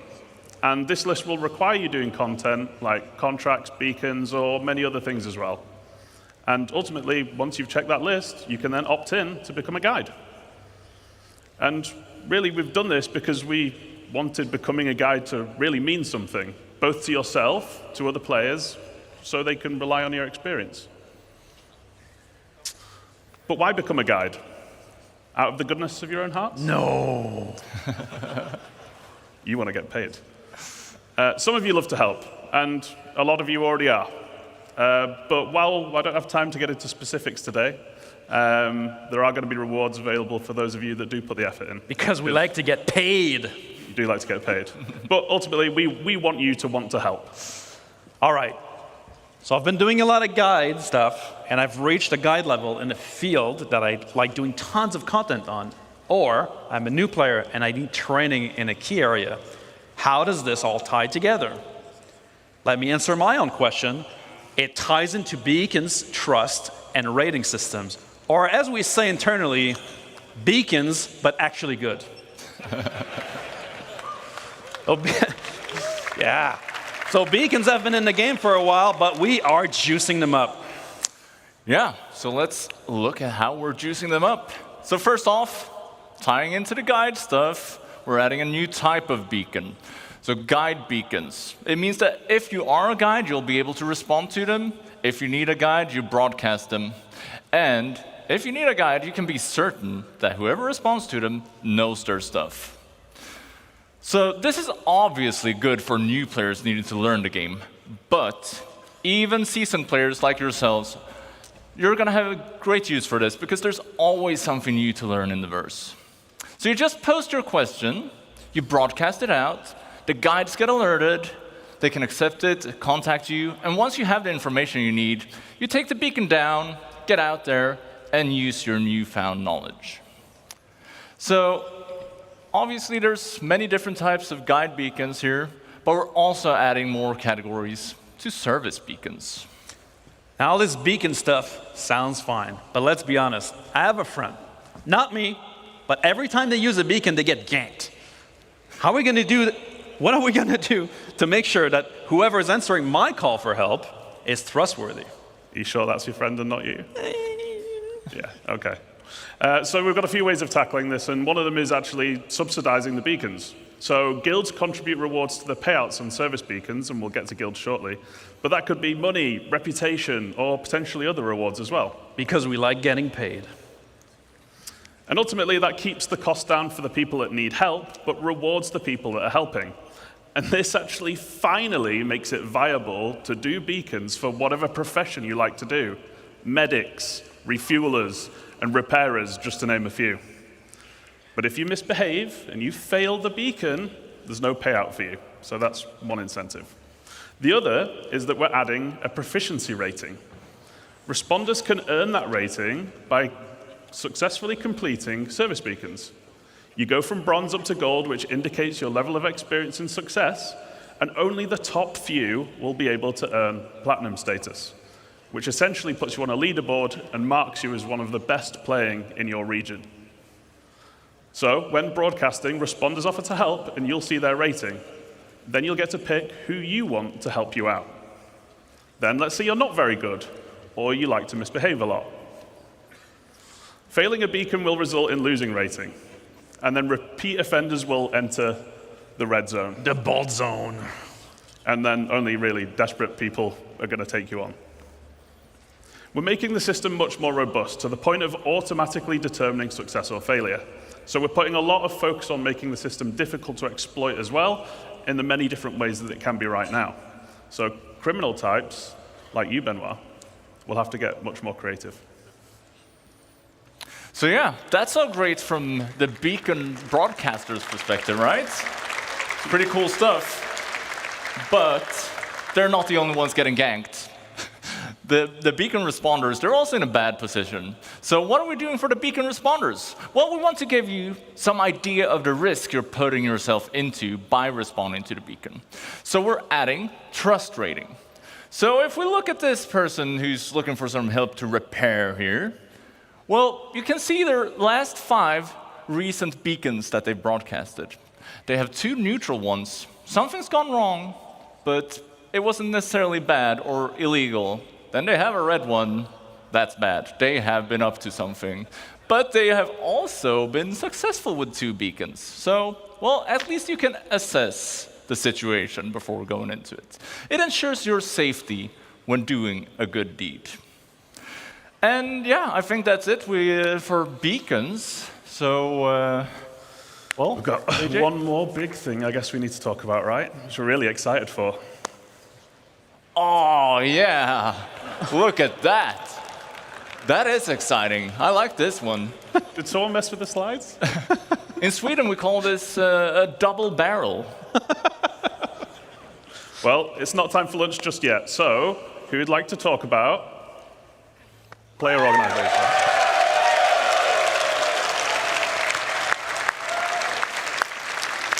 That's all right. It sounds like we've got a few people in orgs in the house today. But Benoit, you talked about this. I can tell.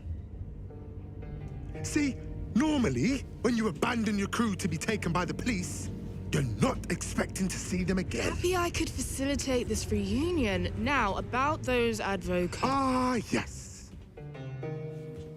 The authorization codes. These were not easy to come by. But well worth the trouble. Codes? You treated me for damn access codes? You're more than welcome to stick around. See how this all plays out. I can assure you, this will be long and painful. Should be fun. I really should be, What's the matter, Dugan? Got another old cohort to sell out? Gonna hit up a Bonu slave market or 2? You know what, Zen? Just because we did a few jobs together way back, doesn't mean I owe you anything. The Banu have a word for backstabbers like you. Kayayai! Get them! Get off them! What was that about? You couldn't clue me into your little plan?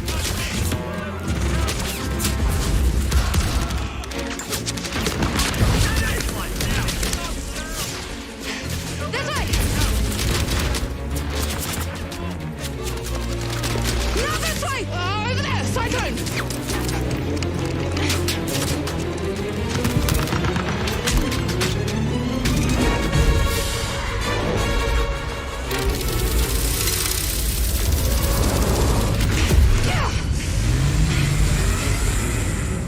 Pretty cozy down here. Watch your port side. Isn't that your job?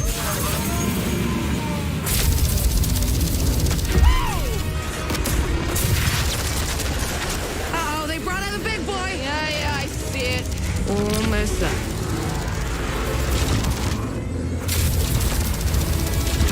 How about you get these flies off our back? How about you keep this thing off 4 wheels? I can't light it! Never mind, I got it. Or not. Hit the hatch, I'll get us off the ground.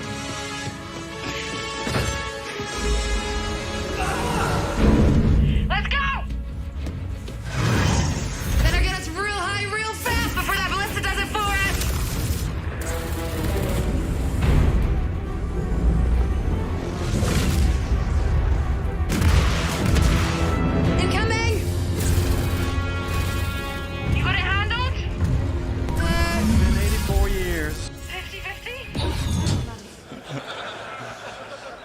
So I was originally asked to outline the original ideas behind how organizations would work in the very early days of the project. A younger Ben, big ideas, same ideas, now action. You have no idea how happy I am that we're finally tackling this task and this design in the game to truly give you all the tools you need to make your empire in SC. There are more than 70,000 organizations registered on the RSI website. 69,999 of them of decent size, and then test. Ridiculous. Too big. But all of those have custom identities, logos, charter. The amount of creative and high-quality content you guys have always produced has always amazed us and inspired us. Those orgs range from a small group of friends with just the name to large companies spanning a large amount of players with the intent to share wealth, missions, and campaigns together. Now we want to make those orgs matter in the game. Should you choose to join or create an organization, we want this social aspect to be part of your progression. But don't let me spoil it. Let's get a real designer to cover this stuff.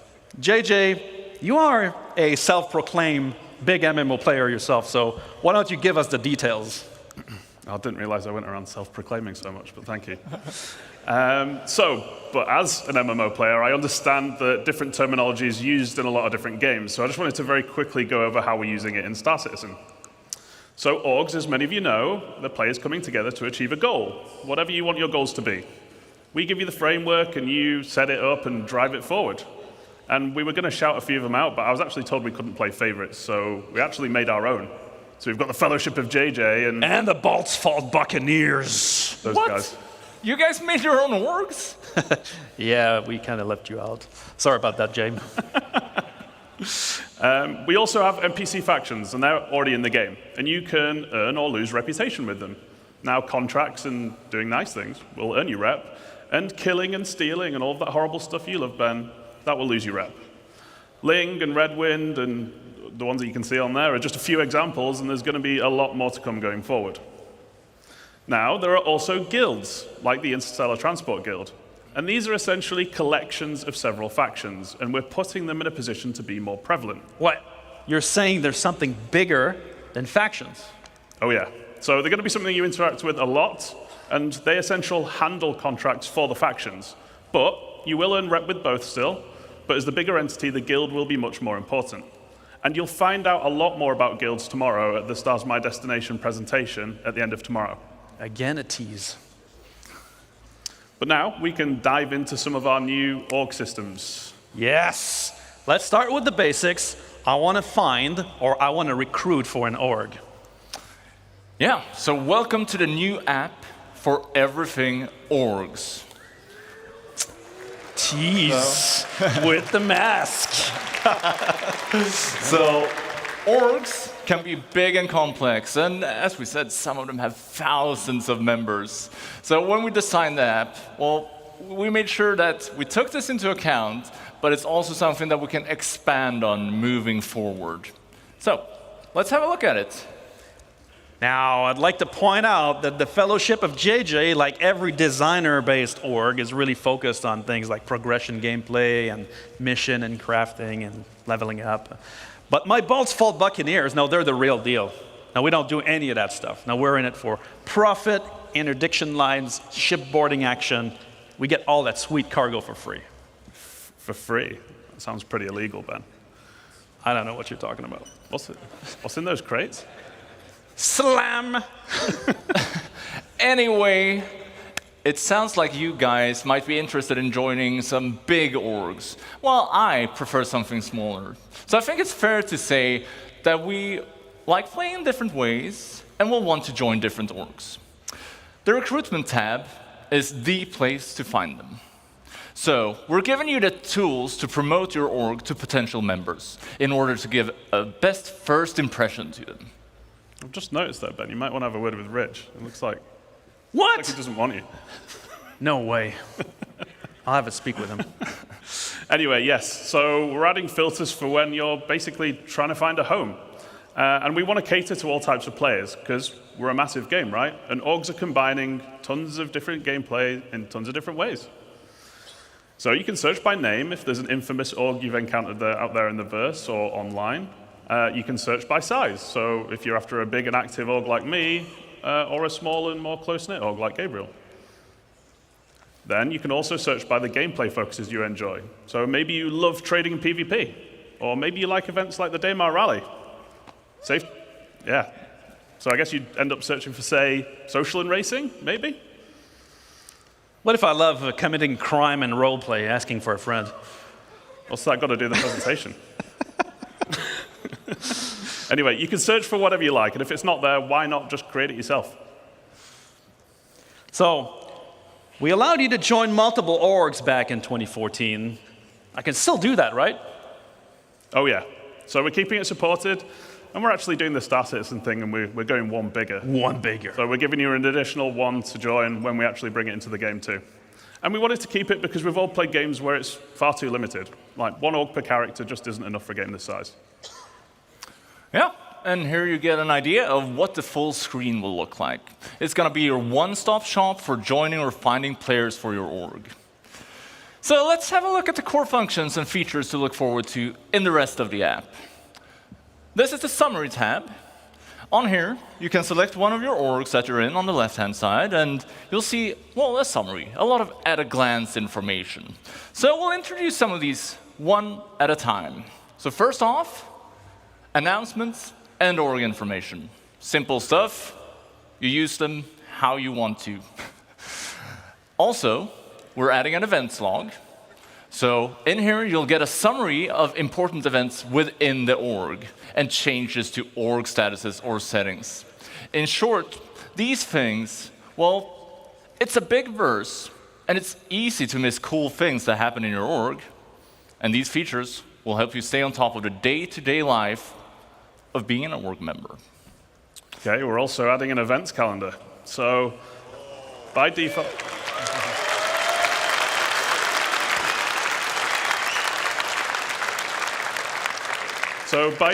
it's going to be populated with our in-game events, so you never miss a thing. But more importantly, you'll obviously be able to add your own as well.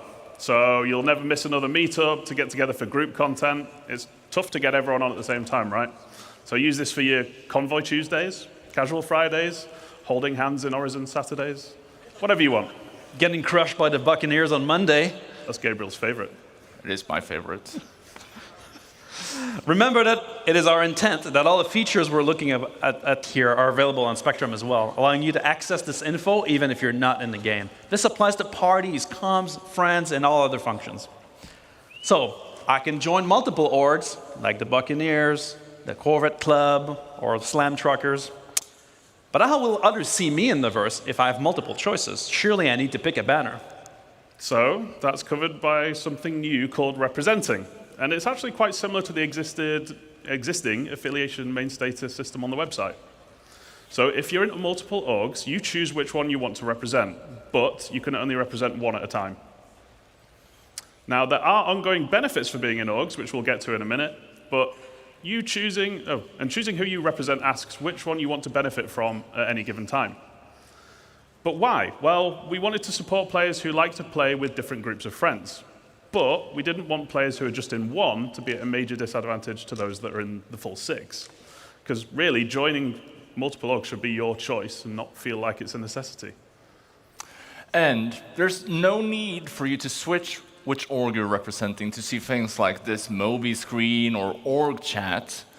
But we want to put limitations on how often you can switch to avoid exploiting the systems. And we don't want to punish anyone who's, playing by the rules. And a big part of representing is visualizing it in-world. We want you to be able to fly your banner for your org. So we're adding another MMO staple to the game. Tags.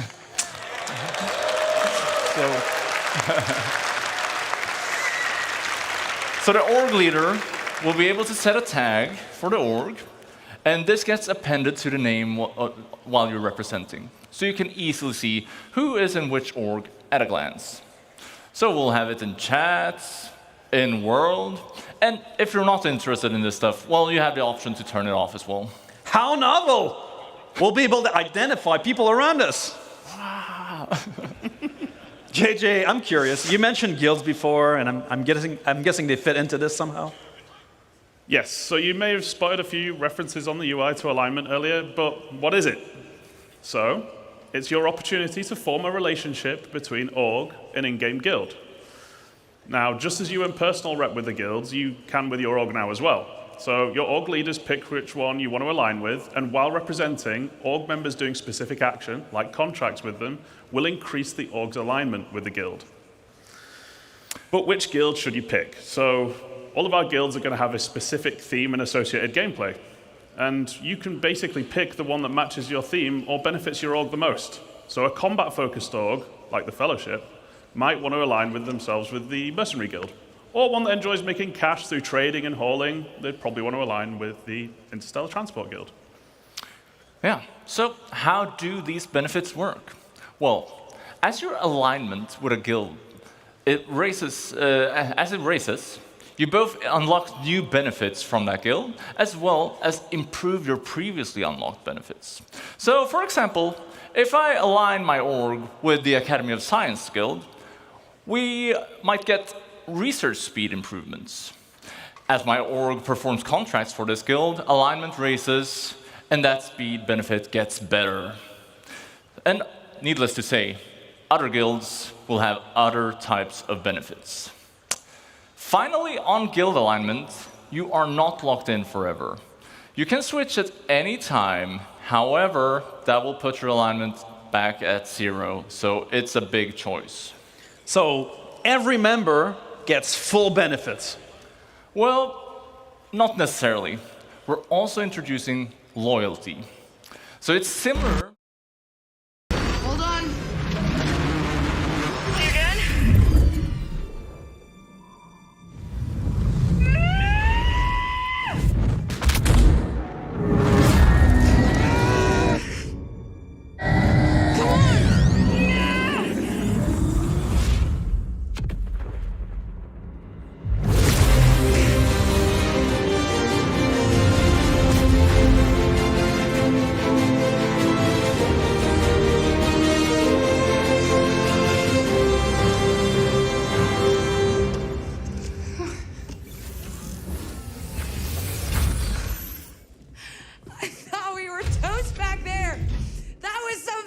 You good? I mean, I almost jacked all over the turret, but those were some moves. Dugan?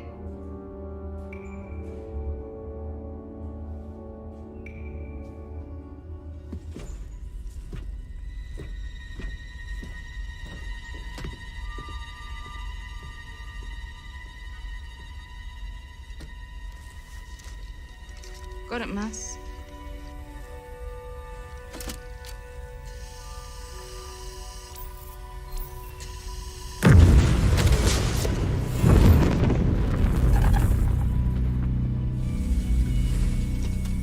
There's no way the Deacon's caught up that fast.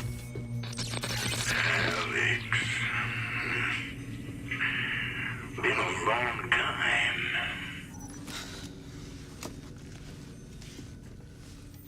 Sorry, Liege. I heard you were dead. Never better. Got a message this morning from an old acquaintance. You will never guess who. I have a couple of ideas. Look, Dugan, I didn't know you were gonna spring me from the Deacons. Yeah, well, to be honest, neither did I.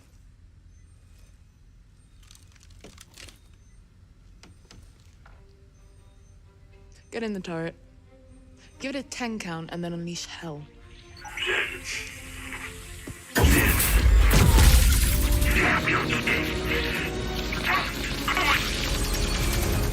Hang in there, Mass, just a little while longer.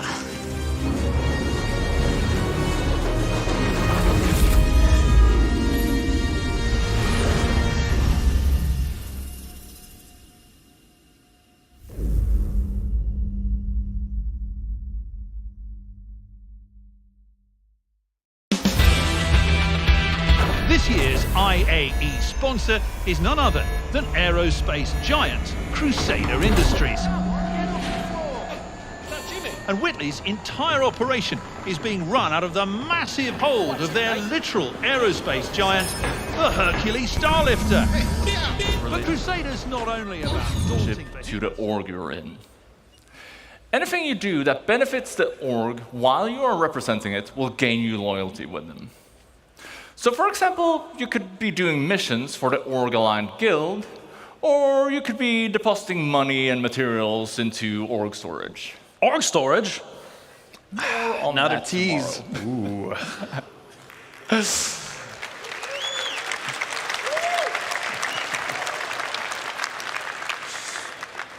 Ultimately, we wanted to encourage long-term membership because we don't think you should just be able to join a well-established org and then just get everything instantly for no effort. So to put it simply, having low loyalty limits what you gain from the org's alignment benefits, and having high loyalty gives you full access. We also wanted org leadership to be able to view members' current loyalty and use it as a tool to reward appropriately with things like ranks and permissions. And then loyalty resets to 0 when you leave an org, so there's some incentive for sticking around. Wait, does that mean I lose my loyalty if I change my representation away? No, so not representing puts your contributions or ongoing benefits on hold. So when you start representing again, you essentially just pick up where you left off. But what if I leave the org?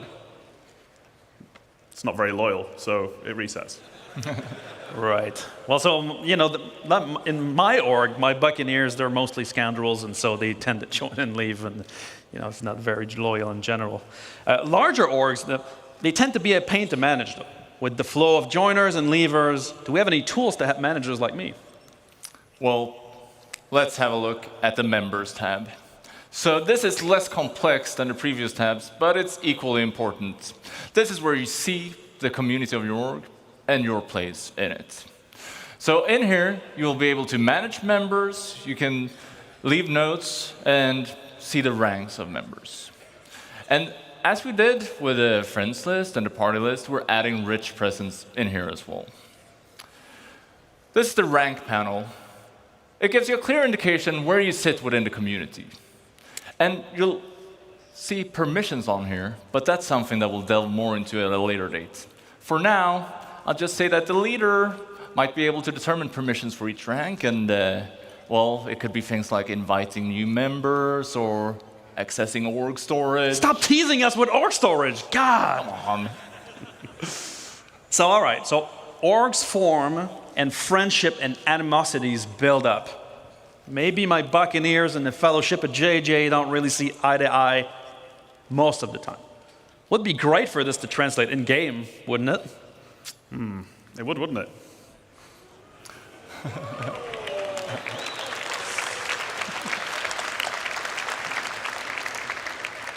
So yeah, it's a good job we got it covered, which is with our new alliances and rivalry system. So you're going to have the ability to create alliances and go to war. And there are many reasons to make friends. You might want to have trading partners, or you might want to group up for protection if you're playing somewhere like Pyro. And at the same time, there are probably going to be many reasons why you won't get along. Maybe an org keeps attacking or stealing from you. Alliance is forming an agreement between two org leaders, and it has to be mutual. You can't force someone to be friends. Unlike real life. Requests are sent from the screen if you have permission, and you can respond here as well. And as a bonus, allied orgs are going to have additional lines of communication, like Alliance Chat, or being able to share Alliance events on the calendar, just to name a few. So, rivalry, that isn't a mutual agreement. If someone decides you're their rival, well, tough luck. However, you could reach a mutual agreement to make a truce, putting you back at neutral. And there's no real benefit to having rivals, so we want to make them easy to identify. That's why alliances and rivalries tie directly into hostility indicators. So just like now, you'll be able to see neutral contacts in white and party members show up in blue, whereas your org wingman will come in a dark green and your allied orgs in a paler green. Your rivals will show up in red. Or people in your kill list. The kill list. People on your kill list that we mentioned before will also show up in red or orange. If you're not, well, they're not legal to attack. That's the go straight to jail card if you kill them here.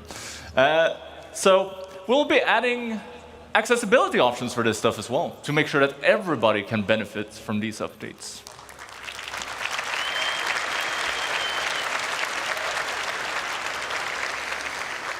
So that's everything for Orcs today, but it's just the tip of the social iceberg. And we didn't have time to show you everything, but there's lots more to show in the future. And we're super excited because we finally get to deliver it. Yeah. Now, what have we learned? We're upgrading Star Citizen social tools to MMO size. With a new social app in the MobiGlass, proper tools to manage parties with rich presence, ready check, and ship information. Richer chat with the niceties normally present in every game. A new party finder, a system that allows you to find players to play with. Revamped beacons and guide system powered by rating and proficiency. On orgs, we're bringing orgs in the game. We're obviously with a new orgs app, but also alignment. So you align your org with a guild and get benefits for your members, representations, which identifies you in the verse and gives you benefits, and loyalty to your orgs, and alliances and rivalry to identify friend from foe. And now, we're going to leave you with a short video to end on because we couldn't show everything we're working on. But what would it look like in the unlikely event where our two powerhouse orgs came together as one? And my org, right? Yeah, it's a little teaser for tomorrow's Crafting Your Home presentation and what you can build together as an org, and teasing something else coming in the future. Have a great CitizenCon, guys. See you there. See ya.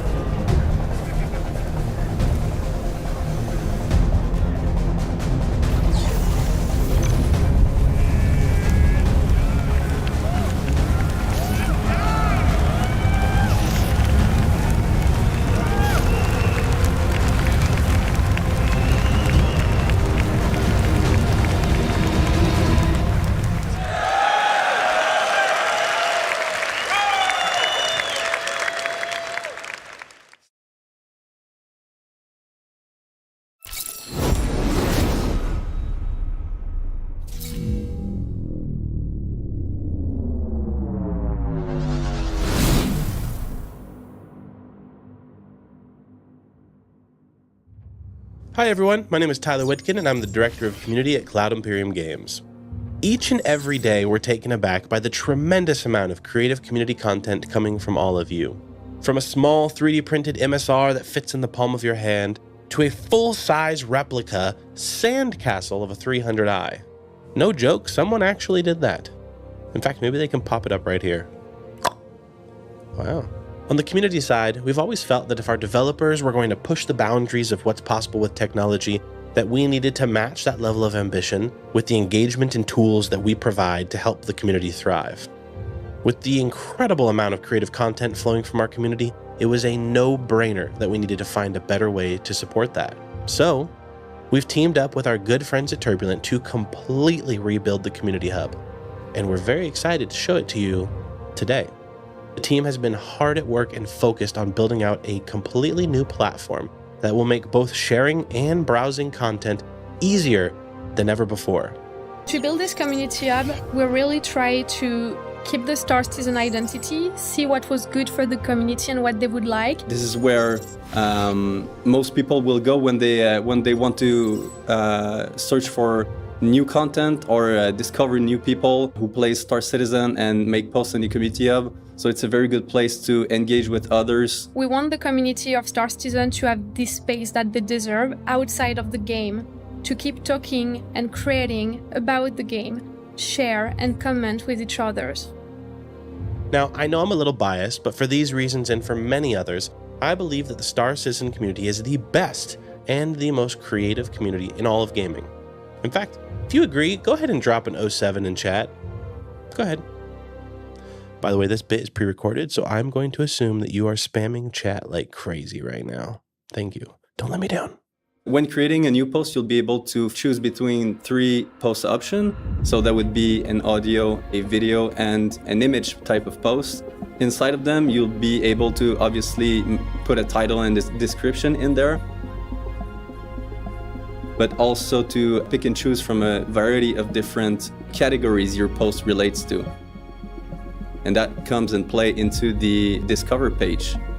On the Discover page, you can browse over all the content. You can also filter content with your preferences. For example, if I want to see only videos that are about cosplay, I can now filter that and find only videos about cosplay.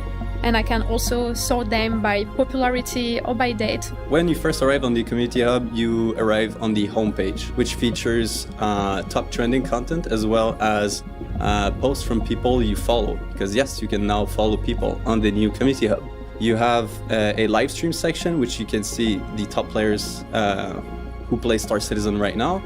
You have a tutorial section also on the front page, and there's also the sidebar. And it's not just all about screenshots, videos, and crafts. It's also about the human connection we make with like-minded spacefarers that we've met along the way. It's about friendship. Personally, for me, I've made countless meaningful connections with so many people that I otherwise never would have met outside of this community. And many of those connections I know I will cherish and carry with me for the rest of my life. And I'm confident that many of you have similar stories, which is exactly why it was vital to us to find better ways to keep you all connected with one another. The Community Hub is a place of creativity and exchange between all the Star Citizen players. The team has put a lot of work in it. We're working on it since quite a long time. We really put a lot of love and care in this, and we really hope the community will enjoy as much as us. So you can head over to our website, dive in, check out all the new features, break the new features. It's okay, it's part of the process. And as always, we want... And lucky us, Whitley's has full run of the entire lot.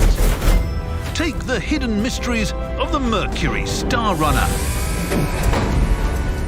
We'll get to the bottom of this ship, literally.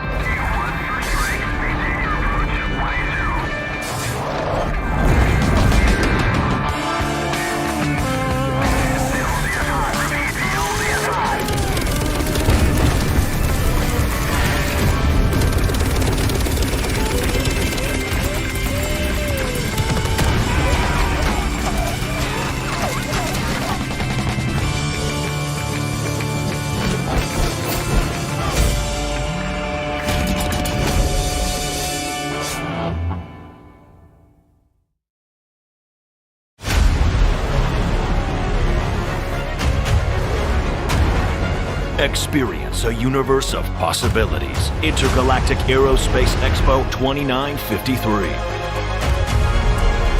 All your favorite ships and manufacturers.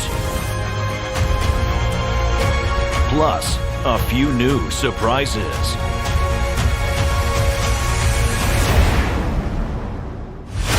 Touching down at Tobin Expo Center, November 17th. Now, a local homesteader has kindly agreed to provide me with the parts I need for the cutter on the condition that I figure out what's wrong with his mole. Now, in my experience, these Argo beasts rarely break down, so it's anybody's guess what the issue is. Okay, let's see what we can see. Pretty good. Okay. All right. Okay. Almost got it. Oh!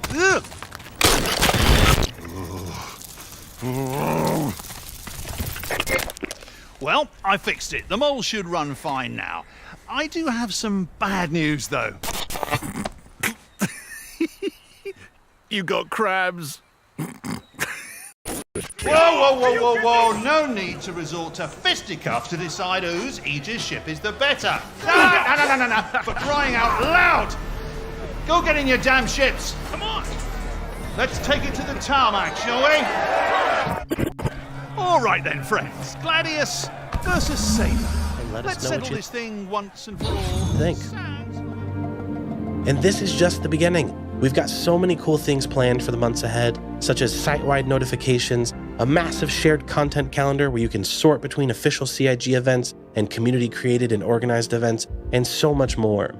And the best part about the new Community Hub? It's live right now.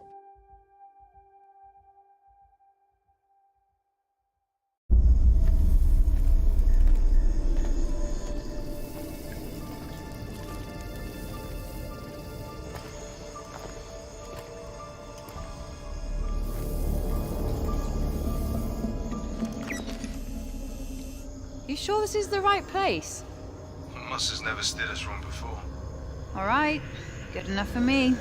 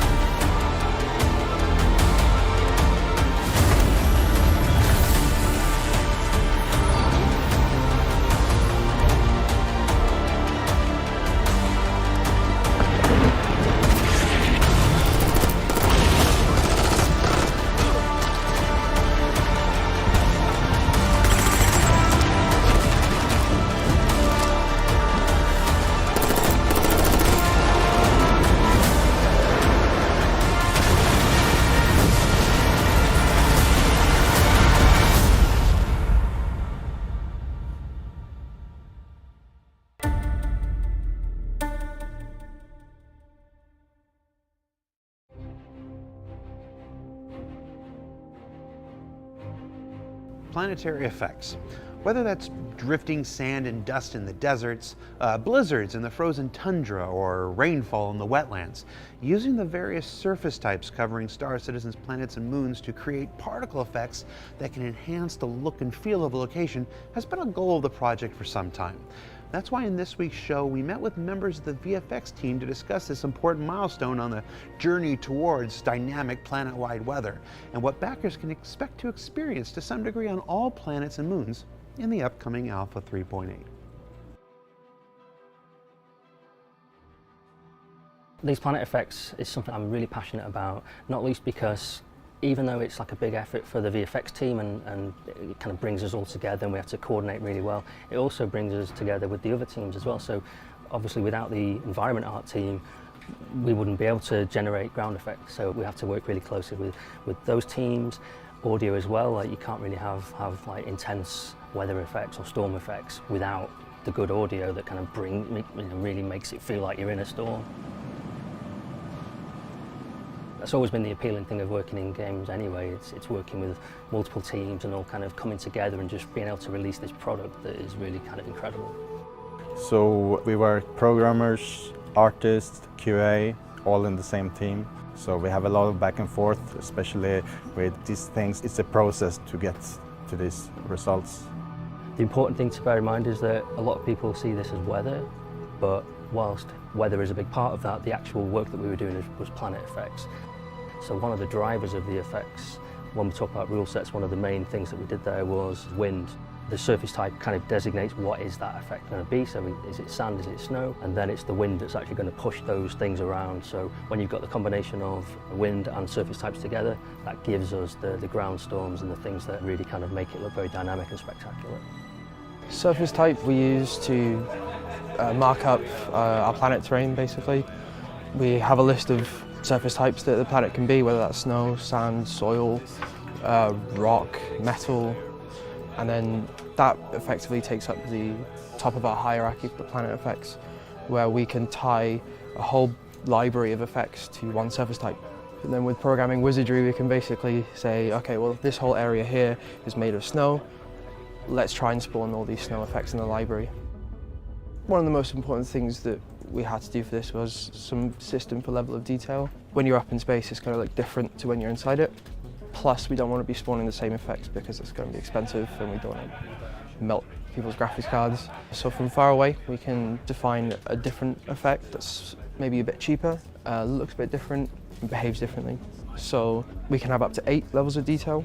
And the closer you get, it'll switch out which level of detail is currently being spawned. So until you get all the way in, and then that's where a special lodge, which is the fog lodge, starts spawning, which is the one that's immediately around you.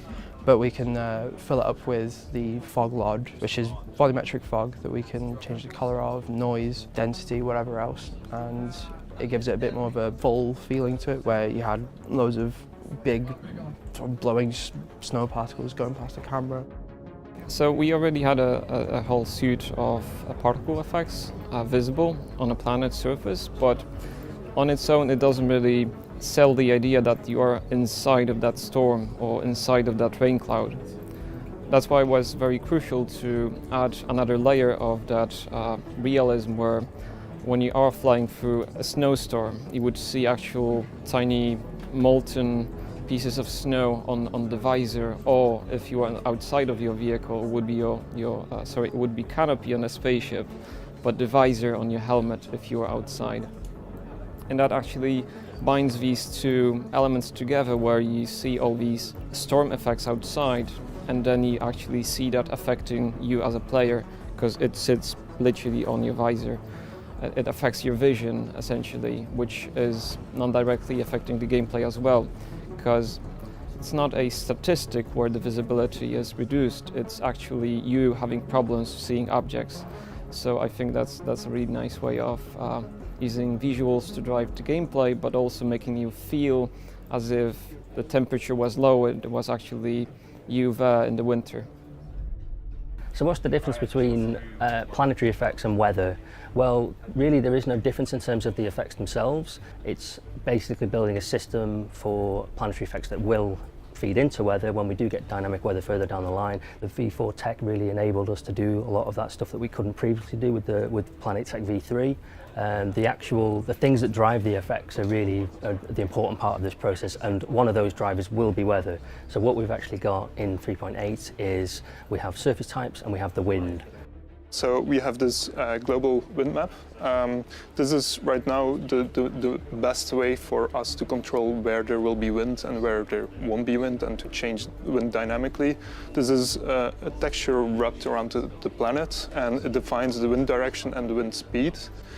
With this wind map, it's quite easy to change for artists to say, like, we want to have like strong winds in a certain position, but we can also rotate this wind map, and that's what we used in CitizenCom to make the storm appear. For 3.8, we will also have these rotating wind maps to create some kind of dynamic weather on most of the planets. Even with all the kind of planning in the world, there's always going to be things that you realise as you're making things. So to be honest, as a process, it's been really interesting. There's been lots of new ideas that we've had as we've been implementing existing ideas. It might have been, there's several examples where we've kind of thought of better ways to do it. There was new optimizations that came in that we hadn't really thought about previously, but became very obvious as we started to see the effects covering planets and from out in space and things like that. When using particle system to spawn this high number of particles, in order to do that, we need to implement a number of optimization techniques. One thing we had to do was implement a technique called half-res, and the way it works is you only render to a fraction of full resolution. Obviously reduces the quality, and in order to combat that, we have implemented some custom filters that we apply when we scale up, and this results in hardly any visual difference, but considerate boost in performance. So pre-age particles are a new feature that we're implementing right now. It's going to go in the immediate future. Right now, when we move a certain distance away from where we were 10 seconds ago, those particles could still exist, which is expensive. So instead what we're going to do is all the time. Are they ready? Sounds good! See, we've arranged a tower of barrels for each ship to blast. Each ship has the standard factory loadout. So let's see how that Gellinson Mantis GT220... Oh!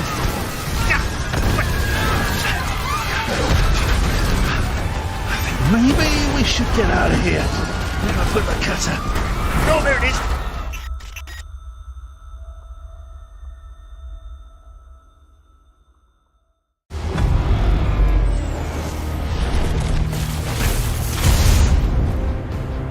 Just when you thought it was safe to go back to Microtech. Oh, not good, not good!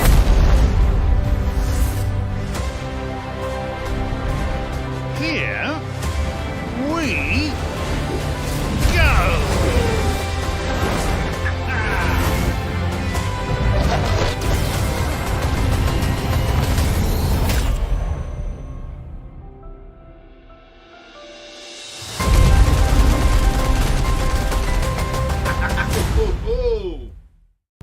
Attention, people of Stanton. A great injustice has been done to you.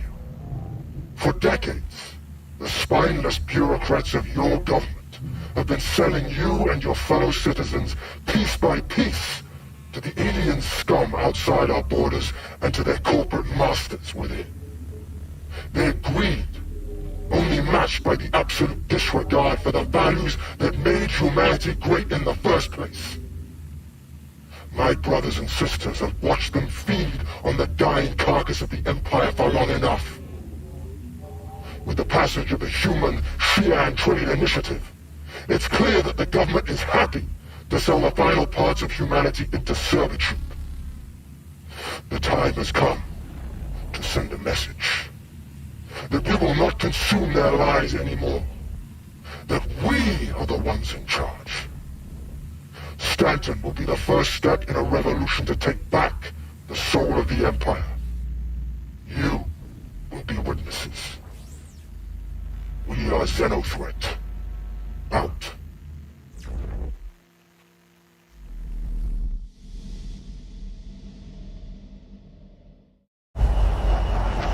Hello, folks. Thumb and Humble back again. And today, we're going after a high-profile bounty. Hey, bud, do me a favor. Stay here and watch the stalker for me. Little joke there. But seriously, never risk your ship if you don't have to, folks. We're going to spawn particles that have already aged a bit and give the impression that they already existed, rather than them being born and aging from scratch, which should give the impression that the planet is constantly spawning these effects and they existed even though they weren't in your render distance. So the work that we've done on planetary effects through the year, really, even from the very start of the year, it's been a really long road. We've put everything into it really as a team. We've been really focused. We had the kind of high-level goals right from the start, and we've stuck to them. We've been really true to what we wanted to achieve. It's been a kind of long journey, I guess, but we're really excited to see the results in 3.8. Spaceships. For all the various aspects that make up the Star Citizen universe, things always seem to come back to your spaceship. For some, a ship can serve as a home away from home. For others, simply a means to an end. For others still, maybe just a way to show off to your friends and enemies. Of Star Citizen's 160 plus spaceships and vehicles, it's pretty easy to find a ship and reason that's right for you. And the folks at Crusader Industries have a new offering that they think you're going to be interested in. That's why we sat down with John Crew and Paul Jones to find out more about the recently announced Ares Starfighter. So the Ares Starfighter is another heavy fighter that fits in our universe to complement the Vanguard and the F-8. So this was going to be a relatively small craft, but with a massive punch. And that, in a nutshell, is what we were given. The Ares, with its size 7 gun, is great for tackling large and capital ships and heavily armoured ground targets. It's the Star Citizen equivalent of the A-10 Warthog. It also has a big complement of size 3 missiles held in both external missile pods or missile racks that can be customised, and then it also has some internal bespoke racks that keep it all internally inside the body and just feeds them out in a big magazine-style launcher. We did quite a lot of variations with guns in different places in the centre, on the side. We even looked at going to an S6, which is only a drop of one number, but in terms of meters, it's quite big. And then when you went to an S6, the ship then, it looked more like a ship with a gun attached, rather than a gun with a ship attached. So we have 2 variants for the Starfighter, one more energy-focused, one ballistic-focused. They are full hull variants, they're not just sort of named variants. The energy one, the Ion, has an energy cannon by default, but it also has an additional power plant, shield and cooler to power that, because it is essentially a capital-sized weapon on a medium ship, so it's well outside the normal parameters for a ship. So that is quite a difference to the Inferno ballistic version, which has a ballistic repeater sort of Gatling gun on it. That doesn't need the extra power plant and cooler to function, so it trades that out for extra ammo capacity. It has much heavier armor, which the Ion doesn't have, because it needs those extra components to function, so it can't deal with the extra weight of armor on top. So you have one ship with 2 different play styles within the single gun ship range. So what did we learn this week?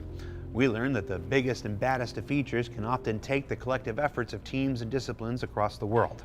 That planetary effects are the first major milestone on the road to full-scale dynamic global weather making its way to Star Citizen. And that Crusader spaceships aren't just intended to excel in their given task. They clearly want you to look cool as all heck doing it. For Inside Star Citizen, I'm Jared Huckabee, and we'll see you next week.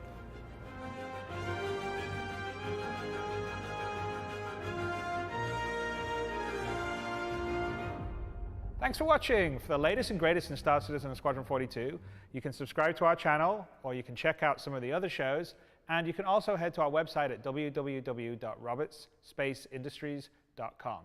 Thank you very much for watching.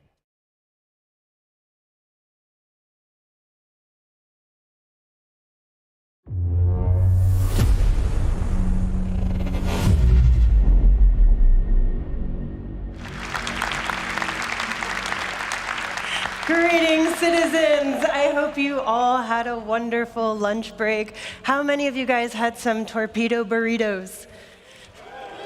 Okay, and how many of you had some Big Bennies? All right, clearly we know what the crowd favorite is. Well, welcome to the 2954 cosplay competition by Toby Gaming. For those of you who don't know me, I am Galactica, our senior social media manager, and I run all of our socials for all things Star Citizen and CIG. And joining me on stage, we have our lovely judges, starting with lead character tech artist Armando.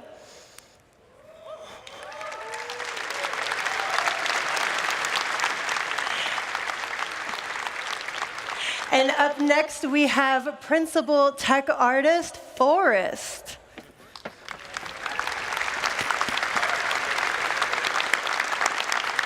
And last, we have our creative director, Kat.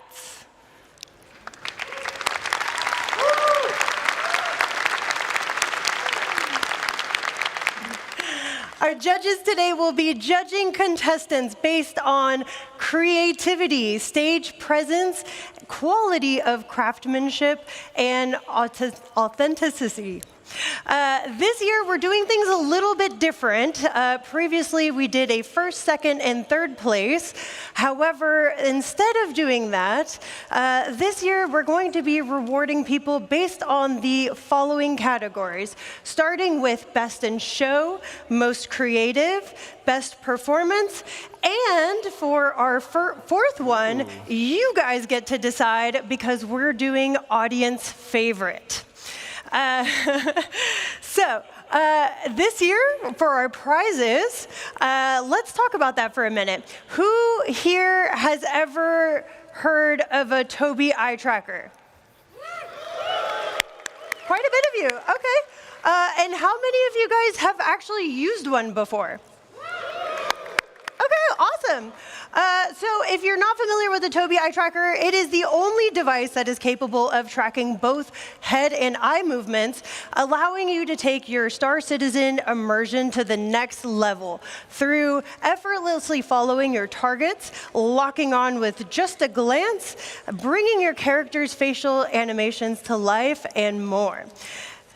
So now for the prizes, our Best in Show winner will receive a Tobii Eye Tracker 5, complete with an accessory bundle, which includes a mounting kit, carrying case, and a tripod bracket.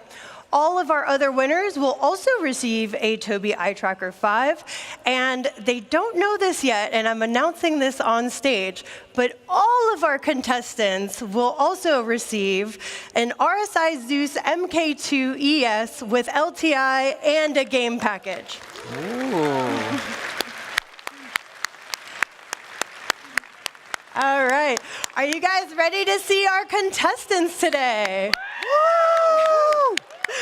Awesome. Contestants, let's get the show rolling. Our first contestant is Shiley. Shiley is cosplayed as a Pyro bounty hunter. Shiley, I'm going to have you stand right here. All right, and our second contestant today is Hydrosa, who is cosplaying as an advocacy agent. Woo! Oh!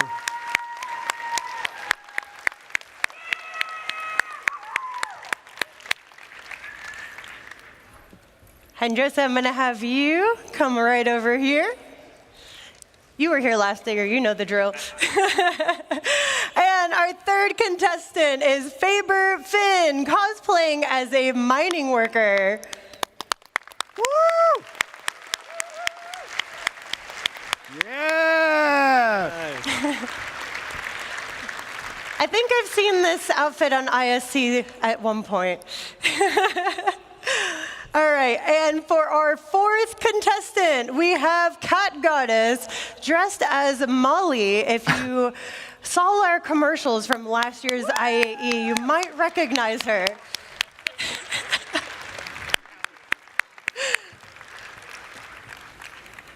Oh, what do we have here? Pico! Oh!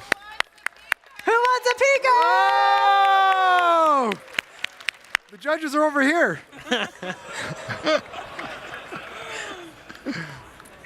Thought we had a deal. Bribing the audience, I think. All right, and up next we have Amon Grask, who is a Xi'an diplomat. Oh, wow. It's a real life character. Yeah.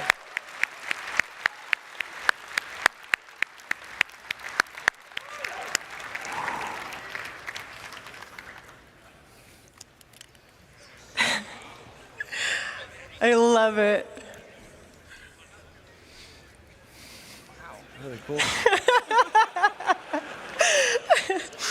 All right, and our sixth contestant is Little Drift Boy as Garmin Humble, another IAE fan favorite. Oh! I think I've worn that Complete armor with the before. burrito, I see.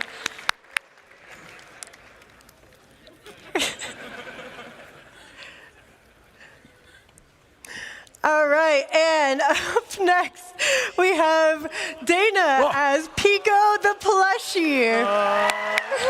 Oh! Woo!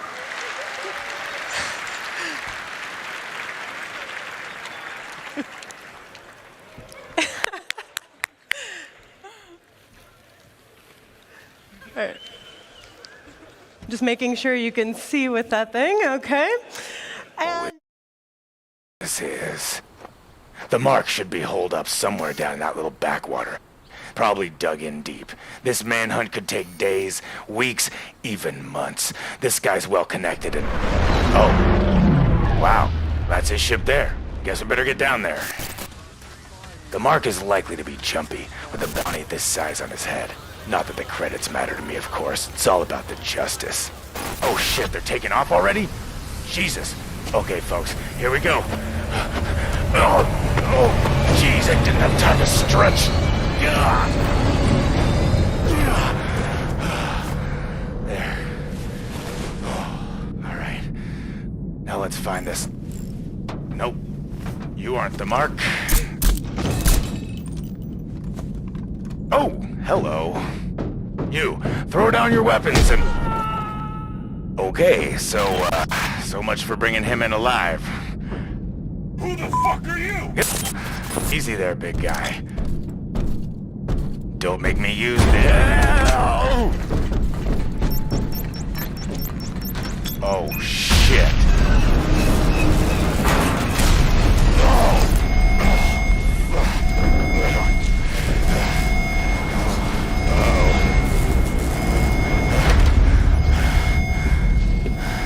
Time to go. All right, here we go. I always wanted to do this. Hold on tight, folks.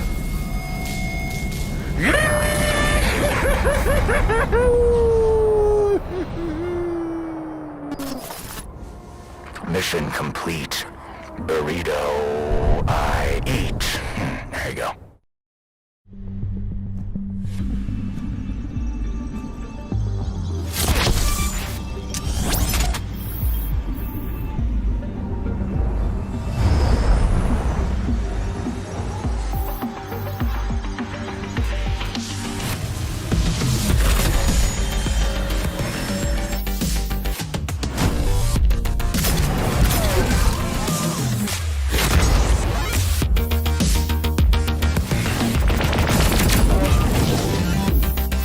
Let's hope your execution matches your enthusiasm.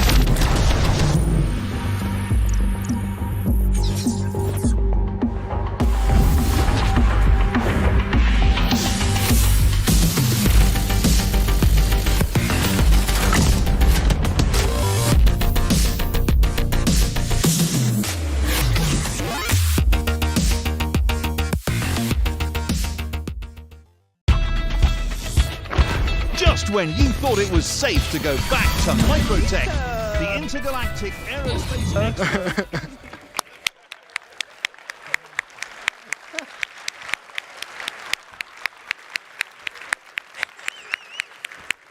Oh, he's got a snowboard.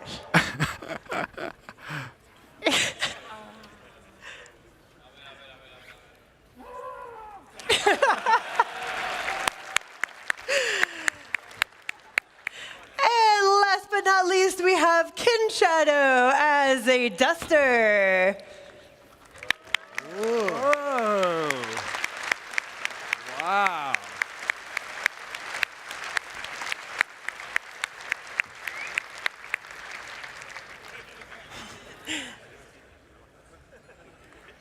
All right, now that we have all of our contestants on stage, judges, feel free to come take a closer look, ask questions, and let me know when you're ready to make your final call. All right.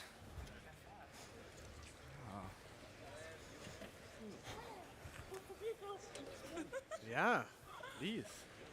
You fight crime. Nice. And eat Good burrito. detail. Did you fight the crime first, or did you eat the burrito first? Nice. Right. Nice. What a scene. Kat is asking Garvin No, you cannot. Humble if he fought crime today. All right. Oh, good. That's the best thing. Yeah. Oh, good to see you. How you been? Exactly. Oh, good. Yeah, doing great. Doing great. All right, yeah. Still one of my favorites. Wow. Oh, yeah. This is great. Is it true? The mining outfit.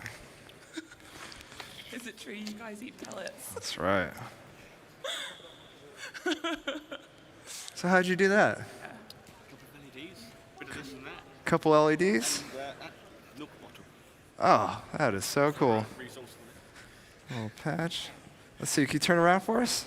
Yeah. Got the retro reflective shader on you? Yeah. That's amazing. All right. Very cool. Can you do the garment? How many followers do you have?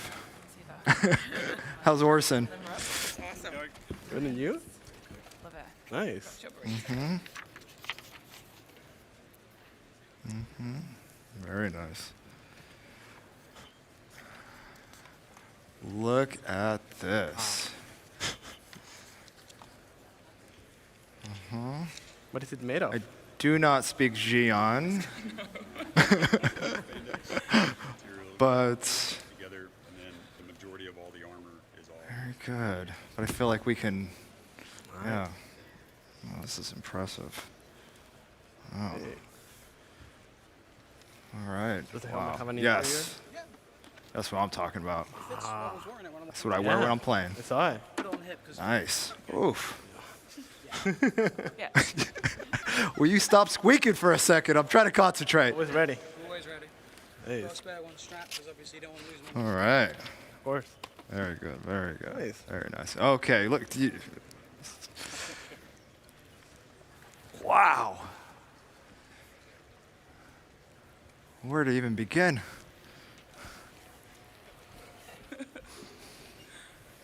You really wag that thing. Yeah. All right. Extra points for you. All right. Well. Oh, here we go. Down the snowy slopes. Microtech. Yeah. All right. I love the clone. Awesome. Yes. 3D scan you, put you in the game. All right, awesome. Fantastic. All right, You gonna give that up? cool. How great were all they? Okay. Real life players, real life characters. You're choosing. Have him make some noise. Oh my gosh. Okay, real quick, judges, are you good to turn your mics off? Yes. All right, if we can turn the mics off for our judges while they decide who our winners are going to be? Give me a little test. All right, I think the mics are off. All right, cool. In the meantime, Hydrosa has given me a tiger claw to give out to the audience. And, oh, are you giving me one too? Okay, let's do this. So I don't want to chuck this thing because it's quite heavy. But if you have not gone to the community booth section yet, there might be a device that you can put this into that will maybe redeem a prize in game. How do we want to give this out? Let's see. All right, I want you guys to make the loudest noise. All right, let me see. I want to see who's the most hype. The most hype. All right, all right. All right, all right.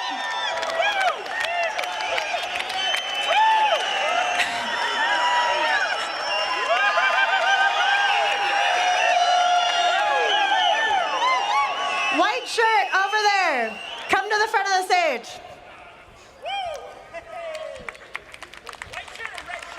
He knows who he is.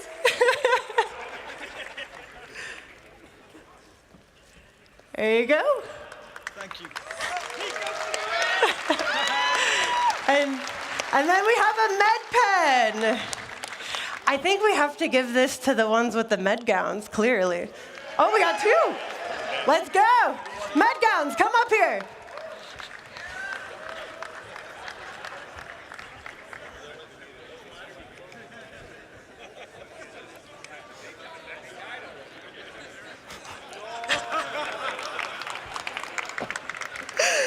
You know what? I do not regret this decision. Thank y'all.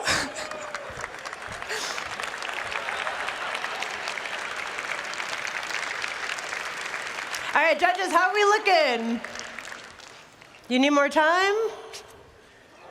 You guys are good?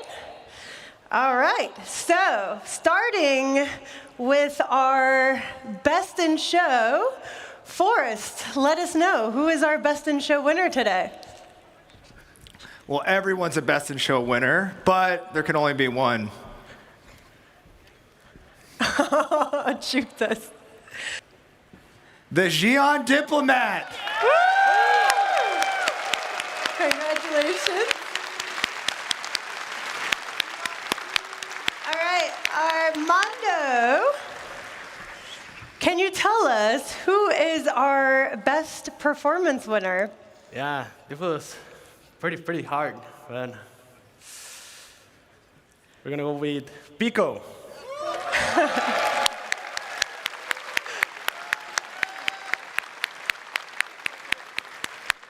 Congratulations. And Kat, what do you got for us for most creative? Anyone that stops crime and eats burritos in armor that good a quality is the most creative. So it's Garmin Humble, guys. Awesome. All right, so for you guys are all right next to each other. Okay, if we can have you guys step forward. Now we're going to do you as well. Oh, you might need help. That's okay. We got you. We got you. Garmin Humble's here if you need extra help too. Okay, so now we have to decide our audience favorite. So let's do this. We're gonna come over here with our judges, and we're gonna go one by one to see how much hype you guys can give our contestants to find out who is going to win our audience favorite. Sound good? Cool. All right, so let's give it up for Duster.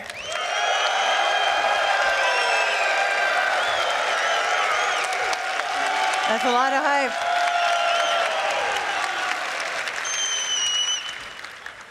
All right, and next, let's give it up for Pico.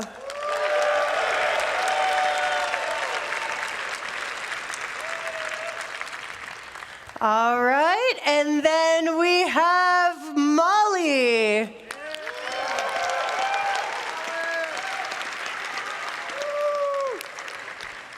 All right, and now we have our minor.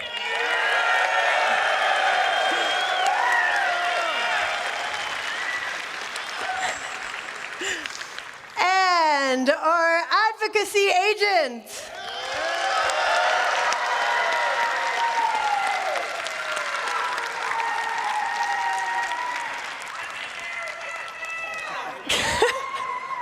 And last, our pyro bounty hunter.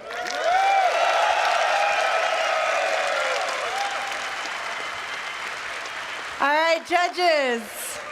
Let me come back over here. This is a very long stage. Who are we thinking?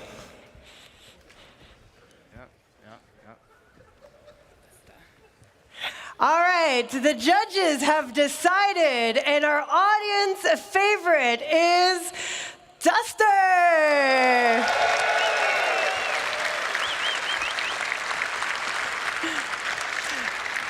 Awesome. And as I mentioned before, our prizes today are supplied by Toby, who's actually here with us. Toby? Welcome, Toby, on the stage, everybody.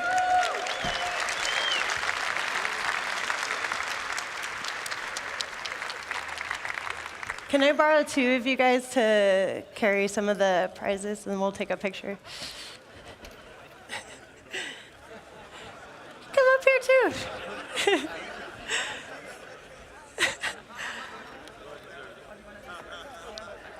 Here, I'll, can you hold that? Can you hold that? If you can't hold it, I can hold it for you.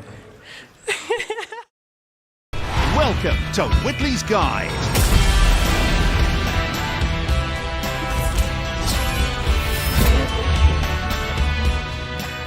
That frosty air can only mean we're back in your favourite winter wonderland, Microtech.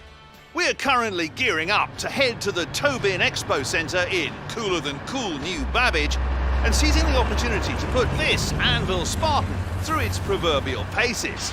The team designed this not-so-little beauty specifically to transport the most precious cargo of all, your friends, family, favourite heavily armed mercenary outfit, etc. So if you're looking to get a load of folks from point A to point B and keep them all in one piece, then the Spartan was seemingly designed just for you.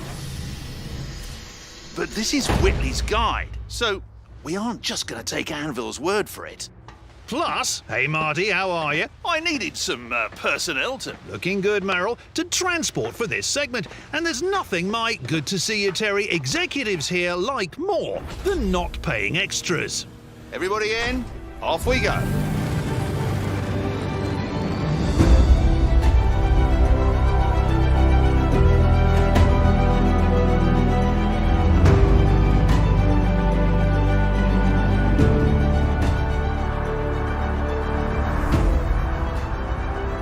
This machine, Anvil uses the Atlas platform that their Ballista anti-aircraft unit is built on. So they obviously aren't taking personnel transport lightly, so to speak. But I want to find out just how heavy this metal really is. And since this rig's low profile keeps us safe from those anti-aircraft turrets, Jimmy here is about to make things a little more interesting. We're about to find out if this Spartan can stay cool under pressure, whilst keeping our friends back there relatively comfortable in the face of impossibly heavy turbulence.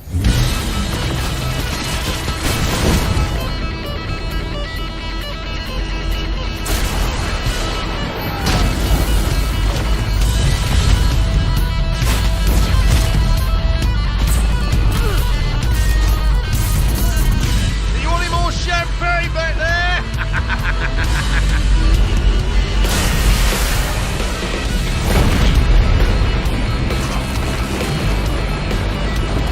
Oh, not good, not good!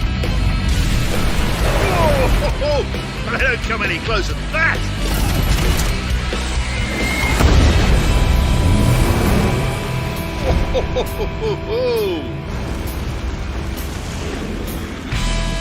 You hear that? That sound of silence means we've all survived. Thanks to the handling. All right.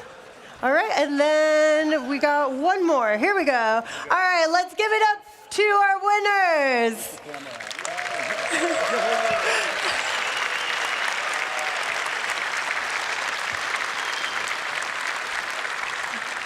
All right, thank you, Toby, so much for supplying the prizes. As I mentioned before, all of our contestants will be getting an RSI Zeus.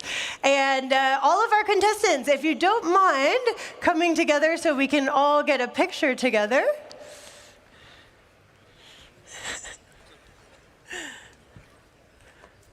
All right, thank you so much for joining us for the 2954 cosplay competition by Toby.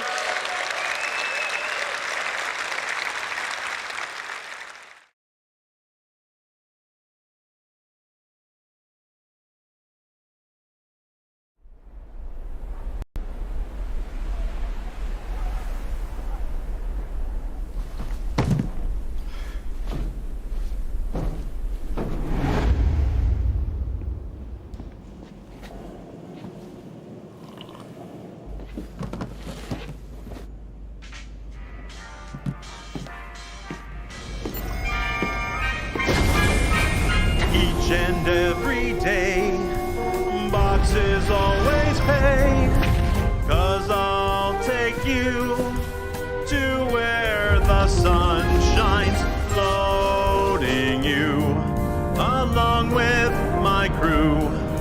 We'll head into space and ship any place that's cargo, packed up nice and tight.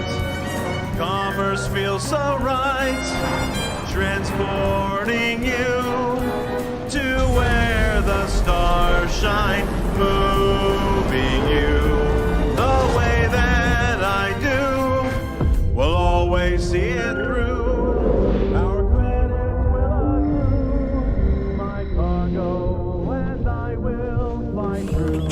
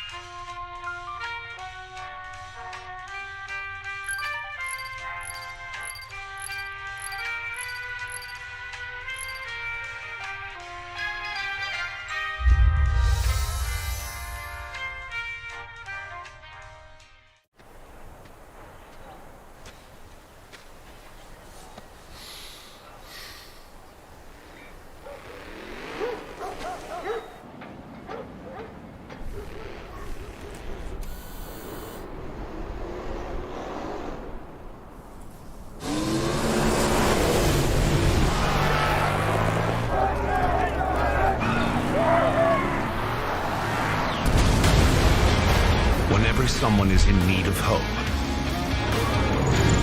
you can feel it in the atmosphere. The spirit of Crusader.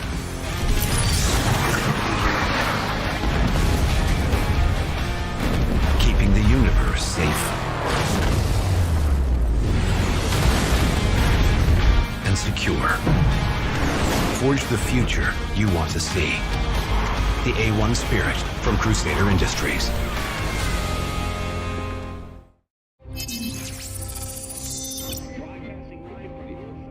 Star Citizen is more than just a space game. As the work continues building out our first-person persistent universe of sundry stunning star systems with planets and professions and possibilities in profusion, one might suspect that the strive is set solely on spreading space-wise. But for the tight team of dedicated developers on EU Sandbox 2, one of their maturing missions is to drill deep down, descending beyond and below the barren bottoms of the beneath, to originate and occasion ongoing opportunities for exciting and edifying experiences for everyone to enter, engage, and enjoy. Yeah, So we're building a playground where every aspect of the Star Citizen universe game is we're building a playground for all of this, not all of it. We're building a playground for the... I've forgotten it already. What is it? This is so irritating. Where? Can I maybe say it another way? Playground... potential... Every aspect. We're building a playground where every aspect of Star Citizen gameplay can occur.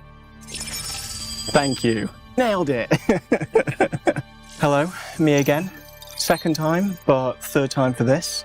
Giving you a bit of an update on the underground facilities. So the first time you saw them was at CitizenCon last year. Ian was going through all the concept art. Then last time and first time you saw me, I was going through the planning and all those riveting Excel sheets. This time I'm showing you where we're at currently in production. We're midway through White Box, and you know, this for us is a good phase for locking down where we're at and where we want to go. It shows us that, you know, we can play the spaces, and you'll see that they are quite big, but our intention is to fill them, and missions that we could have kind of go along the lines of, yes, you've got your delivery missions, but also, you know, maybe you're seeking out and protecting a VIP, maybe you're assassinating a VIP, maybe you're doing a bit of a heist, maybe you're just mining or resource collection. Basically anything that exists currently in the Star Citizen universe and what's to come will also be in here, so try and keep that in mind when we're playing through the spaces. But aside from that, yes, everything is work in progress, so things will change. Just want to get that disclaimer out there now. But I hope you enjoy and seeing where we're up to. Okay, so here we are on Pyro 3. Now we've just placed the UGF here for the moment, just so we can test it on a planet and not worry about it accidentally going into the game before it needs to. And I'm gonna take you in. Now, please ignore my flying skills. They're not the best. I'm just here for doing environments. Now, as you can see, it's quite a large structure on the surface of a planet. There are hangars here. You can land on landing pads. We're thinking about how, you know, the function of the place. So, as you can see, it's quite a formidable structure. Hangars on either side, landing pads, so you can move your cargo back and forth. But for us, we're going to just land, hopefully, on the top. Oh my god, I am really butchering this flight. Whoa, there we go.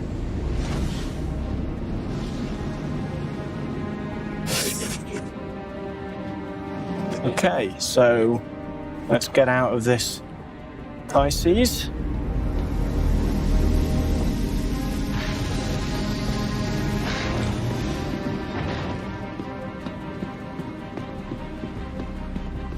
Now, as we go in, there are going, like I said before, there's lots of work in progress stuff. There's going to be things clipping in and out. Try to look past that and to what it is we're actually showing. It is still work in progress at the end of the day. So right now we're just dismounting in front of our lobby.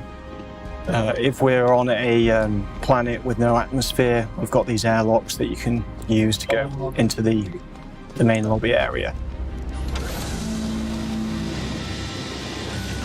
And in we go.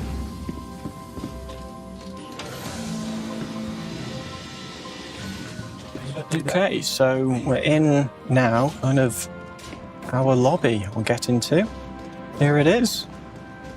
So this, when you first turn up to the UGF and your rep is, you know, rock bottom, you're going to come here first. And this is kind of the introduction to whatever company owns the UGF. And you'll be getting some missions from in this place, but you can see it's quite going for that brutalist structure, but having all this glass kind of makes it so you can kind of let the outside in a way. And you can see by looking out these windows, we can kind of take a look at kind of, again, the expanse of the structure. And I think in the In the background over here, that is another UGF. So like I said, it's quite a big thing on the surface of the planet, which is awesome. So in here, this is not just a through space. We're going to have some offices on the back. And all of these, you know, there's going to be some alternate routes that you can take, but we're building up all these spaces like it's a live-in, breathe-in area. Definitely more corporate focused on this top level. Now let's make our way down into the UGF itself, because you know that's what this thing's for. So you get the limbo elevator down, and that brings us to this kind of pedestrian entry area.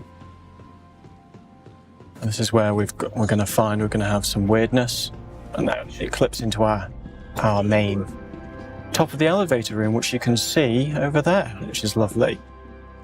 Let's just make our way through. So there, this is the top elevator room. Again, there's kind of access to the outside, there's access to side rooms and other rooms from here. But essentially, this is where you're going to be in order to get downstairs. You have to come to a room like this. I'm just going to kind of walk you through it and go to our cargo office. Lots to do, lots of people milling about, lots of space to, you know, to do things. So in we go. So this is our version of our cargo office. So you'd get delivery missions from here, you could buy items, but a lot of our rooms are going to feature this kind of door with pedestrians on either side, and that's just so that we've got that kind of functionality. 'Cause we're here. And with that, we kick off another intergalactic aerospace expo, arriving in true Whitley style. And this year we've got more raw, uncut excitement, more pulse-pounding, heart-pumping, senses-shattering wildness than ever before. I mean, honestly, IAE 2951. What is this, McCleary? Is this segment supposed to be a callback to episode 223? Hold on, let's cut. All right, we're cutting. Wait, what? Yeah, I've seen this before. BTS, keep rolling. Jimmy, are you in the edit bay? What is she on about?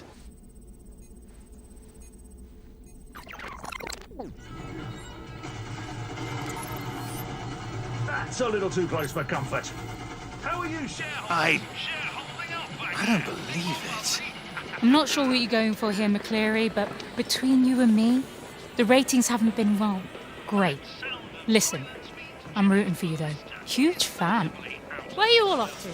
VIP lounge? Oh, hello. Oh, Jax.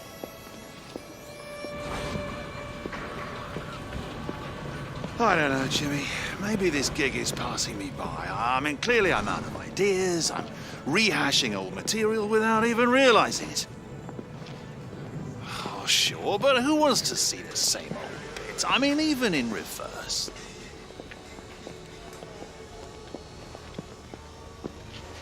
Maybe you're right, Jim. Or maybe we just need to pull out the big guns. Don't we have something amazing planned for the Aegis bit? I just need to clear my head, figure out an angle, and start fresh on the next segment. I'll be in my trailer.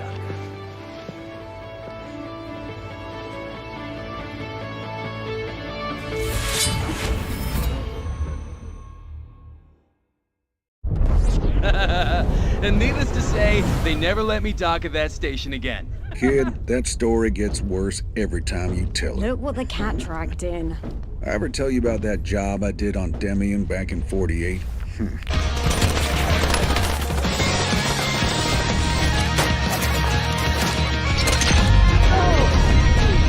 Only about 1,000 times. But if you want to talk about danger, what about the time I hit the gap at Yada?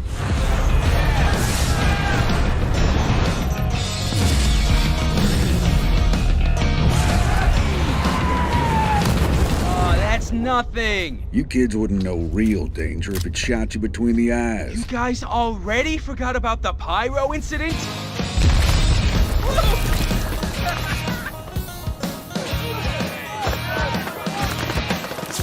I cleaned up on that job. Yeah. You both got lucky. Maybe. But what really the pedestrians want to be out of the way type of thing. Let's just have a look into the space itself. Everything's controlled by this kind of observation tower. For us, we're going to head downstairs. And we can do that quite quickly on these kind of smaller pedestrian elevators.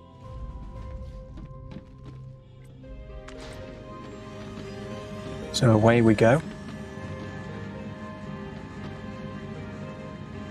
Now the depth of the, the first sub-level is going to change in every UGF.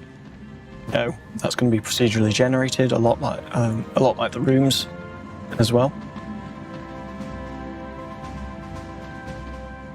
Oh, and the elevator's just kind of moving back up. Now you could take the cargo elevator down, that's fine, but that's going to be fully automated, whereas these pedestrian elevators are going to be more independent, and faster as well. So we can see that disappearing up to the top. So this is our bottom of the elevator room. So again, nice big space, very functional. There's going to be, things loaded on and off. And then this gives us kind of access to the rooms, or the wings on either side, I should say. So as we release more content for this, you're going to get more expansive wings, different themes, that kind of thing. Now the doors here are a bit misaligned. Again, work in progress. And this is a security checkpoint. So hopefully you've got the right credentials. You're going to get checked, you're going to get scanned. But what if you haven't got those credentials? Well, there are alternate routes in, down here that you can see there's a little hatch, so maybe you're sneaking your way under the floor, or are you making your way over the top on piping multiple ways in. So again, we're in a bigger room now. In the white box, it's really good to just call out, yes, your alternate routes, yes, your main path, but also where can you get on and off of those, what's rock, what's metal, what's a feature, what isn't. Because if we can call that out now, it means that we're giving people more information as they go into the next phase. Again, so this is just an example of maybe a rock room, which kind of just links two rooms together. Maybe there's some storage. Now, can I just jump over this because I forgot to put stairs in? Over to the other side. And these are kind of our biggest doorways, but I'm not going to go down this, but we're going to have smaller doors into the space. So in here, it's kind of like, well, where do these lead? We're going to have to wait for that, I'm afraid. So that one up there, that's where you'd kind of navigate to each room through the ceiling. So we're back in that big room from before. Now, when the rooms are this big, we can do a bit more with them. So there's an area out the back here. There's, rooms and maybe even some control points. So what if this bridge, I know it's a little blurred over this chasm, what if you could retract that back and forth? What if it's not even there? How are you going to make your way across? That's not for me to decide, it's for you as the player when you're getting in and out to decide. But for the moment, we're just going to make our way through. Yeah, if you fall down there, you're probably going to die, so watch out for those kind of things.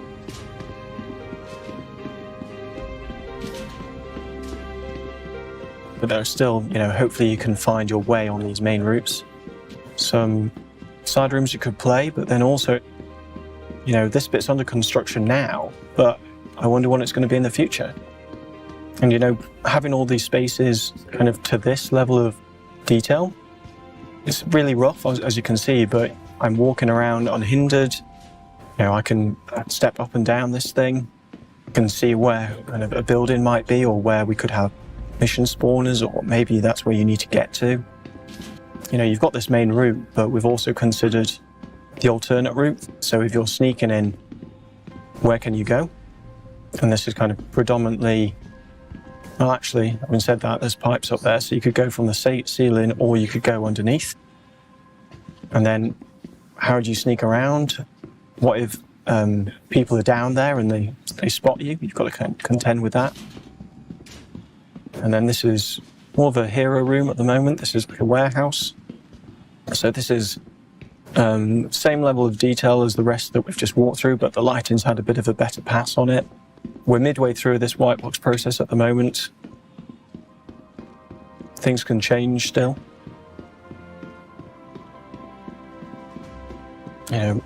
Maybe the alternate route is where that guy in red is down there, but if you fall down that one, you might end up breaking your legs. All of these containers, maybe the straddle frames are moving things around.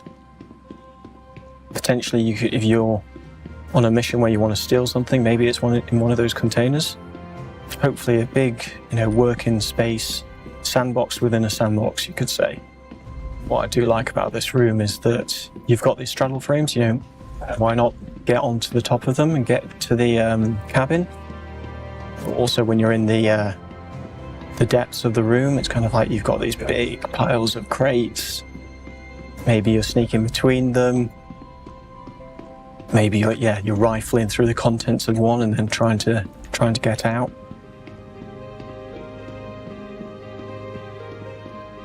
So there we go, that's where we're currently at. Like I said, we're midway through White Box. We've got a bit of time left to polish these rooms up and get the rest done. We're more or less at about 17 rooms, and then each of those rooms will have 2 overlays. So plenty of content for this initial release. Hope you enjoyed it.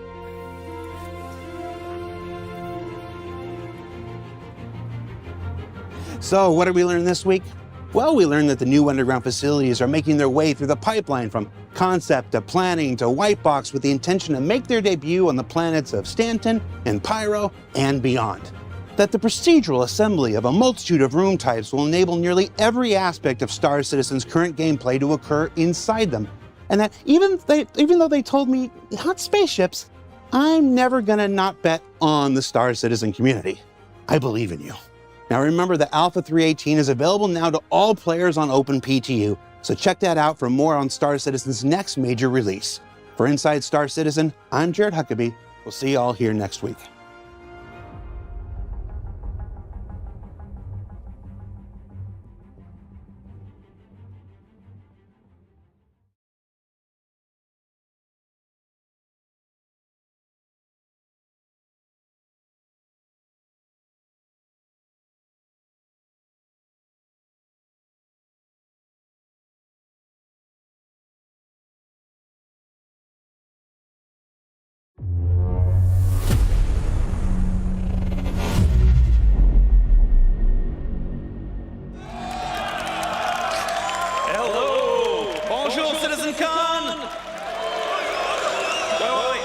Guten Tag, Citizen Con! Hola, Citizen Con! Ni hao, Citizen Con! And hello, Manchester. I'm not gonna need this anymore. Cool. I am Benoit Beauséjour, or as some of you know me, I am Balt on Spectrum. Today, we will talk about Brave New Worlds. This is Pyro 2, Monox. It's a barren planet, not really habitable.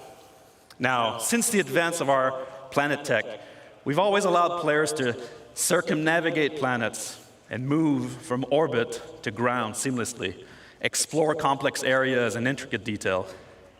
Now, with server meshing, we're going to need a lot more locations for missions and destinations for more life.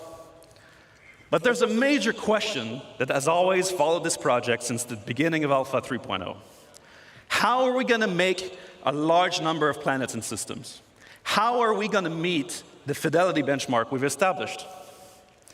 In this technology update, we bring life to lifelessness, even to Monox. We take the physical representation of the terrain, the geology, the atmosphere, the climate, and the environment to create accurate biomes that spring naturally from the collision of all these environments. coherent, denser biomes that follow the laws of nature that we encode into data. Data that we then leverage to place flora and fauna, yes, but also settlements, buildings, alien and human life in a planetary context. This creates worlds that are scientifically plausible, richer in gameplay opportunities. We want you to find adventure just by going around the planets without a quantum point. We want you to find actions along your path. For this, we are changing how we made the game. We are scaling how we make the game in all areas. This is not just a Planet Tech update. This is a collection of systems that we call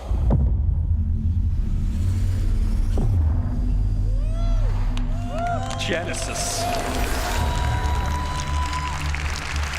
Now, to help me explain all this nice work and this nice technology, let us kick us off.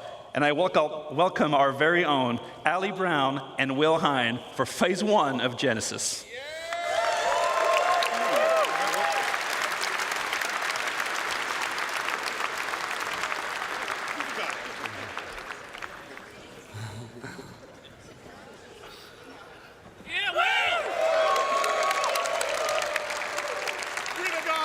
Hello, Star Citizen. Yes, hello, CitizenCon. Yeah.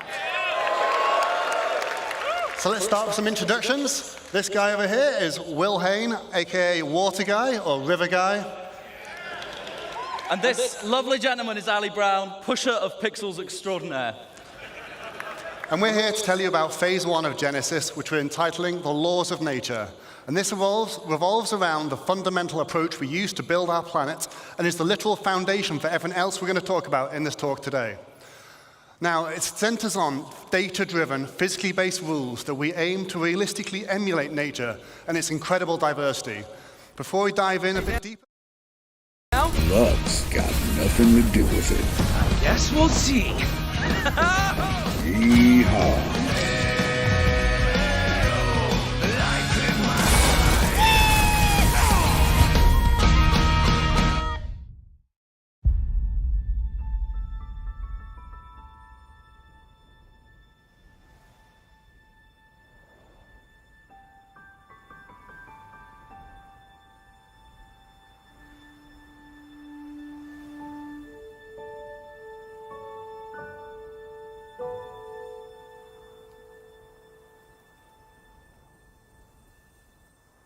My father always used to say I had wanderer's legs.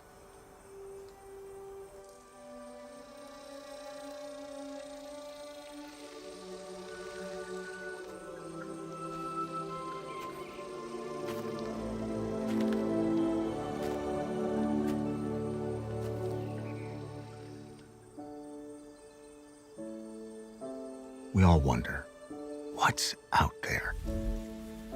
But for me, it was more than that.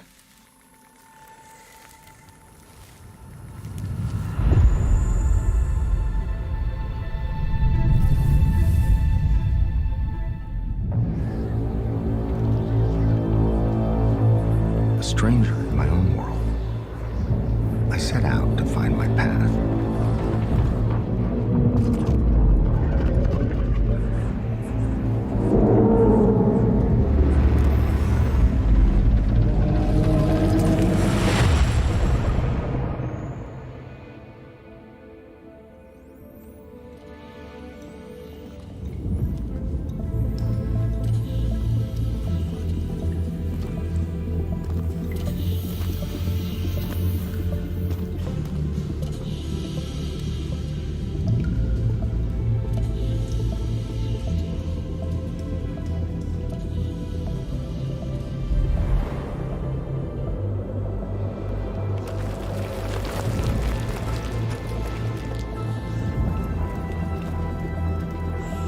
Through all my travels, through all the trials of the unknown, I came to realize that there was really only one thing I've been looking for.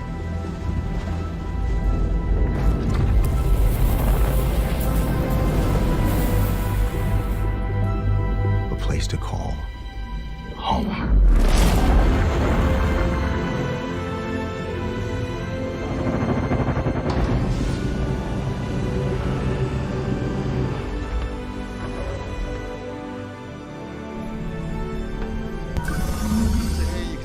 our lovely atmosphere and our cloud rendering, which can provide some spectacular views.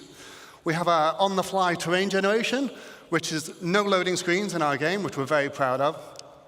And then we have our scattering system that can populate these planets with many different diverse biomes. And we've been setting quality benchmarks for each of these biomes as we come across them one by one. But what we have isn't perfect. This scene on Microtech, it looks great, but it's not getting the same density that you'd expect from a real pine forest. That's one of the things we want to solve. The other, if I take you to the other side of Microtech, you'd be excused if you thought we'd just turned around and looked at a different part of the forest. Why is that? Well, this is because currently our artists create slices of biomes in great number, and then they distribute them across the planet using humidity and temperature properties. Each slice looks great in isolation, as you've seen, as you've explored. But this is not the solution to give us varied and natural biomes across an entire planet. Additionally, just using humidity and temperature limits us to only 2 degrees of variation. And that's not enough for the sorts of planets and worlds that we want to create and for you to explore. So how are we going to scale up our planet generation? Well, as I said before, we're going to start with physically based rules that drive everything. We want nothing to feel random on these planets. We want no limitations on the number of biomes. We want infinite biomes that are continuously changing across the planets. And we want extreme density, and we want to maintain or exceed all of the quality levels we've set with our existing biomes. And most importantly, we want it to be scalable so that we can really scale up to the level of content that the designers are expecting. And from your perspective, we want you to be able to truly explore and find unique playing opportunities everywhere on our planets. So to start this, we're going to need more data. So if we see here some of our existing data sets on our planets, we have temperature, which we define locally and globally, and humidity, and that's it for now. With Genesis, we add many other data sets, such as the geology type, the soil type, and then we also go for things like the soil depth and the quality and the nutrients and many other properties all drive this complex data set that we use to build rule sets on that each individual asset can describe how it should work with them. We're going to put something together and show you some demos today using some of the assets that you've already know and love in the PU. Although you might see some new stuff later, we'll save that. What you're going to see is a vertical slice of development. It's very early stages, very work in progress. You might see some bugs, but that means it's only going to get better, so be excited. The number one challenge with planets in our game is scale. In no other context do you need a planet to look great from first-person perspective when you're stood among the trees. You need it to look great when you're in a spaceship at a quantum marker miles away, and everywhere in between. There are no loading screens, you see everything. We cannot afford for it to look bad in any of those scenarios. So, let's start from a ground perspective. Demo number 1, let's have a look.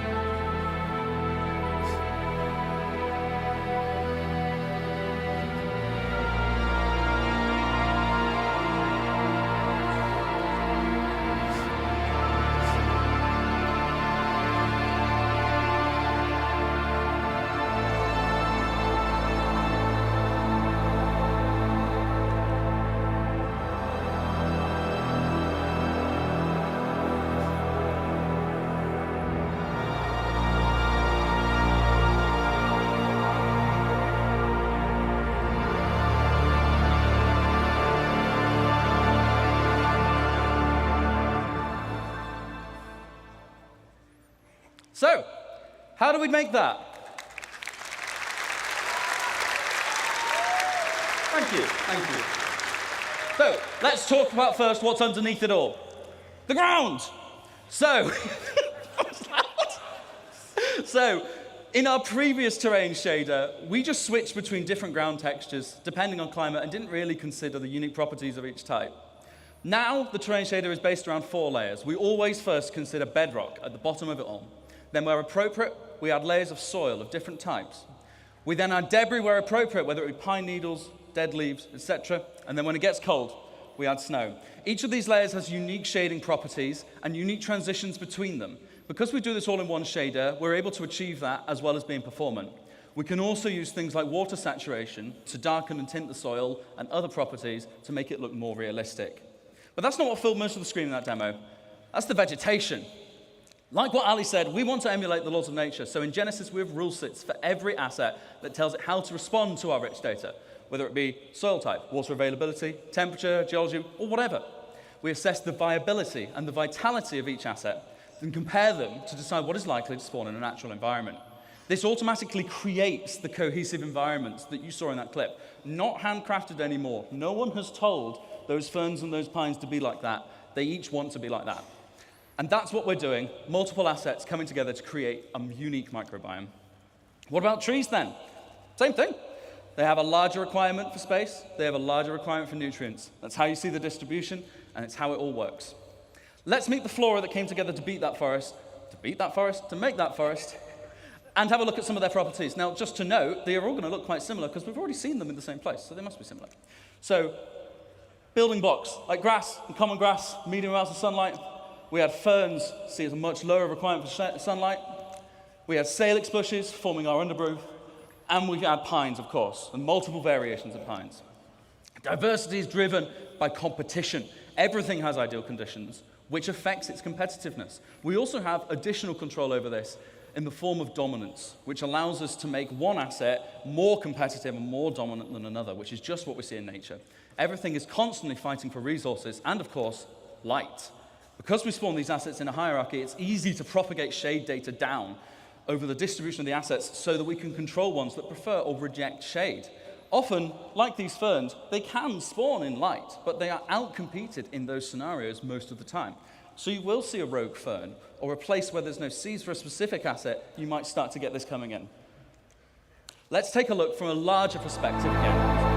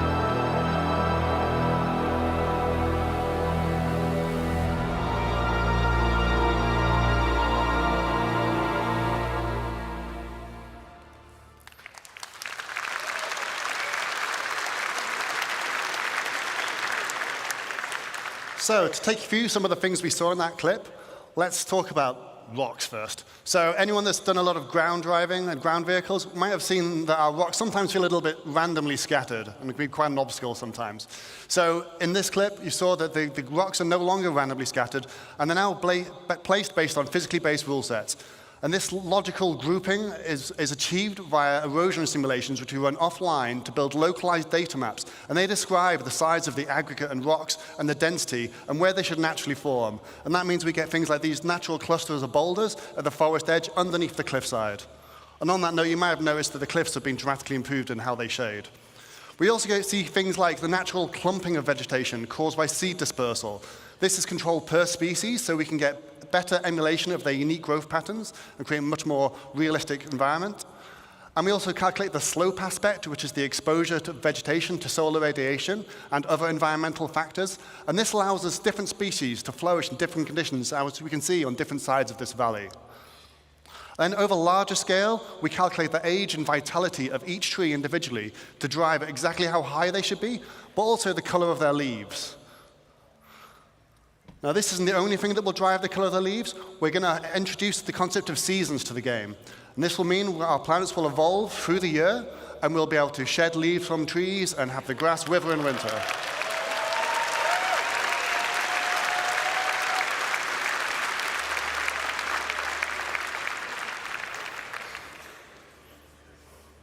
So as you're starting to see, all these rules, all this data, it's all coming together to create what we call truly emergent biomes. Let's have one more look at how this varies over a much larger scale.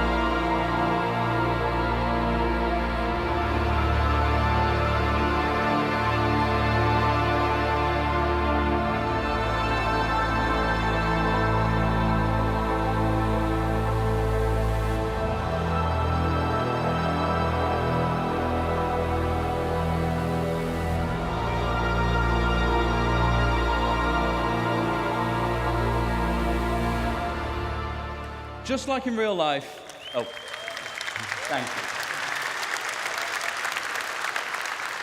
Just like in real life, our areas should vary, even by traveling a few kilometers. If you get in a helicopter and fly over the Alps, it all looks a bit snowy, but when you look closer, it's constantly changing. And we're now able to accurately represent that with our changing data.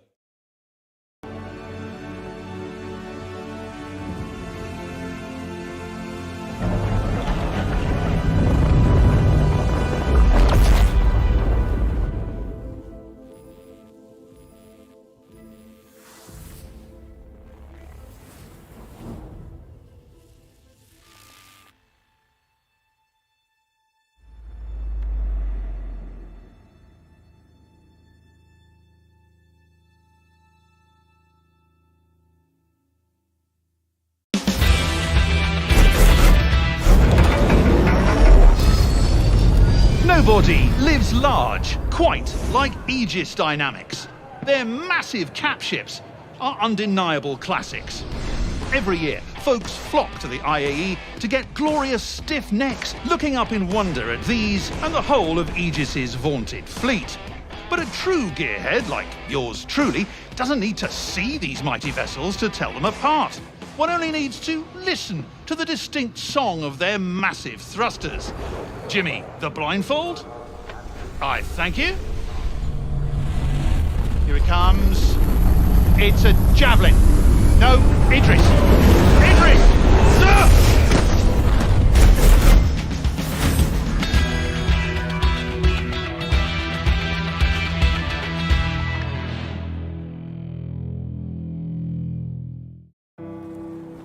At Crusader Industries, we believe that our values are more than a standard of behavior. They're our legacy and our inspiration.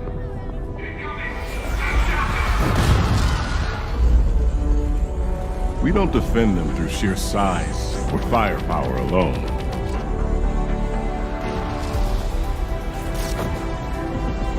We ally ourselves with those who share our core beliefs. We make sure the real heroes make it to where they're needed most. At Crusader Industries, we know that lifting up others benefits us all.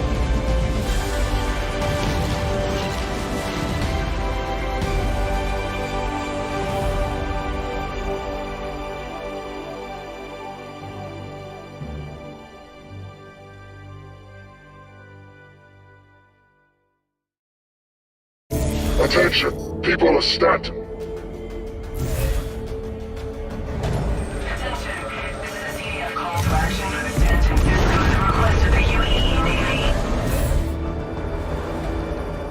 We are the ones in charge. We are Xenothreat.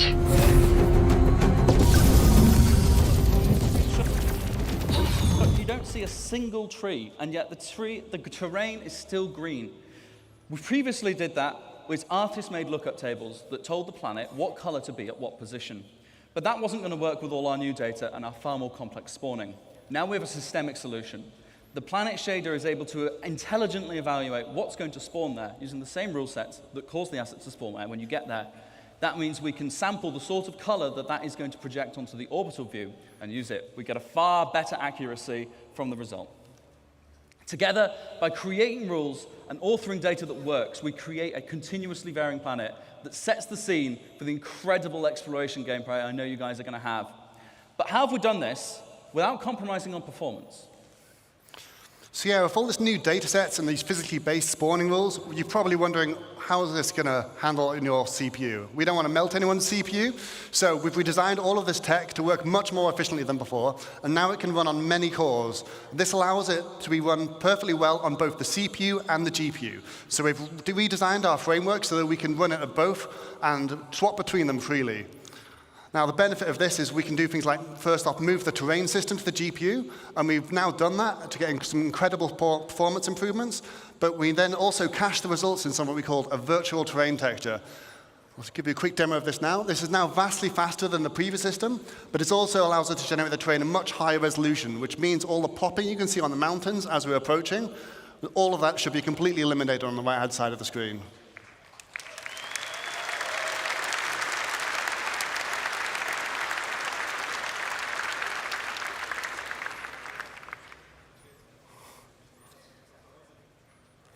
With the extra headroom we've gained by making our terrain system more efficient, we've been able to introduce some improvements, including high-resolution ground textures, proper blending between surface types, and of course, better tiling. If you're familiar with any of our planets, we've taken off all the assets so you can see the issue, and now how it looks, you don't see those lines going at all.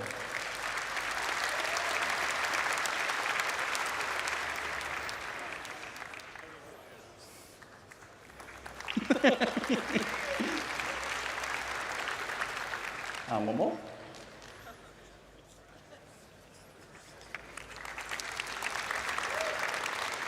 With the terrain data cached on the GPU, like Ali said, we can perform the scattering there too, which is significantly faster.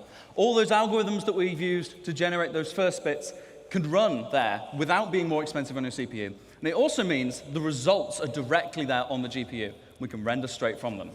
That allows us to have dramatically more density in our new system. We can render objects directly without having to go via the CPU every frame. We also cull at different levels of granularity, with bigger groups in the distance and individual assets up close. Just as a demonstration, this is the sort of density you can expect on Microtech today. And in a second, we'll flip over to what you can expect from the new upcoming tech.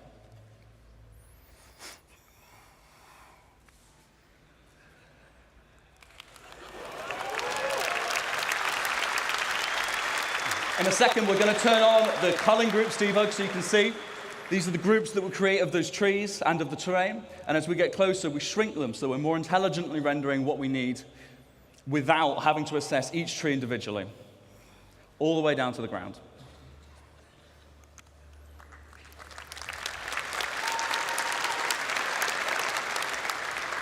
So to recap some of the things you've seen here in phase one, we had data-driven rules based on physically based data, generating emergent biomes that continuously vary across our planets to get infinite possibilities. And we've achieved this with much greater density than before and much faster rendering. And we also achieved seamless transitions from ground to space with zero popping. So now that we've got all this tech, it's time to talk about how art might make use of this. So for that, I'll hand you to the next phase towards Sebastian Schroeder. Thank you, guys. Thank you. No physical. Thank you.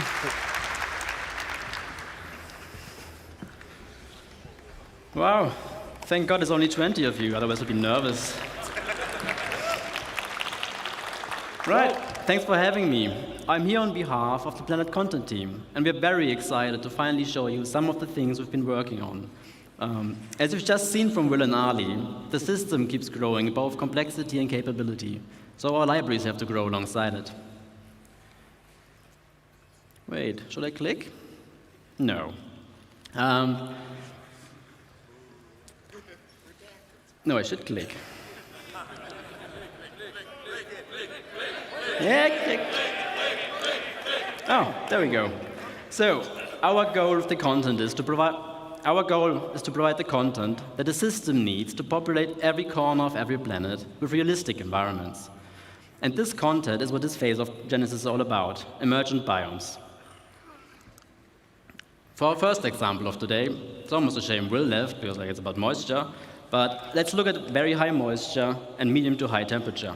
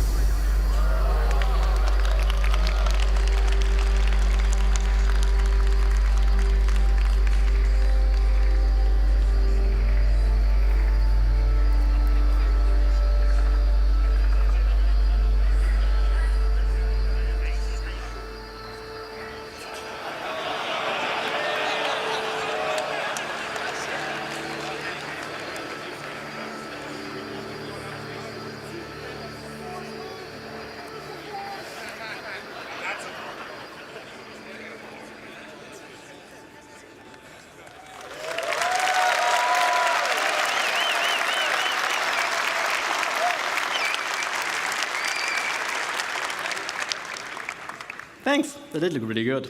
So, for swarms, we obviously made vegetation that feels at home in or near water. But before we dive in, allow me to give you a quick primer on our approach to authoring plants. Most species can survive in a fairly wide range of climate conditions, but will only thrive if the conditions are ideal. To support this concept, we author our vegetation assets to describe the full growth cycle of a species. If the conditions aren't ideal, they may not grow to full maturity or look their best, but the species can still exist. So let's have a closer look. For the water's edge, we made plants like this Alternatera and the iris. We also need the aquatic ones to float on the water surface, like the water lily or the pickerel weed. This willow and the one after, a Chinese tallow tree, while comfortable near water, we can also use to replace some of the more aged assets used to seeing elsewhere in the game. The last one, it's taking a bit longer now, but the last one, I'm gonna wait. The last one you may not see used much in other biomes, but it's a very iconic one for the swamp, the bald cypress.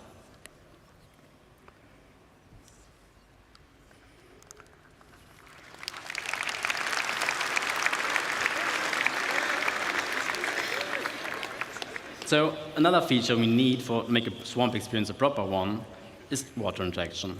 Over the last year or two, a lot of work has gone into improving the way our water reacts and renders. So naturally, we wanted to make a biome that highlights those advances. Let's have a brief look at what it's like being inside the swamp. As you walk through or swim through the water, you may come across obstacles like logs or debris floating on the surface. They will react to the player character and can be pushed out of the way.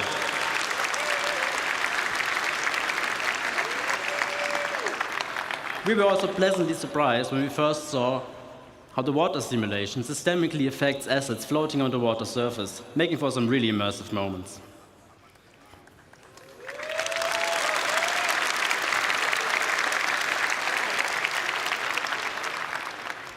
Now, before I get to our second use case of the day, a quick disclaimer.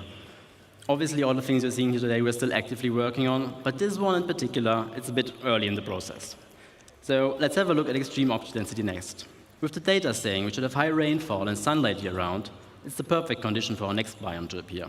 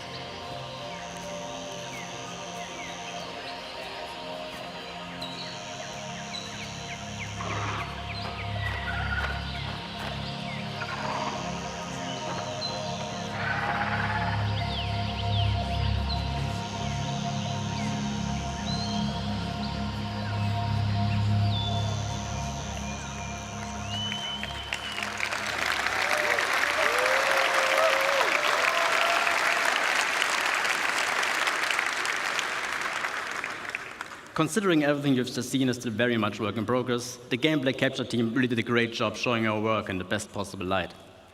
With jungles, we wanted to explore the concept of vertical stratification, as they are the prime example for that. What it means is that you have horizontal layers of microbiomes defined by the species that thrives with the amount of sunlight and rain that still reaches there.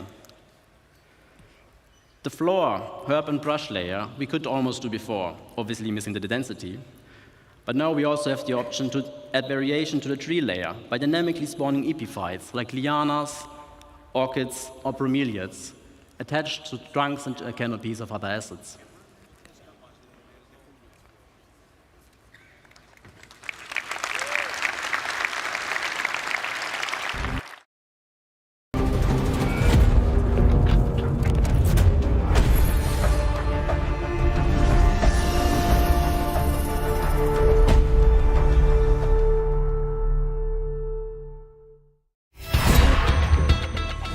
Some serious fun out there, eh, Jimmy? Admitting you couldn't have done it without me. I mean, the cannons on those Ares models, was that like a size 7? That is nuts. Absolutely insane. Raw power. Couldn't have put it better myself, mate. This has been an eventful IAE, to say the least. But thanks to Jimmy here, I've been reminded of why I started doing all of this in the first place. At the end of the day, it's all about the ships. So here are some highlights of intergalactic aerospace expos, past and present. Haha, it's a pirate's night for me here at the Drake Pavilion.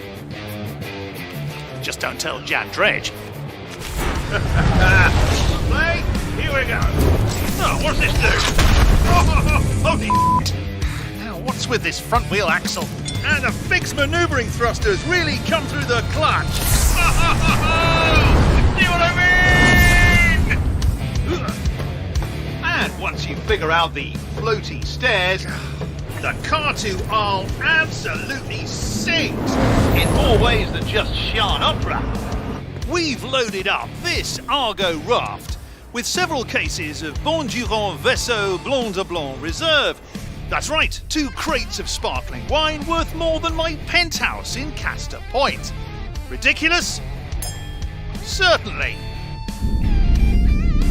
Now, I was always terrible at this. Nailed it! I can't find the limit! Apology accepted!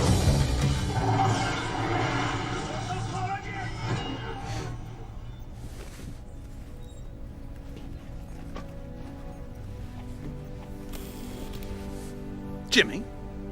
You okay, lad?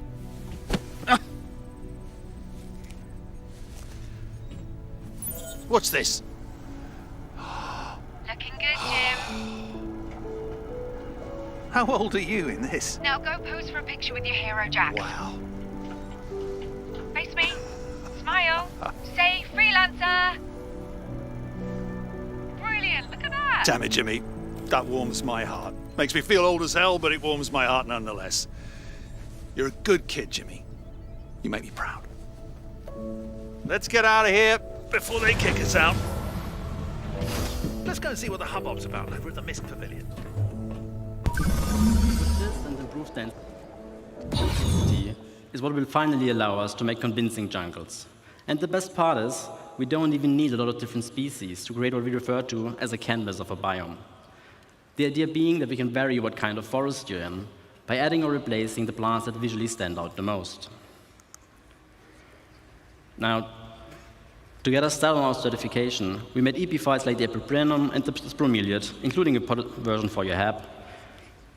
Then obviously you need jungles for, lianas for a jungle. And we also made the grias, which add character to the herb and tree layer. For tall trees, we decided on a fairly generic rubber tree, as its different growth stages serve as a nice foundation for all height levels. And that's pretty much it, what we need to make a pretty good base for jungle.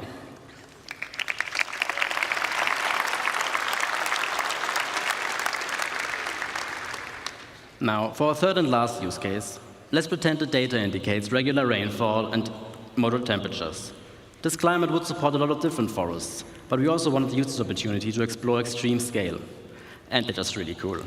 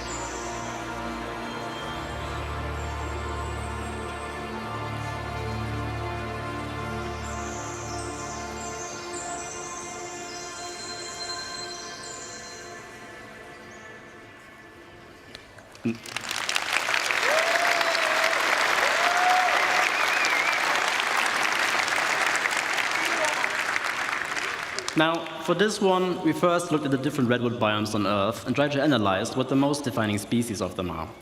With this understanding, we then decided on the following plants to allow for a fairly universal redwood forest that will easily support variation across continents and planets.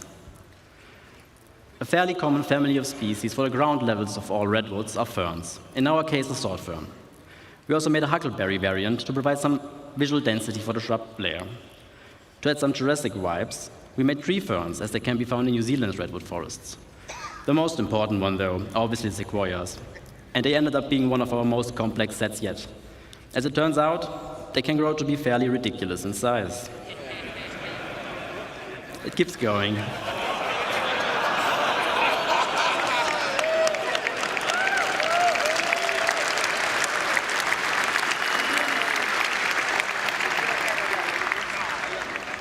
Now, one thing our game's foliage is sorely missing is the ability to properly react to what's happening around it. The goal here is to unify all forces from all sorry for the horrible rhyme, all forces from all sources, wind, characters and creatures, ships, explosions, and whatever else, and have the vegetation behave accordingly. Now, as part of our tech improvements, we will be implementing a GPU-based simulation that's fit for our game scale. For now, we've set up the ferns with our existing CPU-based one to better visualize what it will feel like to walk amongst those giants. Also, with the biomes on our planets now being defined by where an individual object wants to appear, you can expect a lot more happy accidents by having species invade different biomes, making for some unique locations, hopefully. Surely.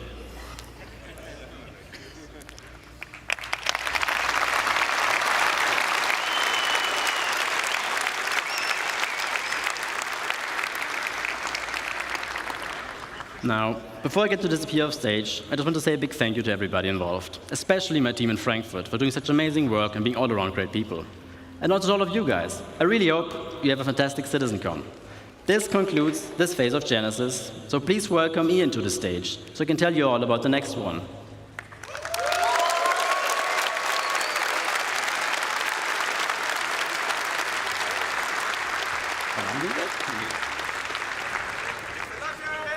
Thank you. Hello, CitizenCon. All right. Those new planets and biomes were pretty, right? But it's time for phase-free civilization to give you some stuff to do. So, let's talk about location density. We've emulated nature as well as we can to make sure our planets are physically based and realistic, and our biomes are emergent.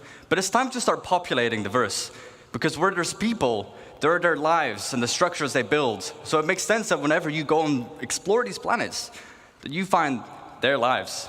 And what's even more important is that when we make these structures, that they use and they follow the same rules as our biomes, such as the jungles and the swamps. But before we continue, let's first take stock as to where we are now. At the moment in the verse, we have these custom beautifully made locations, such as Ghost Hollow, we've got our distribution centers, or even just some outposts. And these have all been handcrafted by our designers and artists to hit that benchmark. And they've been working directly on the planet. However, going forward, this doesn't really scale with how we want to go forward with the game. Server meshing is about to arrive, and we're going to have a way higher player count. So those 73 bunkers across Stanton just won't cut it. But in general, it's also pretty barren. There's not much for you to explore and find stuff out there. So there's no exploration gameplay. You haven't really put your character to use for the way that you should. So this means we need to go bigger, which means we need to change our workflow. And with any workflow, means we need to first establish a new benchmark. So, with our new benchmark, we are ensuring quality and improve on our previous work and make it even better. And any location that you'll find needs to have its own unique personality and no repetition. We don't want you to find the same location twice. This also means that this is your exploration and your findings. So when you go out there and explore with your Carrack or with your Corsair, is that whatever you find, you can share with your orgs or with your friends. As for that density, if you fly down to the planet, we want you to find something, let's say, every 100 clicks. But also improve the mission experience. So when you stay more on the planet, you're more immersed, and you go from location to location. Just keep going. So going forward, we are modularizing all our existing locations and assets. And we're basically making a library of buildings and layouts that we'll be using to no longer work directly on the planet. The neat thing, all these modules and assets can be iterated upon and tested right in the editor for all the designers and artists to ensure fun gameplay and interactive sandbox activity, and also make sure all the mission stuff is there. Basically, we're building a toolkit. So let's look at some of the things that we need to keep in mind as we are making that toolkit. First and foremost, we've got our art style and branding. We've got things like Frontier for our settlements. We've got high-tech for the emergency shelters, but also utilitarian, like our bunkers and distribution centers. The richer the data, the richer these locations will be. Secondly, they all have a function. We've got mining for our mining outposts, farming for the farmsteads, or just places where people live.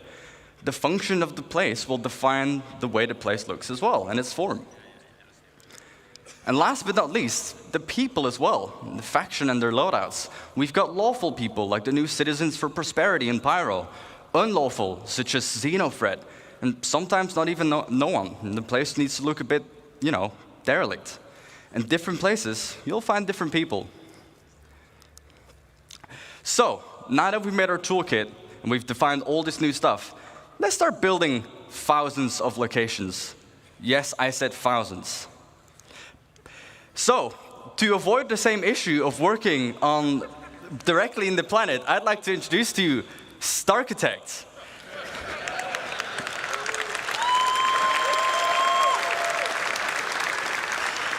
What Starchitect allows us to do is directly on a planetary scale scatter all these new libraries and modules and assets and no longer work directly on the planet.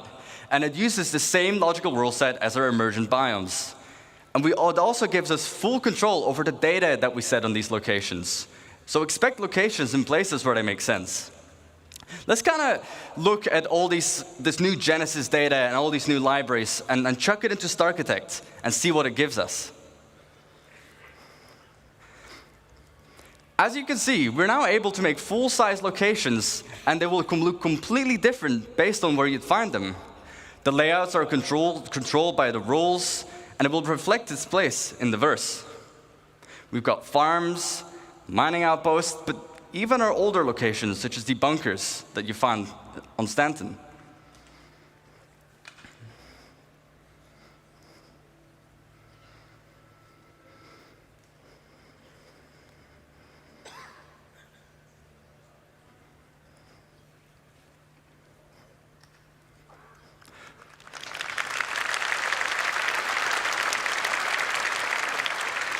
So, let's look at an example and kind of use the tool to really, make a location. We can define the rules, as I've mentioned a couple times by now. So for our mining outpost, it wants to be near a resource. We can specify what this resource needs to be. But we can also give suggestions where sometimes you'd find it here and sometimes you wouldn't. If the location has refineries, it might want to be near water to refine the resources. Then secondly, we can define what buildings should be there. So obviously we need mining buildings, houses for people to live as well, and even power buildings that we can leverage with the resource network. Starchitect will intelligently figure out where to place these and what needs to be at the location. Next up, farms. Its rules, well, temperature. Not every plant can live in every temperature, but the same with soil type. Only certain plants can be in certain grounds. And then we can query the seed map to determine what plants you would find there. What are the harvestables? As for the targets, again, farm buildings, obviously, power buildings. To fly. I think I still need to do some serious soul searching, Jimmy.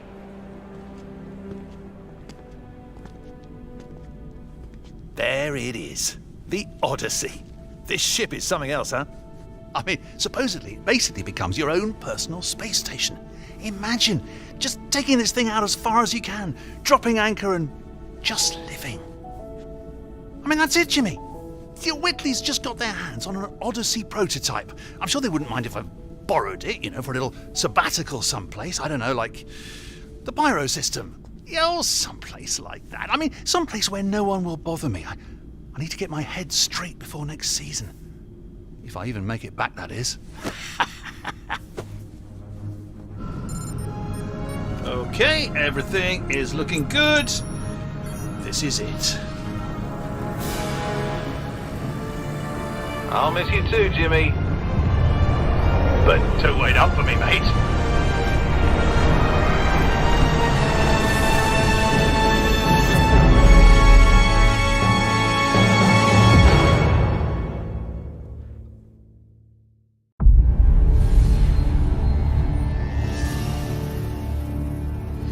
We got hostiles inbound. Stay alert. I got 3 targets.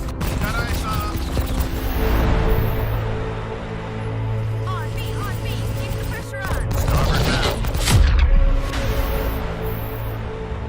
Down, 1 to go. Yes, let's finish it.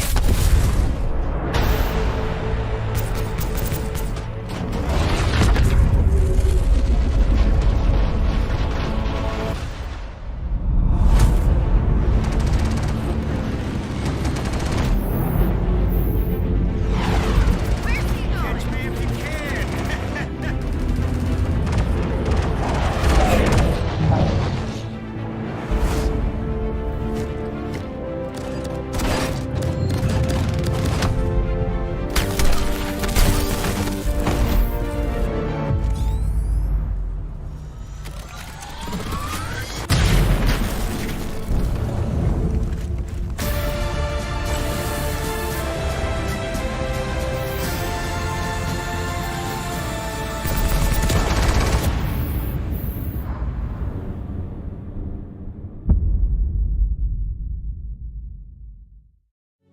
Finally, an instant classic, made to reflect you.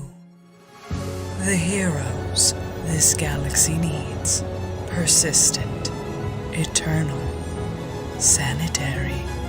None other exists. And last but not least, derelict ships. We've got these all over the place currently. Rules, well, they'd be close to anti-air because I would be shot down. But even in harsh flight conditions, such as mountains or low visibility, you'd probably most commonly find them. Targets, well, crash ship parts, of course. Sometimes you'd find the full remains of a javelin, and the other time you might just find the nose of a starfarer laying around. So, let's talk about coherency. Sure, we can scatter all these locations everywhere on the planet, and you'll find them in places they make sense, but we can do better. You don't just want to find an outpost completely on its own, right? We want to make sure it really feels like people have built their lives here. So, let's talk about some missing bits. We want to tell tighter stories, such as the people's lives, but also logical exploration. If I find one thing, I expect to find something similar or something else nearby. we also need more data control. What defines one mining outpost being different from the other ones, aside from the harvestables? And also give the narrative development. Make sure people build near rivers, on mountains, they build near town halls, they build near distribution centers. So to hit that bit of our benchmark, we make sure that locations are near each other and group them together. The effect it gives is a fully developed landscape with vistas and points of interest all over. And we group them together in what we like to call a cluster, like this one, that has 13 locations. Let's talk about clusters. Clustering means generating locations near other locations. So, for example, if you find a distribution center, just like in the verse currently, I would find forward operating bases next to them. But if you go even further out, you'd find mining outposts to funnel those resources to the FOBs. Go out even further, you'd find caves around them, because that's where they might find some of the gems. And then we can even specify the data on a cluster level. All of the factions that live at this whole cluster, any mining outpost, that would be the same people, but also what commodities they sell, to find on what resource you'd find. So let's look at an example of the clusters. We have our mining cluster. Again, we can define what rules we should have. Rules, well, near a resource, just like our mining outpost, but also it needs to be on a lawful planet. We can target on a planetary scale where they would need to be. They need protection. As for the targets, well, caves, mining outposts, but even trade posts. Let's go to the other side of the spectrum. Before I do so, I forgot data. We can, on a cluster level, specify, again, what mineral commodities, but also what harvestable types you'd find are in that region. Now let's look at the other side of the spectrum, an unlawful cluster. What rules? Well, they need to be far away from any other cluster, because they want to be isolated and do their evil deeds on their own. And also on an unlawful planet, such as somewhere in the Pyros system. For the targets, I would allow outposts, crash ships, because they would shoot them down, and also ruins from just places they just completely overrun. The data on this one, you'd find specific loadouts, and they'll be using weapons that you wouldn't find in any other legal system. And these weapons will be sold at the shops in these regions. So, now that we have a cluster, let's go even bigger.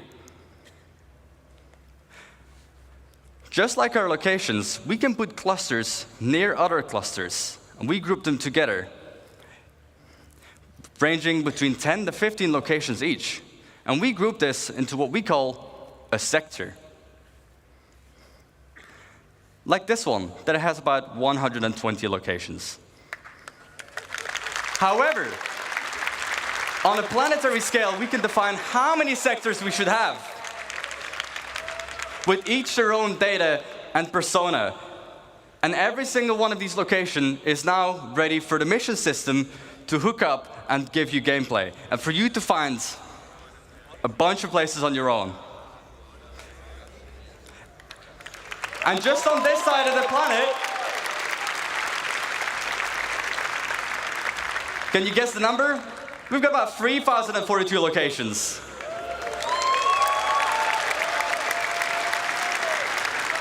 And again, this means as architects, we're just able to, on a planetary scale, just define how many locations we need, what you'd find there, and to just give that full identity.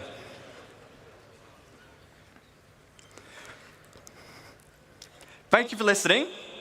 And I won't just see you in the verse, but I'll see you in a denser verse.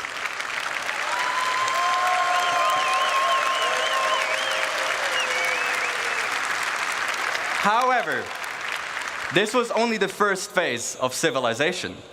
Let me introduce you to the stage, the person who will introduce life at these locations, Francesco Raccucci.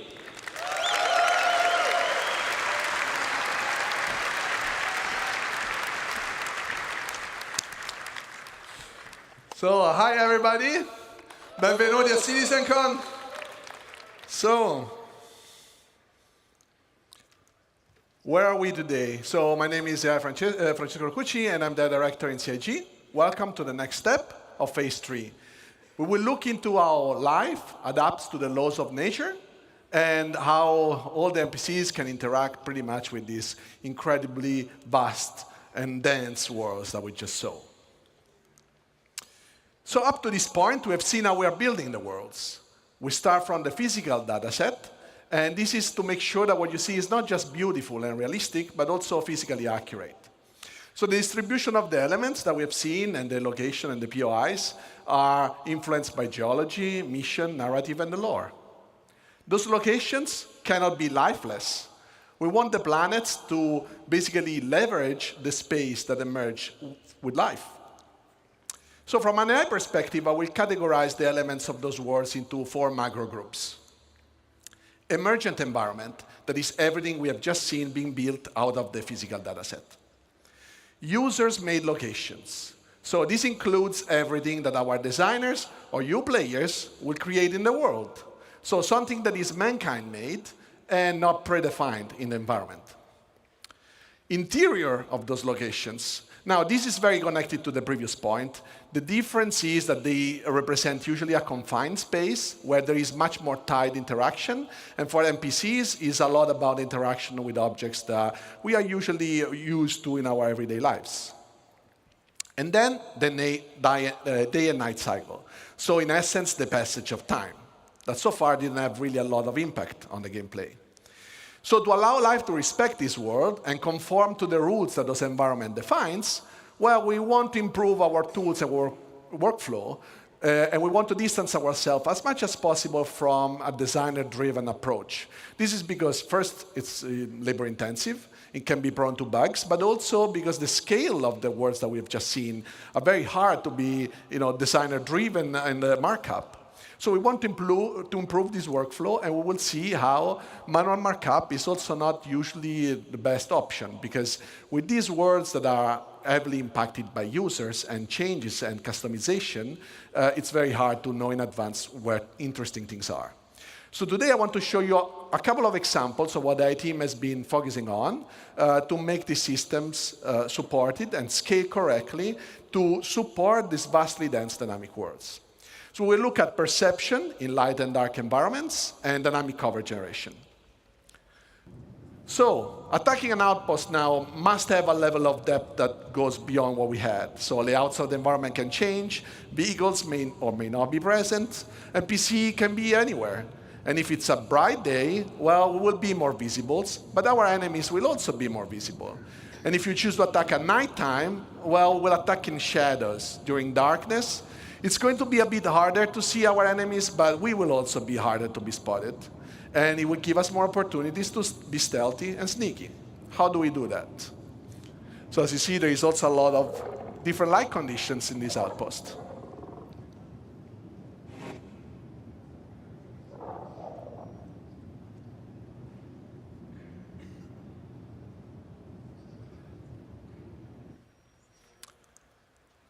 So in this scenario, we will start look at how perception is impacted by the day and night cycle. On the planetary surface, as we've seen in the outpost, natural and artificial lights are the 2 elements that will impact vision. And knowing that, you can use this to leverage your gameplay style to exploit basically all the environment. So what is perception? On the NPC level is the combination of data that we collect out of the senses. And vision is one of the senses and just tries to, in a way, simulates the human side ability. So designers can already tweak the perception in different ways. And one way is defining how quickly NPCs can understand what they are seeing.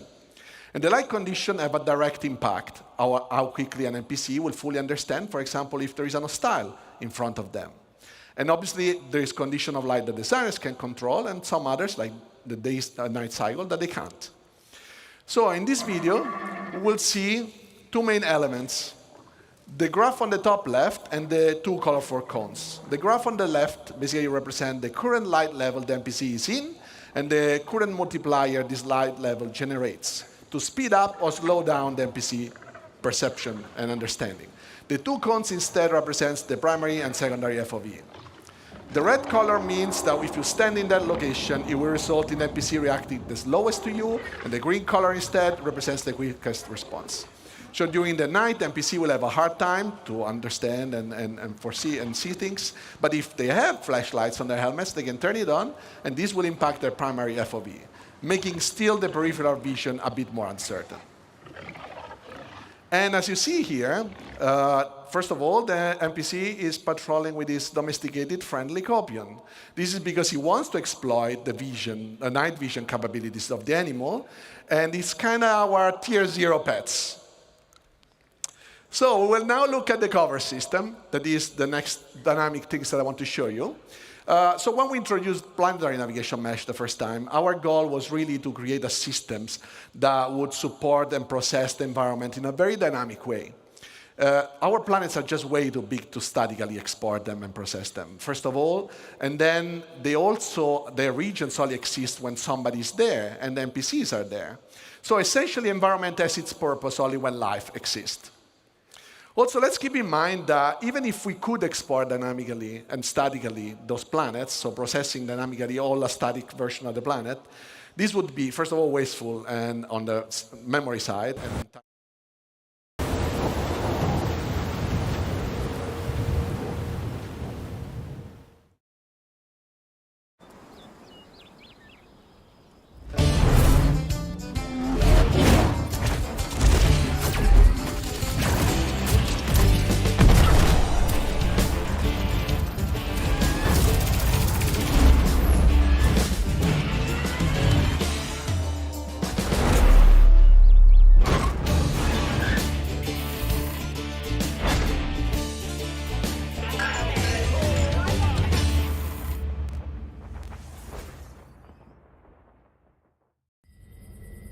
The mantis is one of nature's most adept predators.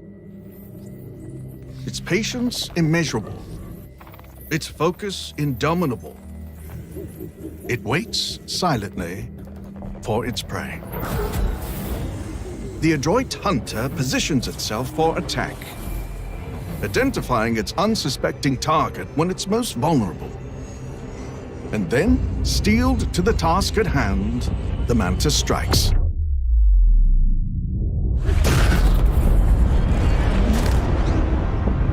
Its prey never stood a chance.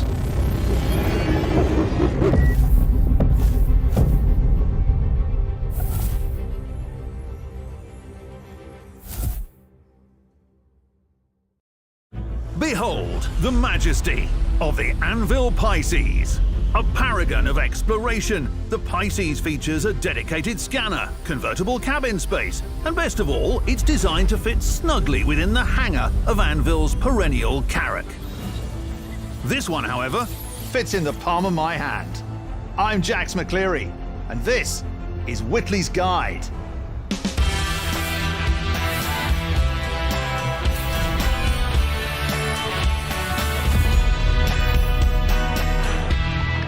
For our premiere episode, we're here at the 2949 Intergalactic Aerospace Expo, or more precisely, above it. And this is in fact not an Anvil Pisces, but a true-scale remote-controlled replica. It's accurate down to the last detail, and I've been told it's very expensive. So, naturally, we're going to attempt to blow it up, because we're borderline obsessively committed to putting the galaxy's best gear to the test. For you. To that end, behind me you might have noticed the rather intimidating 2949 Anvil Ballista. We're about to put this mobile missile machine through the Whitley's ringer.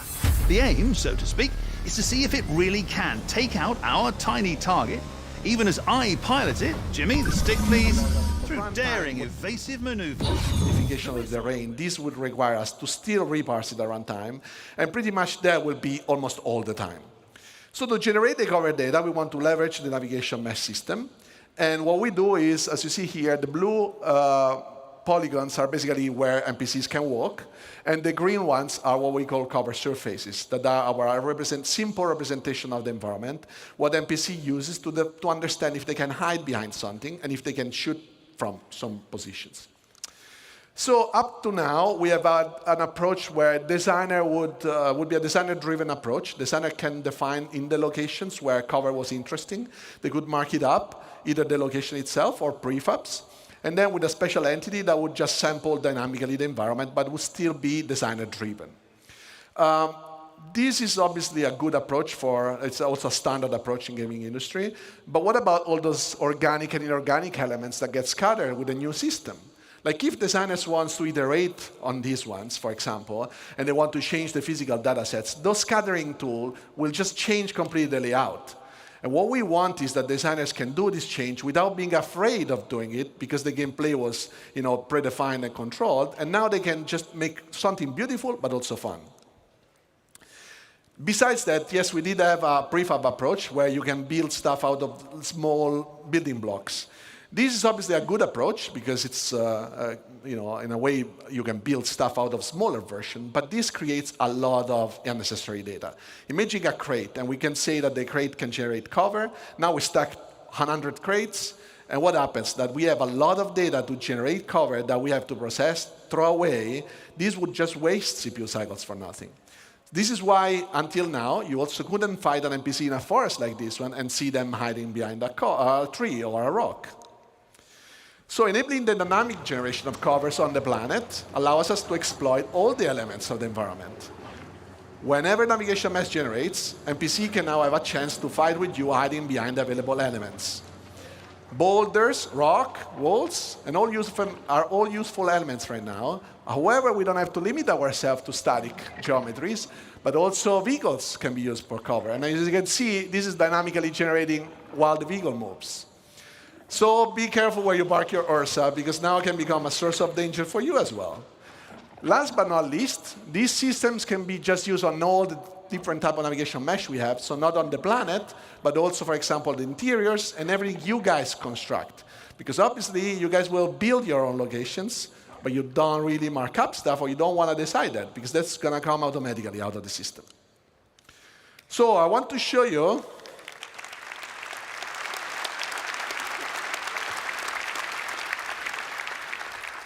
So what I want to show you now is just like a little bit of insight of what goes behind the scene when we generate cover and navigation mesh. These are some of the steps that our system does. So we always start from the environment voxelization. What that means is we process the geometry, the physical representation of the geometries, that is a little bit simpler than usually the render mesh, and we construct it in a voxelized approach. This is also using different types of agent definition. Why so? Because obviously where a human can move is not the same as where a vehicle can move. So we can define different type of precisions and then speeding up the process where we have to, or be more precise where we cannot be to. And we can also create overrides based on different things. For example, if you crouch, you can enter into smaller locations than where you stand. This process is basically common between navigation mesh and cover. After that is generated, then we can evaluate the voxel in different ways. For example, defining where we can walk. So can we make the step with our foot over a specific voxel? Or is there something in front of that hole in the nav mesh so that we can actually cover behind? And then we can basically decide where to generate cover surfaces.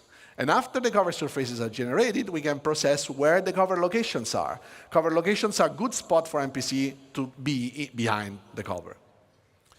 So what we see here is with the introduction of Maelstrom last year, obviously we knew this would revolutionize how you guys are playing.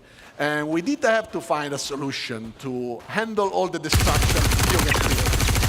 So you would destroy so much stuff in this world that we had to find a solution, right? So this is why we approach the cover generation navigation mesh as it is, because there is just no way for us to predict anything that you're doing, and we want just Maelstrom to be another trigger for word evaluation. So as you see, this is all dynamically generating. And destroying anything just makes the word be reevaluated. So as you see here, we can have also lots of rules. So you can see that a bit here. But when things break, first they invalidate, and then when they rest, for example, we can decide when is a good moment to regenerate so that we also don't waste too much CPU cycles. The color that you see is mostly cover quality. So you see the light green is high cover, the dark green is low cover, and then we have the red that we introduced some time ago that is basically not really good cover, but if there is nothing better, well, it's better to be behind something than being in open space. So let's just recap. What we want to do is finding a plan and having a good plan to approach life in this vast universe. What we want is the life to be able to systemically evaluate all the dynamic environments that is generated. We want to improve our workflow, not only to support designers and being faster, but also support all your guys' creations. So we want the life to adapt, and this is all for making the game fun for you, so that everything comes together. So thank you all. This was phase 3. And now, let's welcome Ben Parry, that will introduce you guys to phase 4 of Genesis. Thank you. Hello, CitizenCon. That's not my lines. Sorry, someone's changed my lines. Welcome to phase 4, light and sound.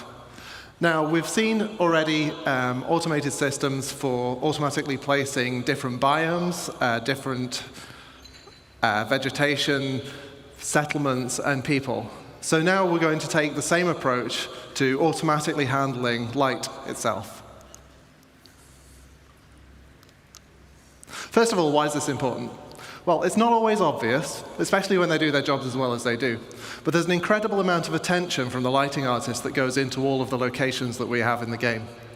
Besides just marking up the reflection probe areas, they also manage the visuals really carefully, adding fill lights, approximating bounce lights off ground and up into ceilings and dark corners where there aren't any direct lights pointing, really.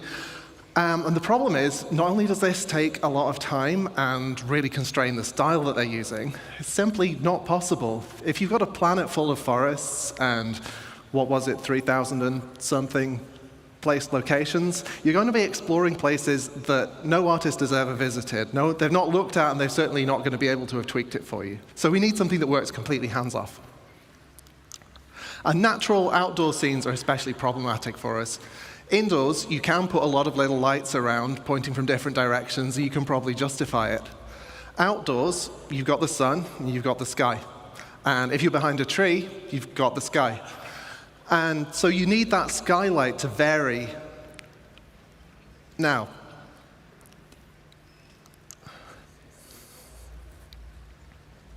so this is the forest as you'd see it without the GI system.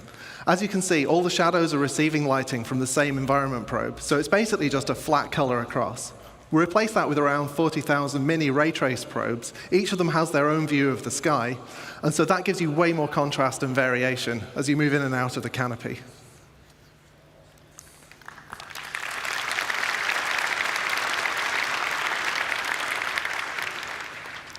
Now, there are a couple of other pieces of the puzzle that we've been working on over the last year. Now, the first is, well, all the stuff that you can't stick 40,000 mini probes onto. Anything that doesn't have an opaque surface, we can't really know where it is on the screen and track it from frame to frame. But if we don't do anything, it's going to stick out like a sore thumb. We've got fog, we've got particles, we've got the other little things, I don't know what they are. And so we need something to do with those. So to address this, we've added a kind of stable grid of medium-y kind of probes that are generated around the player as you move around. So that gives us approximately matching lighting that we can apply to all of those things. Now, this is a little bit difficult to illustrate in normal scenes, so for once I've been making my own levels. As you can see, Pico's in trouble again, but because the lighting team hasn't helped, you can't see anything in most of the scene. If you add the transparency GI system, suddenly the whole scene comes alive. And this is something that we could never have done until we added this tech.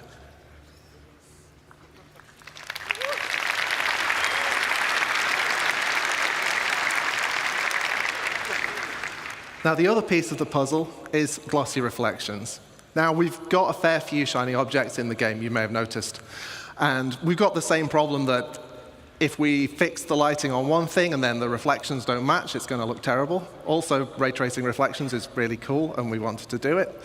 And the challenge here, though, is that the ray traced reflections you're going to do, they're not just mirrors. Like, we've got a whole range of objects in the game, from like a scuffed hull panel all the way up to chrome polished pipes. And we want the same system to apply globally across that. So I'm going to do an uncomfortably short breakdown on what this tech looks like and how that comes together. So here's what we need to beat. Now, obviously, it reads as shiny, but there's this kind of fakeness to it. It kind of looks a bit like it's flying. So let's see what the ray tracing looks like. Yeah, it's really noisy and horrible. We need to clean it up. So what we do is we let pixels share their data in space, and then also in time to clear up the final image. And then we let the game's normal anti-aliasing just kind of clean up the last stuff and carry us over the finish line. And that's how you make a chrome penguin.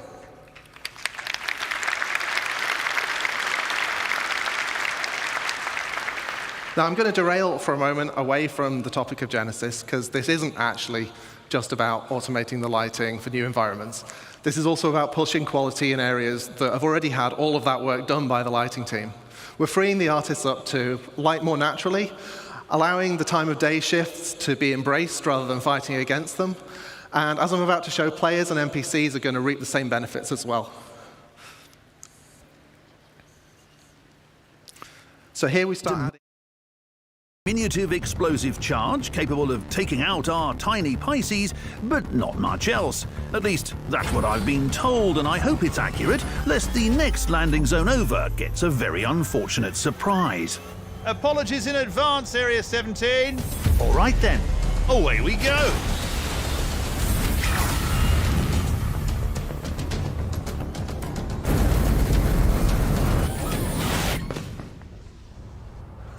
Well, will you look at that? It worked! And if that's not pinpoint targeting, I don't know what is. Colour me impressed, Anvil. And that's just the tip of the nose cone. There's a lot more to see here at the IAE. Ships to fly, new tech to test out, and presumably more objects to obliterate in the pursuit of consumer awareness. Plus, we should probably get off this roof before that guy in the vendor hall realizes we borrowed one of his super expensive remote control ships. Wait, what? Don't you dare go anywhere. Whitley's Guide returns after these messages.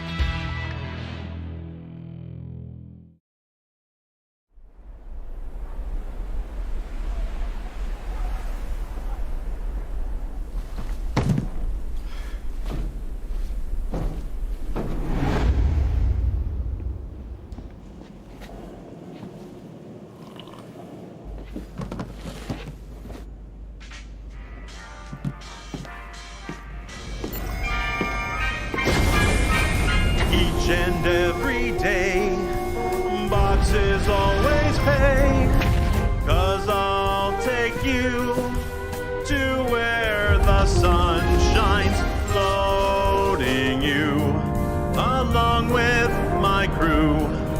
We'll head into space and ship any place that's cargo, packed up nice and tight. Commerce feels so right, transporting you to where the stars shine, moving you the way that I do. We'll always see it through. Our credits will accrue, my cargo, and I will fly through.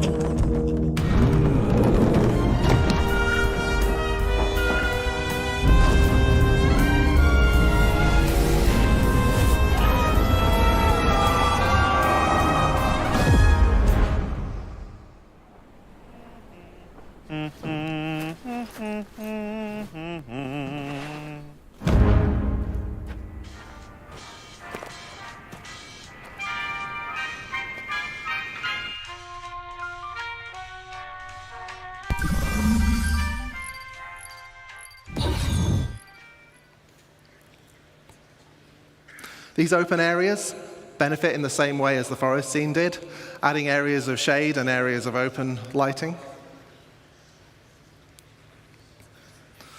Like I mentioned, the time of day shifting leads to different ambience as the sun moves.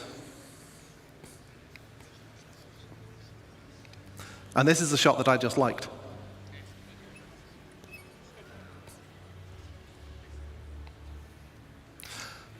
Finally, let's see how the new GI system can brighten up your character's day.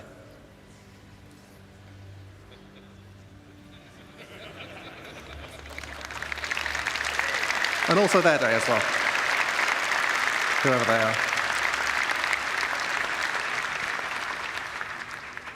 Well, I promised you light and sound, but I don't actually know anything about sound. So here's the man who does, Graham Phillipson.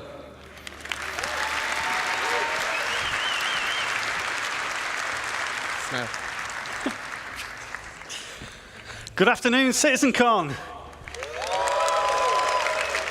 I've been at CIGE nearly 10 years, and this is the first time I've done this. Very exciting for me. So, do you want to make some noise? So, sound isn't as fast as light, so it takes me a bit to catch up. Jared wrote that joke for me, so you can blame him. Says it right here, blame him. So now we have a huge amount of visual and interactable content. Locations, biomes, populations, planets, and systems. And now they're all beautifully lit too, thanks Ben. But how do we paint this world with sounds? It's a challenge. It's a challenge of scale. We need to support multiple star systems, and it's a challenge of quality. We want the highest quality possible.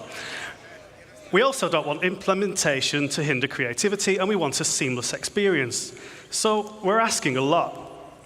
But with Star Audio, we can rapidly implement audio for entity classes, brushes, or audio sweeteners, all of which can be reused and reflected immediately across the game, including all of those emergent locations we talked about earlier. So again, this is Genesis data driving what happens in-game. And we can do all this without breaking flow. So here's a fairly dry video. It gets more exciting later, I promise, showing you our rapid workflow. So over on the left, I had to think about that, we have the Wise editor, that's where all our sounds live. In the middle, we have Star Audio editor, and on your right, we have an entity that needs some insect sounds on it. So we can very quickly drag from Wise to Star Audio. We can mark up very quickly a bit of logic, and we can re-trigger this entity's spawn sound so that it immediately makes a sound. I assure you there is a group of insects. Thank you, you're too kind. If you like that one, you'll like the ones that come later. But there's a little something missing. So to add some realism, sounds respond to how they move, how you move in the world and how they move relative to you. So we need to change the frequency as their velocity relative to the listener changes. This is known as the Doppler effect. In simple terms, the pitch dropping as something whizzes by. Or, in even simpler terms, now, sound designers traditionally needed to implement their own Doppler sounds. But given how fast we can travel through these rich, dense locations and the sheer number of them, we can't afford to be doing that any longer. So we've created a systemic Doppler solution. And I'm going to show you that now, the only way I know how, by putting a big Benny noodle machine on top of a mountain.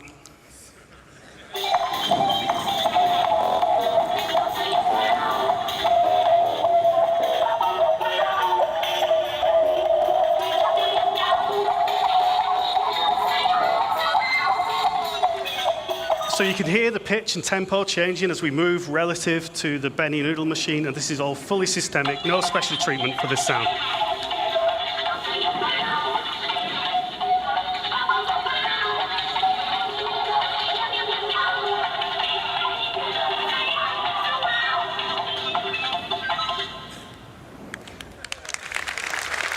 And I expect the noodle bar to be very busy after that commercial. So, how does it work?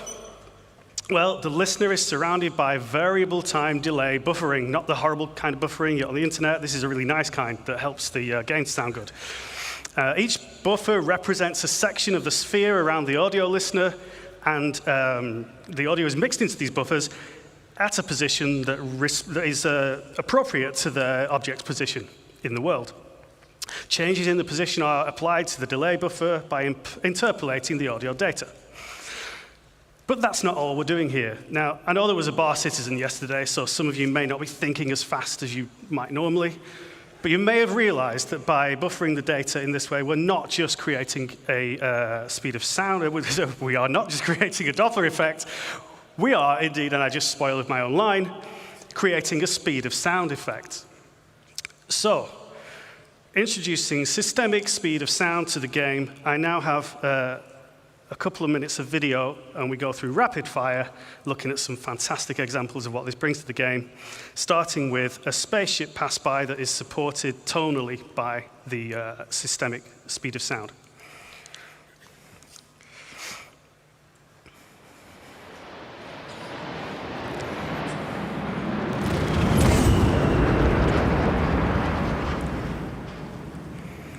Okay, sounds cool. What about weapon fire? So let's bring in a sniper and, unfortunately for the sensitive of heart, a Pico. We're going to hear this first from the perspective of both with no speed of sound effect.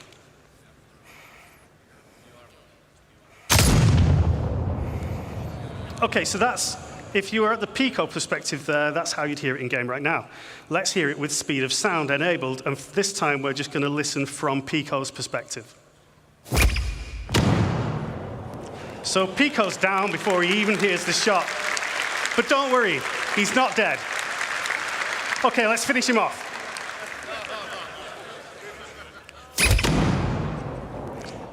Now he's dead. And as the voice of Pip's Power Up, I need to get some proper placement in. So there's one more example for you. Now finally, oh, not finally, we have ship weapons, so listen to the fire rate as the ship approaches the camera here, giving you a bit of a sense of threat.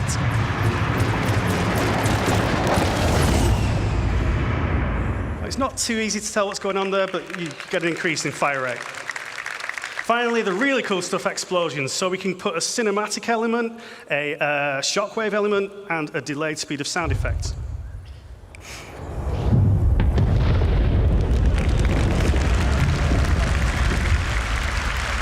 And that's way too cool to do just once, so we're going to do it twice more from further distance. So again, cinematic effect first when you see it. Shockwave. And the explosion itself. This is all completely driven by parameters in the game, so we can do this for real. Whenever you drop a Moab. One more.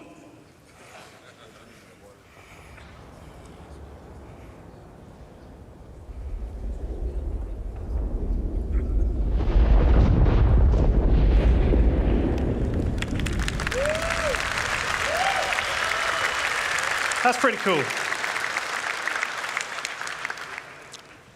So the speed of sound simulation gives you a better sense of distance, it improves the sense of speed, and it supports those amazing cinematic moments. So, in summary, we're trying to make the game more immersive and respond to all this Genesis data and make it feel more real.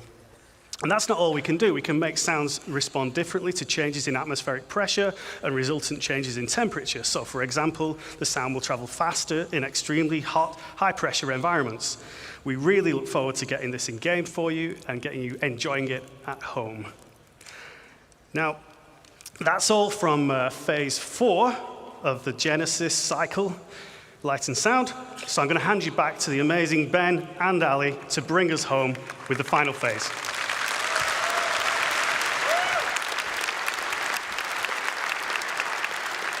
Thank you, sir. So, as Graham says, this is going to be the final phase of Genesis, and it's called Nature's Wrath. And this is where we're going to bring the very planet itself to life. So, first off, let's start talking clouds. So clouds have got an atmosphere, have got to be one of my favorite visual features of our game, and they're truly awesome, but they're also completely static. Nothing has changed with them. So what we want to bring with Genesis is the evolution of clouds over time. But this isn't just some simple scrolling animation. We use the same physical data sets that drove the biomes we talked about earlier and Starchitect, and these are also now driving a physical simulation of the clouds so they can form and dissipate in realistic conditions. So this means things like the oceans, the prevailing winds, mountain ranges, and the temperature will all impact the clouds. But to complement these more dynamic clouds, we've also improved our lighting model. So it now correctly accounts for how light scatters multiple times inside a cloud. And this is important, creates much deeper lighting, and it can contrast against the sun's rays, resulting in much more vivid cloudscapes like we see on the left here, something we're all too familiar with in Manchester. Now, it would be awesome to bring this into context and show it on an actual location. Let's take a look at a quick scene to round this up. It's a nice day on the surface, but something's different. The clouds are moving, but they're not just moving, they're forming naturally in changing shape. They dissipate as they glide on the atmosphere based on wind data, stratus and cumulus alike. Now we start seeing the new cloud shading model come into play. We are seeing enhanced occlusion beneath the cover, emphasizing the sunbeams, how it interact with the clouds, and seeing the light shafts peer through the layers. Now, as this is closing in, we can start to see the changes in visibility of the area. Light precipitation is starting. Previously, we authored static cloud shapes, but no longer. We didn't manually place a volume here.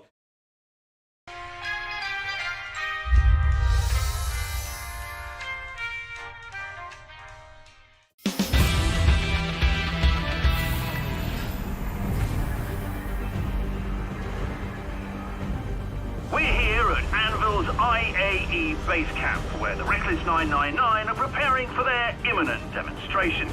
Just being this close is enough to give me chills. But the 999 has done me one better, inviting me to fly with them. Now, as you may know, I'm what some call a bit of a speed demon. And thanks to Commander Bunmer and this special training model F8, young Jaxie McCleary's childhood dreams are about to come true, to the tune of as many G's as possible. Shall we, Commander? Let's do it. I've always wanted to do this! Oh! This is intense!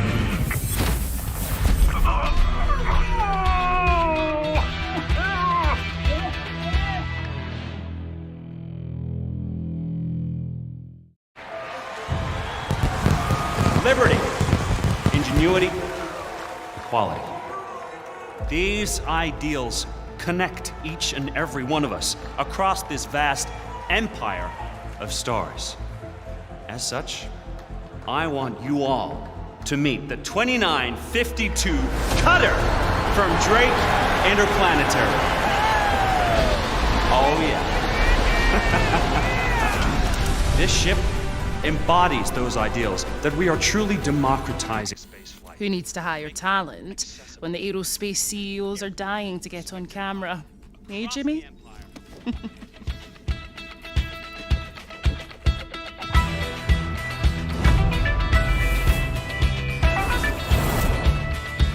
It's all about the hard-working people of the UEE.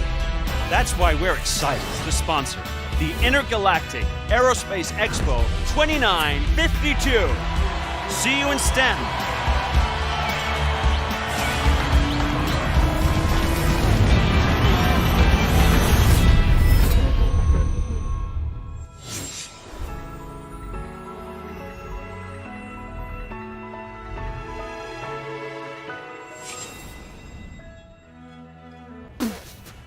What in the unholy hell? They think I'm dead? Unbelievable! Bob! I cannot believe that they moved on without me. After everything I did for them, would a call have killed them? Oh, hey, Jax, do you want to come back, host the show? Just a cloud. Sorry, Jax. Volume. It's a weather front.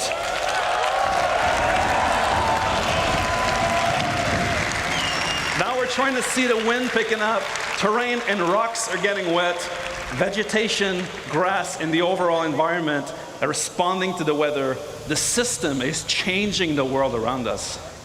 We can see puddles being formed dynamically in the dirt, properly responding to light, reflections, and rain droplets, making it it's getting really ominous and loud in here. I can feel the danger. I think we should let this play out in the game.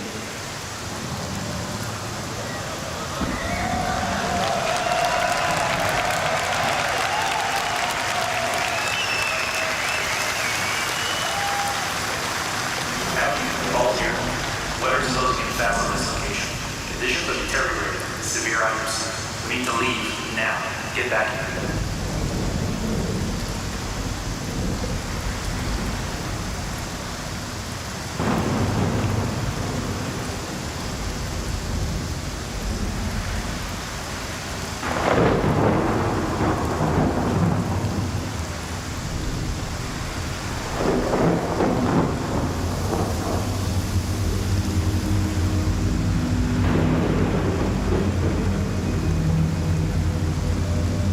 I'm getting out of this suit now.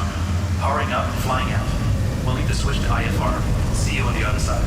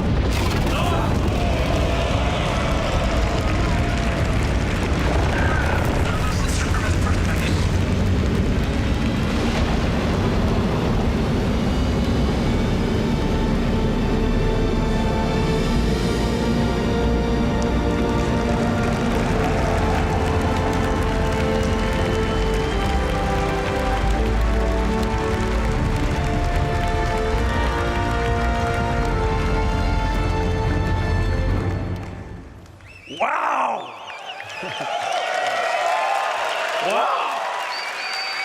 Man, that's what we call the Falco maneuver, to get out of there. Ali, please break this down for us. What did we just see? Yeah, so that was a combination of lots of tech we just saw that all combined together to make a really great cohesive experience. So we started with the cloud simulation, which wasn't really a cloud simulation, it's a weather simulation. The rain will appear not at random, but it's based on physically plausible conditions, so you have real weather fronts evolving across your planet all the time. We have a host of visual effects, like the rain, and then you have the atmospheric scattering that you get under the columns of rain. We had the puddles and the splashes and all of this type of visual effects. We saw the wind developing over time, and that introduced turbulence to the flight model, making flight very challenging. And then, of course, we saw the lightning, which plays havoc with your instrumentation, but direct strikes will damage your ship, and of course, some storms will be dangerous enough to be fatal, as Ben's unlucky Aurora just found out. And these storms will sometimes be short-lived and localized, but others will be larger and potentially permanent on some planets. And this is going to restrict access via flight. I mean, players will be forced to resort to ground vehicles or even foot. And this is all going to be dynamic, meaning that you might find yourself trapped in some really unexpected situations. So we really can't wait to use all these mechanics to open up many new gameplay opportunities for All in the Verse soon.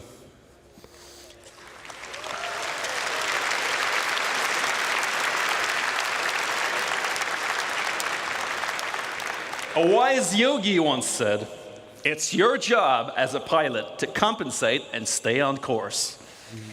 All right, what have we learned today, guys? We've shown you an approach of encoding the rules of nature into planetary data. We've seen biomes emerge from geology, temperature, humidity, climate, weather, the physical terrain. We create denser, more diverse living planets without artists hand-placing or manually creating biomes, instead leveraging asset mapping. We've shown you a new way to make the game that can scale to create thousands of Korean places for civilizations on planets that can be used for missions or immersion gameplay without art and design hand-placing locations, leveraging world design rules instead. We've seen how populations of AI and NPCs inhabiting locations dynamically adapt their understanding of the environment without custom markup by developers, allowing the creation of more playable spaces rapidly. We've shown you how light and sound also benefit from Genesis data to influence planetary environments, and we've shown how these systems come together when weather comes into an area, changing your gameplay experience significantly. Our goal with Genesis and all of its systems is to create more worlds, better worlds, faster, by applying our tech wizardry and craftsmanship to build systems that respond to data. That's our Star Engine presentation for today, guys, for this year. Have a great CitizenCon. We'll see you on the next one.